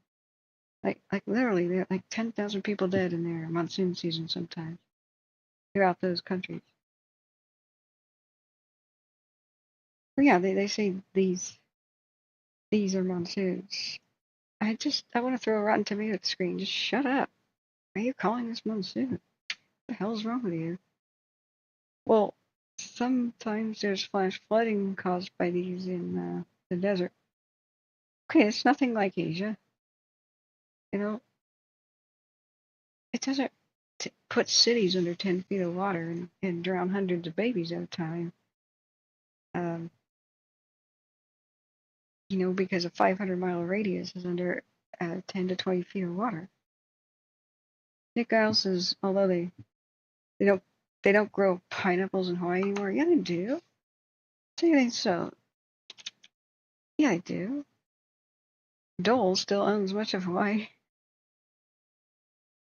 I'm sure. I have pineapple tidbits. I'm gonna go look. I bet you it's gonna say product of Hawaii on that can. And I'm gonna put it on my. I'm gonna put it right now on pizza if I have one in the freezer. Hope I do. I don't know what I do. If I don't now, I'm gonna cry. I want a pizza. And I've only had half of a bagel today with butter. It's time to eat.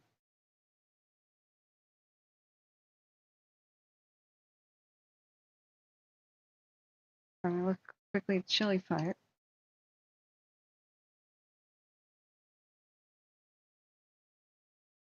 There's a Shelly Fire. There. Okay, some of the smoke is settling down over it. At least a little bit. Quite active, quite vigorous though. Nick says when I lived on Maui, you lived on Maui, you lucky dog, I think. When I lived on Maui, they let them rot in the ground and stuffed it entirely. Okay, Hawaii's more than one island.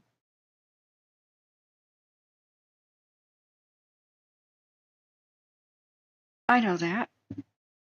You can't trick me.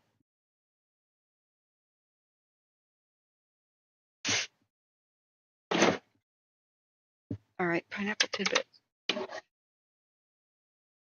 Product of what?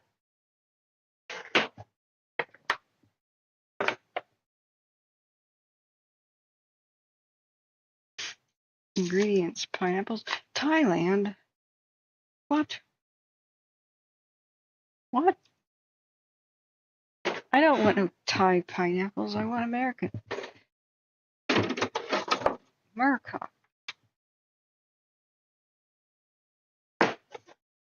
I have a pizza. I have a pizza. All right.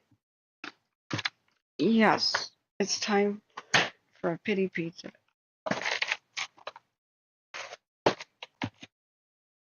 Oh boy, that's preheat. Hopefully the thing.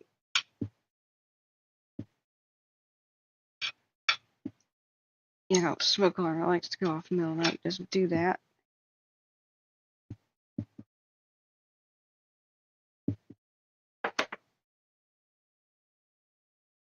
And you know, we can watch fires all night, but then that means I can't really wake up tomorrow. So I'm just gonna have a Pepsi. We're not gonna throw back caffeine. We have tomorrow another day of thunderstorms. So it may even be worse for Oregon tomorrow than today. Besides, none of the mods actually responded when they said, I said, do any of you want to do the night shift? So you guys have to have your strength too. And unless there's like towns being evacuated in the middle of the night, it's like already happened. Who is here to even watch with it? You know? Even the people that they're probably asleep. More important to be awake tomorrow, strong and healthy. Healthy.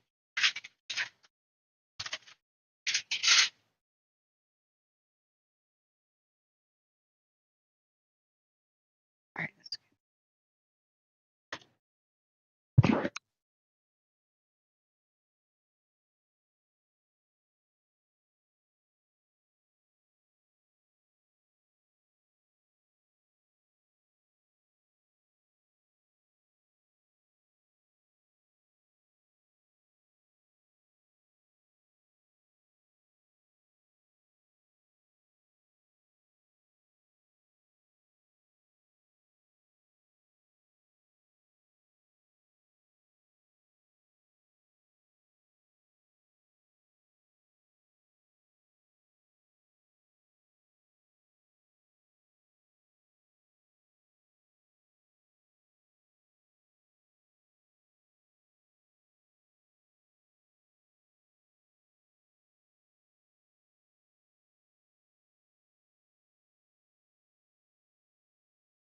All right, I made kitchen noises, so I muted that. Just bear with me here. Preheat to 400 now. We're gonna do 375.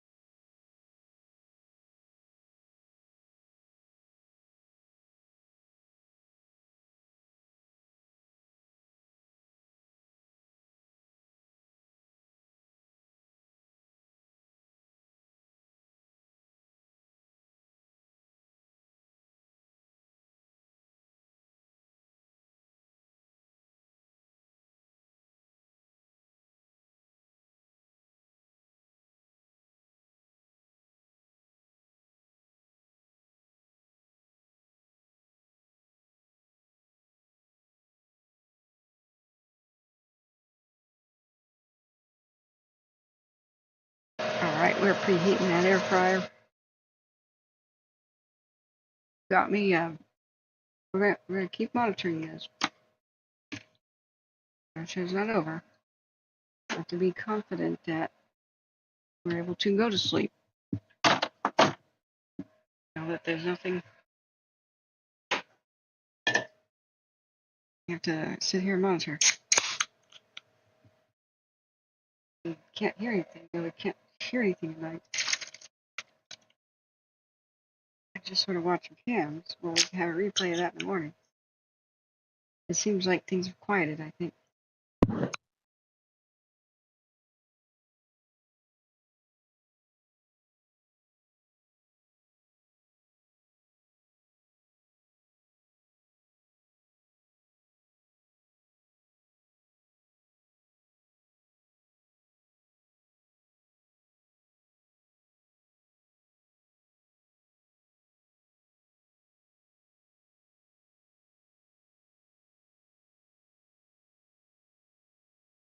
Okay.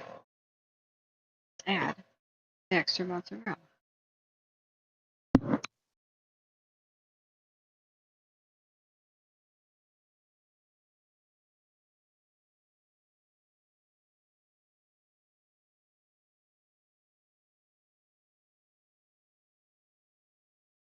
Guys, health and safety question.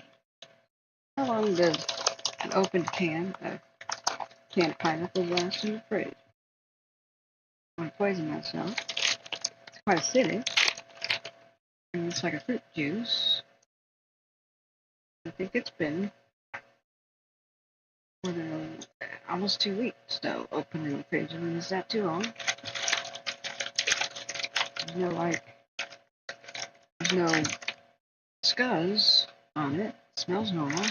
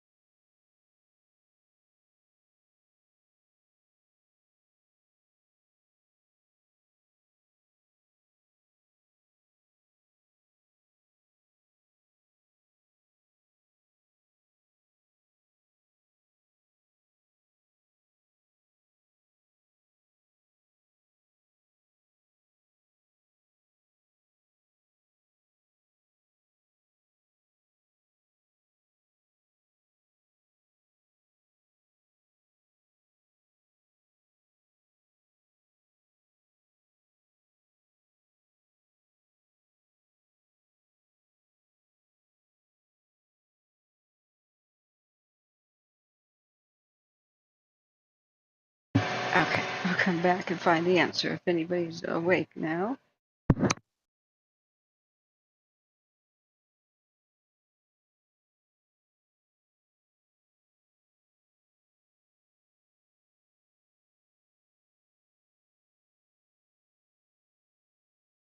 want to open a window because I don't want to.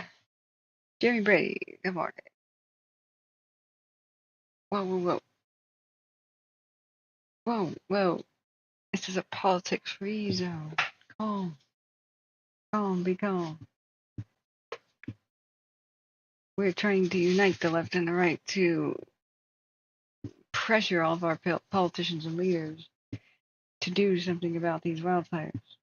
So when we introduce political matters, it becomes a wedge of division.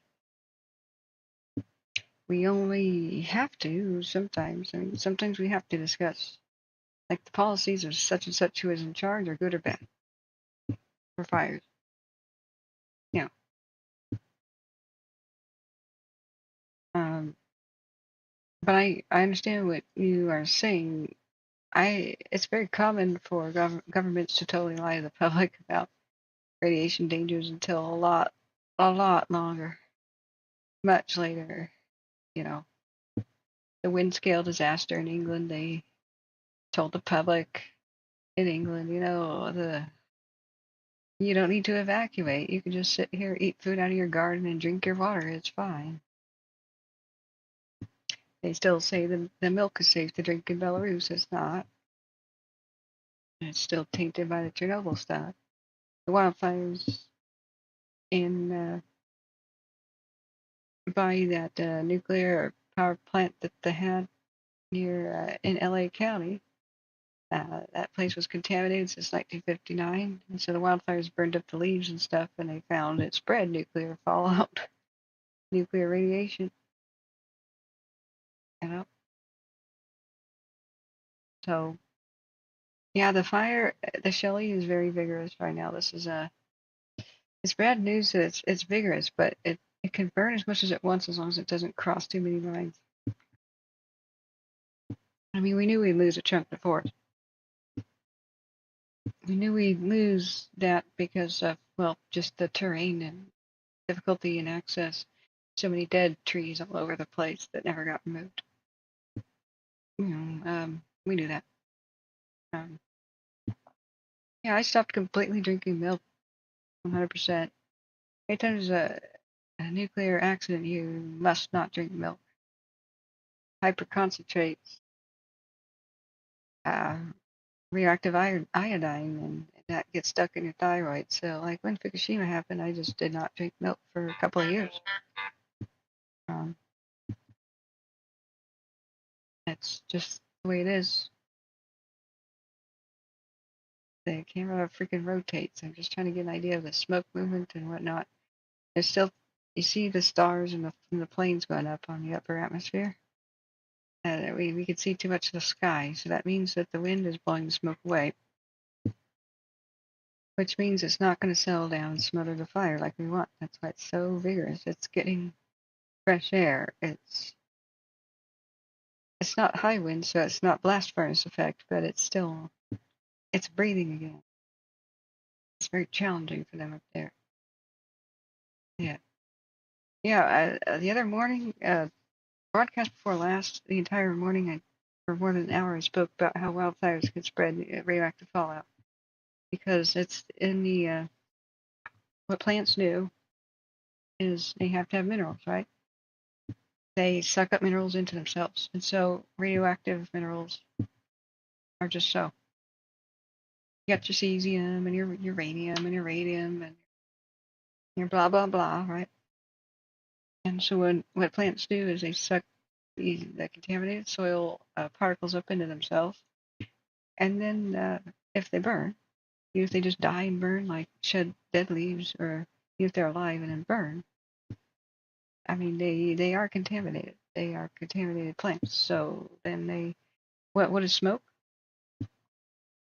Smoke is a product of incomplete combustion, so it's unburned material. So it's stuff like minerals and things that really don't burn from plants.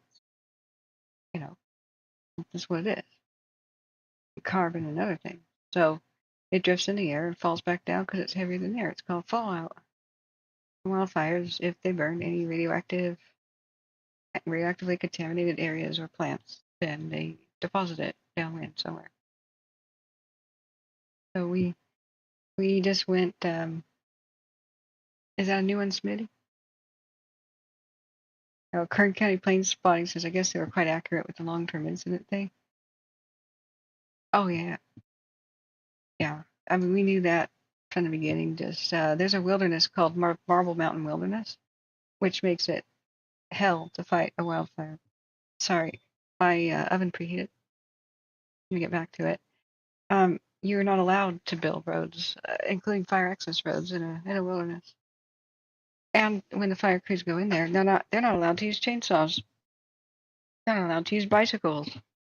They're not allowed to use motorized vehicles of any kind. They can't be bussed in. They can't be driven in. They can't ride motorbikes in.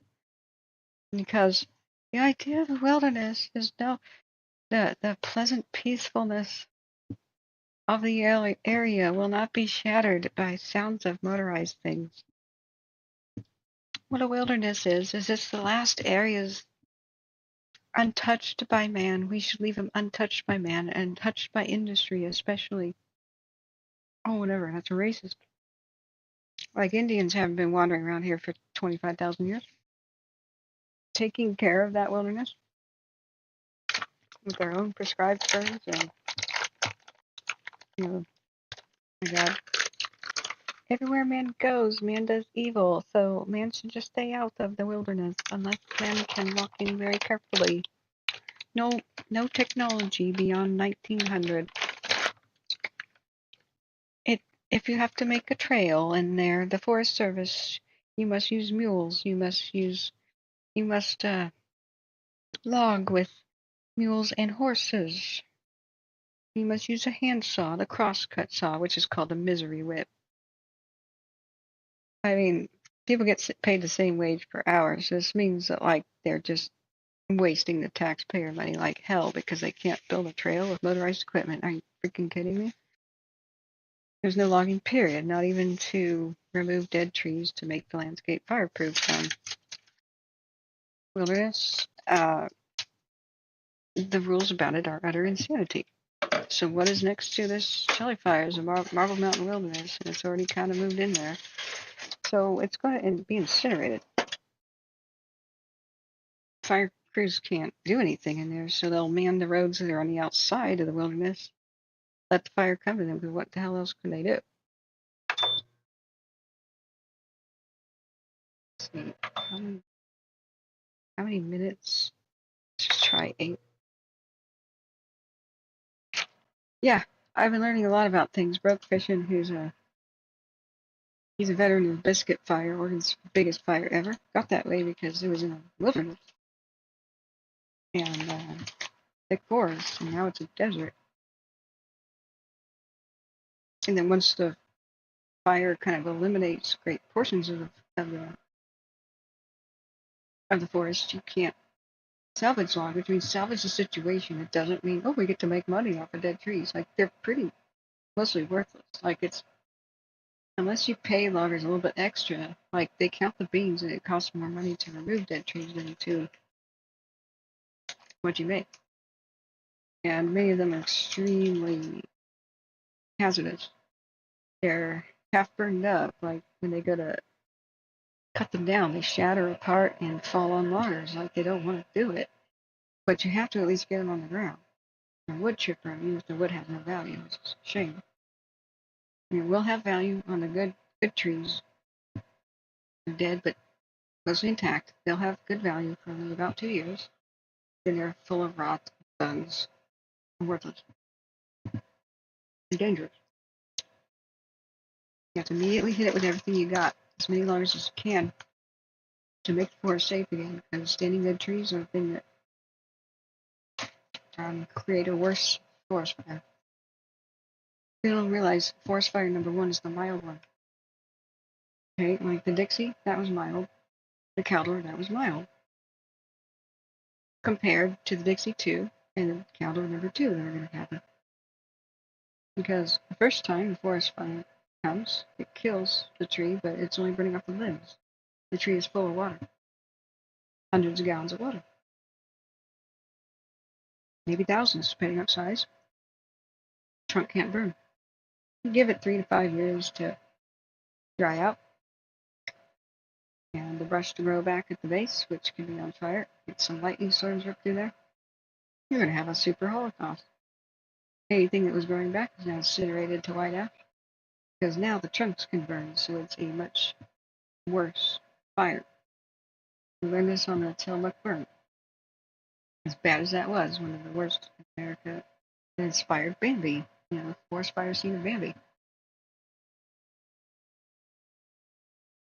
3 years later, there was a worse one in the same spot. And 3 years later, there was another one that was even worse in the same spot. New trees that managed to survive just didn't, because the dead ones next to them burned with insanity, like insane temperatures. Unimaginable. And the Tillamook forest did not grow back, even though they kind of stopped it right around 1938 to 40. By 1965, they're like, we gotta do something. It's a land of blackened stumps and nothing's growing back. Why is it not growing back? Oh, all the seeds were turned into ash. So I had to dump millions, actually billions of pine cones and other kinds of seeds out of airplanes, year after year after year, to get anything to grow back. And then they had to do a lot of manual replanting too. So Tillamook Forest now looks finally a little bit like it used to, like now. When I drive out there, I still see the ruins of mills and towns, and blackened stumps are everywhere. Still, the signs of the damage are everywhere. And they're huge blackened stumps. It's really sad. They were mostly all just still alive. They had to just be cut down while dead.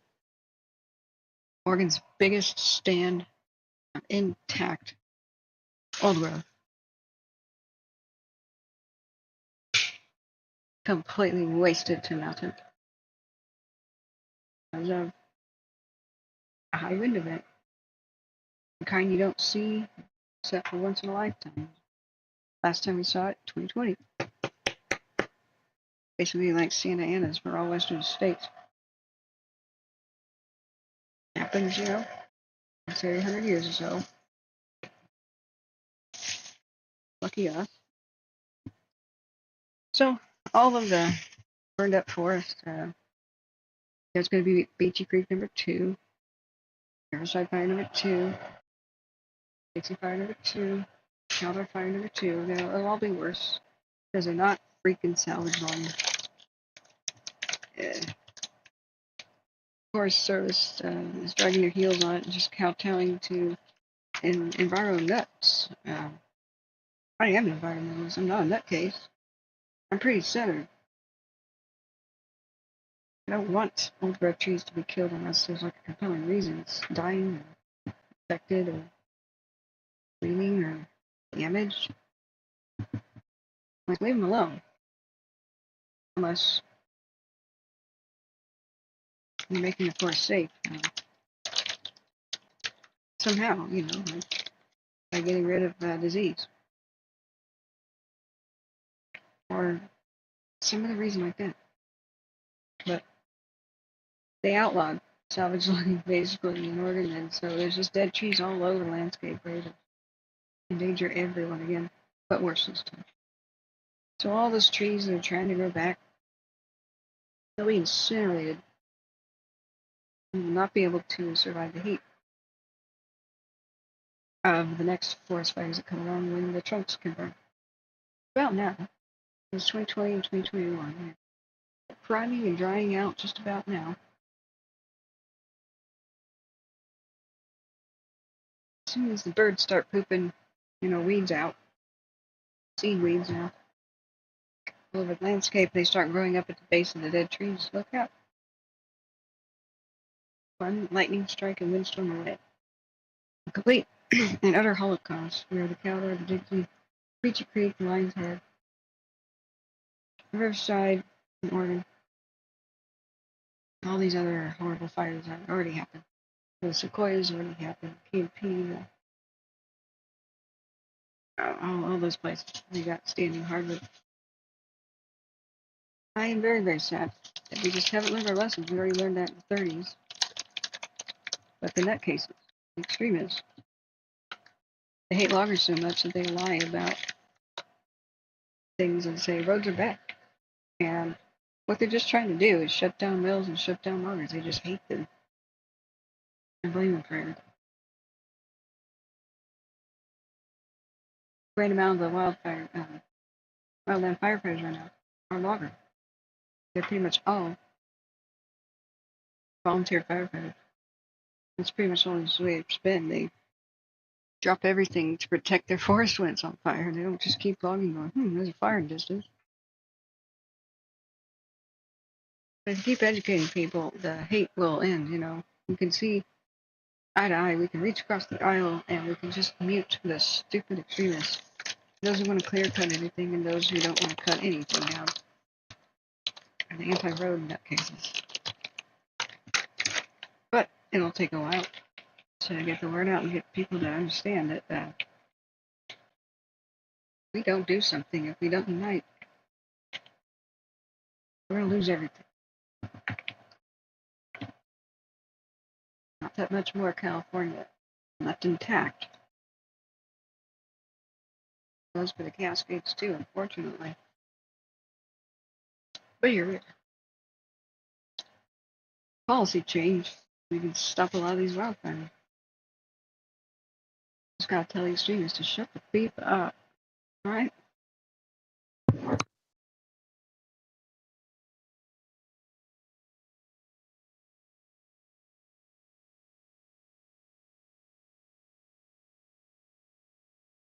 At least with a blank slate, we can fix some things. We can replant diversity.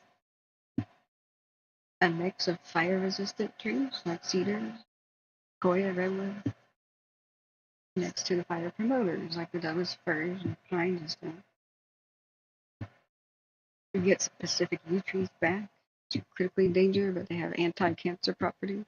Scientists are studying them. I'm very lucky. There's a Pacific yew that's growing up on the hill. It was looking, I'd never seen something like that before. A very interesting looking tree. So I use one of these plant identifier apps. Like, no way. That's a Pacific U? No way. I love whoever planted this in the park. It's probably before I was born, but I love this person. Okay, sorry, I'm watching my pizza bake. I don't want to cook it. I'll be back in a minute. Oh, it's overcooked.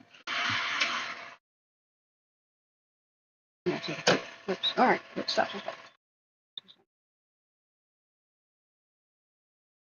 Why is it browning, but all the cheese is melted? Okay, I don't care. That's fine. I'm a terrible cook, but hey.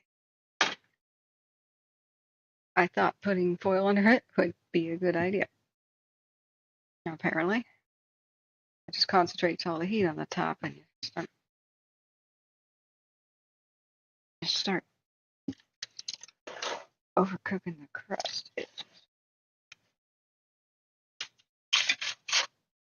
Okay, friends, be right back.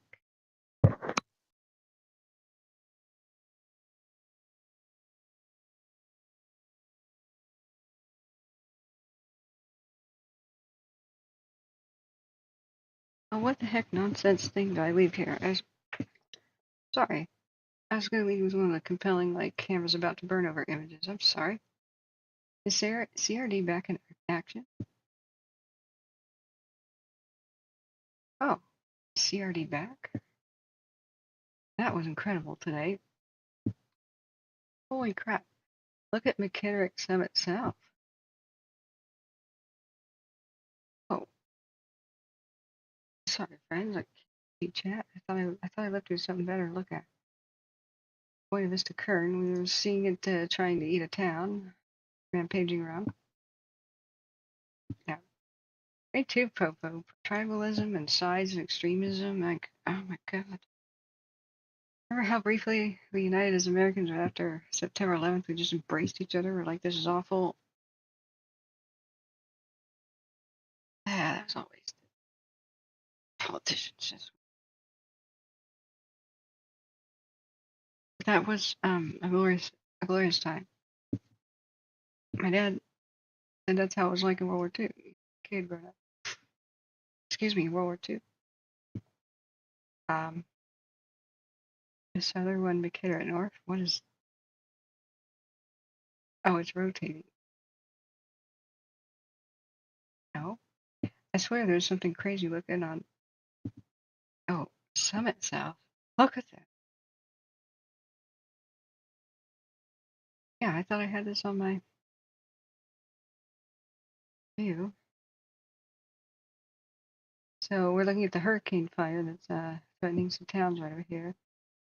Fellows and the Midway area south of McKitterick and north of Taft, like far western Kern County. But yeah, I'm also sick of downer talk and like doom stuff.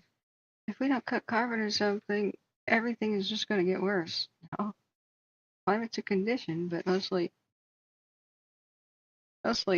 it's these big town and forest erasing fires are being caused by power companies.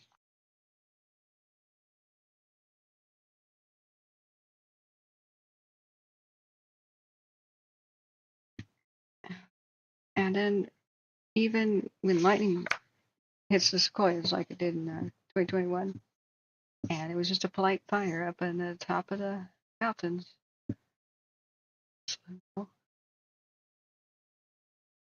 They only had 17 firefighters there to try to fight it and put it out when it's really super small. Look at that. Because most of the firefighters in the country were up north fighting the Dixie Fire that PG&E started. Okay, that's nuts. I'm gonna go get the pizza. Be right back, friends.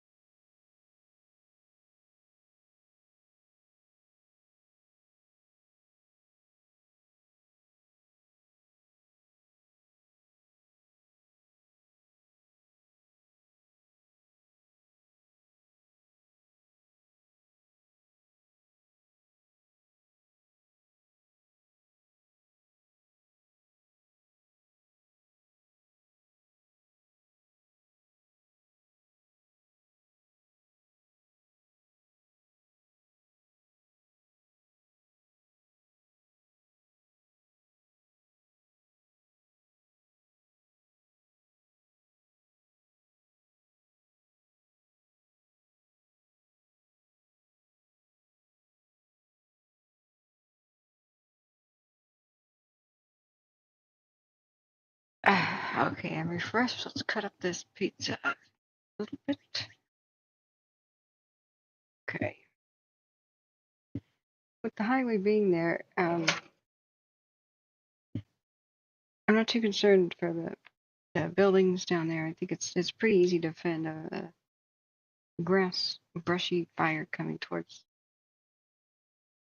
homes and backyards, as long as it's, not tall stuff. Still, spray it down from the highway, right? I'm sure they've had quite a response. California's been all right. Everybody, on overtime, ready to come in a moment's notice. Oops, sorry, that was loud. Ready to come in a moment's notice. Extra crews being paid to be on call. Blah blah blah. What happens with red flags? They forecasted this. They forecasted this. Not forecasted.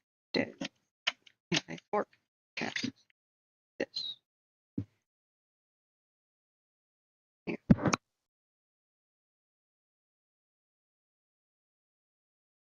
Yeah. Proper English.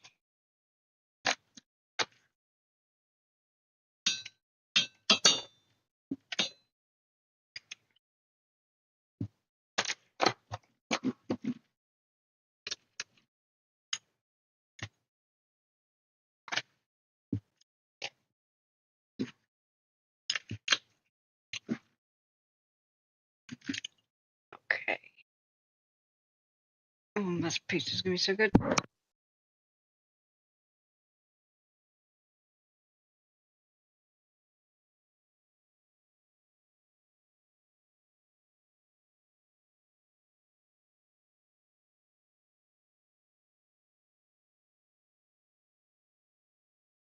Oh boy, oh boy, oh boy. We're ready for the pizza.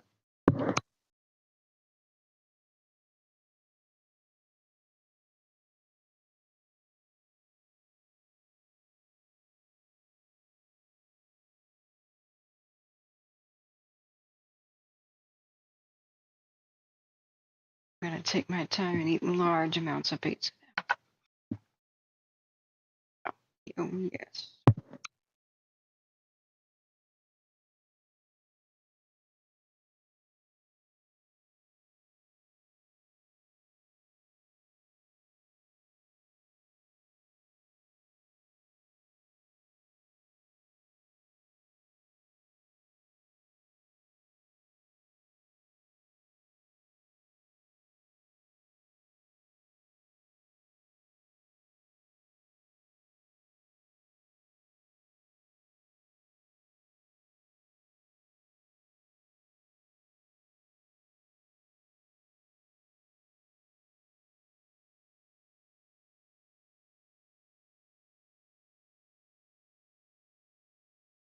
Ah, I'm back.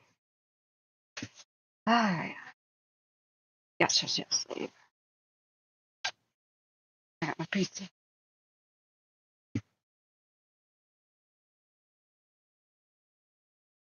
What am I doing? I'm saving lives, guys. So I sit here. And we get the early evacuation notices out to several communities. We have a firefighter come in here from the Shelly fire, thanking us for what we do, thanking us for getting a lot of information out to the public and educating them about things, such as why they actually need to evacuate, what kind of danger they're in. You can rewind. I am using the bathroom and getting food because I skipped all my meals today. I had one half of a bagel as soon as I woke up, and then I've been live for 9 hours without food because there was no time to take a break.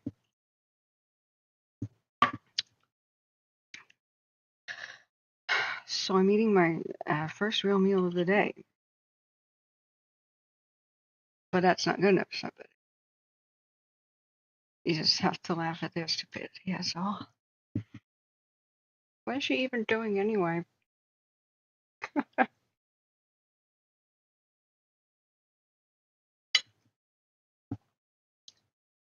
You know, just in my free time here, instead of spending it with my family and stuff, looking up battle maps and explaining to people how Etna can and will be defended as best as they can tonight. We're tracking that. I'm just doing that instead of sleeping in general.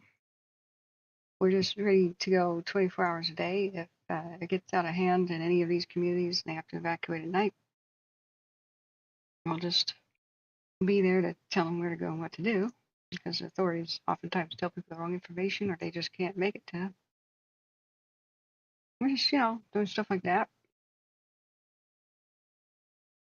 What a trashy show, man.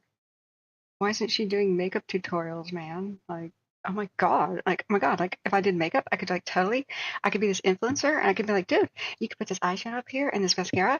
Oh my god, this one is waterproof, but it has PFAS, I hear. Oh my god, you just can't do that. That is like so toxic, guys. And I could be a totally like millionaire if I sold makeup products and did stupid, ridiculous things that are like crappy and don't matter in the world. But instead,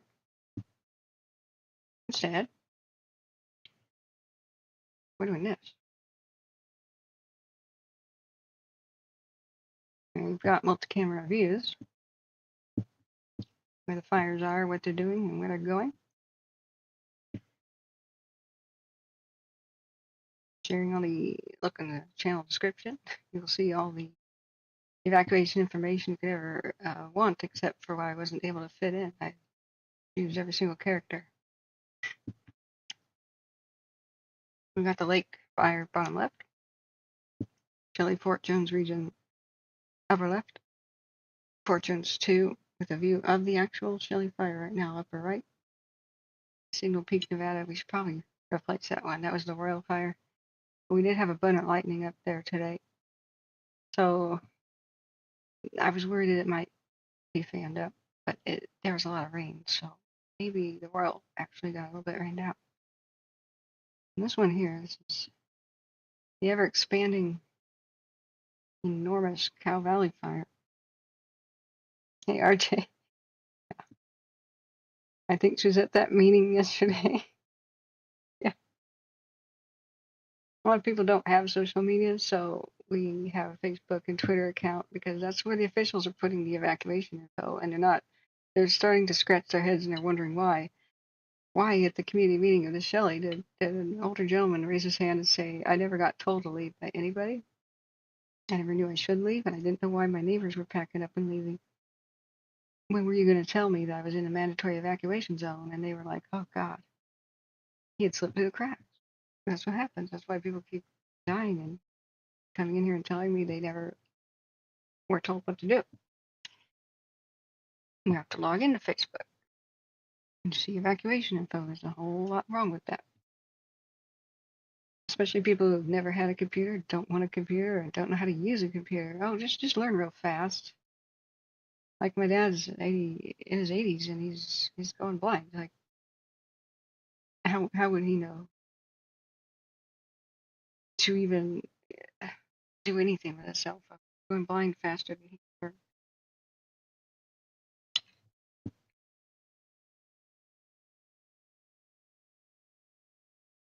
Thank you, RJ. I know. Oh my God, I'm daring to eat. Holy crap, I dare to sleep. Oh, man. Yeah, that was funny, Big Al. The lady in the back of the Shelly meeting. It doesn't appear that anybody's trying to put this fire out. It just doesn't look like they're doing anything. I know the types that come in here and harass me all the time. Yeah. Holy crap. Every streamer in the world, like every game streamer, makes a lot more than we do. But if I'm actually doing hero helping work, then I should get a job. Man, have you guys ever seen Twitch TV? People are getting paid a lot more than I am. play funny games and millions at a time tune in. It's really sad that that's what's promoted by these companies, YouTube and Amazon and Twitch. They don't even try to connect people with, they don't even have a category of public good and public service stuff. Yeah, RJ says I don't do Facebook or any social media sites. That's where you get all your info. Like, this is the Oregon State Fire Marshal's Twitter. And so this is the only place you can get info on it. Period. Santa Barbara County's Office of Emergency Services didn't even link to the Twitter of their public information officer for Santa Barbara County Fire. We didn't even know the first couple of days of the lake fire that existed, but he was posting all these pictures from the scene showing where the lake fire was and what it was doing. Like, seriously? Well, I've got a million tabs open at any given time. I should probably show you guys now. Usually hidden because it takes up a lot of screen real estate. But I've got Santa Barbara right here. I got their actually it's San Bernardino, in case San Bernardino has a problem again. That was from last time. So the lake fire, I've got the different cams on the lake fire right here. The lake fire's watch duty and all those things right there. Got the lake fire here and tracking it with the satellites and the heat maps, which are down right now for some reason. They were having an issue. Here's other lake fire covering the Twitter. Oh, here it is. We were live, right? So this is a great example of why we have to do what we do. That night when the sundowner winds happened, and the fire was a 7-mile long wall of flame that poured over the mountain. Good, a very small fire was contained just now. When the fire poured over the hills, nobody told the people of Midland School what to do. So here's the principal's note letter to the parents and the students, presumably.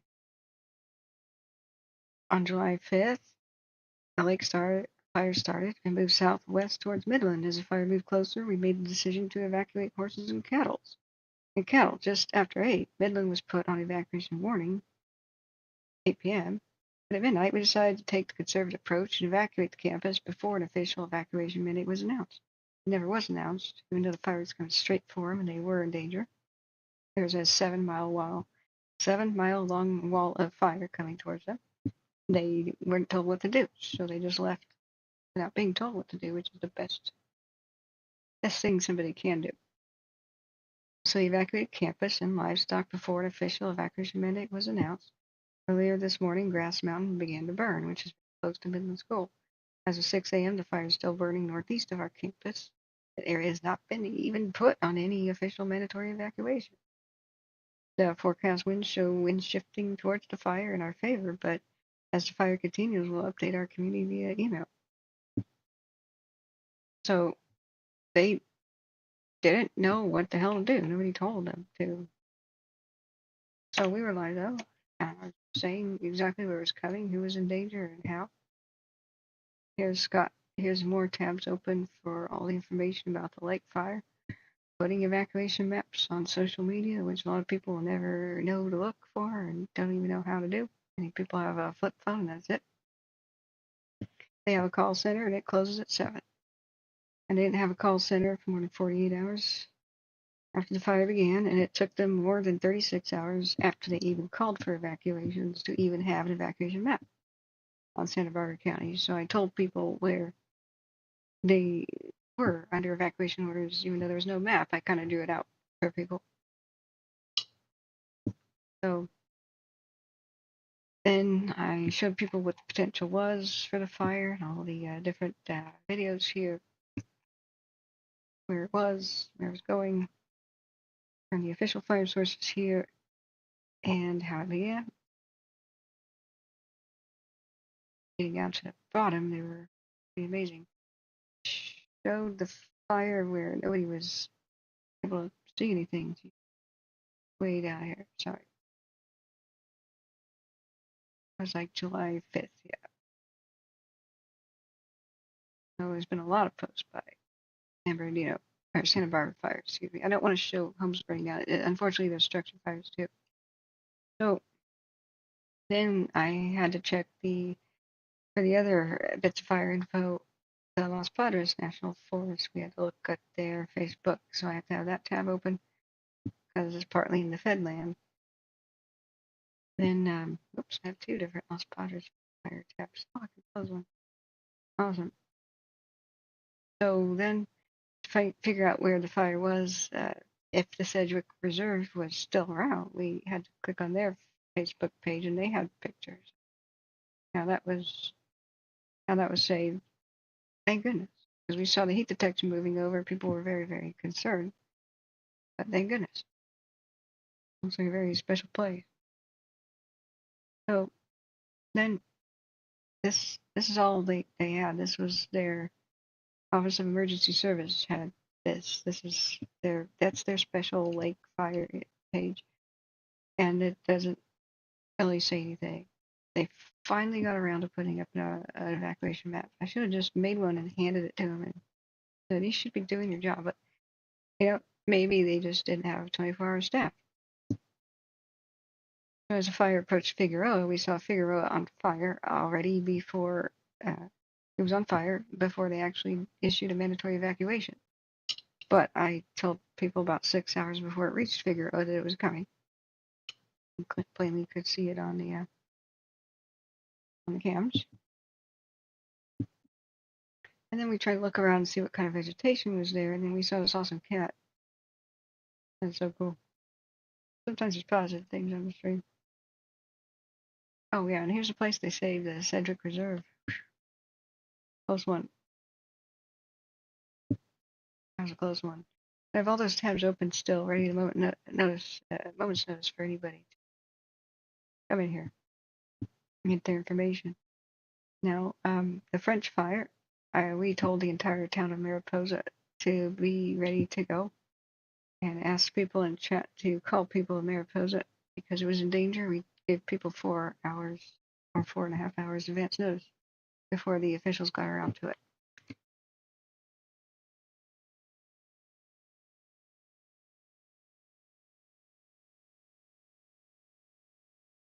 What the hell's she doing anyway?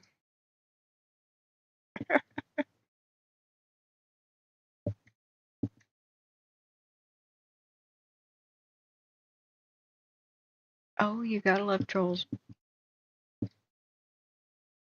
Here's a link of the fires that are threatening towns right now with my own custom camera tile set.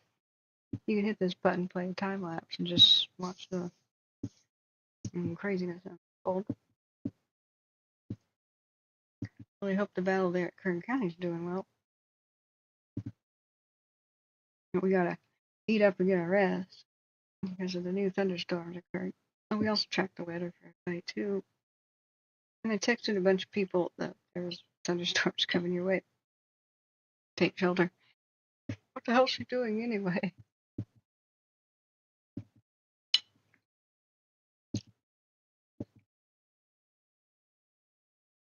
But it's pretty cool. I appreciate the sacrifice that the trolls and the haters and the weirdos do. They're sacrificing their own esteem. Like nobody respects them anymore when they say stuff like this. Like when they harass firefighters or us trying to help them. Nobody respects them anymore. But when I explain actually what I'm doing, people respect us more. So I have to thank the trolls. Your sacrifice is appreciated. Making yourself look bad to make us look good is. I appreciate that so much, more than you could ever know. What else are we gonna do? People come in and say like stuff like that. But hey, it's another viewer. It's another click. Even the trolls are helping. Trolls, please tell your friends. Please tell your friends to come in here too. help spread the word. Oh my God. So this time lapse though is absolutely astounding. I'm so glad the mobile camera is back. Yes, it was just looking away. Maybe they repositioned the truck, but this is some of the craziest stuff we've seen, especially with the helicopters going by these power lines. We have to appreciate our heroes by seeing how they fight the fires, you know. No, Angela, you're incredible. I can't do this alone. You've been so super helpful.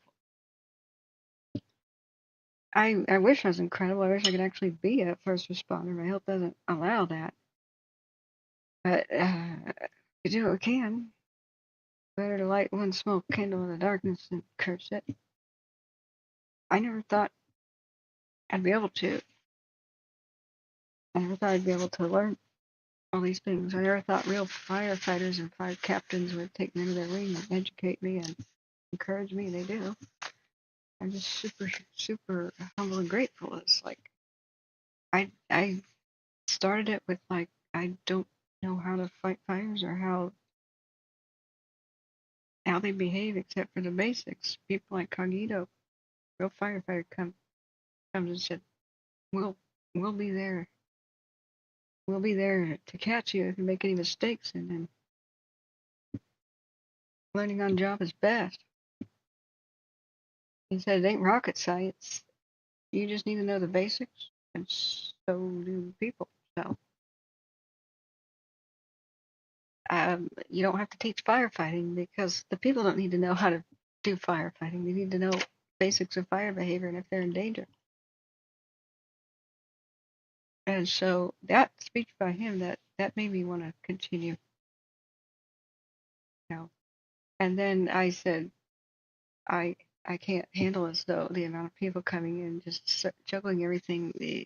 I can't do all these windows, and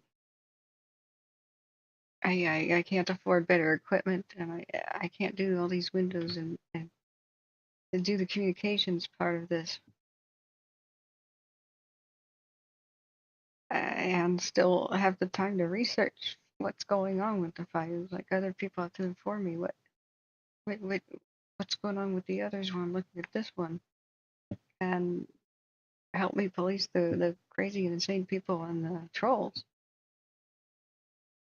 And those that come in here and want to yell about space lasers or their politics or their political views. And that's when other people showed up and said, we'll help you. And then when I said, I can't be awake for like 3 days straight, there's 3 days straight of emergencies, what do I do? And more volunteers came in and said, we'll help you. I'm still blown away. I'm still blown away. This is stressful. I hate this. I hate looking at this. I hate the sounds of the radio. I hate not being able to help. I can just watch. I can't help. But somebody's got to do it. Or more people like my friend are going to die. And just knowing that we do help is how we go on. A little pats on the head, a little encouragement. That's all that matters.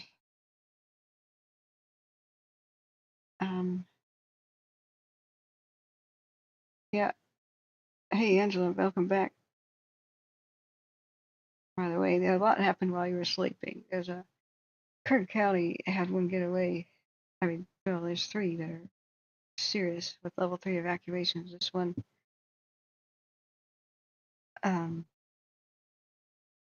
is the one that's, and by the way, good night, Chris. This one's the one we're trying to monitor the most, but we don't have a lot of info on it. But multiple cameras are just showing huge clouds here. And it's mostly just sagey and grassy stuff. But it is over by the oil derricks and whatnot. But I'm sure if those things were exploding, we'd hear about that by now. We could check social media. You know, if the oil companies lose some of their oil equipment to not trimming the grass back, it's their fault. You know, I don't think firefighters will risk their lives walking up to save oil derrick. But the this crazy time lapse of it rolling down the mountain towards the Metolius area here, Midland area. It's just thunderstorms started to form over it. It's probably lightning in the first place, but it got well out of hand, and you can see now the fire's split on each side of the mountain, and it's racing along each direction where it was pushed down off the mountain. So, like I thought, you know, they'll just try to catch it down at the highway and protect people's backyards, but it will race on either side of the mountain because there's no good roads to catch it, and besides, it doesn't matter. Up there, there's a trail and some grass, as far as I could tell. I mean, it would suck if the cameras burned over, but if they're high enough, they won't. They won't, you know, die. I mean, you need to check about where the heat detection is going. Sure, that's not frozen.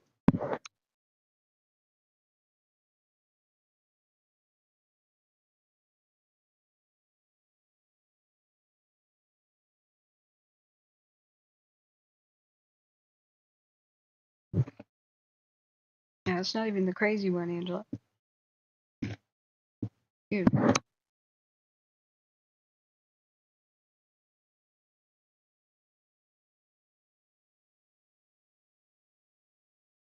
So we got multiple views. So McCarrick, Summit North, I think it was at the time. Sorry, how it says that. No, not north. North is a rotation. McCarrick Summit South is the one that could possibly be burned over. When it came up over the hill and still in color mode, you go to 6 hours to show that. See the monsoonal thunderstorm still going by at this point. You can see that lightning has struck something. You can see fire in the horizon, maybe in multiple spots. It's hard to tell, but it really went nuts over here. And then just before it flips into infrared, we saw it just coming up over like that. And all of a sudden, at this point, just about when it started to run left and right,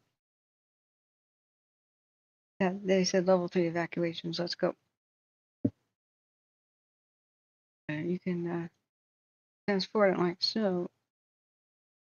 That's what it currently looks like, is that red glow and stuff on the hills. It'd be amazing if somebody's there covering it so we can see. I'm worried for that little radio tower, but if it's got defensible space, it's going to be fine.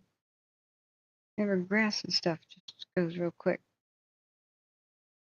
The oak trees will have their limbs burn off and stuff, but mostly will survive. So you saw several lightning strikes cause fires, Angela? Is that what you were saying? Or you saw a lot of lightning strikes? I got pretty worried for you out there. Tried to give you a heads up, like, look at this. Look at the storms coming by your way. Look out. But this is our current view. So the winds, even though they're saying the winds are like light and variable, we know that's a bunch of horse crap. Looking at the cams, because thunderstorms are continuously trying to start right over that spot. Let's check out.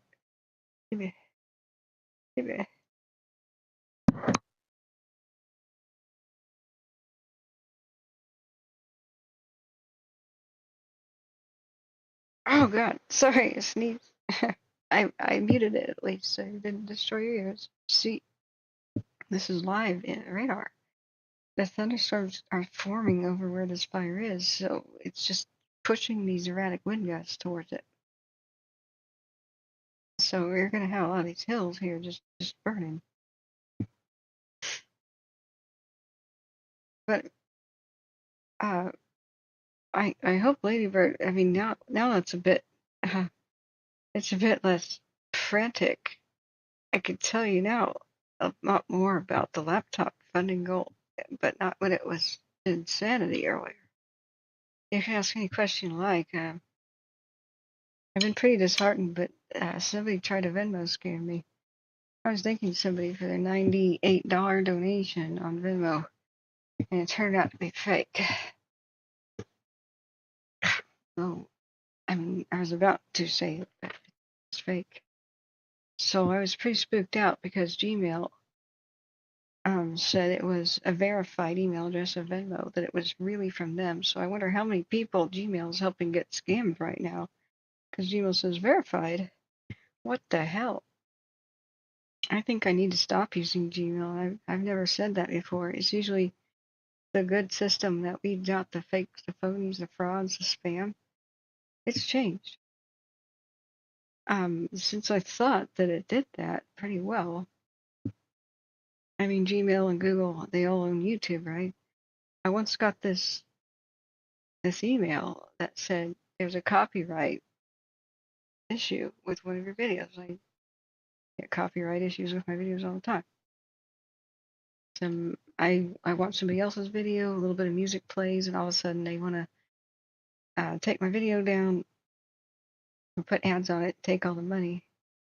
And so I have to dispute and say, look, that was 5 seconds of a video or a song.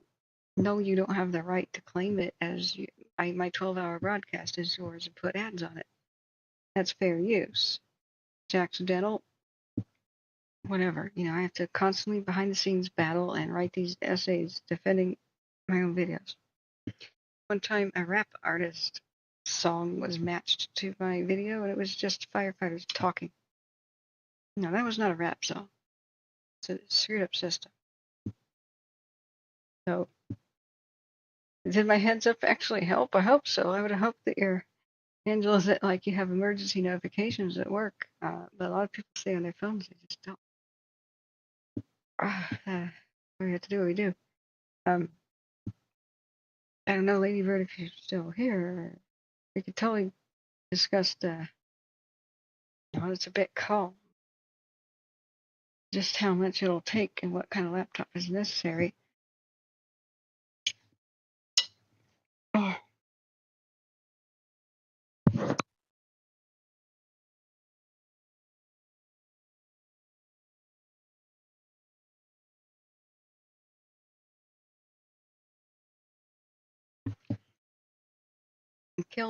It kills me reading stuff like influencers, people who just try on makeup and stuff and suggest products. This one chick, look, more power to her. I'm not like jealous, I'm just depressed. Unfortunately, she was a young lady and she said, look, I've now made enough money doing my, I don't know where she was streaming, to buy a house. I just put a down payment on the house. Everybody came out of the woodwork to attack her. Get a real job. Does anybody go out to football players who make millions and tell them to get a real job? Like, people attack who they think they can hurt. Women and young ladies.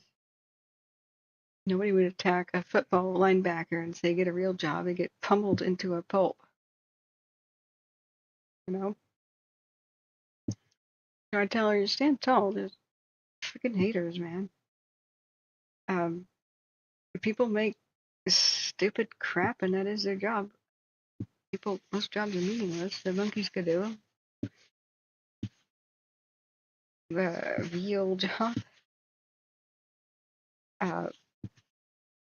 I mean, think of all the crappy B movies out there, just schlock, like horror movies. Should you get a real job or be a horror movie director? It's odd what people think they should attack. If she's entertaining people, shut the beep up. It's called the entertainment biz. Get over it. People make money in the entertainment biz. But entertainment pays a lot better. Volunteering, unfortunately, but that's it. I made my choice. I don't regret it. I just hope it becomes sustainable enough to keep going, because last year I didn't break even. And when you buy, when you sink like $5,000 into video and audio gear and don't make that back, dang, you know, what do? Pawn it? But then you can't improve the quality, and then if you can't improve the quality, you can't grow, and it's a catch-22. So I'm just hoping that we can keep doing this. Tornado guys, people who are saving lives, forecasting tornado touchdowns and whatnot. Some of them are struggling too, while some of them are like they make $20,000 a day. You just watch, and that's just super chat. 500, 300, 100, 1,000. Super chats of 1,000. Wow, dude. You can see some of them make 40 to 60 grand in a day, but it's also seasonal. It's not always tornado season, but tornadoes happen to affect multiple states at a time, and they go over cities of millions. So wildfires are just never going to pay that well, no matter how much good we're doing, no matter how much need there is. We're just never going to reach that audience, you know. And partly it is my fault, and I don't mind. I will not show people's homes burning down. I don't want people to find out that way. I'm not here to exploit a damn thing. I have principles. If I have to suffer from, fine, I don't care. But it's a struggle. We have to figure out new ways of survival financially, because donations are down like I would say about 84% from 2021. So that's why I overestimated things and went ahead and bought my with my own money some equipment, which whoops, should not have done that. I expected things to be similar to 2021 and even 2022, but now the economy's in the crapper. First thing people tighten their belts on is that kind of discretionary spending. That donation. So I think this might climb the plateau, but the wind's pushing it away from this camera.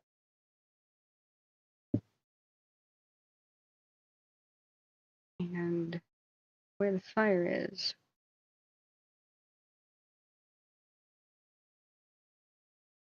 it's considerably moved west. Now, some of this might be firing ops on purpose if it's all right down there.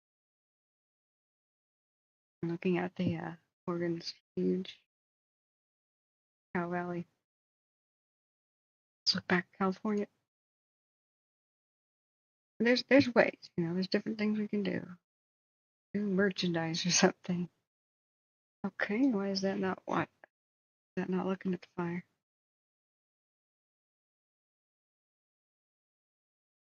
Yeah. Sorry, I have a tendency of putting my arm up here, and then you guys get bit from my watch. Don't mean to do that. Angel says, yeah, you're giving life-saving info out, but not making news of it. But, you know, we could do like a petition to YouTube and actually make a category for called public good. Like public good, you know, just in emergencies. And that would be a dangerous category for them. They would probably have to certify individually that channels actually do public good in emergency without the bull crap. Now, here's what really actually does bother me is the fearmongers make a ton of money by telling everybody their town's about to be destroyed. There's a bunch of space lasers. Are we being targeted by the government? Is this a whole bunch of Mexican illegals that are coming across the border, lighting everything on fire? What happened to Lahaina? Did this car melt? Oh, this is unusual. This is unnatural. You know, the BS. The guy, the a-hole who said that all of Oroville Dam was going to collapse. Watching his donations roll in, and His title was like Orville Dam, imminent collapse. They're not telling you the truth. It was impossible for Orville Dam to collapse during the spillway disaster. The dam is higher than the spillways. Unless water will flow uphill against gravity, it can't overtop the dam and erode it. You have a bathtub, and part of it's down here, part of it's up here. Water starts spilling out the lower part of the bathtub. It can't magically just go over the top against gravity. But my God, he was raking in money. Thank you. I'm evacuating Sacramento. Sacramento was never in danger. Millions are about to die in Sacramento. And the tidal wave will eventually hit San Francisco. That beat needed to be shut down. I hit the button, report it, I made comments like, report this a-hole, he's a fucking liar. That was never shut down by YouTube. So people like him would try to push the public good button, but I think it should be reputation based after you become trustworthy in different, set of rules. People tracking the tornadoes, the people with weather degrees and whatnot.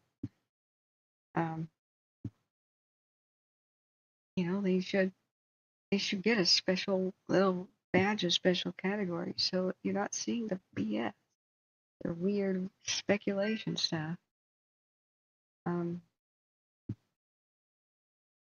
That is the one that just truly does bother me. And there are some channels out there that are really disturbing, and I report them and nothing happens. Like there's channels that just show animals getting hurt in all manners of ways. Animals have just been run over by cars, lions getting gored, and disemboweled, and the narrator says, look at all the blood. This is got to hurt. This lion cub didn't make it because the lion cub's neck got stuck in a tree, And I look it up, and the lion cub was freed later by the other lions, This lion cub strangled to death in the V-shaped hollow of the tree. Look at it struggling to breathe. Look at it dying. And I'm going, what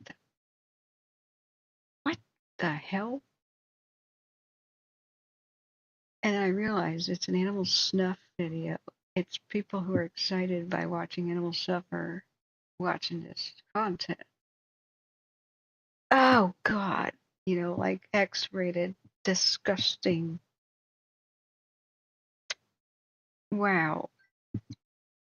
Don't look up what an animal snuff video is. It's where animals are killed in a cruel manner for people's fetish, right? After midnight, some of you can just don't look it up. So I reported it. Animal snuff channel, okay, snuffing out their lives. Like it's you can tell when the narrators are emphasizing the suffering, and it's what the entire channels are about. But they keep rolling. They keep going, making money off animal cruelty. Yes. I don't know about YouTube anymore. So I'm just on this platform because it's installed in everybody's phone. And the people who barely know how to use phones can tune in if they get a link, But it's changed, It's changed. And it seems like you can get away with anything as long as you're making them a lot of money. Like as long as you have advertisements, that's the way they make their money off of you mostly. So if I don't have advertisements, maybe I'm not being promoted.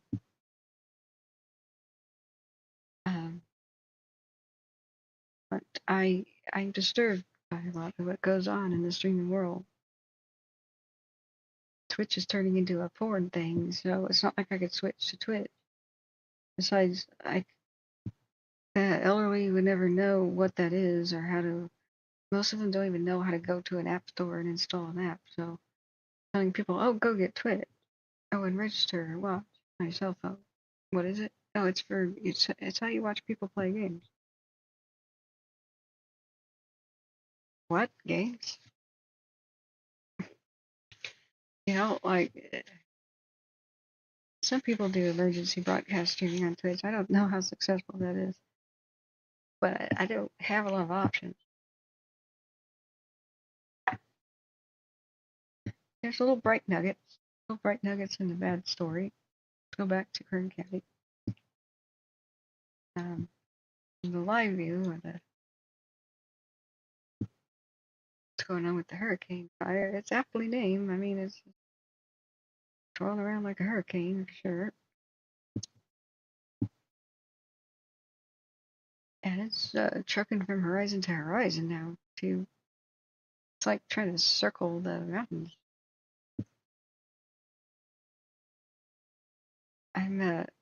I'm wondering if this Caltopo lost connection with satellites. This can't be the only satellite heat detections for the hurricane fire. That can't be possible. And the lake fire having 0. Okay, why is my phone beeping? Why is my watch beeping with messages that are right next to me on my phone too? The hell. All right. I don't see any new information on it. 3 hours. But if it's that active on the cams, why are we barely seeing any kind of whoops, I'm sorry, that is right. Kern County.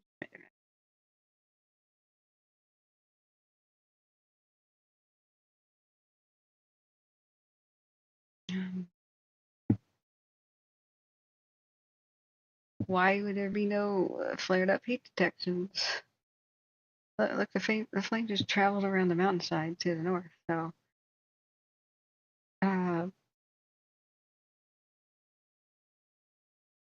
it seems to be. Look at the left side, though. Look at the left. It seems to be hung up there, or at least having trouble passing it. That may be where they have that trail or that road up into the mountains. Might be kind of stuck on it. Maybe that's where they managed to put some retardant. It could be just struggling to go that way against the wind. Oh my god. Watch, stop making error. Okay, maybe if I just set the phone down, watch will stop notifying me about looking at my phone. Okay. But the phone's screen is on. Okay, try that. Because I need to prop up my head like that. Maybe it just can't go that way very quickly because it's struggling against the wind. Doesn't it look like there's some serious wind happening? It's time to fire up old Windy. If my radar isn't going to show true wind, maybe Windy will. But I have a feeling that wind is not showing up on these weather apps because the wind gauges are all burned up here, if any exist.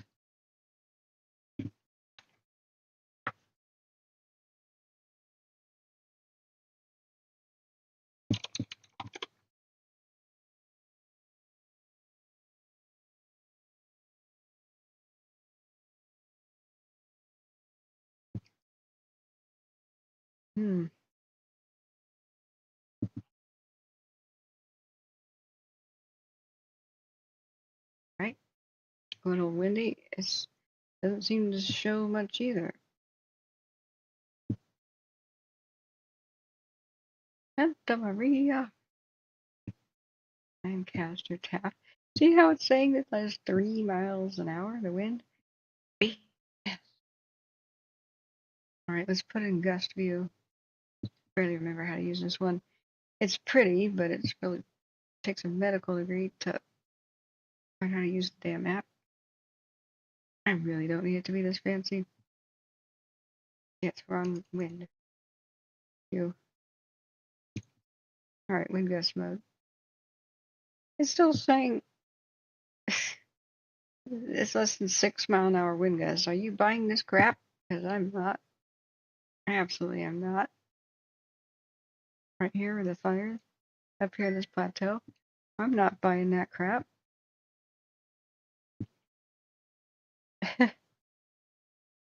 Alright, so there's supposed to be a slider where you can go surface to prevailing winds, wind accumulation, pressure, wind gusts. Right?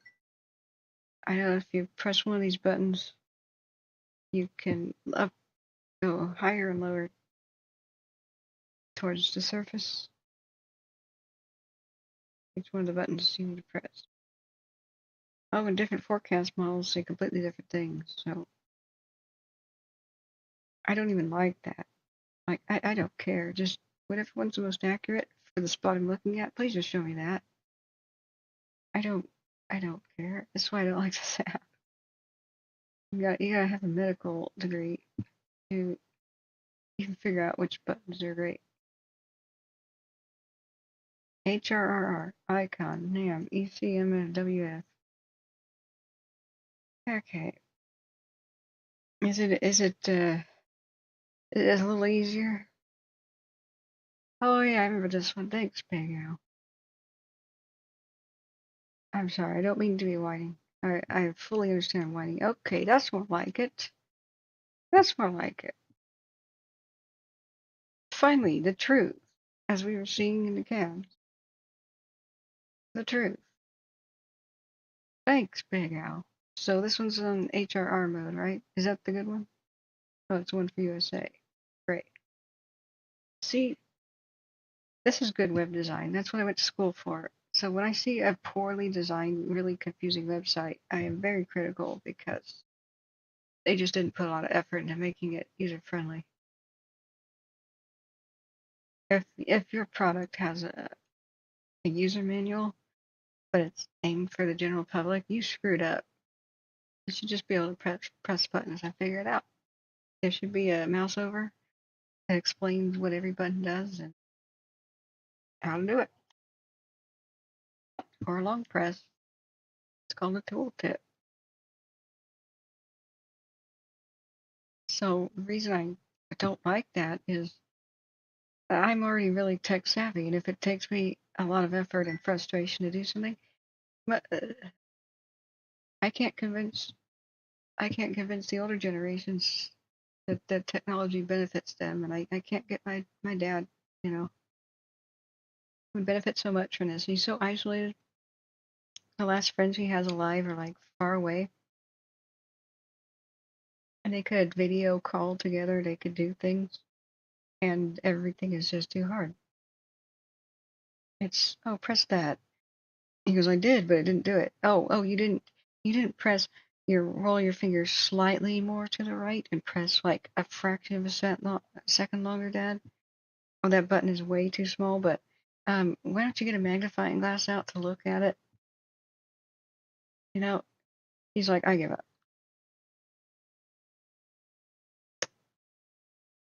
Oh,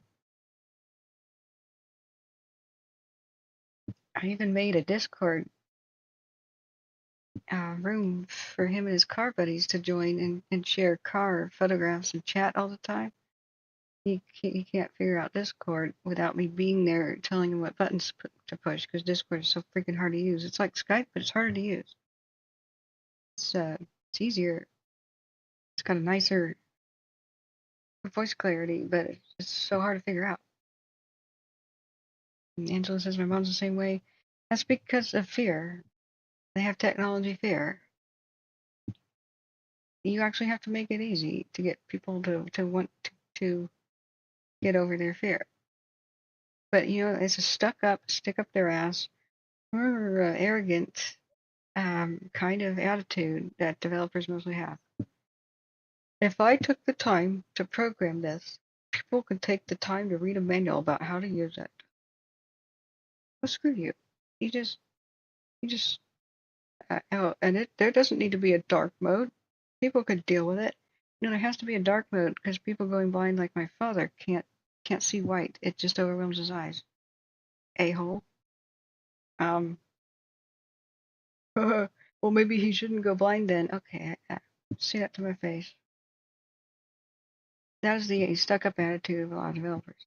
And then if you go reach above their heads to like the designer, why didn't you have a dark mode and like a, high contrast mode for the blind and with the vision impaired? Bigger font options and,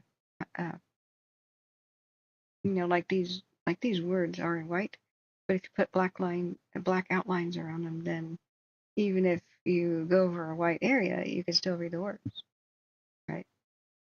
It's really simple. It's called outline. 2 buttons. Font to outline, done. Choose your color, choose your outline thickness, done. In web design, app design.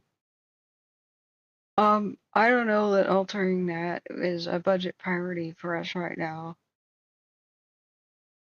So you just said screw the vision impaired. The vision impaired and the disabled are those who could benefit the most from technology. They need it the most. It's just so frustrating.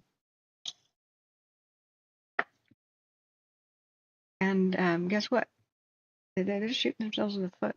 You could be making a whole lot more money because the older generations have more money than we do. They're sitting on their pensions and their train. Like my great aunt, she had a really nice paycheck her entire life because her husband worked on the railroad pensions and stuff.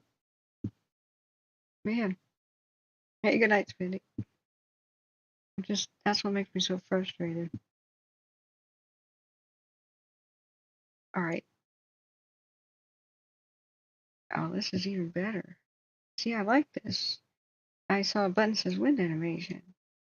You can have soft. Oh, it has different. This is deluxe.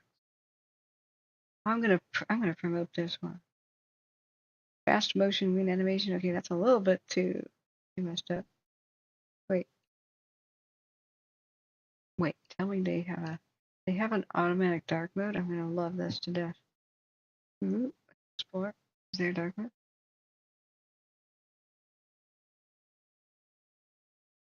Order color. Black.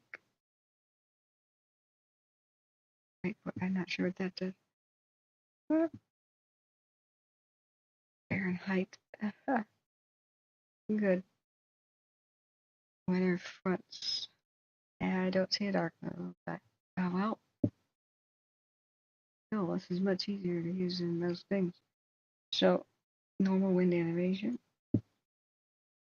Strong wind animation. Oh, let's zoom out and see how beautiful that gets. Wow.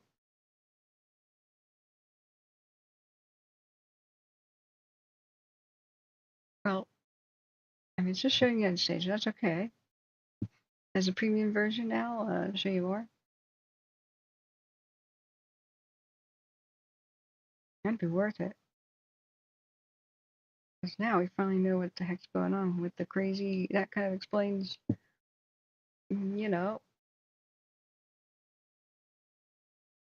that. Maybe my radar has buttons I haven't found yet, but it was showing like dead columns, and then we just knew that to be a lie. Yeah, thank you for being here, Smitty and Desi. You guys are wonderful, as usual. I want a full report on my desk tomorrow around 1:30. Okay, but that's what he does. He's like, okay, at 1:30, I'll give you a full report of the morning activity of the fires. Boom, boom, boom, it arrives. Smitty's my right-hand man. Hey, Big Al, can you give me a phone number, your phone number or a phone number? We've made it a little mod emergency, like notify me of stuff group. And I know you're responsible enough to join it and not abuse it. Like if I have to be woken up like something's happening, you know. Any one of them can call C-Probe and C-Probe will come over and alert me.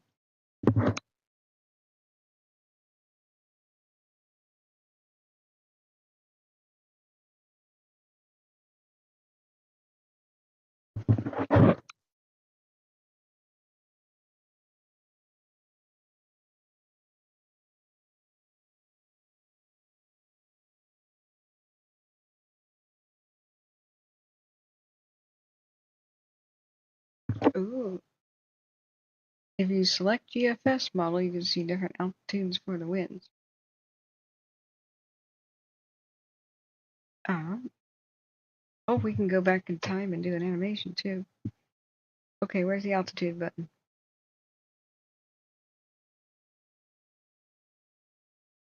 All right, now that I did that, look, tooltips. It actually explains things. Oh yeah, this is sweet. Do they have an Android? Now I know what the hell's happening. Right, so which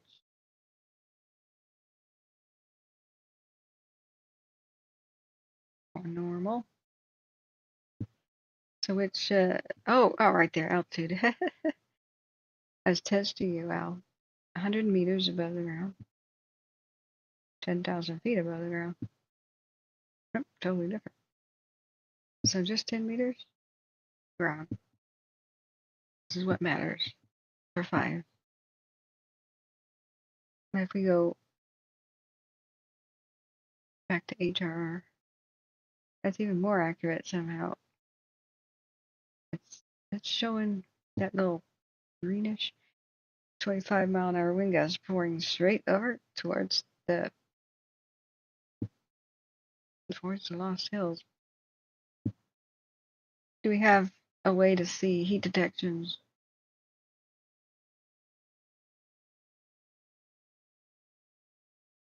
So the fire is up here in these hills. I know experience totally nuts over here.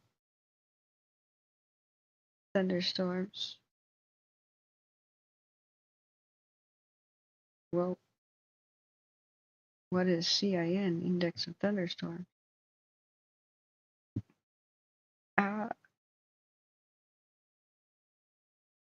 Thunderstorm index SR8. I'm just going to take a wild guess. And where there's purple, there's the formation of a lot of thunderstorms. As it was north of Lancaster today. Is it potential? Because there's a there kind of by the Shelly and Shasta too. Kind of up by Southern Bend quite a bit. And in Eastern Oregon. Where the big Cow Valley fire is at.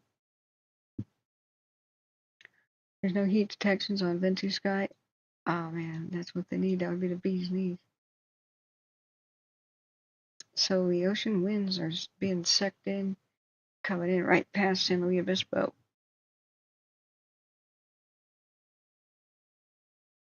Wind gusts 30-ish plus. That would be these winds pushing the fire north and around.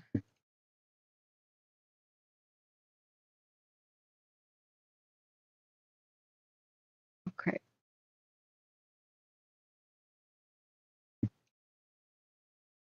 Let's look at the current condition. Do that 6-hour time lapse. See how the oil derricks are really not surrounded by weeds and stuff? I'm not concerned about them. I'm concerned about the towns. So, yeah, look at the upper level winds just rip by. That's why it's having trouble going against the wind. On the left side of the screen, it got pushed all the way around the mountainside. You can just see it went. I need to look at the elevation of terrain. Man, that fire is so far away from itself. I'm just baffled as to this should be much larger.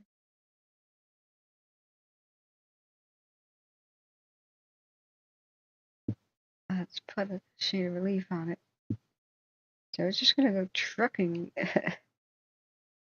trucking northwest. It's struggling to go southeast. Looks like it probably started. Well, let's look at the Shelly fire real quick.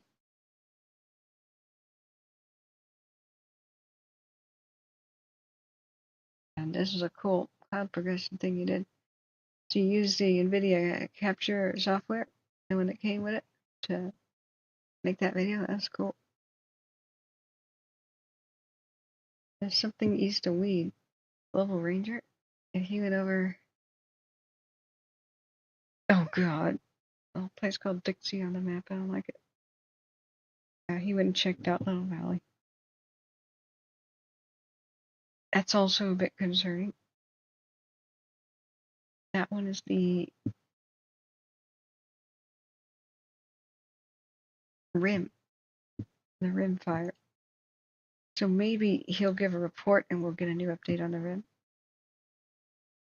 There's nighttime helicopters on the rancho. If you go back and look at the Trout fire, that's still concerning. It's away from habitations, but quite concerning. No new updates, but it was just surveyed, or at least a helicopter flew past. Going back towards Weed. Probably the Weed Airport then. I'll have to look back at the Shelly. No new news for 6 hours. That's good news. Just looks so messed up on the camera.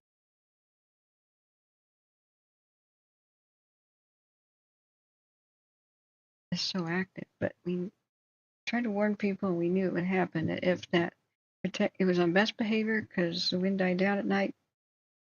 Just as it approached the valley and the towns, the sun would set, wind reversal would happen like it does at night, and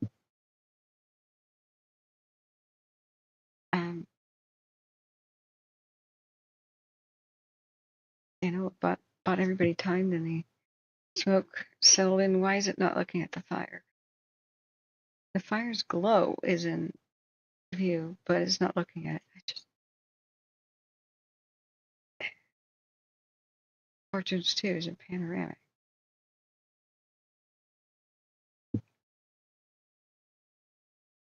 Okay.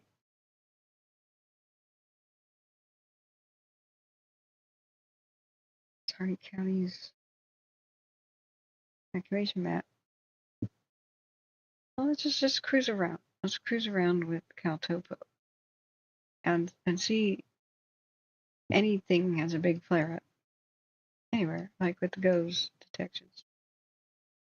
Just do GOES.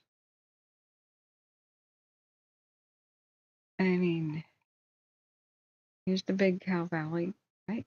Wait, that's the falls. That's the falls fire. The Cow Valley, enormous, and over there. We don't have red. I mean, it's nighttime, but we just don't have red anywhere.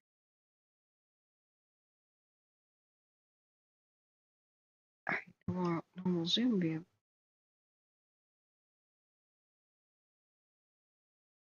I don't think GOES is broken. It's just weird. Okay, we have red. Okay, we have a lot of activity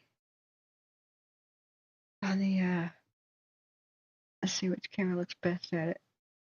Anyway, that's Fort Jones, yikes.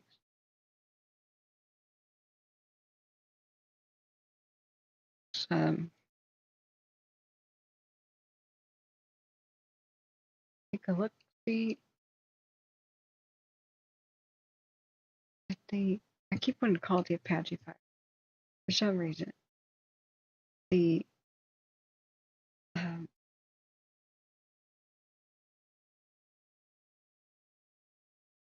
the other one, Kern County. Why do I keep putting state?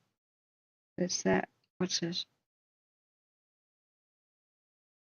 Cummings Mountain #1. Is it getting close to the camp? Or is it zoomed?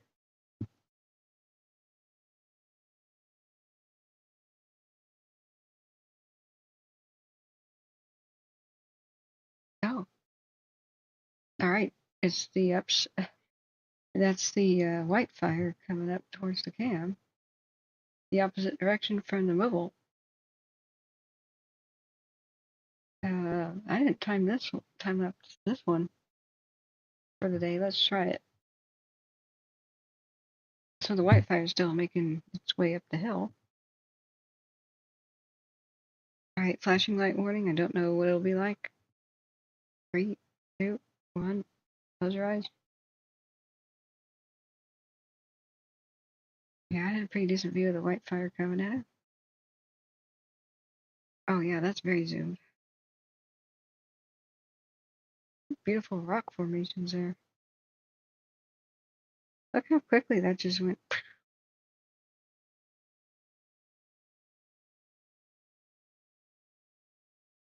Bang.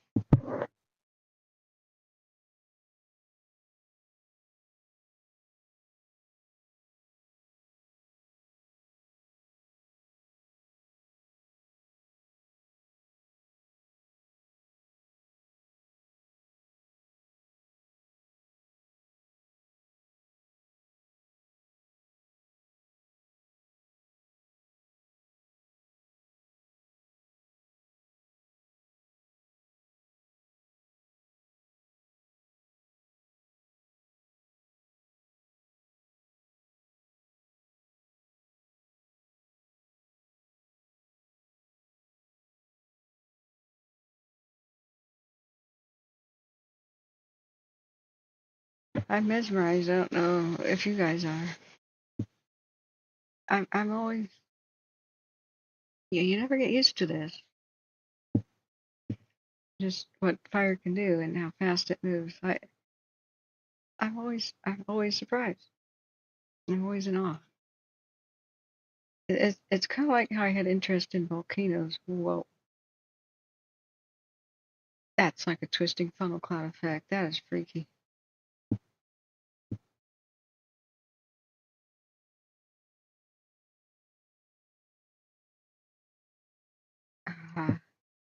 That's a screenshot right there of weird fire behavior. All right, that's this is the Wildfire, right?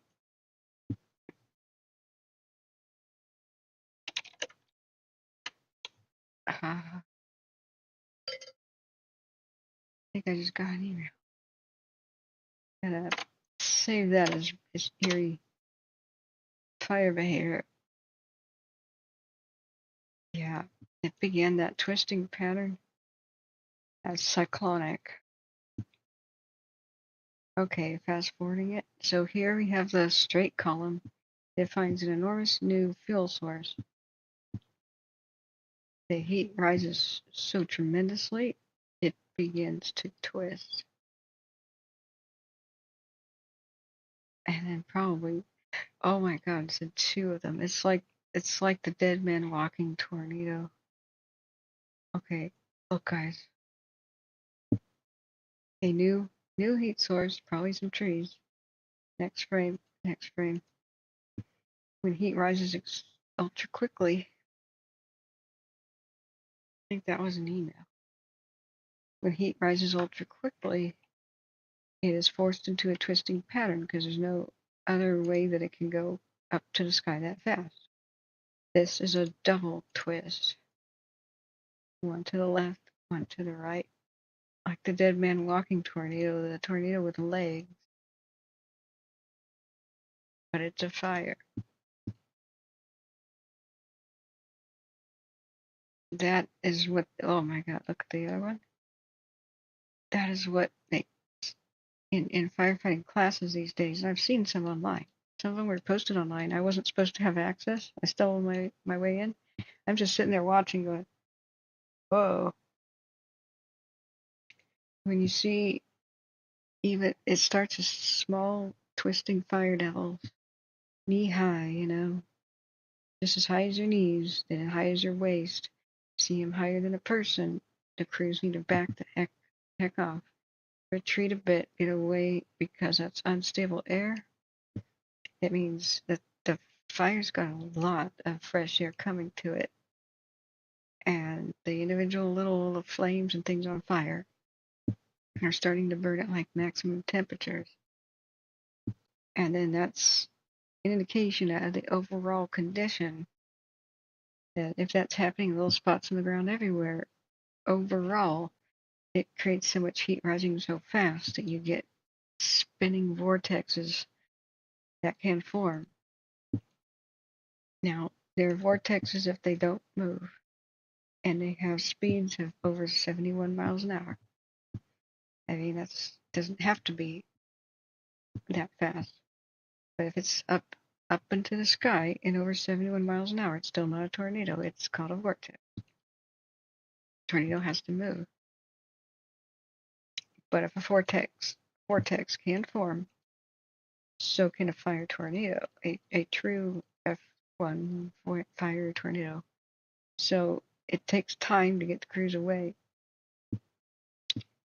But they go back to the Janesville fire tornado, and there's some crazy videos of that. Oh, you emailed me your phone number. Awesome, thank you. Let me invite you to the Notify Me group. Welcome, Big Al. I think you're trustworthy. Then again, you could be like the world's best sleeper agent, and I wouldn't know. You're sitting there. You're probably a secret Russian spy. Like you're sitting there. You got the. You're actually in Moscow right now, and you're part of the hacking group. Was that you're part of Cozy Bear? And you're like, I got one. Years of undercover work. I finally got her on the hook. I got one. And the boss is slapping you in the back, and they're pouring vodka for you right now. Kruta, comrade. Good work. We've infiltrated the system. We can now give false wildfire information. Duh. Duh was your response. Knuckles there. Oh my god, I'm getting goofy. It's late at night. But this that's eerie. Look at the dancing vortexes around each other. So we don't even understand regular tornadoes that well, let alone fire ones. But the Janesville fire tornado, it started out with the twisting stuff on the ground. The bigger dirt devils of flame started moving around. And it's, Janesville, a similar thing to kind of like what the Dixie did. The high winds spilled over the plateau on the other side and just dumped the fire down on the other side. They were on the Janesville side, in Lassen County, not Plymouth County side, up by Susanville. And you can't even spell "da." See, you're deep undercover.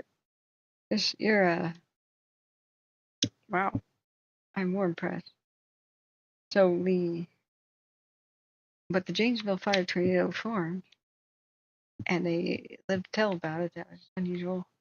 So all the crews tried to jump back in the truck, and the truck was like, "Let's get the hell out of there."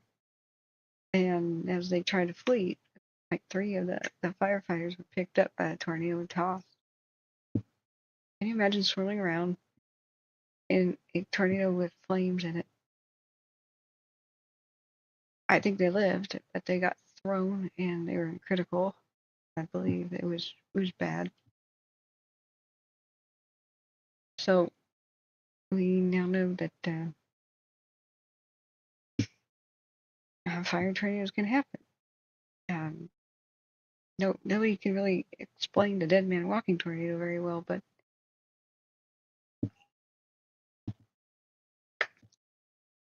the dead man walking one, people theorize was more of a kind of an invisible, not touching the ground vortex with two legs So it's like a much larger structure, but the two legs were two of the small vortices that go around in a circle as the main tornado goes in a line. I don't know, like, tornadoes scare me too much. Oh, hey, there's an aircraft. Tornadoes scare me too much to even want to watch too much of that. The chasers, they're heroes. They're not there for photography. They're there for science. They're filming them for science. They have little scientific instruments. They try to do interceptions, which means get in front of tornado, drop their instruments, which need to fly up around and measure things from the inside, and then they have to try to get out of the way. God bless them. A lot of times they get really messed up and or killed. Isn't there a new movie about that coming out? Like Twister 2 or something? That's going to scare me to death. But watching people like Reed Timmer and Vince Valetti and stuff, I mean, they deserve to make 40 grand a day sometimes. I don't know if the chasers do. It seems more like the guys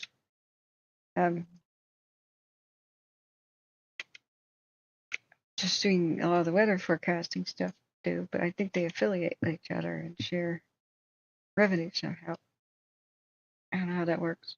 If they go, let's go to our chaser in the field who has the tornado in sight, and then like Ryan Hall will do that, and then you'll see the dash cams and stuff of the chaser.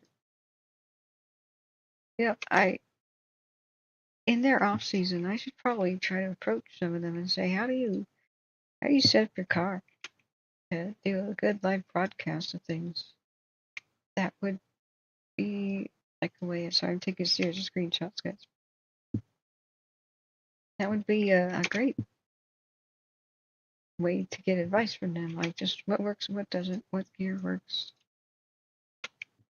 I have a feeling that I don't have the time to like sit down and train me, unless I went over and met them. But it applies to many different aspects of journalism. I'm sure there's just, other than having a news crew, there's different journalists that could train me. So you can see now the flames. Whoops. Oh, I'm sorry, Fred. Some of the broadcasts was hidden by tabs. Readjust my windows. Okay, you can see the flames here that created that column. So there's probably three different columns here.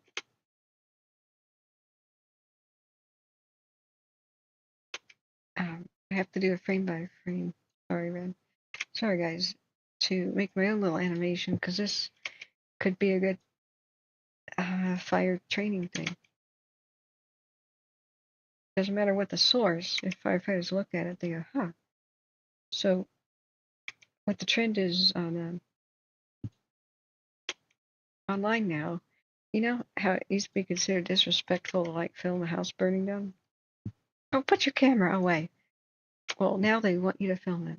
And so if anybody gives you any crap, hey, look, I'm going to give this footage to post it online for fire departments around the world to train. That is the new meta, the new way things are done. That's the new attitude. So what live footage does, especially if you don't cut it, is they're trying to improve their own response times so they can't see themselves working. Arriving at the structure, rolling out then their gear, and they can't. They're already supposed to time themselves, and they have dispatch will say, "It is now 5 minutes." Since the call, dispatch will say it is now 6 minutes. And you'll call out the time, and they'll say start the timer. Structure fire calls. So they're already trying to time themselves and even improve their response time by 30 seconds. It's just like athletes. They're not trying to win the race by a minute faster. They're trying to run 5 seconds faster. Like a long race. In a sprint, you're trying to win the race by fractions of a second faster. That's the goal. So they're timing themselves. And we'll look at the other huge smoke column over there. Okay, sorry for driving me crazy with it. Let's just do the 12-hour time lapse again of this. This I think is the Wildfire. The other smoke column I don't think is the other fire. And Kern County could be though. But it could just be that the camera focused here. Look at that twisting pattern begin. Yeah. That's how the pyrocumulus are formed. Pyrocumulus are just one giant big heat vortex to the sky. But seeing the multiple twisting columns forming and moving a bit. The way they find out if something truly was a tornado is they go and measure the damage to vegetation and well structures and stuff. I mean, that could have been one, honestly. Anyway, back to why you should film firefighters responding to a structure fire. Like their response to it. Don't just zoom in on a window and see the flames. Like zoom out, get their response. What they do now is they sit around and watch YouTube videos, different fire departments from around the world, and they're posting as much as they can, their body cams and everything. But a lot of times they sit and they are. I destroyed the time lapse. They sit and they critique each person. They said, "Yeah, looks like this. We did not hook up within 30 seconds of jumping off the truck. We did not hook up to the water line within 30 seconds because that hose had a kink right there. And instead of looking down at the hose and working out the kink as it was rolled out, that firefighter looked away at something new, like somebody called their name, or they looked at somebody else doing some other job. And so that would be a constructive criticism. It's no matter who's calling you or what's happening, make sure the hose is down straight. Before you look up and focus on another task. Like they train that way. So they watch themselves. And then fire departments from around the world go in the comments and they go, "Oh, we don't do that like that in Italy. That's interesting." And then they make a lot of questions like, is there some reason you don't do it like we do? Well, how do you do it? Well, we do X, Y, and Z. Oh, well, in the United States, our hoses are not that flexible. Or it'll be a discussion like that. Well, is there some reason you don't want to use flexible hose? And then sometimes it's like, well, yeah, there's a reason. It's too hot or it can't handle the pressure of our hydrants. And sometimes there's more of a discussion like, tell us more about the new flexible hose you have in Italy. There's still some old school, like our department's better than your department crap. Peeing contest. But yeah, I wonder if one of these was like a fire tornado. It seemed to be like a moving vortex at some point. If it moves and if it's wind speed and it's circular, or if it moves, it has wind speeds greater than like 70 or 75 miles an hour. It's a true tornado. Did it move? They'd have to go confirm. They'd have to go confirm that with damage, on the ground damage to things. So it's just mind blowing. Well, that could be one. Very few people live to tell the tale. Sometimes you can see red flames in them, but usually red flames are really not visible during the day. It's nighttime vision. And unfortunately, a lot of these nighttime cams won't even show a column or a vortex. It'll just be like pure white, just blown out. If there was FLIR here, like we had with the Dixie, we'd know if that was a tornado right now.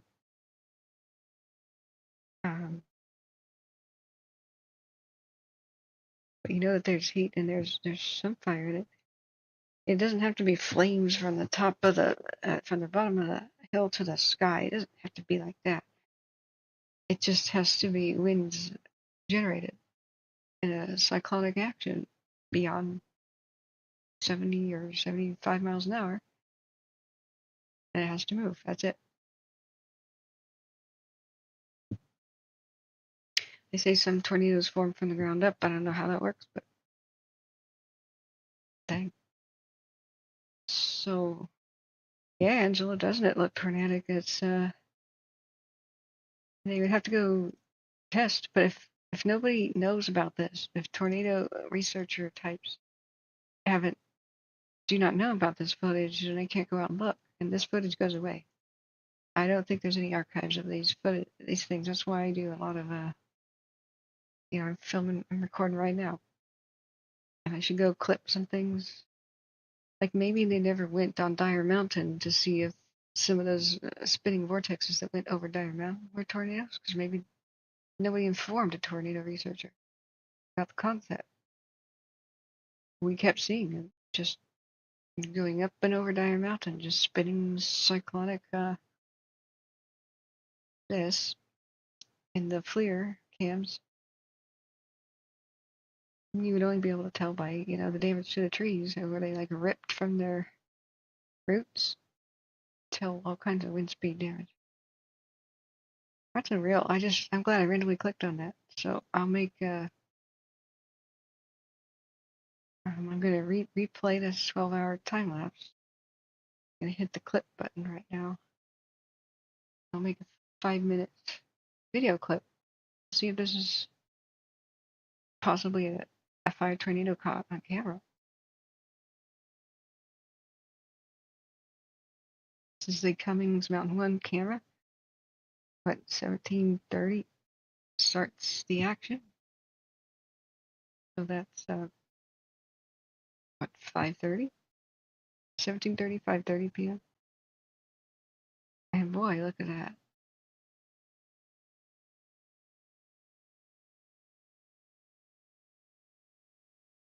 And the reason I took individual screenshots is it's very hard to frame by frame if I make this little just a video clip. But I could put them in a Dropbox or something for analysis,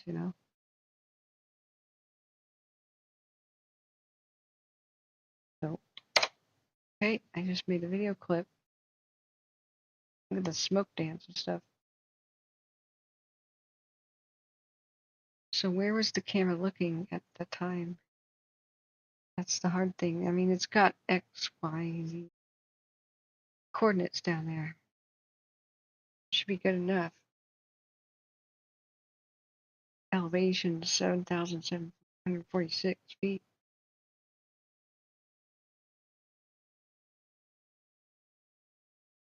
Unfortunately, you know what? There is a way to find out which way the camera was looking during that prep.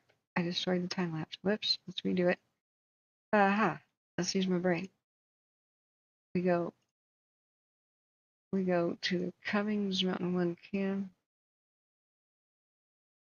Oh, that's the mobile one again. I guess it's still online.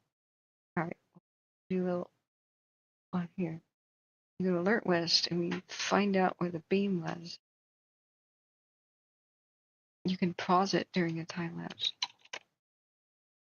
Cummings Mountain, no jokes, guys. So we go back and do the 12-hour here. A little bit less, more quality in general, but that's okay. There's our tornado.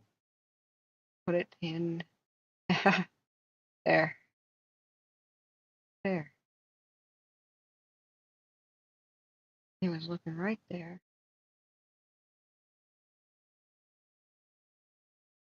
At the time.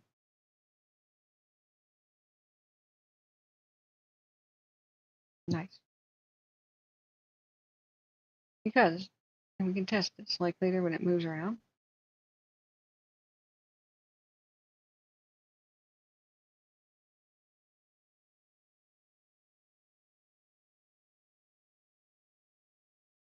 think we can test it. It goes around. Yeah, so it does work, right? This big is right there. Oh no, maybe it doesn't work. Maybe it's just, I don't know. Maybe it's the same area. It's a different level zoom. Oh, shoot, that was a genius. It does seem to work though. I've tried it other times. Smells to work. There it is.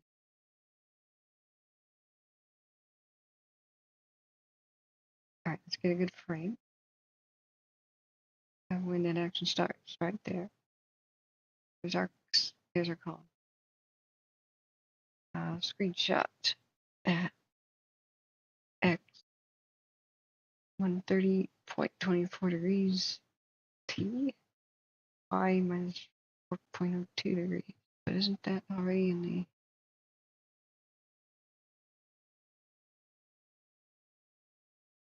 stupid bar on it? Alright, my camera's my webcam's on front here. Okay, let me set up this screenshot. The time mode is window snip on delay 5 seconds. 5 seconds.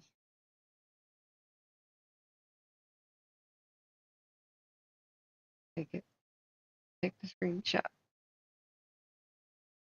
I guess I could do print screen, but that's primitive.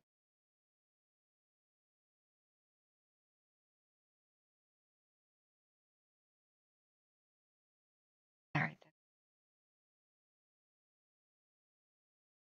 It worked. Okay. Do it again. No. Do one. Figure out. All right. Window snip. Delay. 5 seconds. Ah, it didn't work. Shut up. Sorry that Windows is loud. Yeah, it's in the line. It's in the body down. We got it. I was trying to get that thing. See the right corner? It's like nice and precise, you know. See it bouncing around the corner. Yeah. Hey Jason, how you doing? So we there. Perfect screenshot. Got it. We're trying to figure out if that's possibly a fire tornado. Could be. They would have to see did the vortex move? Was it an optical illusion? And did it have 71 plus mile an hour wind gusts? So I'm putting this in the Cummings K1. Make that folder, and this is fire tornado maybe. So a screenshot with coordinates. Got it. Oh. If only they put the super flare cams from when we watched them on my broadcast in 2021. That was incredible. Have you guys seen the other incredible time lapses? They're just beyond belief here. Oh, there's Shelly. That's extremely smoky. See our Fort Jones cam actually looking at it. This is like a hellscape up there in Siskiyou.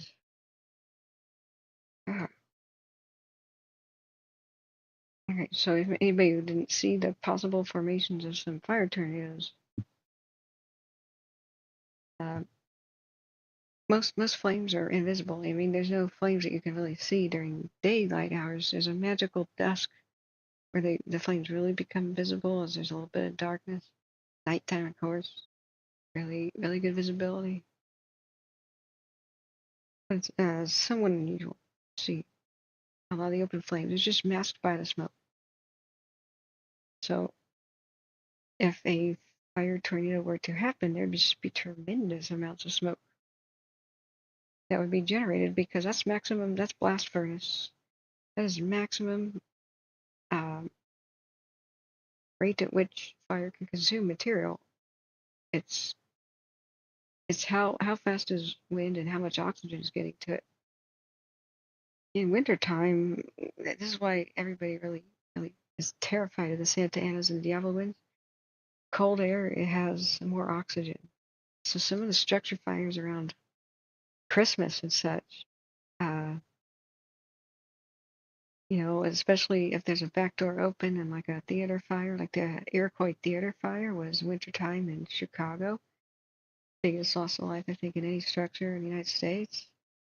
1906. The panicked. Things were going with an orderly evacuation once the stage curtains lit on fire with soaked in oil from oil paint. So once it became clear they couldn't put it out, somebody jumped up on stage and said, "Please, even remain in your seats," while the other people in the back start to leave, and then or the people in the back remain in their seats while the people in the front can get up and start leaving. Be orderly, be calm, So people are mostly obeying, just kind of like, They said, "We'll lower the asbestos curtain, and that would confine the fire to the stage area, at least for a bit." So that thing started to come down, and it got stuck. And so, meanwhile, backstage, actors are panicking.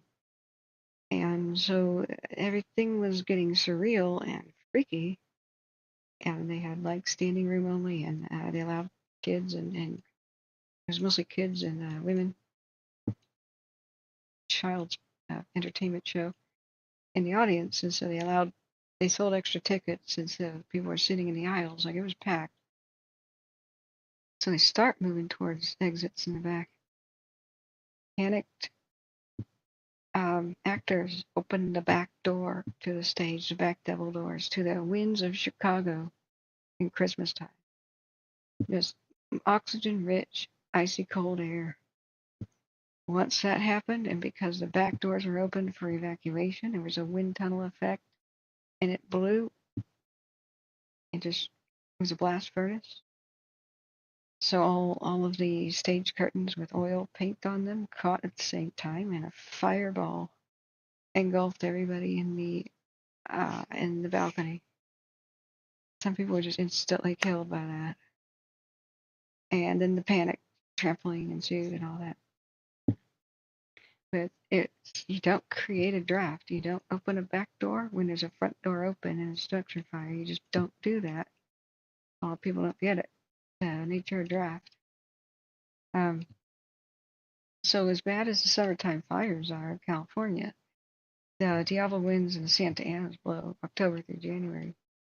And so people marvel at even in spring when there's fast moving grass fires, like how did it move that quickly with the wind? Even grass that's a bit moist and pretty green in spring can be consumed real fast. And on my broadcast week, we saw a bunch of that happen. Spring fires, December fires just running in Southern California, Ventura County and stuff, up and over hills, and sometimes near San Francisco. People are like, "Why? The grass is green." It's the wind. The super rich oxygen. You add fuel, add oxygen, or add heat to a fire, and you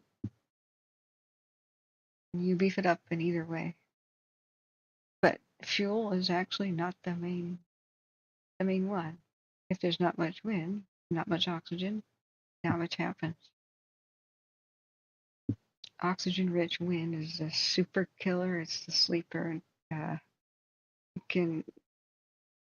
that's why some structures are lost so quickly in this winter time. and so many, wintertime tragedies around the holidays, or like people lose their entire homes, for whatever reason.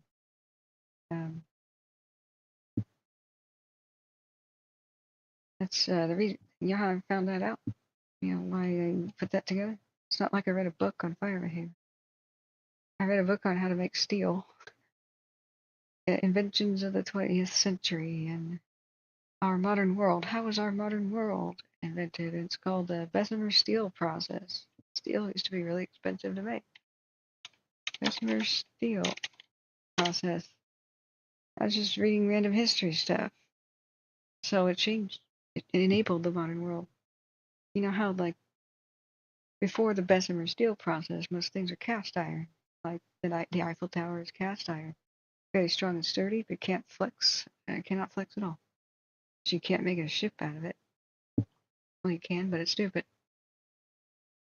They tried that sort of thing.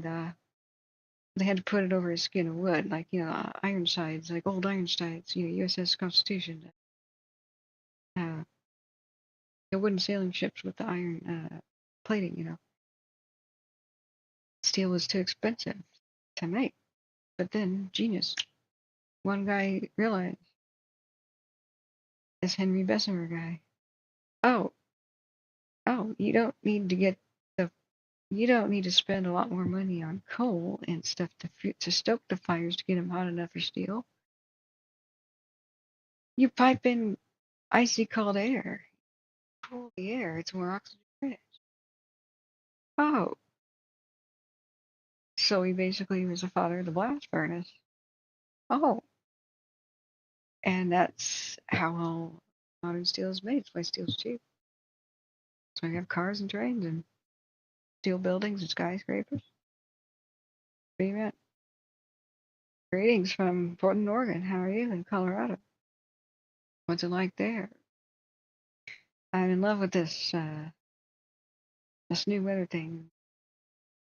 Some of the fire behaviors are making more sense now. Now we can see that there's a lot of wind pushing some of these around.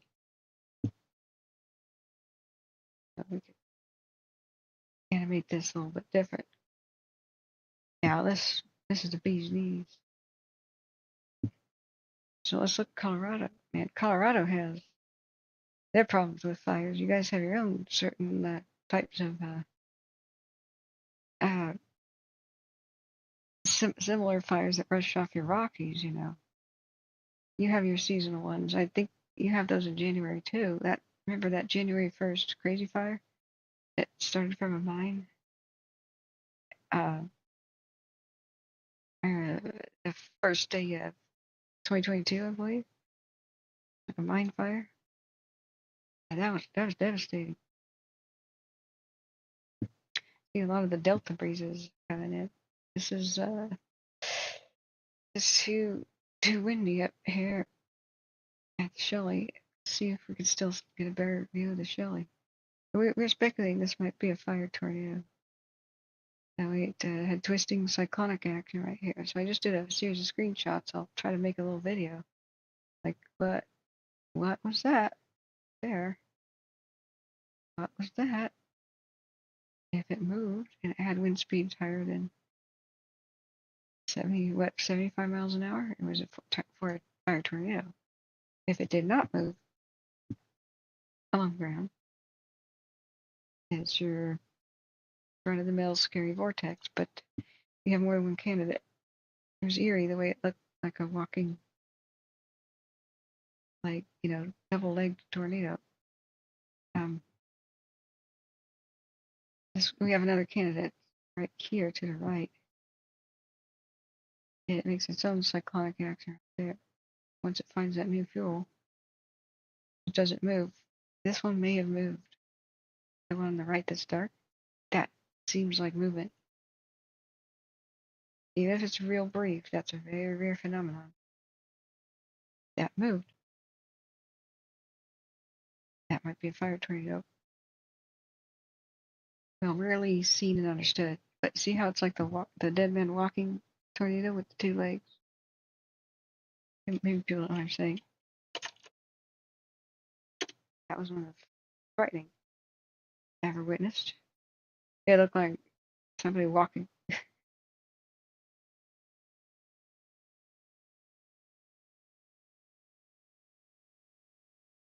So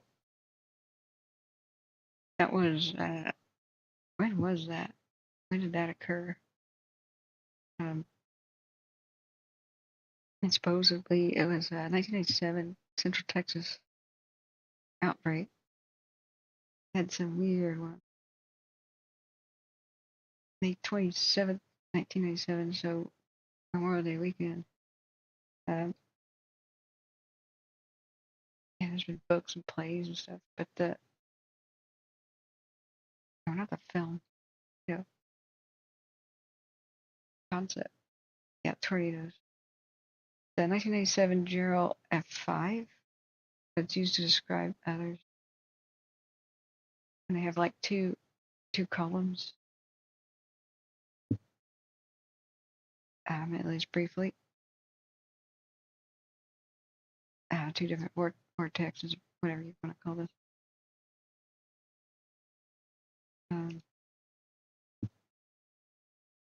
Oh yeah, like what are dead man walking tornadoes? That's a good thing.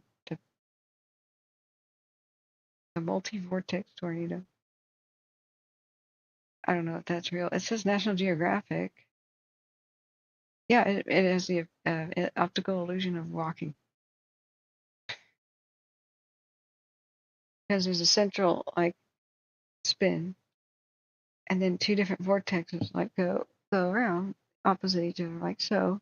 It can look like taking steps.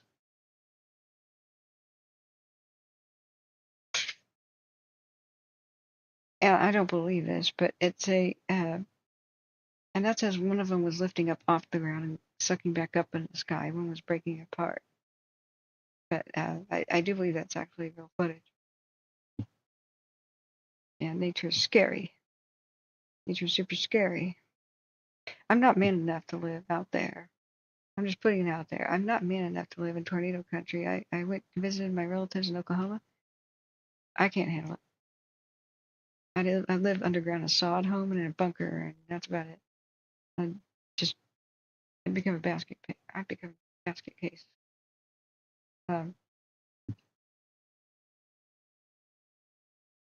So the other insane.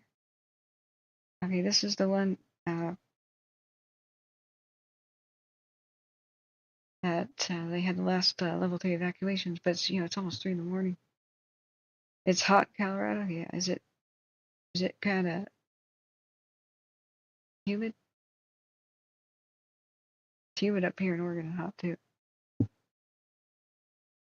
We've seen some pretty nutso behavior, so we were looking at the wind, and the thunderstorms are starting.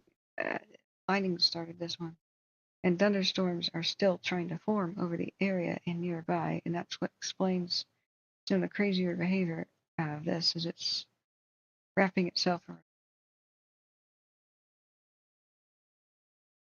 the mountain. Just came up and over like that. Oh dear. So it's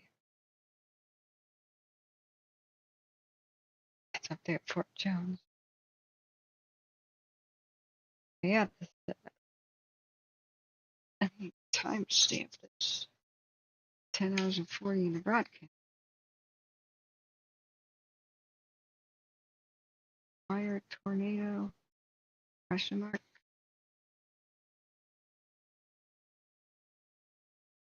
2:51 a.m. now. And walking concept. Supposedly, it was an Indian legend that says if you ever see a tornado with legs, that you're a dead man. I don't know.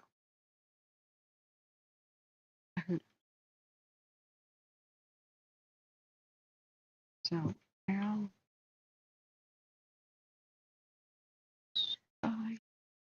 joke.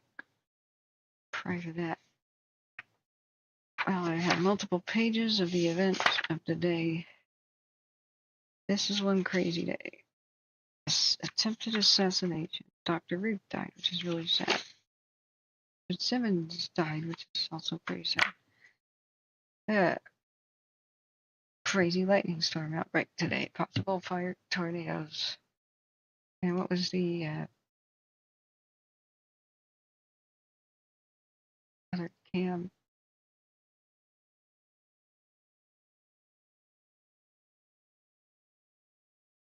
The other cam with the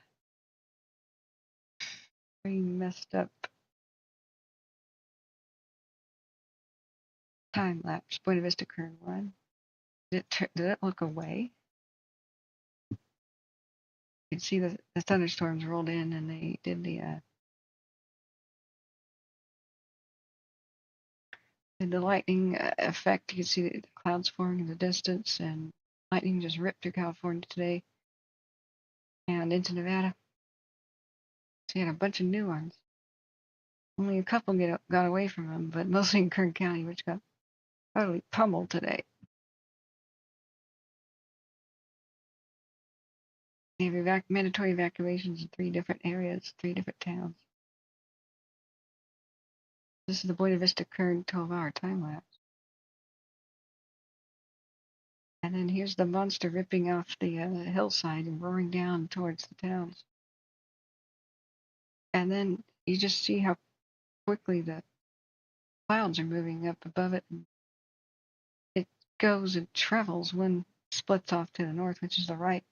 One section of it splits off to the left. It's fighting against the wind to go to the left. But the one in the north just like goes traveling by. Elvis has left that building. See you at the speed of light because of the being pushed by the wind. So that side of the hillside, that entire hillside is gone. Just watch it take off. On the left, it's going against the wind, struggling to go that way. This one goes by. See ya.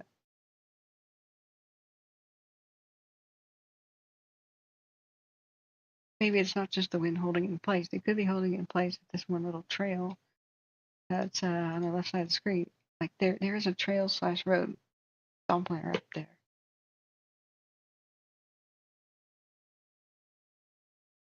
But it's not looking at it anymore. Why? Buena Vista Kern 1.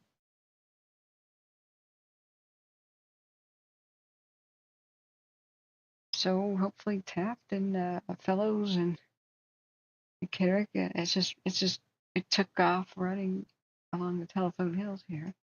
So we were wondering if we might see a burn over of the McKittrick cams. McKittrick North is, but it's not exactly there. But the McKittrick Summit South, as we saw it just kind of peek its head up. Meanwhile, back in Oregon, the gigantic fire. It's trying to make its way towards Vale. It'll be 100,000 acres, I'm sure.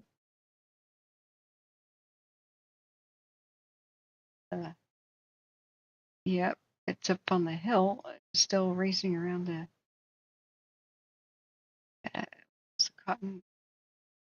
Cottonwood Hills, or whatever we identified this as. I wish it was in color again. Because when it was in color, this is what it was like the first night.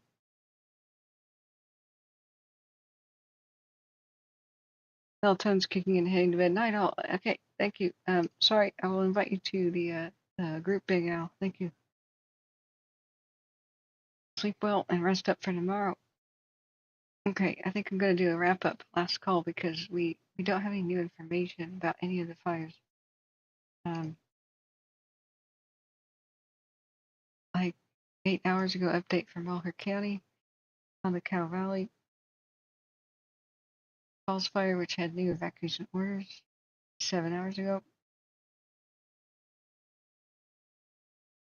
Same thing with the Larch there.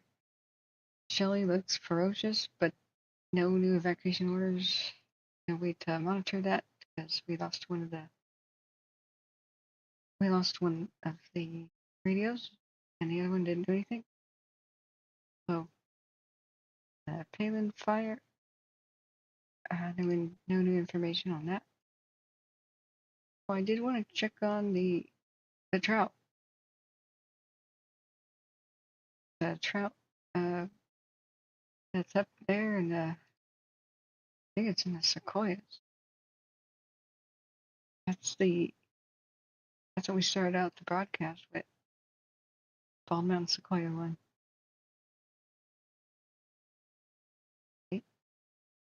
Buena Vista Kern showing quite a big flare up. It's still going. Oh, never mind. There's a time lapse. Okay. Which one was it now? That said Trout Fire is Bald Mountain Sequoia one. Okay. Now we saw it rain a little bit on it, but not enough to rain it out. Tragic.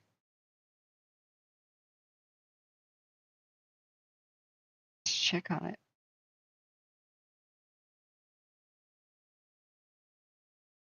It's just freaking nasty.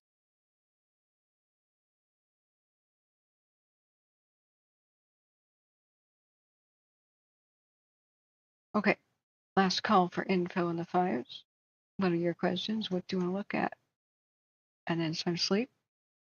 And hold on to your butts tomorrow because we have more lightning in the forecast and the wind, especially for Eastern Oregon. There's much more likeliness that we're going to get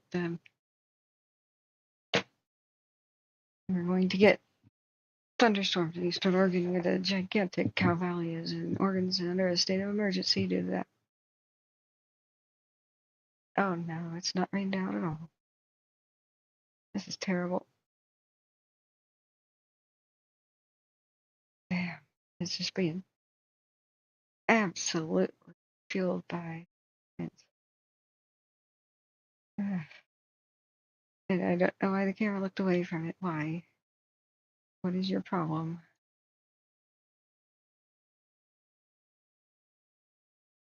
What is your problem? Tobias Peak 1 and 2 and Jordan Peak 1 and 2 are offline. How else are we going to see it?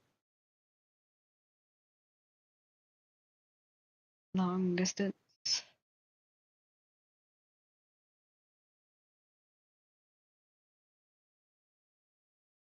Blue Mountain Kern has it in the far distance. And we were seeing some vultures there today. I thought they were condors. I got really excited. A turkey vulture. Shut up. Boo.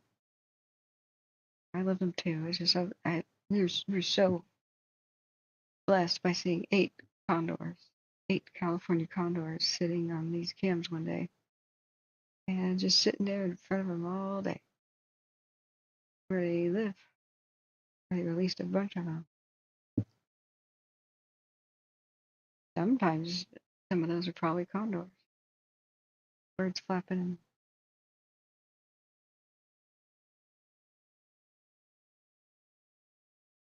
I'll time lapse both of these and see if you can see the vulture.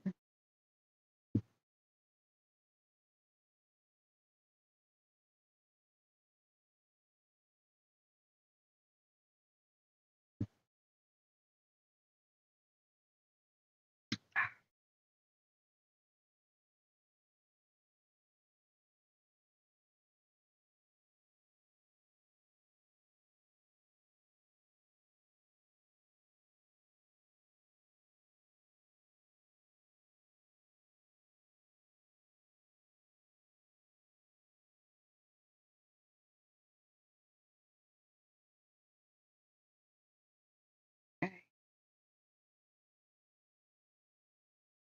Beautiful. I mean, horrible that thunderstorms brought dry lightning, but beautiful.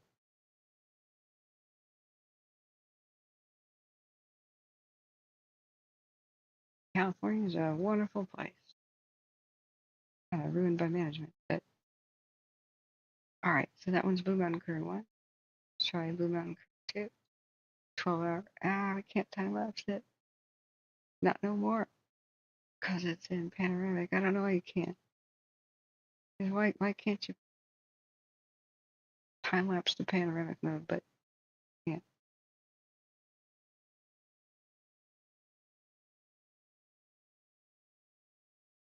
Man. Well, I swear I saw a vulture. Okay.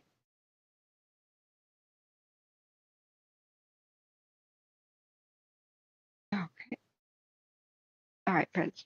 Last call.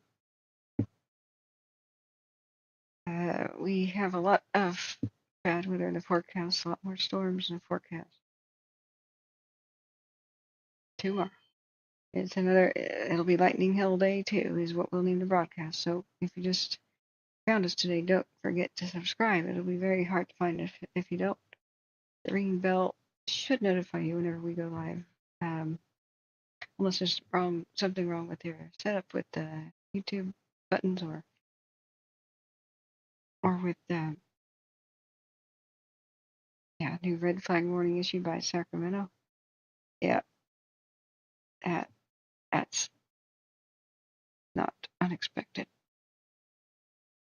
New red flag warning issued July 14th. Affected area fire zone 221, Stanislaus National Forest. Lightning strikes at the Stanislaus National Forest west of the Sierra Crest, fire zone 269. Northern Sierra, including Tahoe and El Dorado. National Forest southwest of the Sierra Crest 2. Isolated thunderstorms with little to no associated precipitation is possible. Lightning strikes may also occur outside the main precipitation course. Gusty, strong, and erratic outflow wind will be possible near any thunderstorm development. Impacts. Lightning can create new fire starts and may combine with gusty winds to cause fires to rapidly grow in size and intensity. A red flag warning means critical fire weather conditions are either occurring now or they will begin shortly. Remember, fire weather watch is the maybe. Warning means it's happening. Same thing with tornado. Tornado warning, it's happening. It's like on the ground. So, this is a red flag warning. It's either occurring now or it will shortly, like the forecast.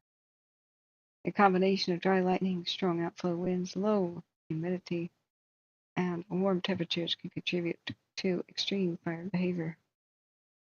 And like I always say,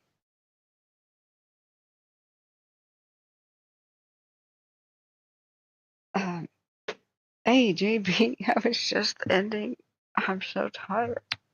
Like I always say, extreme. There is no fire behavior more extreme than extreme. Extreme is the most extreme the extreme can be, and it's extreme. Hey JB, look at the fire tornadoes. What do you make of this? We were discussing the Janesville fire tornado. This is the Cummings 1 camera, and this is the Wildfire. We have incredible views of the Wildfire today. They had a mobile camera. It was some of the coolest video I've ever seen. Are you up early or up late, JB? Everybody, we're so fortunate to have a Fire Captain John Bruno from Shasta County with us. Just checking in, using caps. It's easier to read. That's okay. That's okay. But the fee to use all caps is very reasonable. It's only $5 per letter. So we'll just Big Al, why don't you keep a tally for us, okay? I'm just kidding. Big Al's got it. But what we see here is that it's a little plane, or big plane. Yeah, that's one of those EA 146s or something, I think, for scale. This is huge. So what we're wondering on the Wildfire today in Kern County is, did this become just a vortex, or do we have two possible fire tornadoes that have spawned here? One on the left and one on the right. We were comparing them to the dead man walking tornadoes. I'm kind of not being all offensive there. Whoops. So what we were doing is freeze framing and taking a look.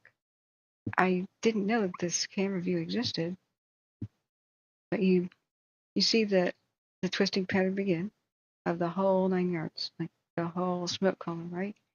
You see the formation of individual vortices, two at least. Two get established, one on the left, and as it leans over to the left, one on the right establishes. See the white one and the gray one? We are comparing them to the two-legged dead man walking tornadoes that people talk about.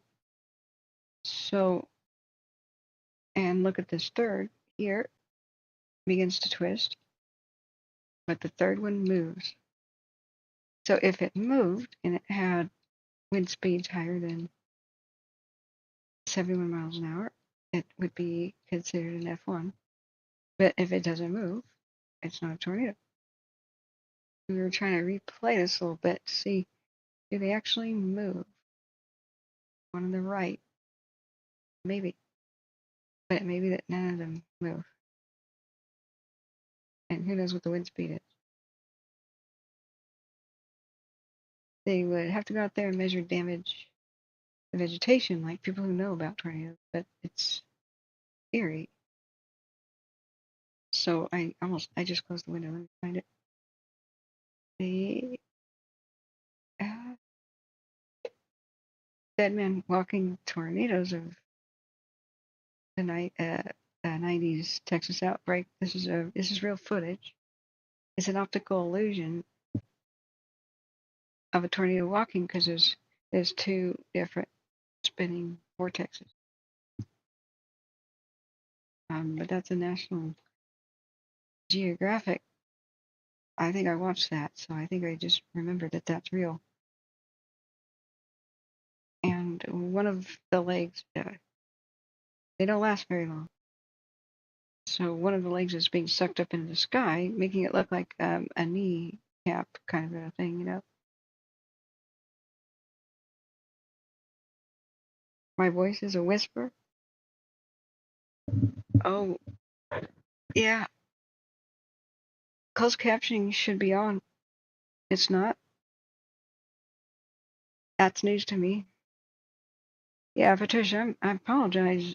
People need to tell me when I get quiet. I can do some things about it. But the headphone battery is now low. And plus, moving the muted arm up and down. Yeah, BAE 146. I think that's what that was. I've had closed captioning on for years, I think. Default in the settings. I can't do it after the broadcast begins. Let me check. It should be. We were talking about the Janesville thing. We've also had some insanity. The Firenadoes were said to be EF3 in strength. Is it better now? I'm sorry. We've been live for 11 hours and my headset their battery starts to go down.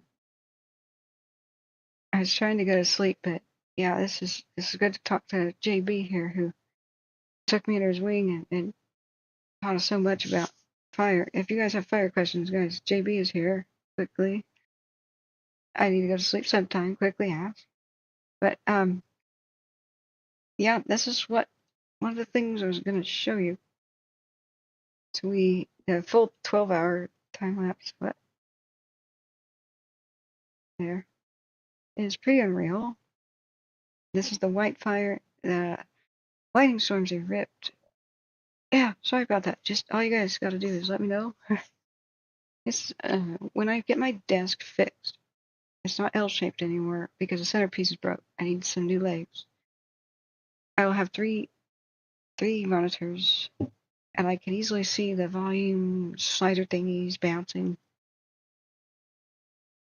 do they not work? If you hit the, I'm curious though, if you hit the little ear button and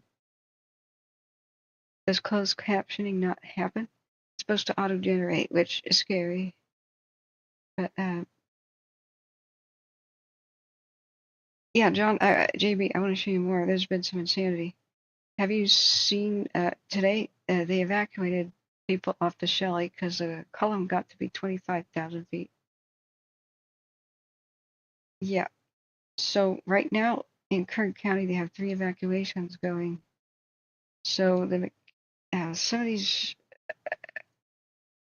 like Blue Mountain Kern here finally looks over to the top of the hill, which is the hurricane fire, and look at it rip down and run down towards keep forgetting the small town, but this is by Taft, sort of, McKittrick, excuse me. And I don't know if they stopped it on a road to the left, like it's kind of fighting against the wind up on the hills there, or looking to the northwest. But you see the second half of the fire go by and rip itself around the mountains. And it goes traveling. Like it's in the tumbleweeds, and there's all these oil derricks and stuff. But then it stops looking at it. It was tremendously scary when this camera finally starts looking at it and it's just roared down the mountain.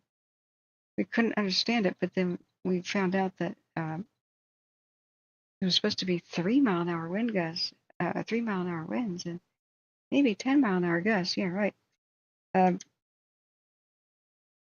Finally, we got a wind program worth a damn, thanks to Big Al we have. So if you see that, that is near it. See Taft here?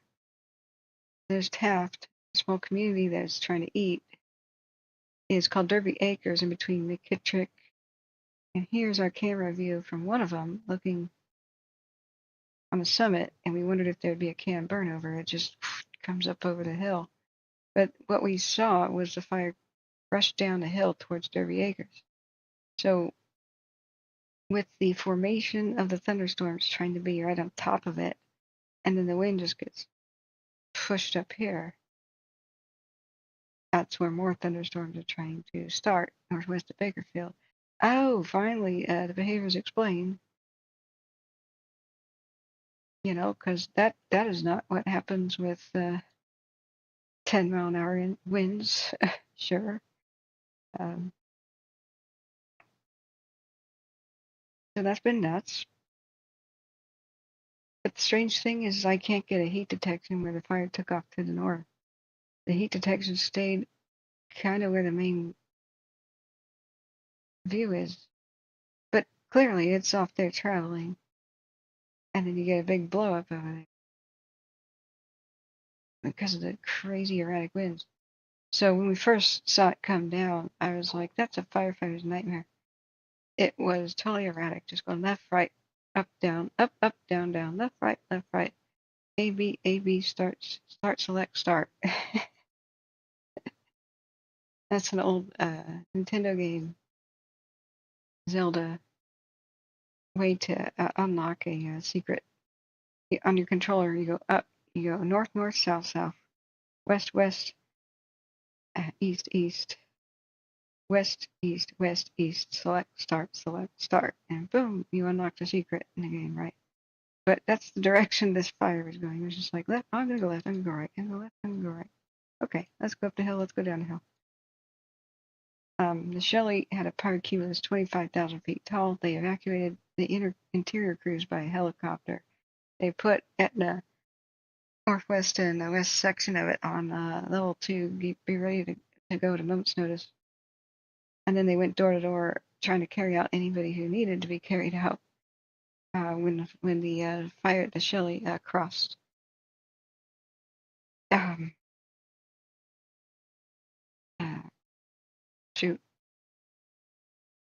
Crossed, which creek is that? I'm all tired. The other one, Patterson. So, but the pyrocumulus could have generated its own lightning. So the North Ops lady, what was her name? She goes with a pretty stressed out voice. All crews listen to this, you know, and make and check in that you have heard this. We had a firefighter from the area come in and say, "Hey, thanks for what you do." And I'm like, "No, thank the boss helping me and everybody." We had some hecklers today too. Like, what is she doing? And I'm like, I don't know. We're just, giving life-saving information out. What are you doing? Watching TV? This one was this is at Lassen County. I think they may have a great chance of catching it tonight. This is the rim fire. And Fierce went over to it. But the wind reversed. So that main road down to the bottom there, the something cabin road, should be able to catch it. But we had a VLAT show everywhere, but mostly Kern County just took hits today, just took a pummeling with multiple lightning strikes. We got one in the Sequoias as well. That is looking awful.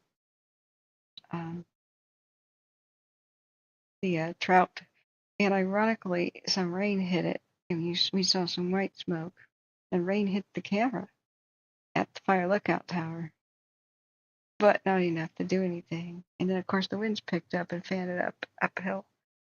So let's see, that's the Trout Wildfire now. It's Trout Fire in Tulare County. This looks nasty. Meanwhile, in Oregon,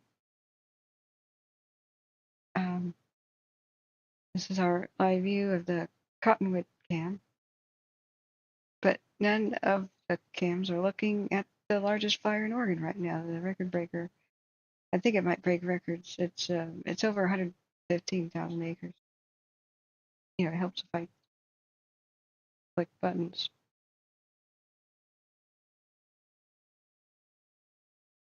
People could see it. Oregon's still under a state of emergency, but that's great. The governor did that proactively based on the weather forecast, and the breakout of this crazy one, she invoked the Conflagration Act, and so this Cow Valley has been declared a conflagration. I didn't know that a conflagration meant that just private property on fire could count as one. I thought it meant cities had to be burned down, but hey, the more you know. So they're counting ranch lands as conflagration, but it really did try to eat Brogan, Jameson, Mill Creek, and it's coming for Vale, which is their incident command post. So it's now on level 1. We've had quite a day. And then all of a sudden I'm hearing in live my broadcast that, there's been an assassination attempt on former President Trump. That Richard Simmons died, and so did Dr. Rue. What a day. It was a freaking downer day, man. But if we look at the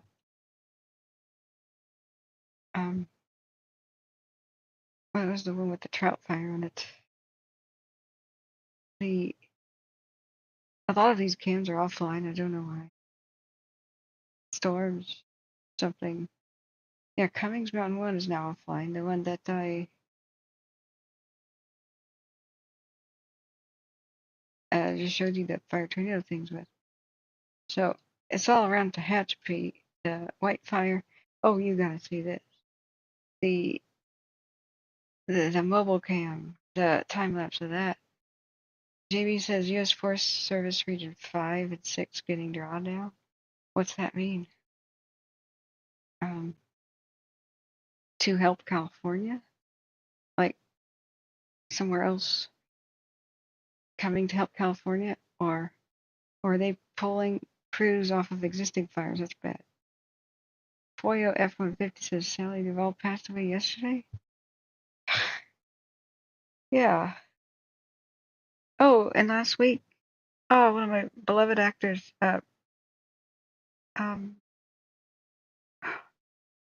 It was Bride of Boogity and the funny little kid shows I used to watch. Oh, you know what? He was the arsonist in Backdraft. Remember him? Oh, that was his creepiest performance ever. Have you ever seen Backdraft? That's what like got me terrified of fire. My parents allowed me to see it when I was 7 or 8. The Donald Sutherland. So he plays the crazy firebug arsonist in prison who helps them catch the real arsonist in the movie Backdraft, who they think is a real firefighter. So he just sits there in prison and he gets these wild eyes and he goes, "Have you seen the animal? The animal likes to feed." Oh my God. Yeah, poor man. He's gone. He was so legend. They've done it 20. Oh, just yeah. And he was in MASH. He was in everything. He was. Oh yeah, he was in the Hunger Games. He was like the evil guy in the Hunger Games. So many good things. So JB says, yeah, you saw a long time ago. It's worth a revisit. Oh yeah, that was that was terrifying. It's still terrifying to see him do that when he does the little wheeze laugh when he gets excited talking about fire. He goes before the parole board and he's like, "I can be reformed. I can be reformed. I'll never do it again." And they did something. The parole board like puts flames or something, or like shows a burning house or something. He starts going, "Ah!" You know, it's like, oh God. That was award winning for filming fire. It's still a terrifying movie. Nobody could figure out how they did the flames crawling on the ceiling shot, or the flames on the ground, walking along the ground shot. Guys in the Hunger Games too. He was in so much. He just was constantly working. So there were fun kids series he did, like The Boogity Man and Bride of Boogity, and those were like creepy kids Halloween special shows. I mean, he worked with the great De Niro and everything, and like he's in everything. You can't. I mean, his filmography is like beyond huge. Taken so many losses, but yeah, people couldn't figure out how they filmed the flames crawling on the ceiling shot with, on the floor shot with the Winnell Kanzia. Hey, R5, so SoCal's moving to PL4 tomorrow. What's that mean again? JB says California, Oregon, Washington are regions of F5 and 6, so firefighting resources will be mobilizing from all over the USA. That sounds like the word should be draw up instead of draw down. Like, draw down makes me think that there's less resources, fewer. You know what? I have a thing. I have just thought about this the other day. In order to make firefighting terms a heck of a lot more confusing, because basically they're speaking Chinese when they point at the battle maps. And you got to see the let me show you the time lapse on the mobile cam. This was incredible today. It was the mobile 60 cam. What was it called? It's in my collage of cams. Got so many cams I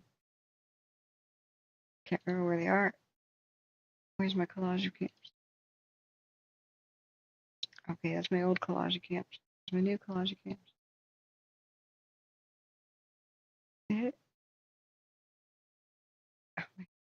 Too many here.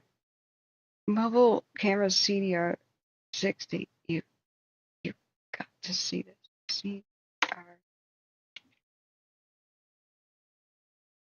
CDR 60. They put it on top of a.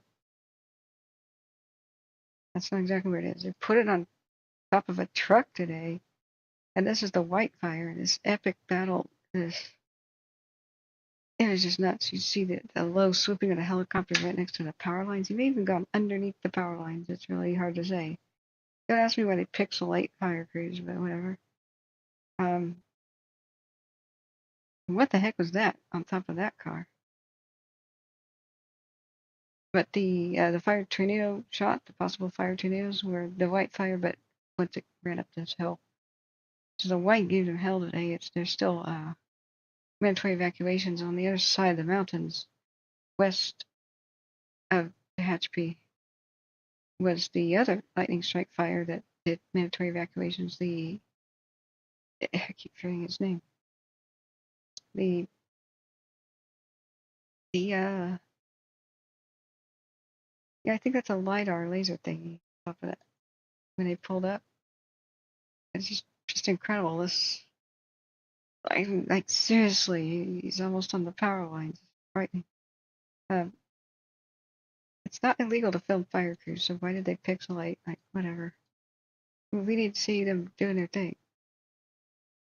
Heroes need to be appreciated here. They don't need to be anonymous. Come on. Don't be a firefighter if you're gun shy about getting your picture taken. The media will be all over you. It's just a thing with the job. But okay.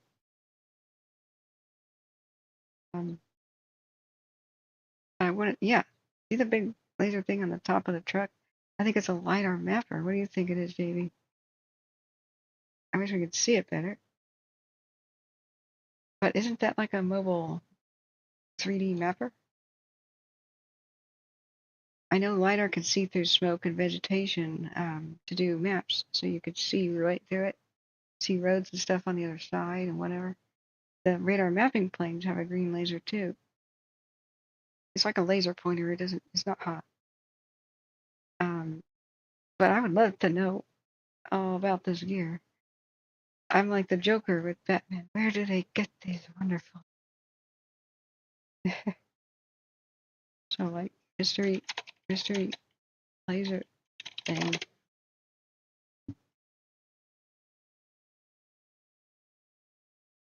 But what do you think that might be, JV? So much pixelation, we can't see their awesome gear. But boy, it takes off, it goes somewhere. They four-wheel drive up this mountain and just crazy. It's still blazing away, the white fire. There's a lot of trees up there, must be. That changes view for a bit. Maybe the truck just parked it anyway, it goes back. So, preparedness level, oh right. Tired, thank you. Preparedness level 4, national resources are heavily committed, and you can go to NIFC.gov and get clear definitions for 1 through 5, right? They should just call it DEFCON. DEFCON. Oh, I have an idea. Because it's like Chinese, a lot of the people, like especially in the Etna meeting, the community meetings I keep seeing at Etna for the Shelly fire, they prattle off. Okay, so the dip point, the drop point, the hand lines over here, the blah blah blah. We're experiencing a bunch of rollouts, so you can see down in the canyon, the blah blah blah. And they kind of went, huh? So what? And later, like after they just blitzed through a whole bunch of information with firefighting terms, people were raising their hands at the end going, "Can you explain what the heck the map is? What are all these marks on it?" Like, yeah, that needs to be done in the beginning. So, for example, rollout. Everybody thinks that means response. You know, when crews roll out to a situation. No, it's when flaming debris rolls down a hill and lights things on fire. It's a type of fire spread. Like a pine cone rolling down a mountain. So maybe there should be little modifications to the terms. Call it roll down. Yeah? Yeah? The fire is spreading via roll down. Yeah? On the steep cliffs. People could take a while, can at least get an idea. I'll probably have to ask exactly what does that mean. But we could just start calling it roll down. Yeah? You know, just saying. But what a treat that we get to see what's going on. Even though the grass is this short, you know, man, could you imagine if it was higher and not grazed like this? It just pushed by the crazy winds. Just, that's the way it is. We got some beautiful shots. I'm so glad that we had this view. We knew exactly what's going on and where.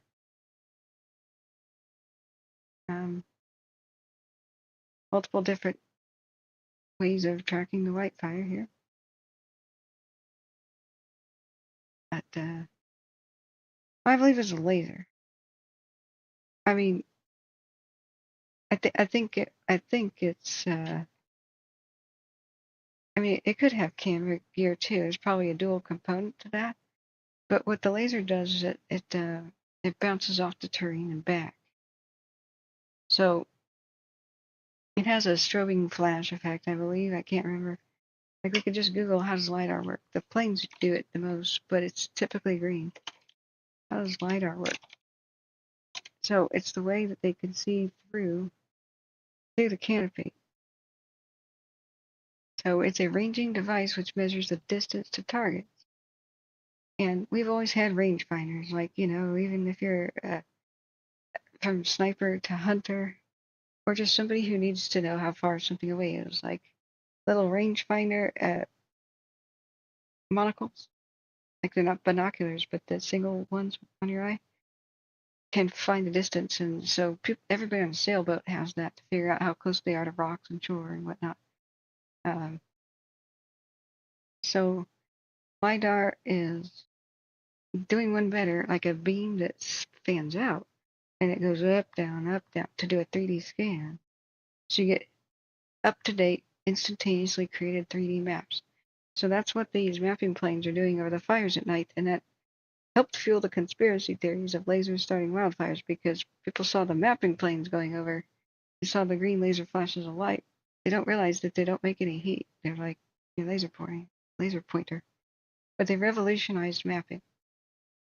And once they put it on the jungle, they found out, because you could see right through foliage. Somehow, I don't know why. They could see through leaves and canopy, and even a little bit into the dirt.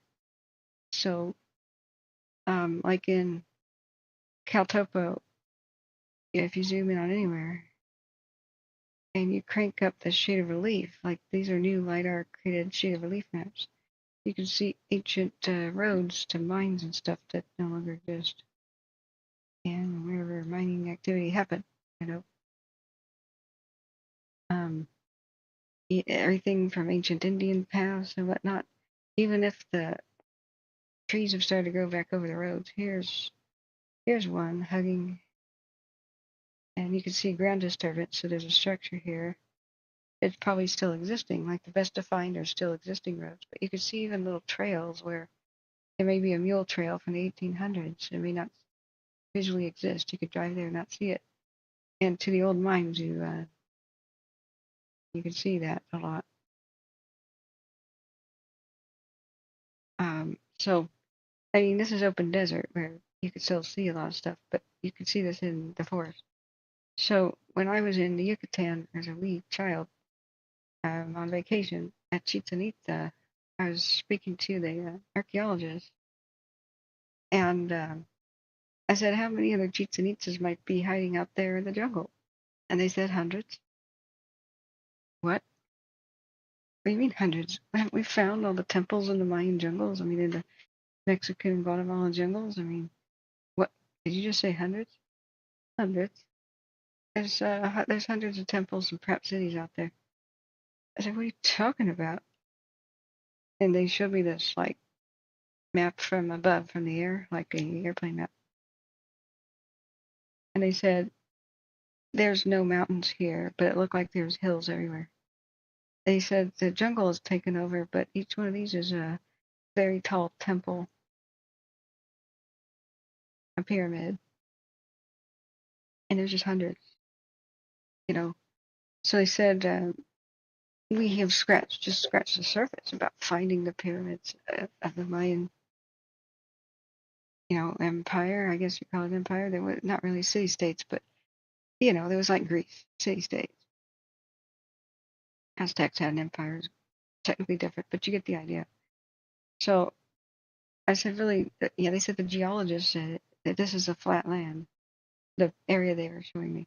So what LiDAR did was all these headlines of there are hundreds of undiscovered Mayan cities. Undiscovered, well, they kind of knew about them, but not excavated. And then they can also see the elaborate road networks in between them. And now it's like, oh, the Mayans traded with each other. Well, I knew that as a 12-year-old. Because cities, that's what cities do. They're places of trade, no duh. Yeah, hundreds, yeah. Now they're thinking thousands. So the hundreds of lost Mayan cities. So what I ran up against was the old racism, the old racist beliefs about the Maya. That for a long time, the experts, the guy who controlled the dogma, so yeah, 417 were discovered, and I didn't want them to release this. This is, look, ancient cities that are abandoned are ghost towns. Okay, they're just city form of a ghost town. And there's a code. You don't tell people where to find them or they get looted and trashed immediately. You don't put their location on the internet, not their exact location. You can share images and stuff. You don't tell people how to get to abandoned places. They get trashed and looted. It goes viral. You lose control. Millions of people see it. And it only takes about, 15 to totally trash. Have a party and just graffiti it, loot it, metal detect it, strip it, take souvenirs, destroy it. You don't do that. Unfortunately, they started like publishing maps, and I'm like, oh God, guys. So what surprised them about the Maya was, oh, they had road networks and trade, elaborate trade. Oh, that's not a surprise. I figured it out as a 12-year-old.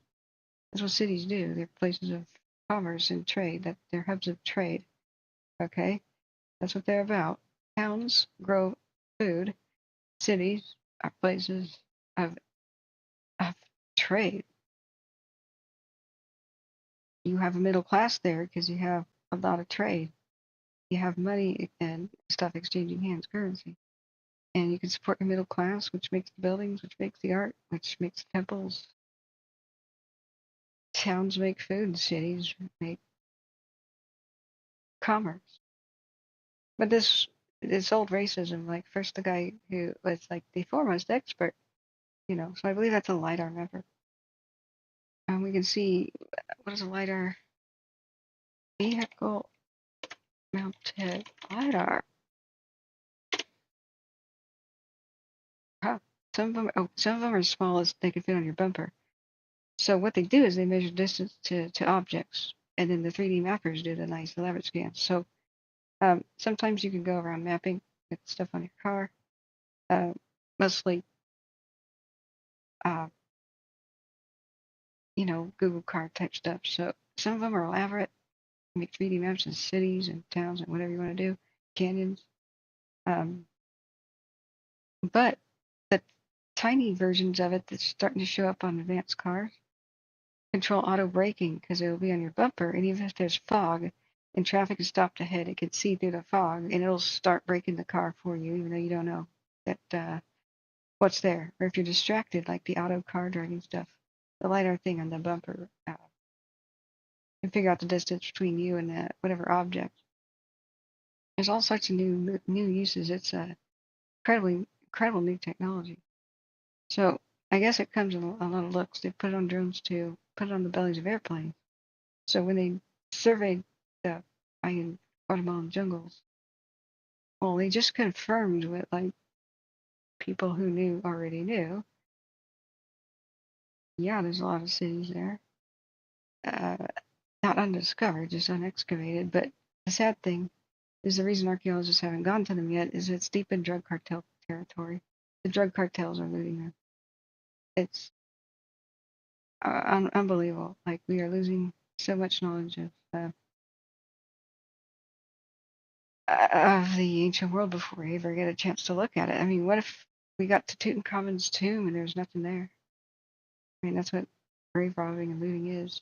And they don't preserve the artifacts. They melt the gold down so it can't be traced. They melt it down. Like most of the Spanish did with most of the Inca stuff. You know, the priceless works of art. Let's melt it down. It's just a coin to us. This is what it looks like. LiDAR maps. You can see all the way through the jungle canopy. I really hope they don't release comprehensive mapping, but it looks like sometimes they have. This explains LiDAR. Where's the image I clicked on? Anyway. So, yeah, thanks for the compliment, JV. It's supposed to be a variety show. It's supposed to have a variety show. Oops. Captain's World. Just all kinds of facts tied together.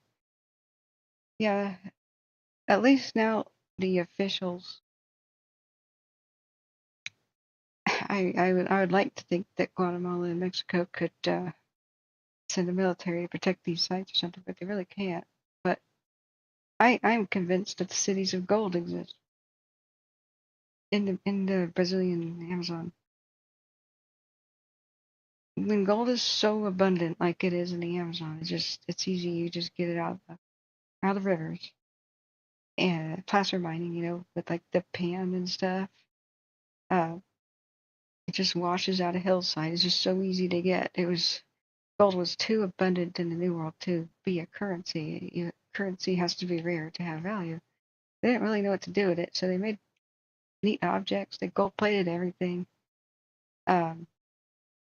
Medical tools they gold-plated for brain surgery, because rust is a breeding ground for and any kind of oxidation on metal is a breeding ground for pathogens. So in order to do primitive brain surgery like trepanation and whatnot, they gold-plated their medical instruments. And silver too sometimes. Silver is antimicrobial, but gold at least just doesn't oxidize. So, I mean, they had metal. They didn't particularly work with iron a lot. That takes a really high, different level of skills, but they had metal down there. Native Americans in California saw gold flake in the creeks and stuff, just didn't care about it. They picked up nuggets, they just thought, I don't care about this. Just different cultures have different ways, you know. But down there, they decided their religious views were that the gold was the tears of the sun, and the sun god, you know, ran everything. So they wanted to give it back to the gods as sacrifice, because it just built up and accumulated everywhere. Eventually, what you do with gold is like what the Russians do. They gold dome Russian churches. From time to time, gold becomes useless and just something you decorate with. So I'm sure in the Amazon rainforest, the cities of gold existed, and it was true. You decorate it with it when you. What else are you going to do with it? Makes pretty buildings. Helps illuminate, you know, and it's nice and reflective into buildings before you have things like electricity. You know, they probably had little lamps and stuff with golden reflector dishes on that. Can you imagine that? Just gold plated. Besides gold, and it may not be exact electroplate, probably leaf, you know. But gold leaf, you just hammer it until it gets thinner and thinner and thinner. Yeah, one tiny drop of gold and like a raindrop's worth can become a sheet that's like 25 feet long and the width of a telephone book, you know. So, is a church like that being built in Fairfield? Oh, neat. You know, after the Roman Empire collapsed, they were the ones that used gold as a currency the most. You know, Greeks and Roman types, because they had tech. They had tech for hard rock mining, so they weren't dependent upon the places in the world where they could just kind of pan it. Placer mining is the easy stuff. You just get mud and you pan it, you wash it, you shake it and it's heavier than everything else and sinks to the bottom, you know. So that's where a lot of it came from, Africa and stuff. But they didn't want to depend. They didn't want to have their currency, like, in its value, um, depend on foreign countries. That's a great way to screw your economy up. So um, now they've just started to fly over the Amazon rainforest, and they're finding the lost cities, like the lost city of Z. Have you ever seen the movie? That's kind of sad, but it's about a real explorer that said, I think the lost cities of gold are real, and Amazon, he was laughed at, turned the century, you know. One of the last great explorers trying to go to the big blank spot on the map that was the Amazon, right? So Percy Fawcett, he gets up and he says, I think there's a lost civilization, and the ruins are in the Amazon. I've seen some. I just can't find my exact way back, but I'm going to go check. And he was just, boo, you know, he gets up, you know, you're a freaking idiot. Those people are nose-pecking savages. They're brown-skinned. How could they possibly have done anything, you know, like, advanced, you know? And there's still all the white supremacist types saying, I mean, surely these pyramids and stuff have a connection with Carthage or Rome or Egypt or something. Surely some white people got blown off course and taught them everything they know. I mean, you know, this kind of crap still goes on. Brown people in the jungle making cities of gold. Oh, you idiot, you know. But he just, like, wasn't a racist like that, so ahead of its time. So what they used to say about the Mayan is still kind of persists. They're like, oh, they had road networks and highways for trade. Yeah, they did. I mean, up until like the 1960s, they were still saying that their writing meant nothing. Like, the Mayans made books, and oh, it's symbolic. Oh, it's symbolic. And this guy was shutting down the narrative. There were people trying to crack the code, Russian teams and Europeans and American scientists all working together. And the head honcho who controlled the narrative about the Maya was still saying, it's symbolic. Stop. Stop what you're doing. You guys are nonsense. There's always these wang measuring contests, you know, and unfortunately in the academic world, scientific dogma. So he said, when I go to Chichen Itza, even though they knew, okay, same archaeologist telling me there's hundreds of Mayan cities and temples yet to be discovered, right? Oh, temples is what the word they were using. You know, the temples are high. That's Kukulkan Temple at Tikal, I believe, right there. You know, jungle overtook them. So they were calling them temples. I said, well, cool. Do we know the names of some of these cities? I was talking like that. And they go, oh, they're not cities. I said, Chichen Itza is not a city. I said, I'm a 12-year-old. I said, we're sitting in a city. This is a city. You're joking, right? You're testing me, right? You're testing me? Okay, I had to watch the update. When there's nothing to report for fires, okay, we have an update on the acreage of the rancho. 5,500 acres, no containment, moderate rate of spread per incident command.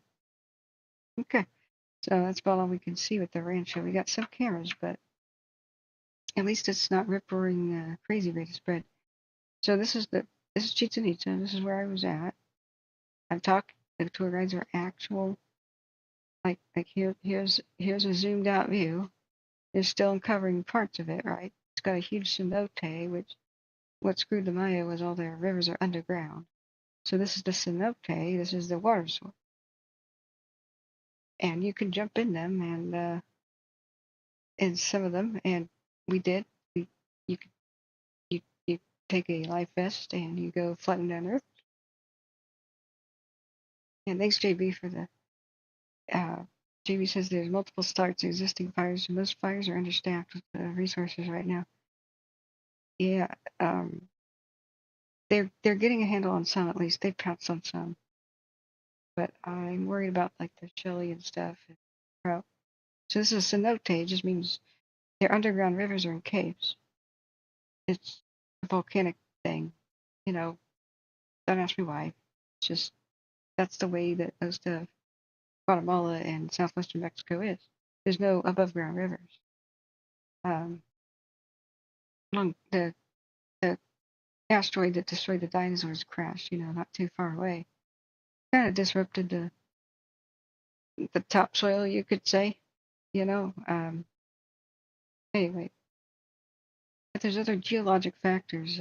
This is basically a sinkhole, but it's not. It's where there are underground rivers, which are cave systems, where the top collapses some portion. So if you're going to build a city, you have to have abundant water supply. So I said, if you want to find Mayan cities, why don't you just look where the cenotes are? They'll be right there. I could draw you a map where Mayan cities would be. You're kind of dependent upon that. The towns, they grew a lot of other kinds of crops that you could do with just rain, just rain.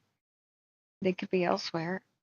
Maize, they were famously dependent upon rain, which sucked for their whole situation. If they had a bunch of abundant rain years, they had a huge population boom, lots of abundant food, a bunch of years of drought. All of a sudden, the millions of people can't be supported, so what do? You look at your neighbor and go kill them and take their food. That's why they were city-states. They never were unified. They had to have a religion that justified killing in mass. Otherwise, everything would collapse. Their entire society would collapse.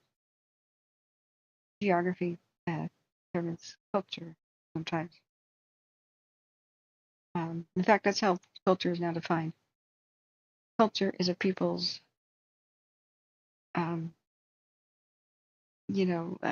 mental and emotional and belief system adaptation to their geographic region. Yeah. Geography controls how you behave and what happens to you. So, anyway, back to the story. Here I am. I mean, this is obviously a city. I said, what do you mean it's not a city? You go, oh, people didn't live here. They're telling me this. This is a 12-year-old, it's not too long ago. The actual archaeologist. I'm like, what? There's the Temple of the Warriors over there. There's the Temple of Kukulkan. This is a ball court. This is a giant soccer stadium. And there's another one over there. This is the main window. This is a huge soccer stadium, and there's the bleachers and stuff where people observed. And they had their sacred ball games. There are multiple temples here to multiple gods, and we're not in a city. Oh, and by the way, there's an astronomical observatory over there. Chichen Itza has an observatory that looks like it had a telescope. I said, you see that there? This is where their astronomers work. You're seeing people didn't live here. No, people didn't live here. What? Like, are you... What? Why are you saying people didn't live here? Because we never found any housing districts.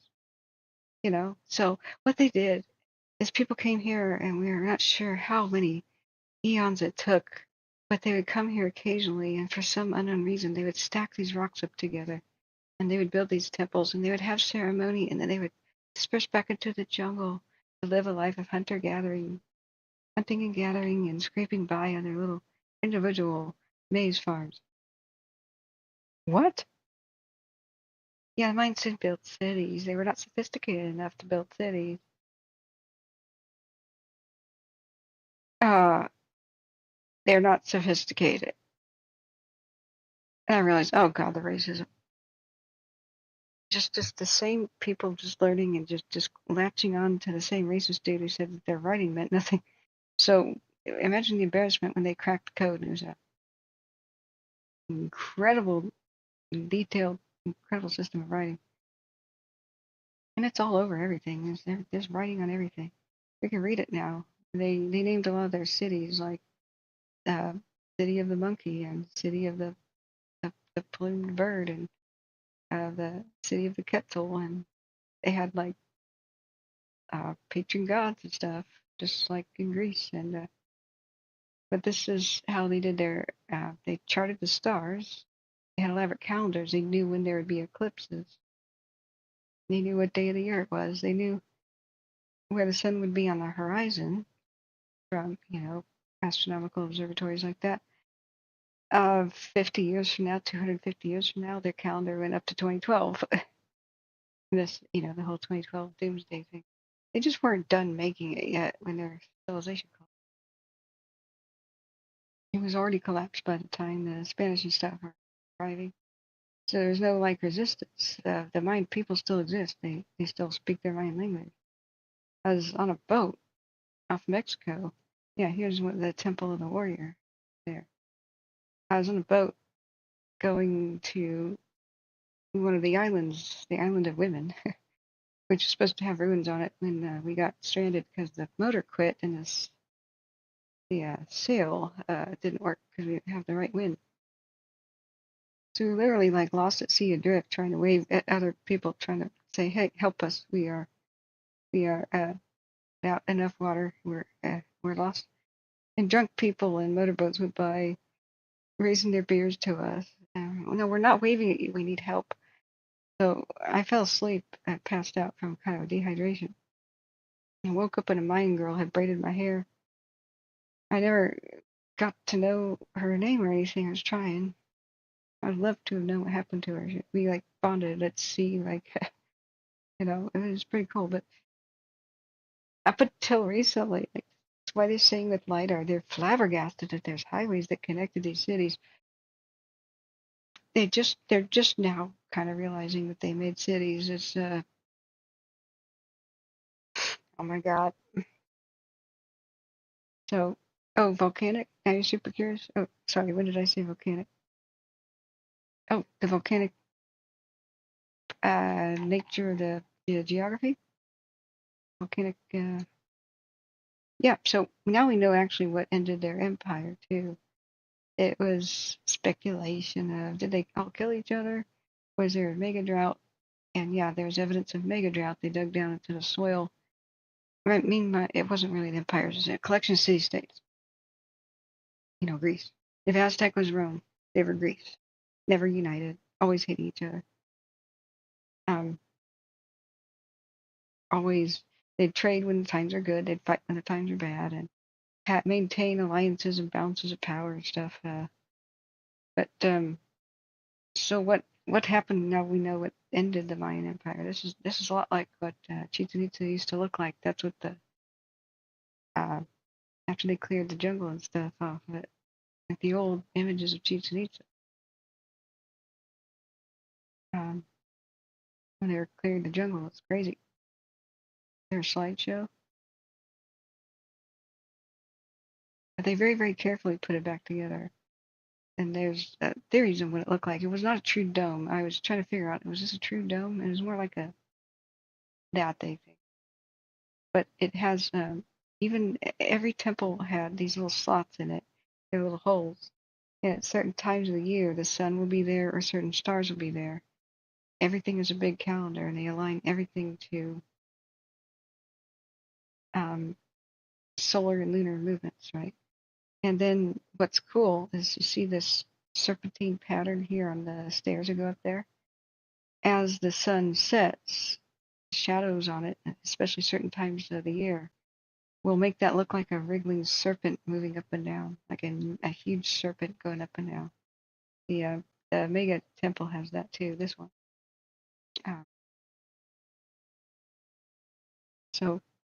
But now we know what ended the Mayan Empire. It wasn't just a mega drought. Mega droughts don't just happen. If you study volcanology and part of climatology, you realize that in the past, volcanoes have controlled the climate. They're complete control. It's volcanoes and asteroids and comets that cause massive, sudden climate change events. There's really nothing else that actually explains it. It's how much dirt, dust, or any kind of debris blocks out the sun, and where, and for how long. And then you get mega changes. And then, things like glaciers could take over Greenland, right? And much of North America. And then because too much of the sun is blocked out for a while. If it snows too much, just because too much of the sun is blocked out, then the white of snow all over the face of the planet, there's too much white, it reflects the Earth's heat back out into space, the sun's heat. So you get longer and longer winters and more snow. Glaciers are formed by snow compacting upon itself and turning into ice. So more snow, more ice, which makes more ice, which takes over more of the planet, which makes more snow. So you get long periods of, ice ages. Then something will happen to screw it all up. Maybe there's like what may have partly ended the ice age is another comet or asteroid striking. They think somewhere maybe near Greenland or Hudson Bay or something like that. Could have been straight onto ice. They're still trying to figure it out. Could have melted a lot at once. Or something like, smaller than the dinosaurs, but big. That can create a ton of heat and just melt a lot at once. And so that could put a whole bunch of fresh water into the ocean. That'll change circulation of the ocean so that that controls, like, why is the Sahara a desert? If the circulation of the ocean changes, you can get instantaneous, like, rapid cooling or warming in places like North America or the Sahara, because that will change the currents. So the currents, like the North Atlantic current right now, circulates, and the reason why New York City is not under ice anymore, once was. Like Central Park, you see these rocks with lines on them. That's where the glaciers scrape by. Central Park in New York City is not under glaciers anymore because the North Atlantic current circulates the warm water from the tropics up to the Atlantic, so off the coast of, like, New York and Nova Scotia, right? So they say, like, right now, like, let's take right now, if Greenland's ice sheet were to melt, especially if it happened instantly, like, because, say, a hot asteroid hit it, and it's unbelievably hot. It's, it's hotter than the sun, and it's a shock wave, right? It just vaporizes a ton of it. It rushes into the ocean. If that were to stop the North Atlantic current, we'd have an instant ice age and instant glaciers start to form at New York. There would just be no more summers in New York area and northeast New England. So, yeah. So what happened to Maya circulating back? The way I was going to do videos that educate people about every kind of thing knitted together. So here I see a picture of a laser mapper, right, for fires. That gets me talking about LiDAR. Gets me talking about the Mayans, how we discovered these cities, because LiDAR can see through the canopy. I talked about the racism and stuff, about they were surprised that the Mayans even made cities. I explained they had to make cities by cenotes, which are by the only places that their underground rivers are accessible. So that's a city needs fresh water.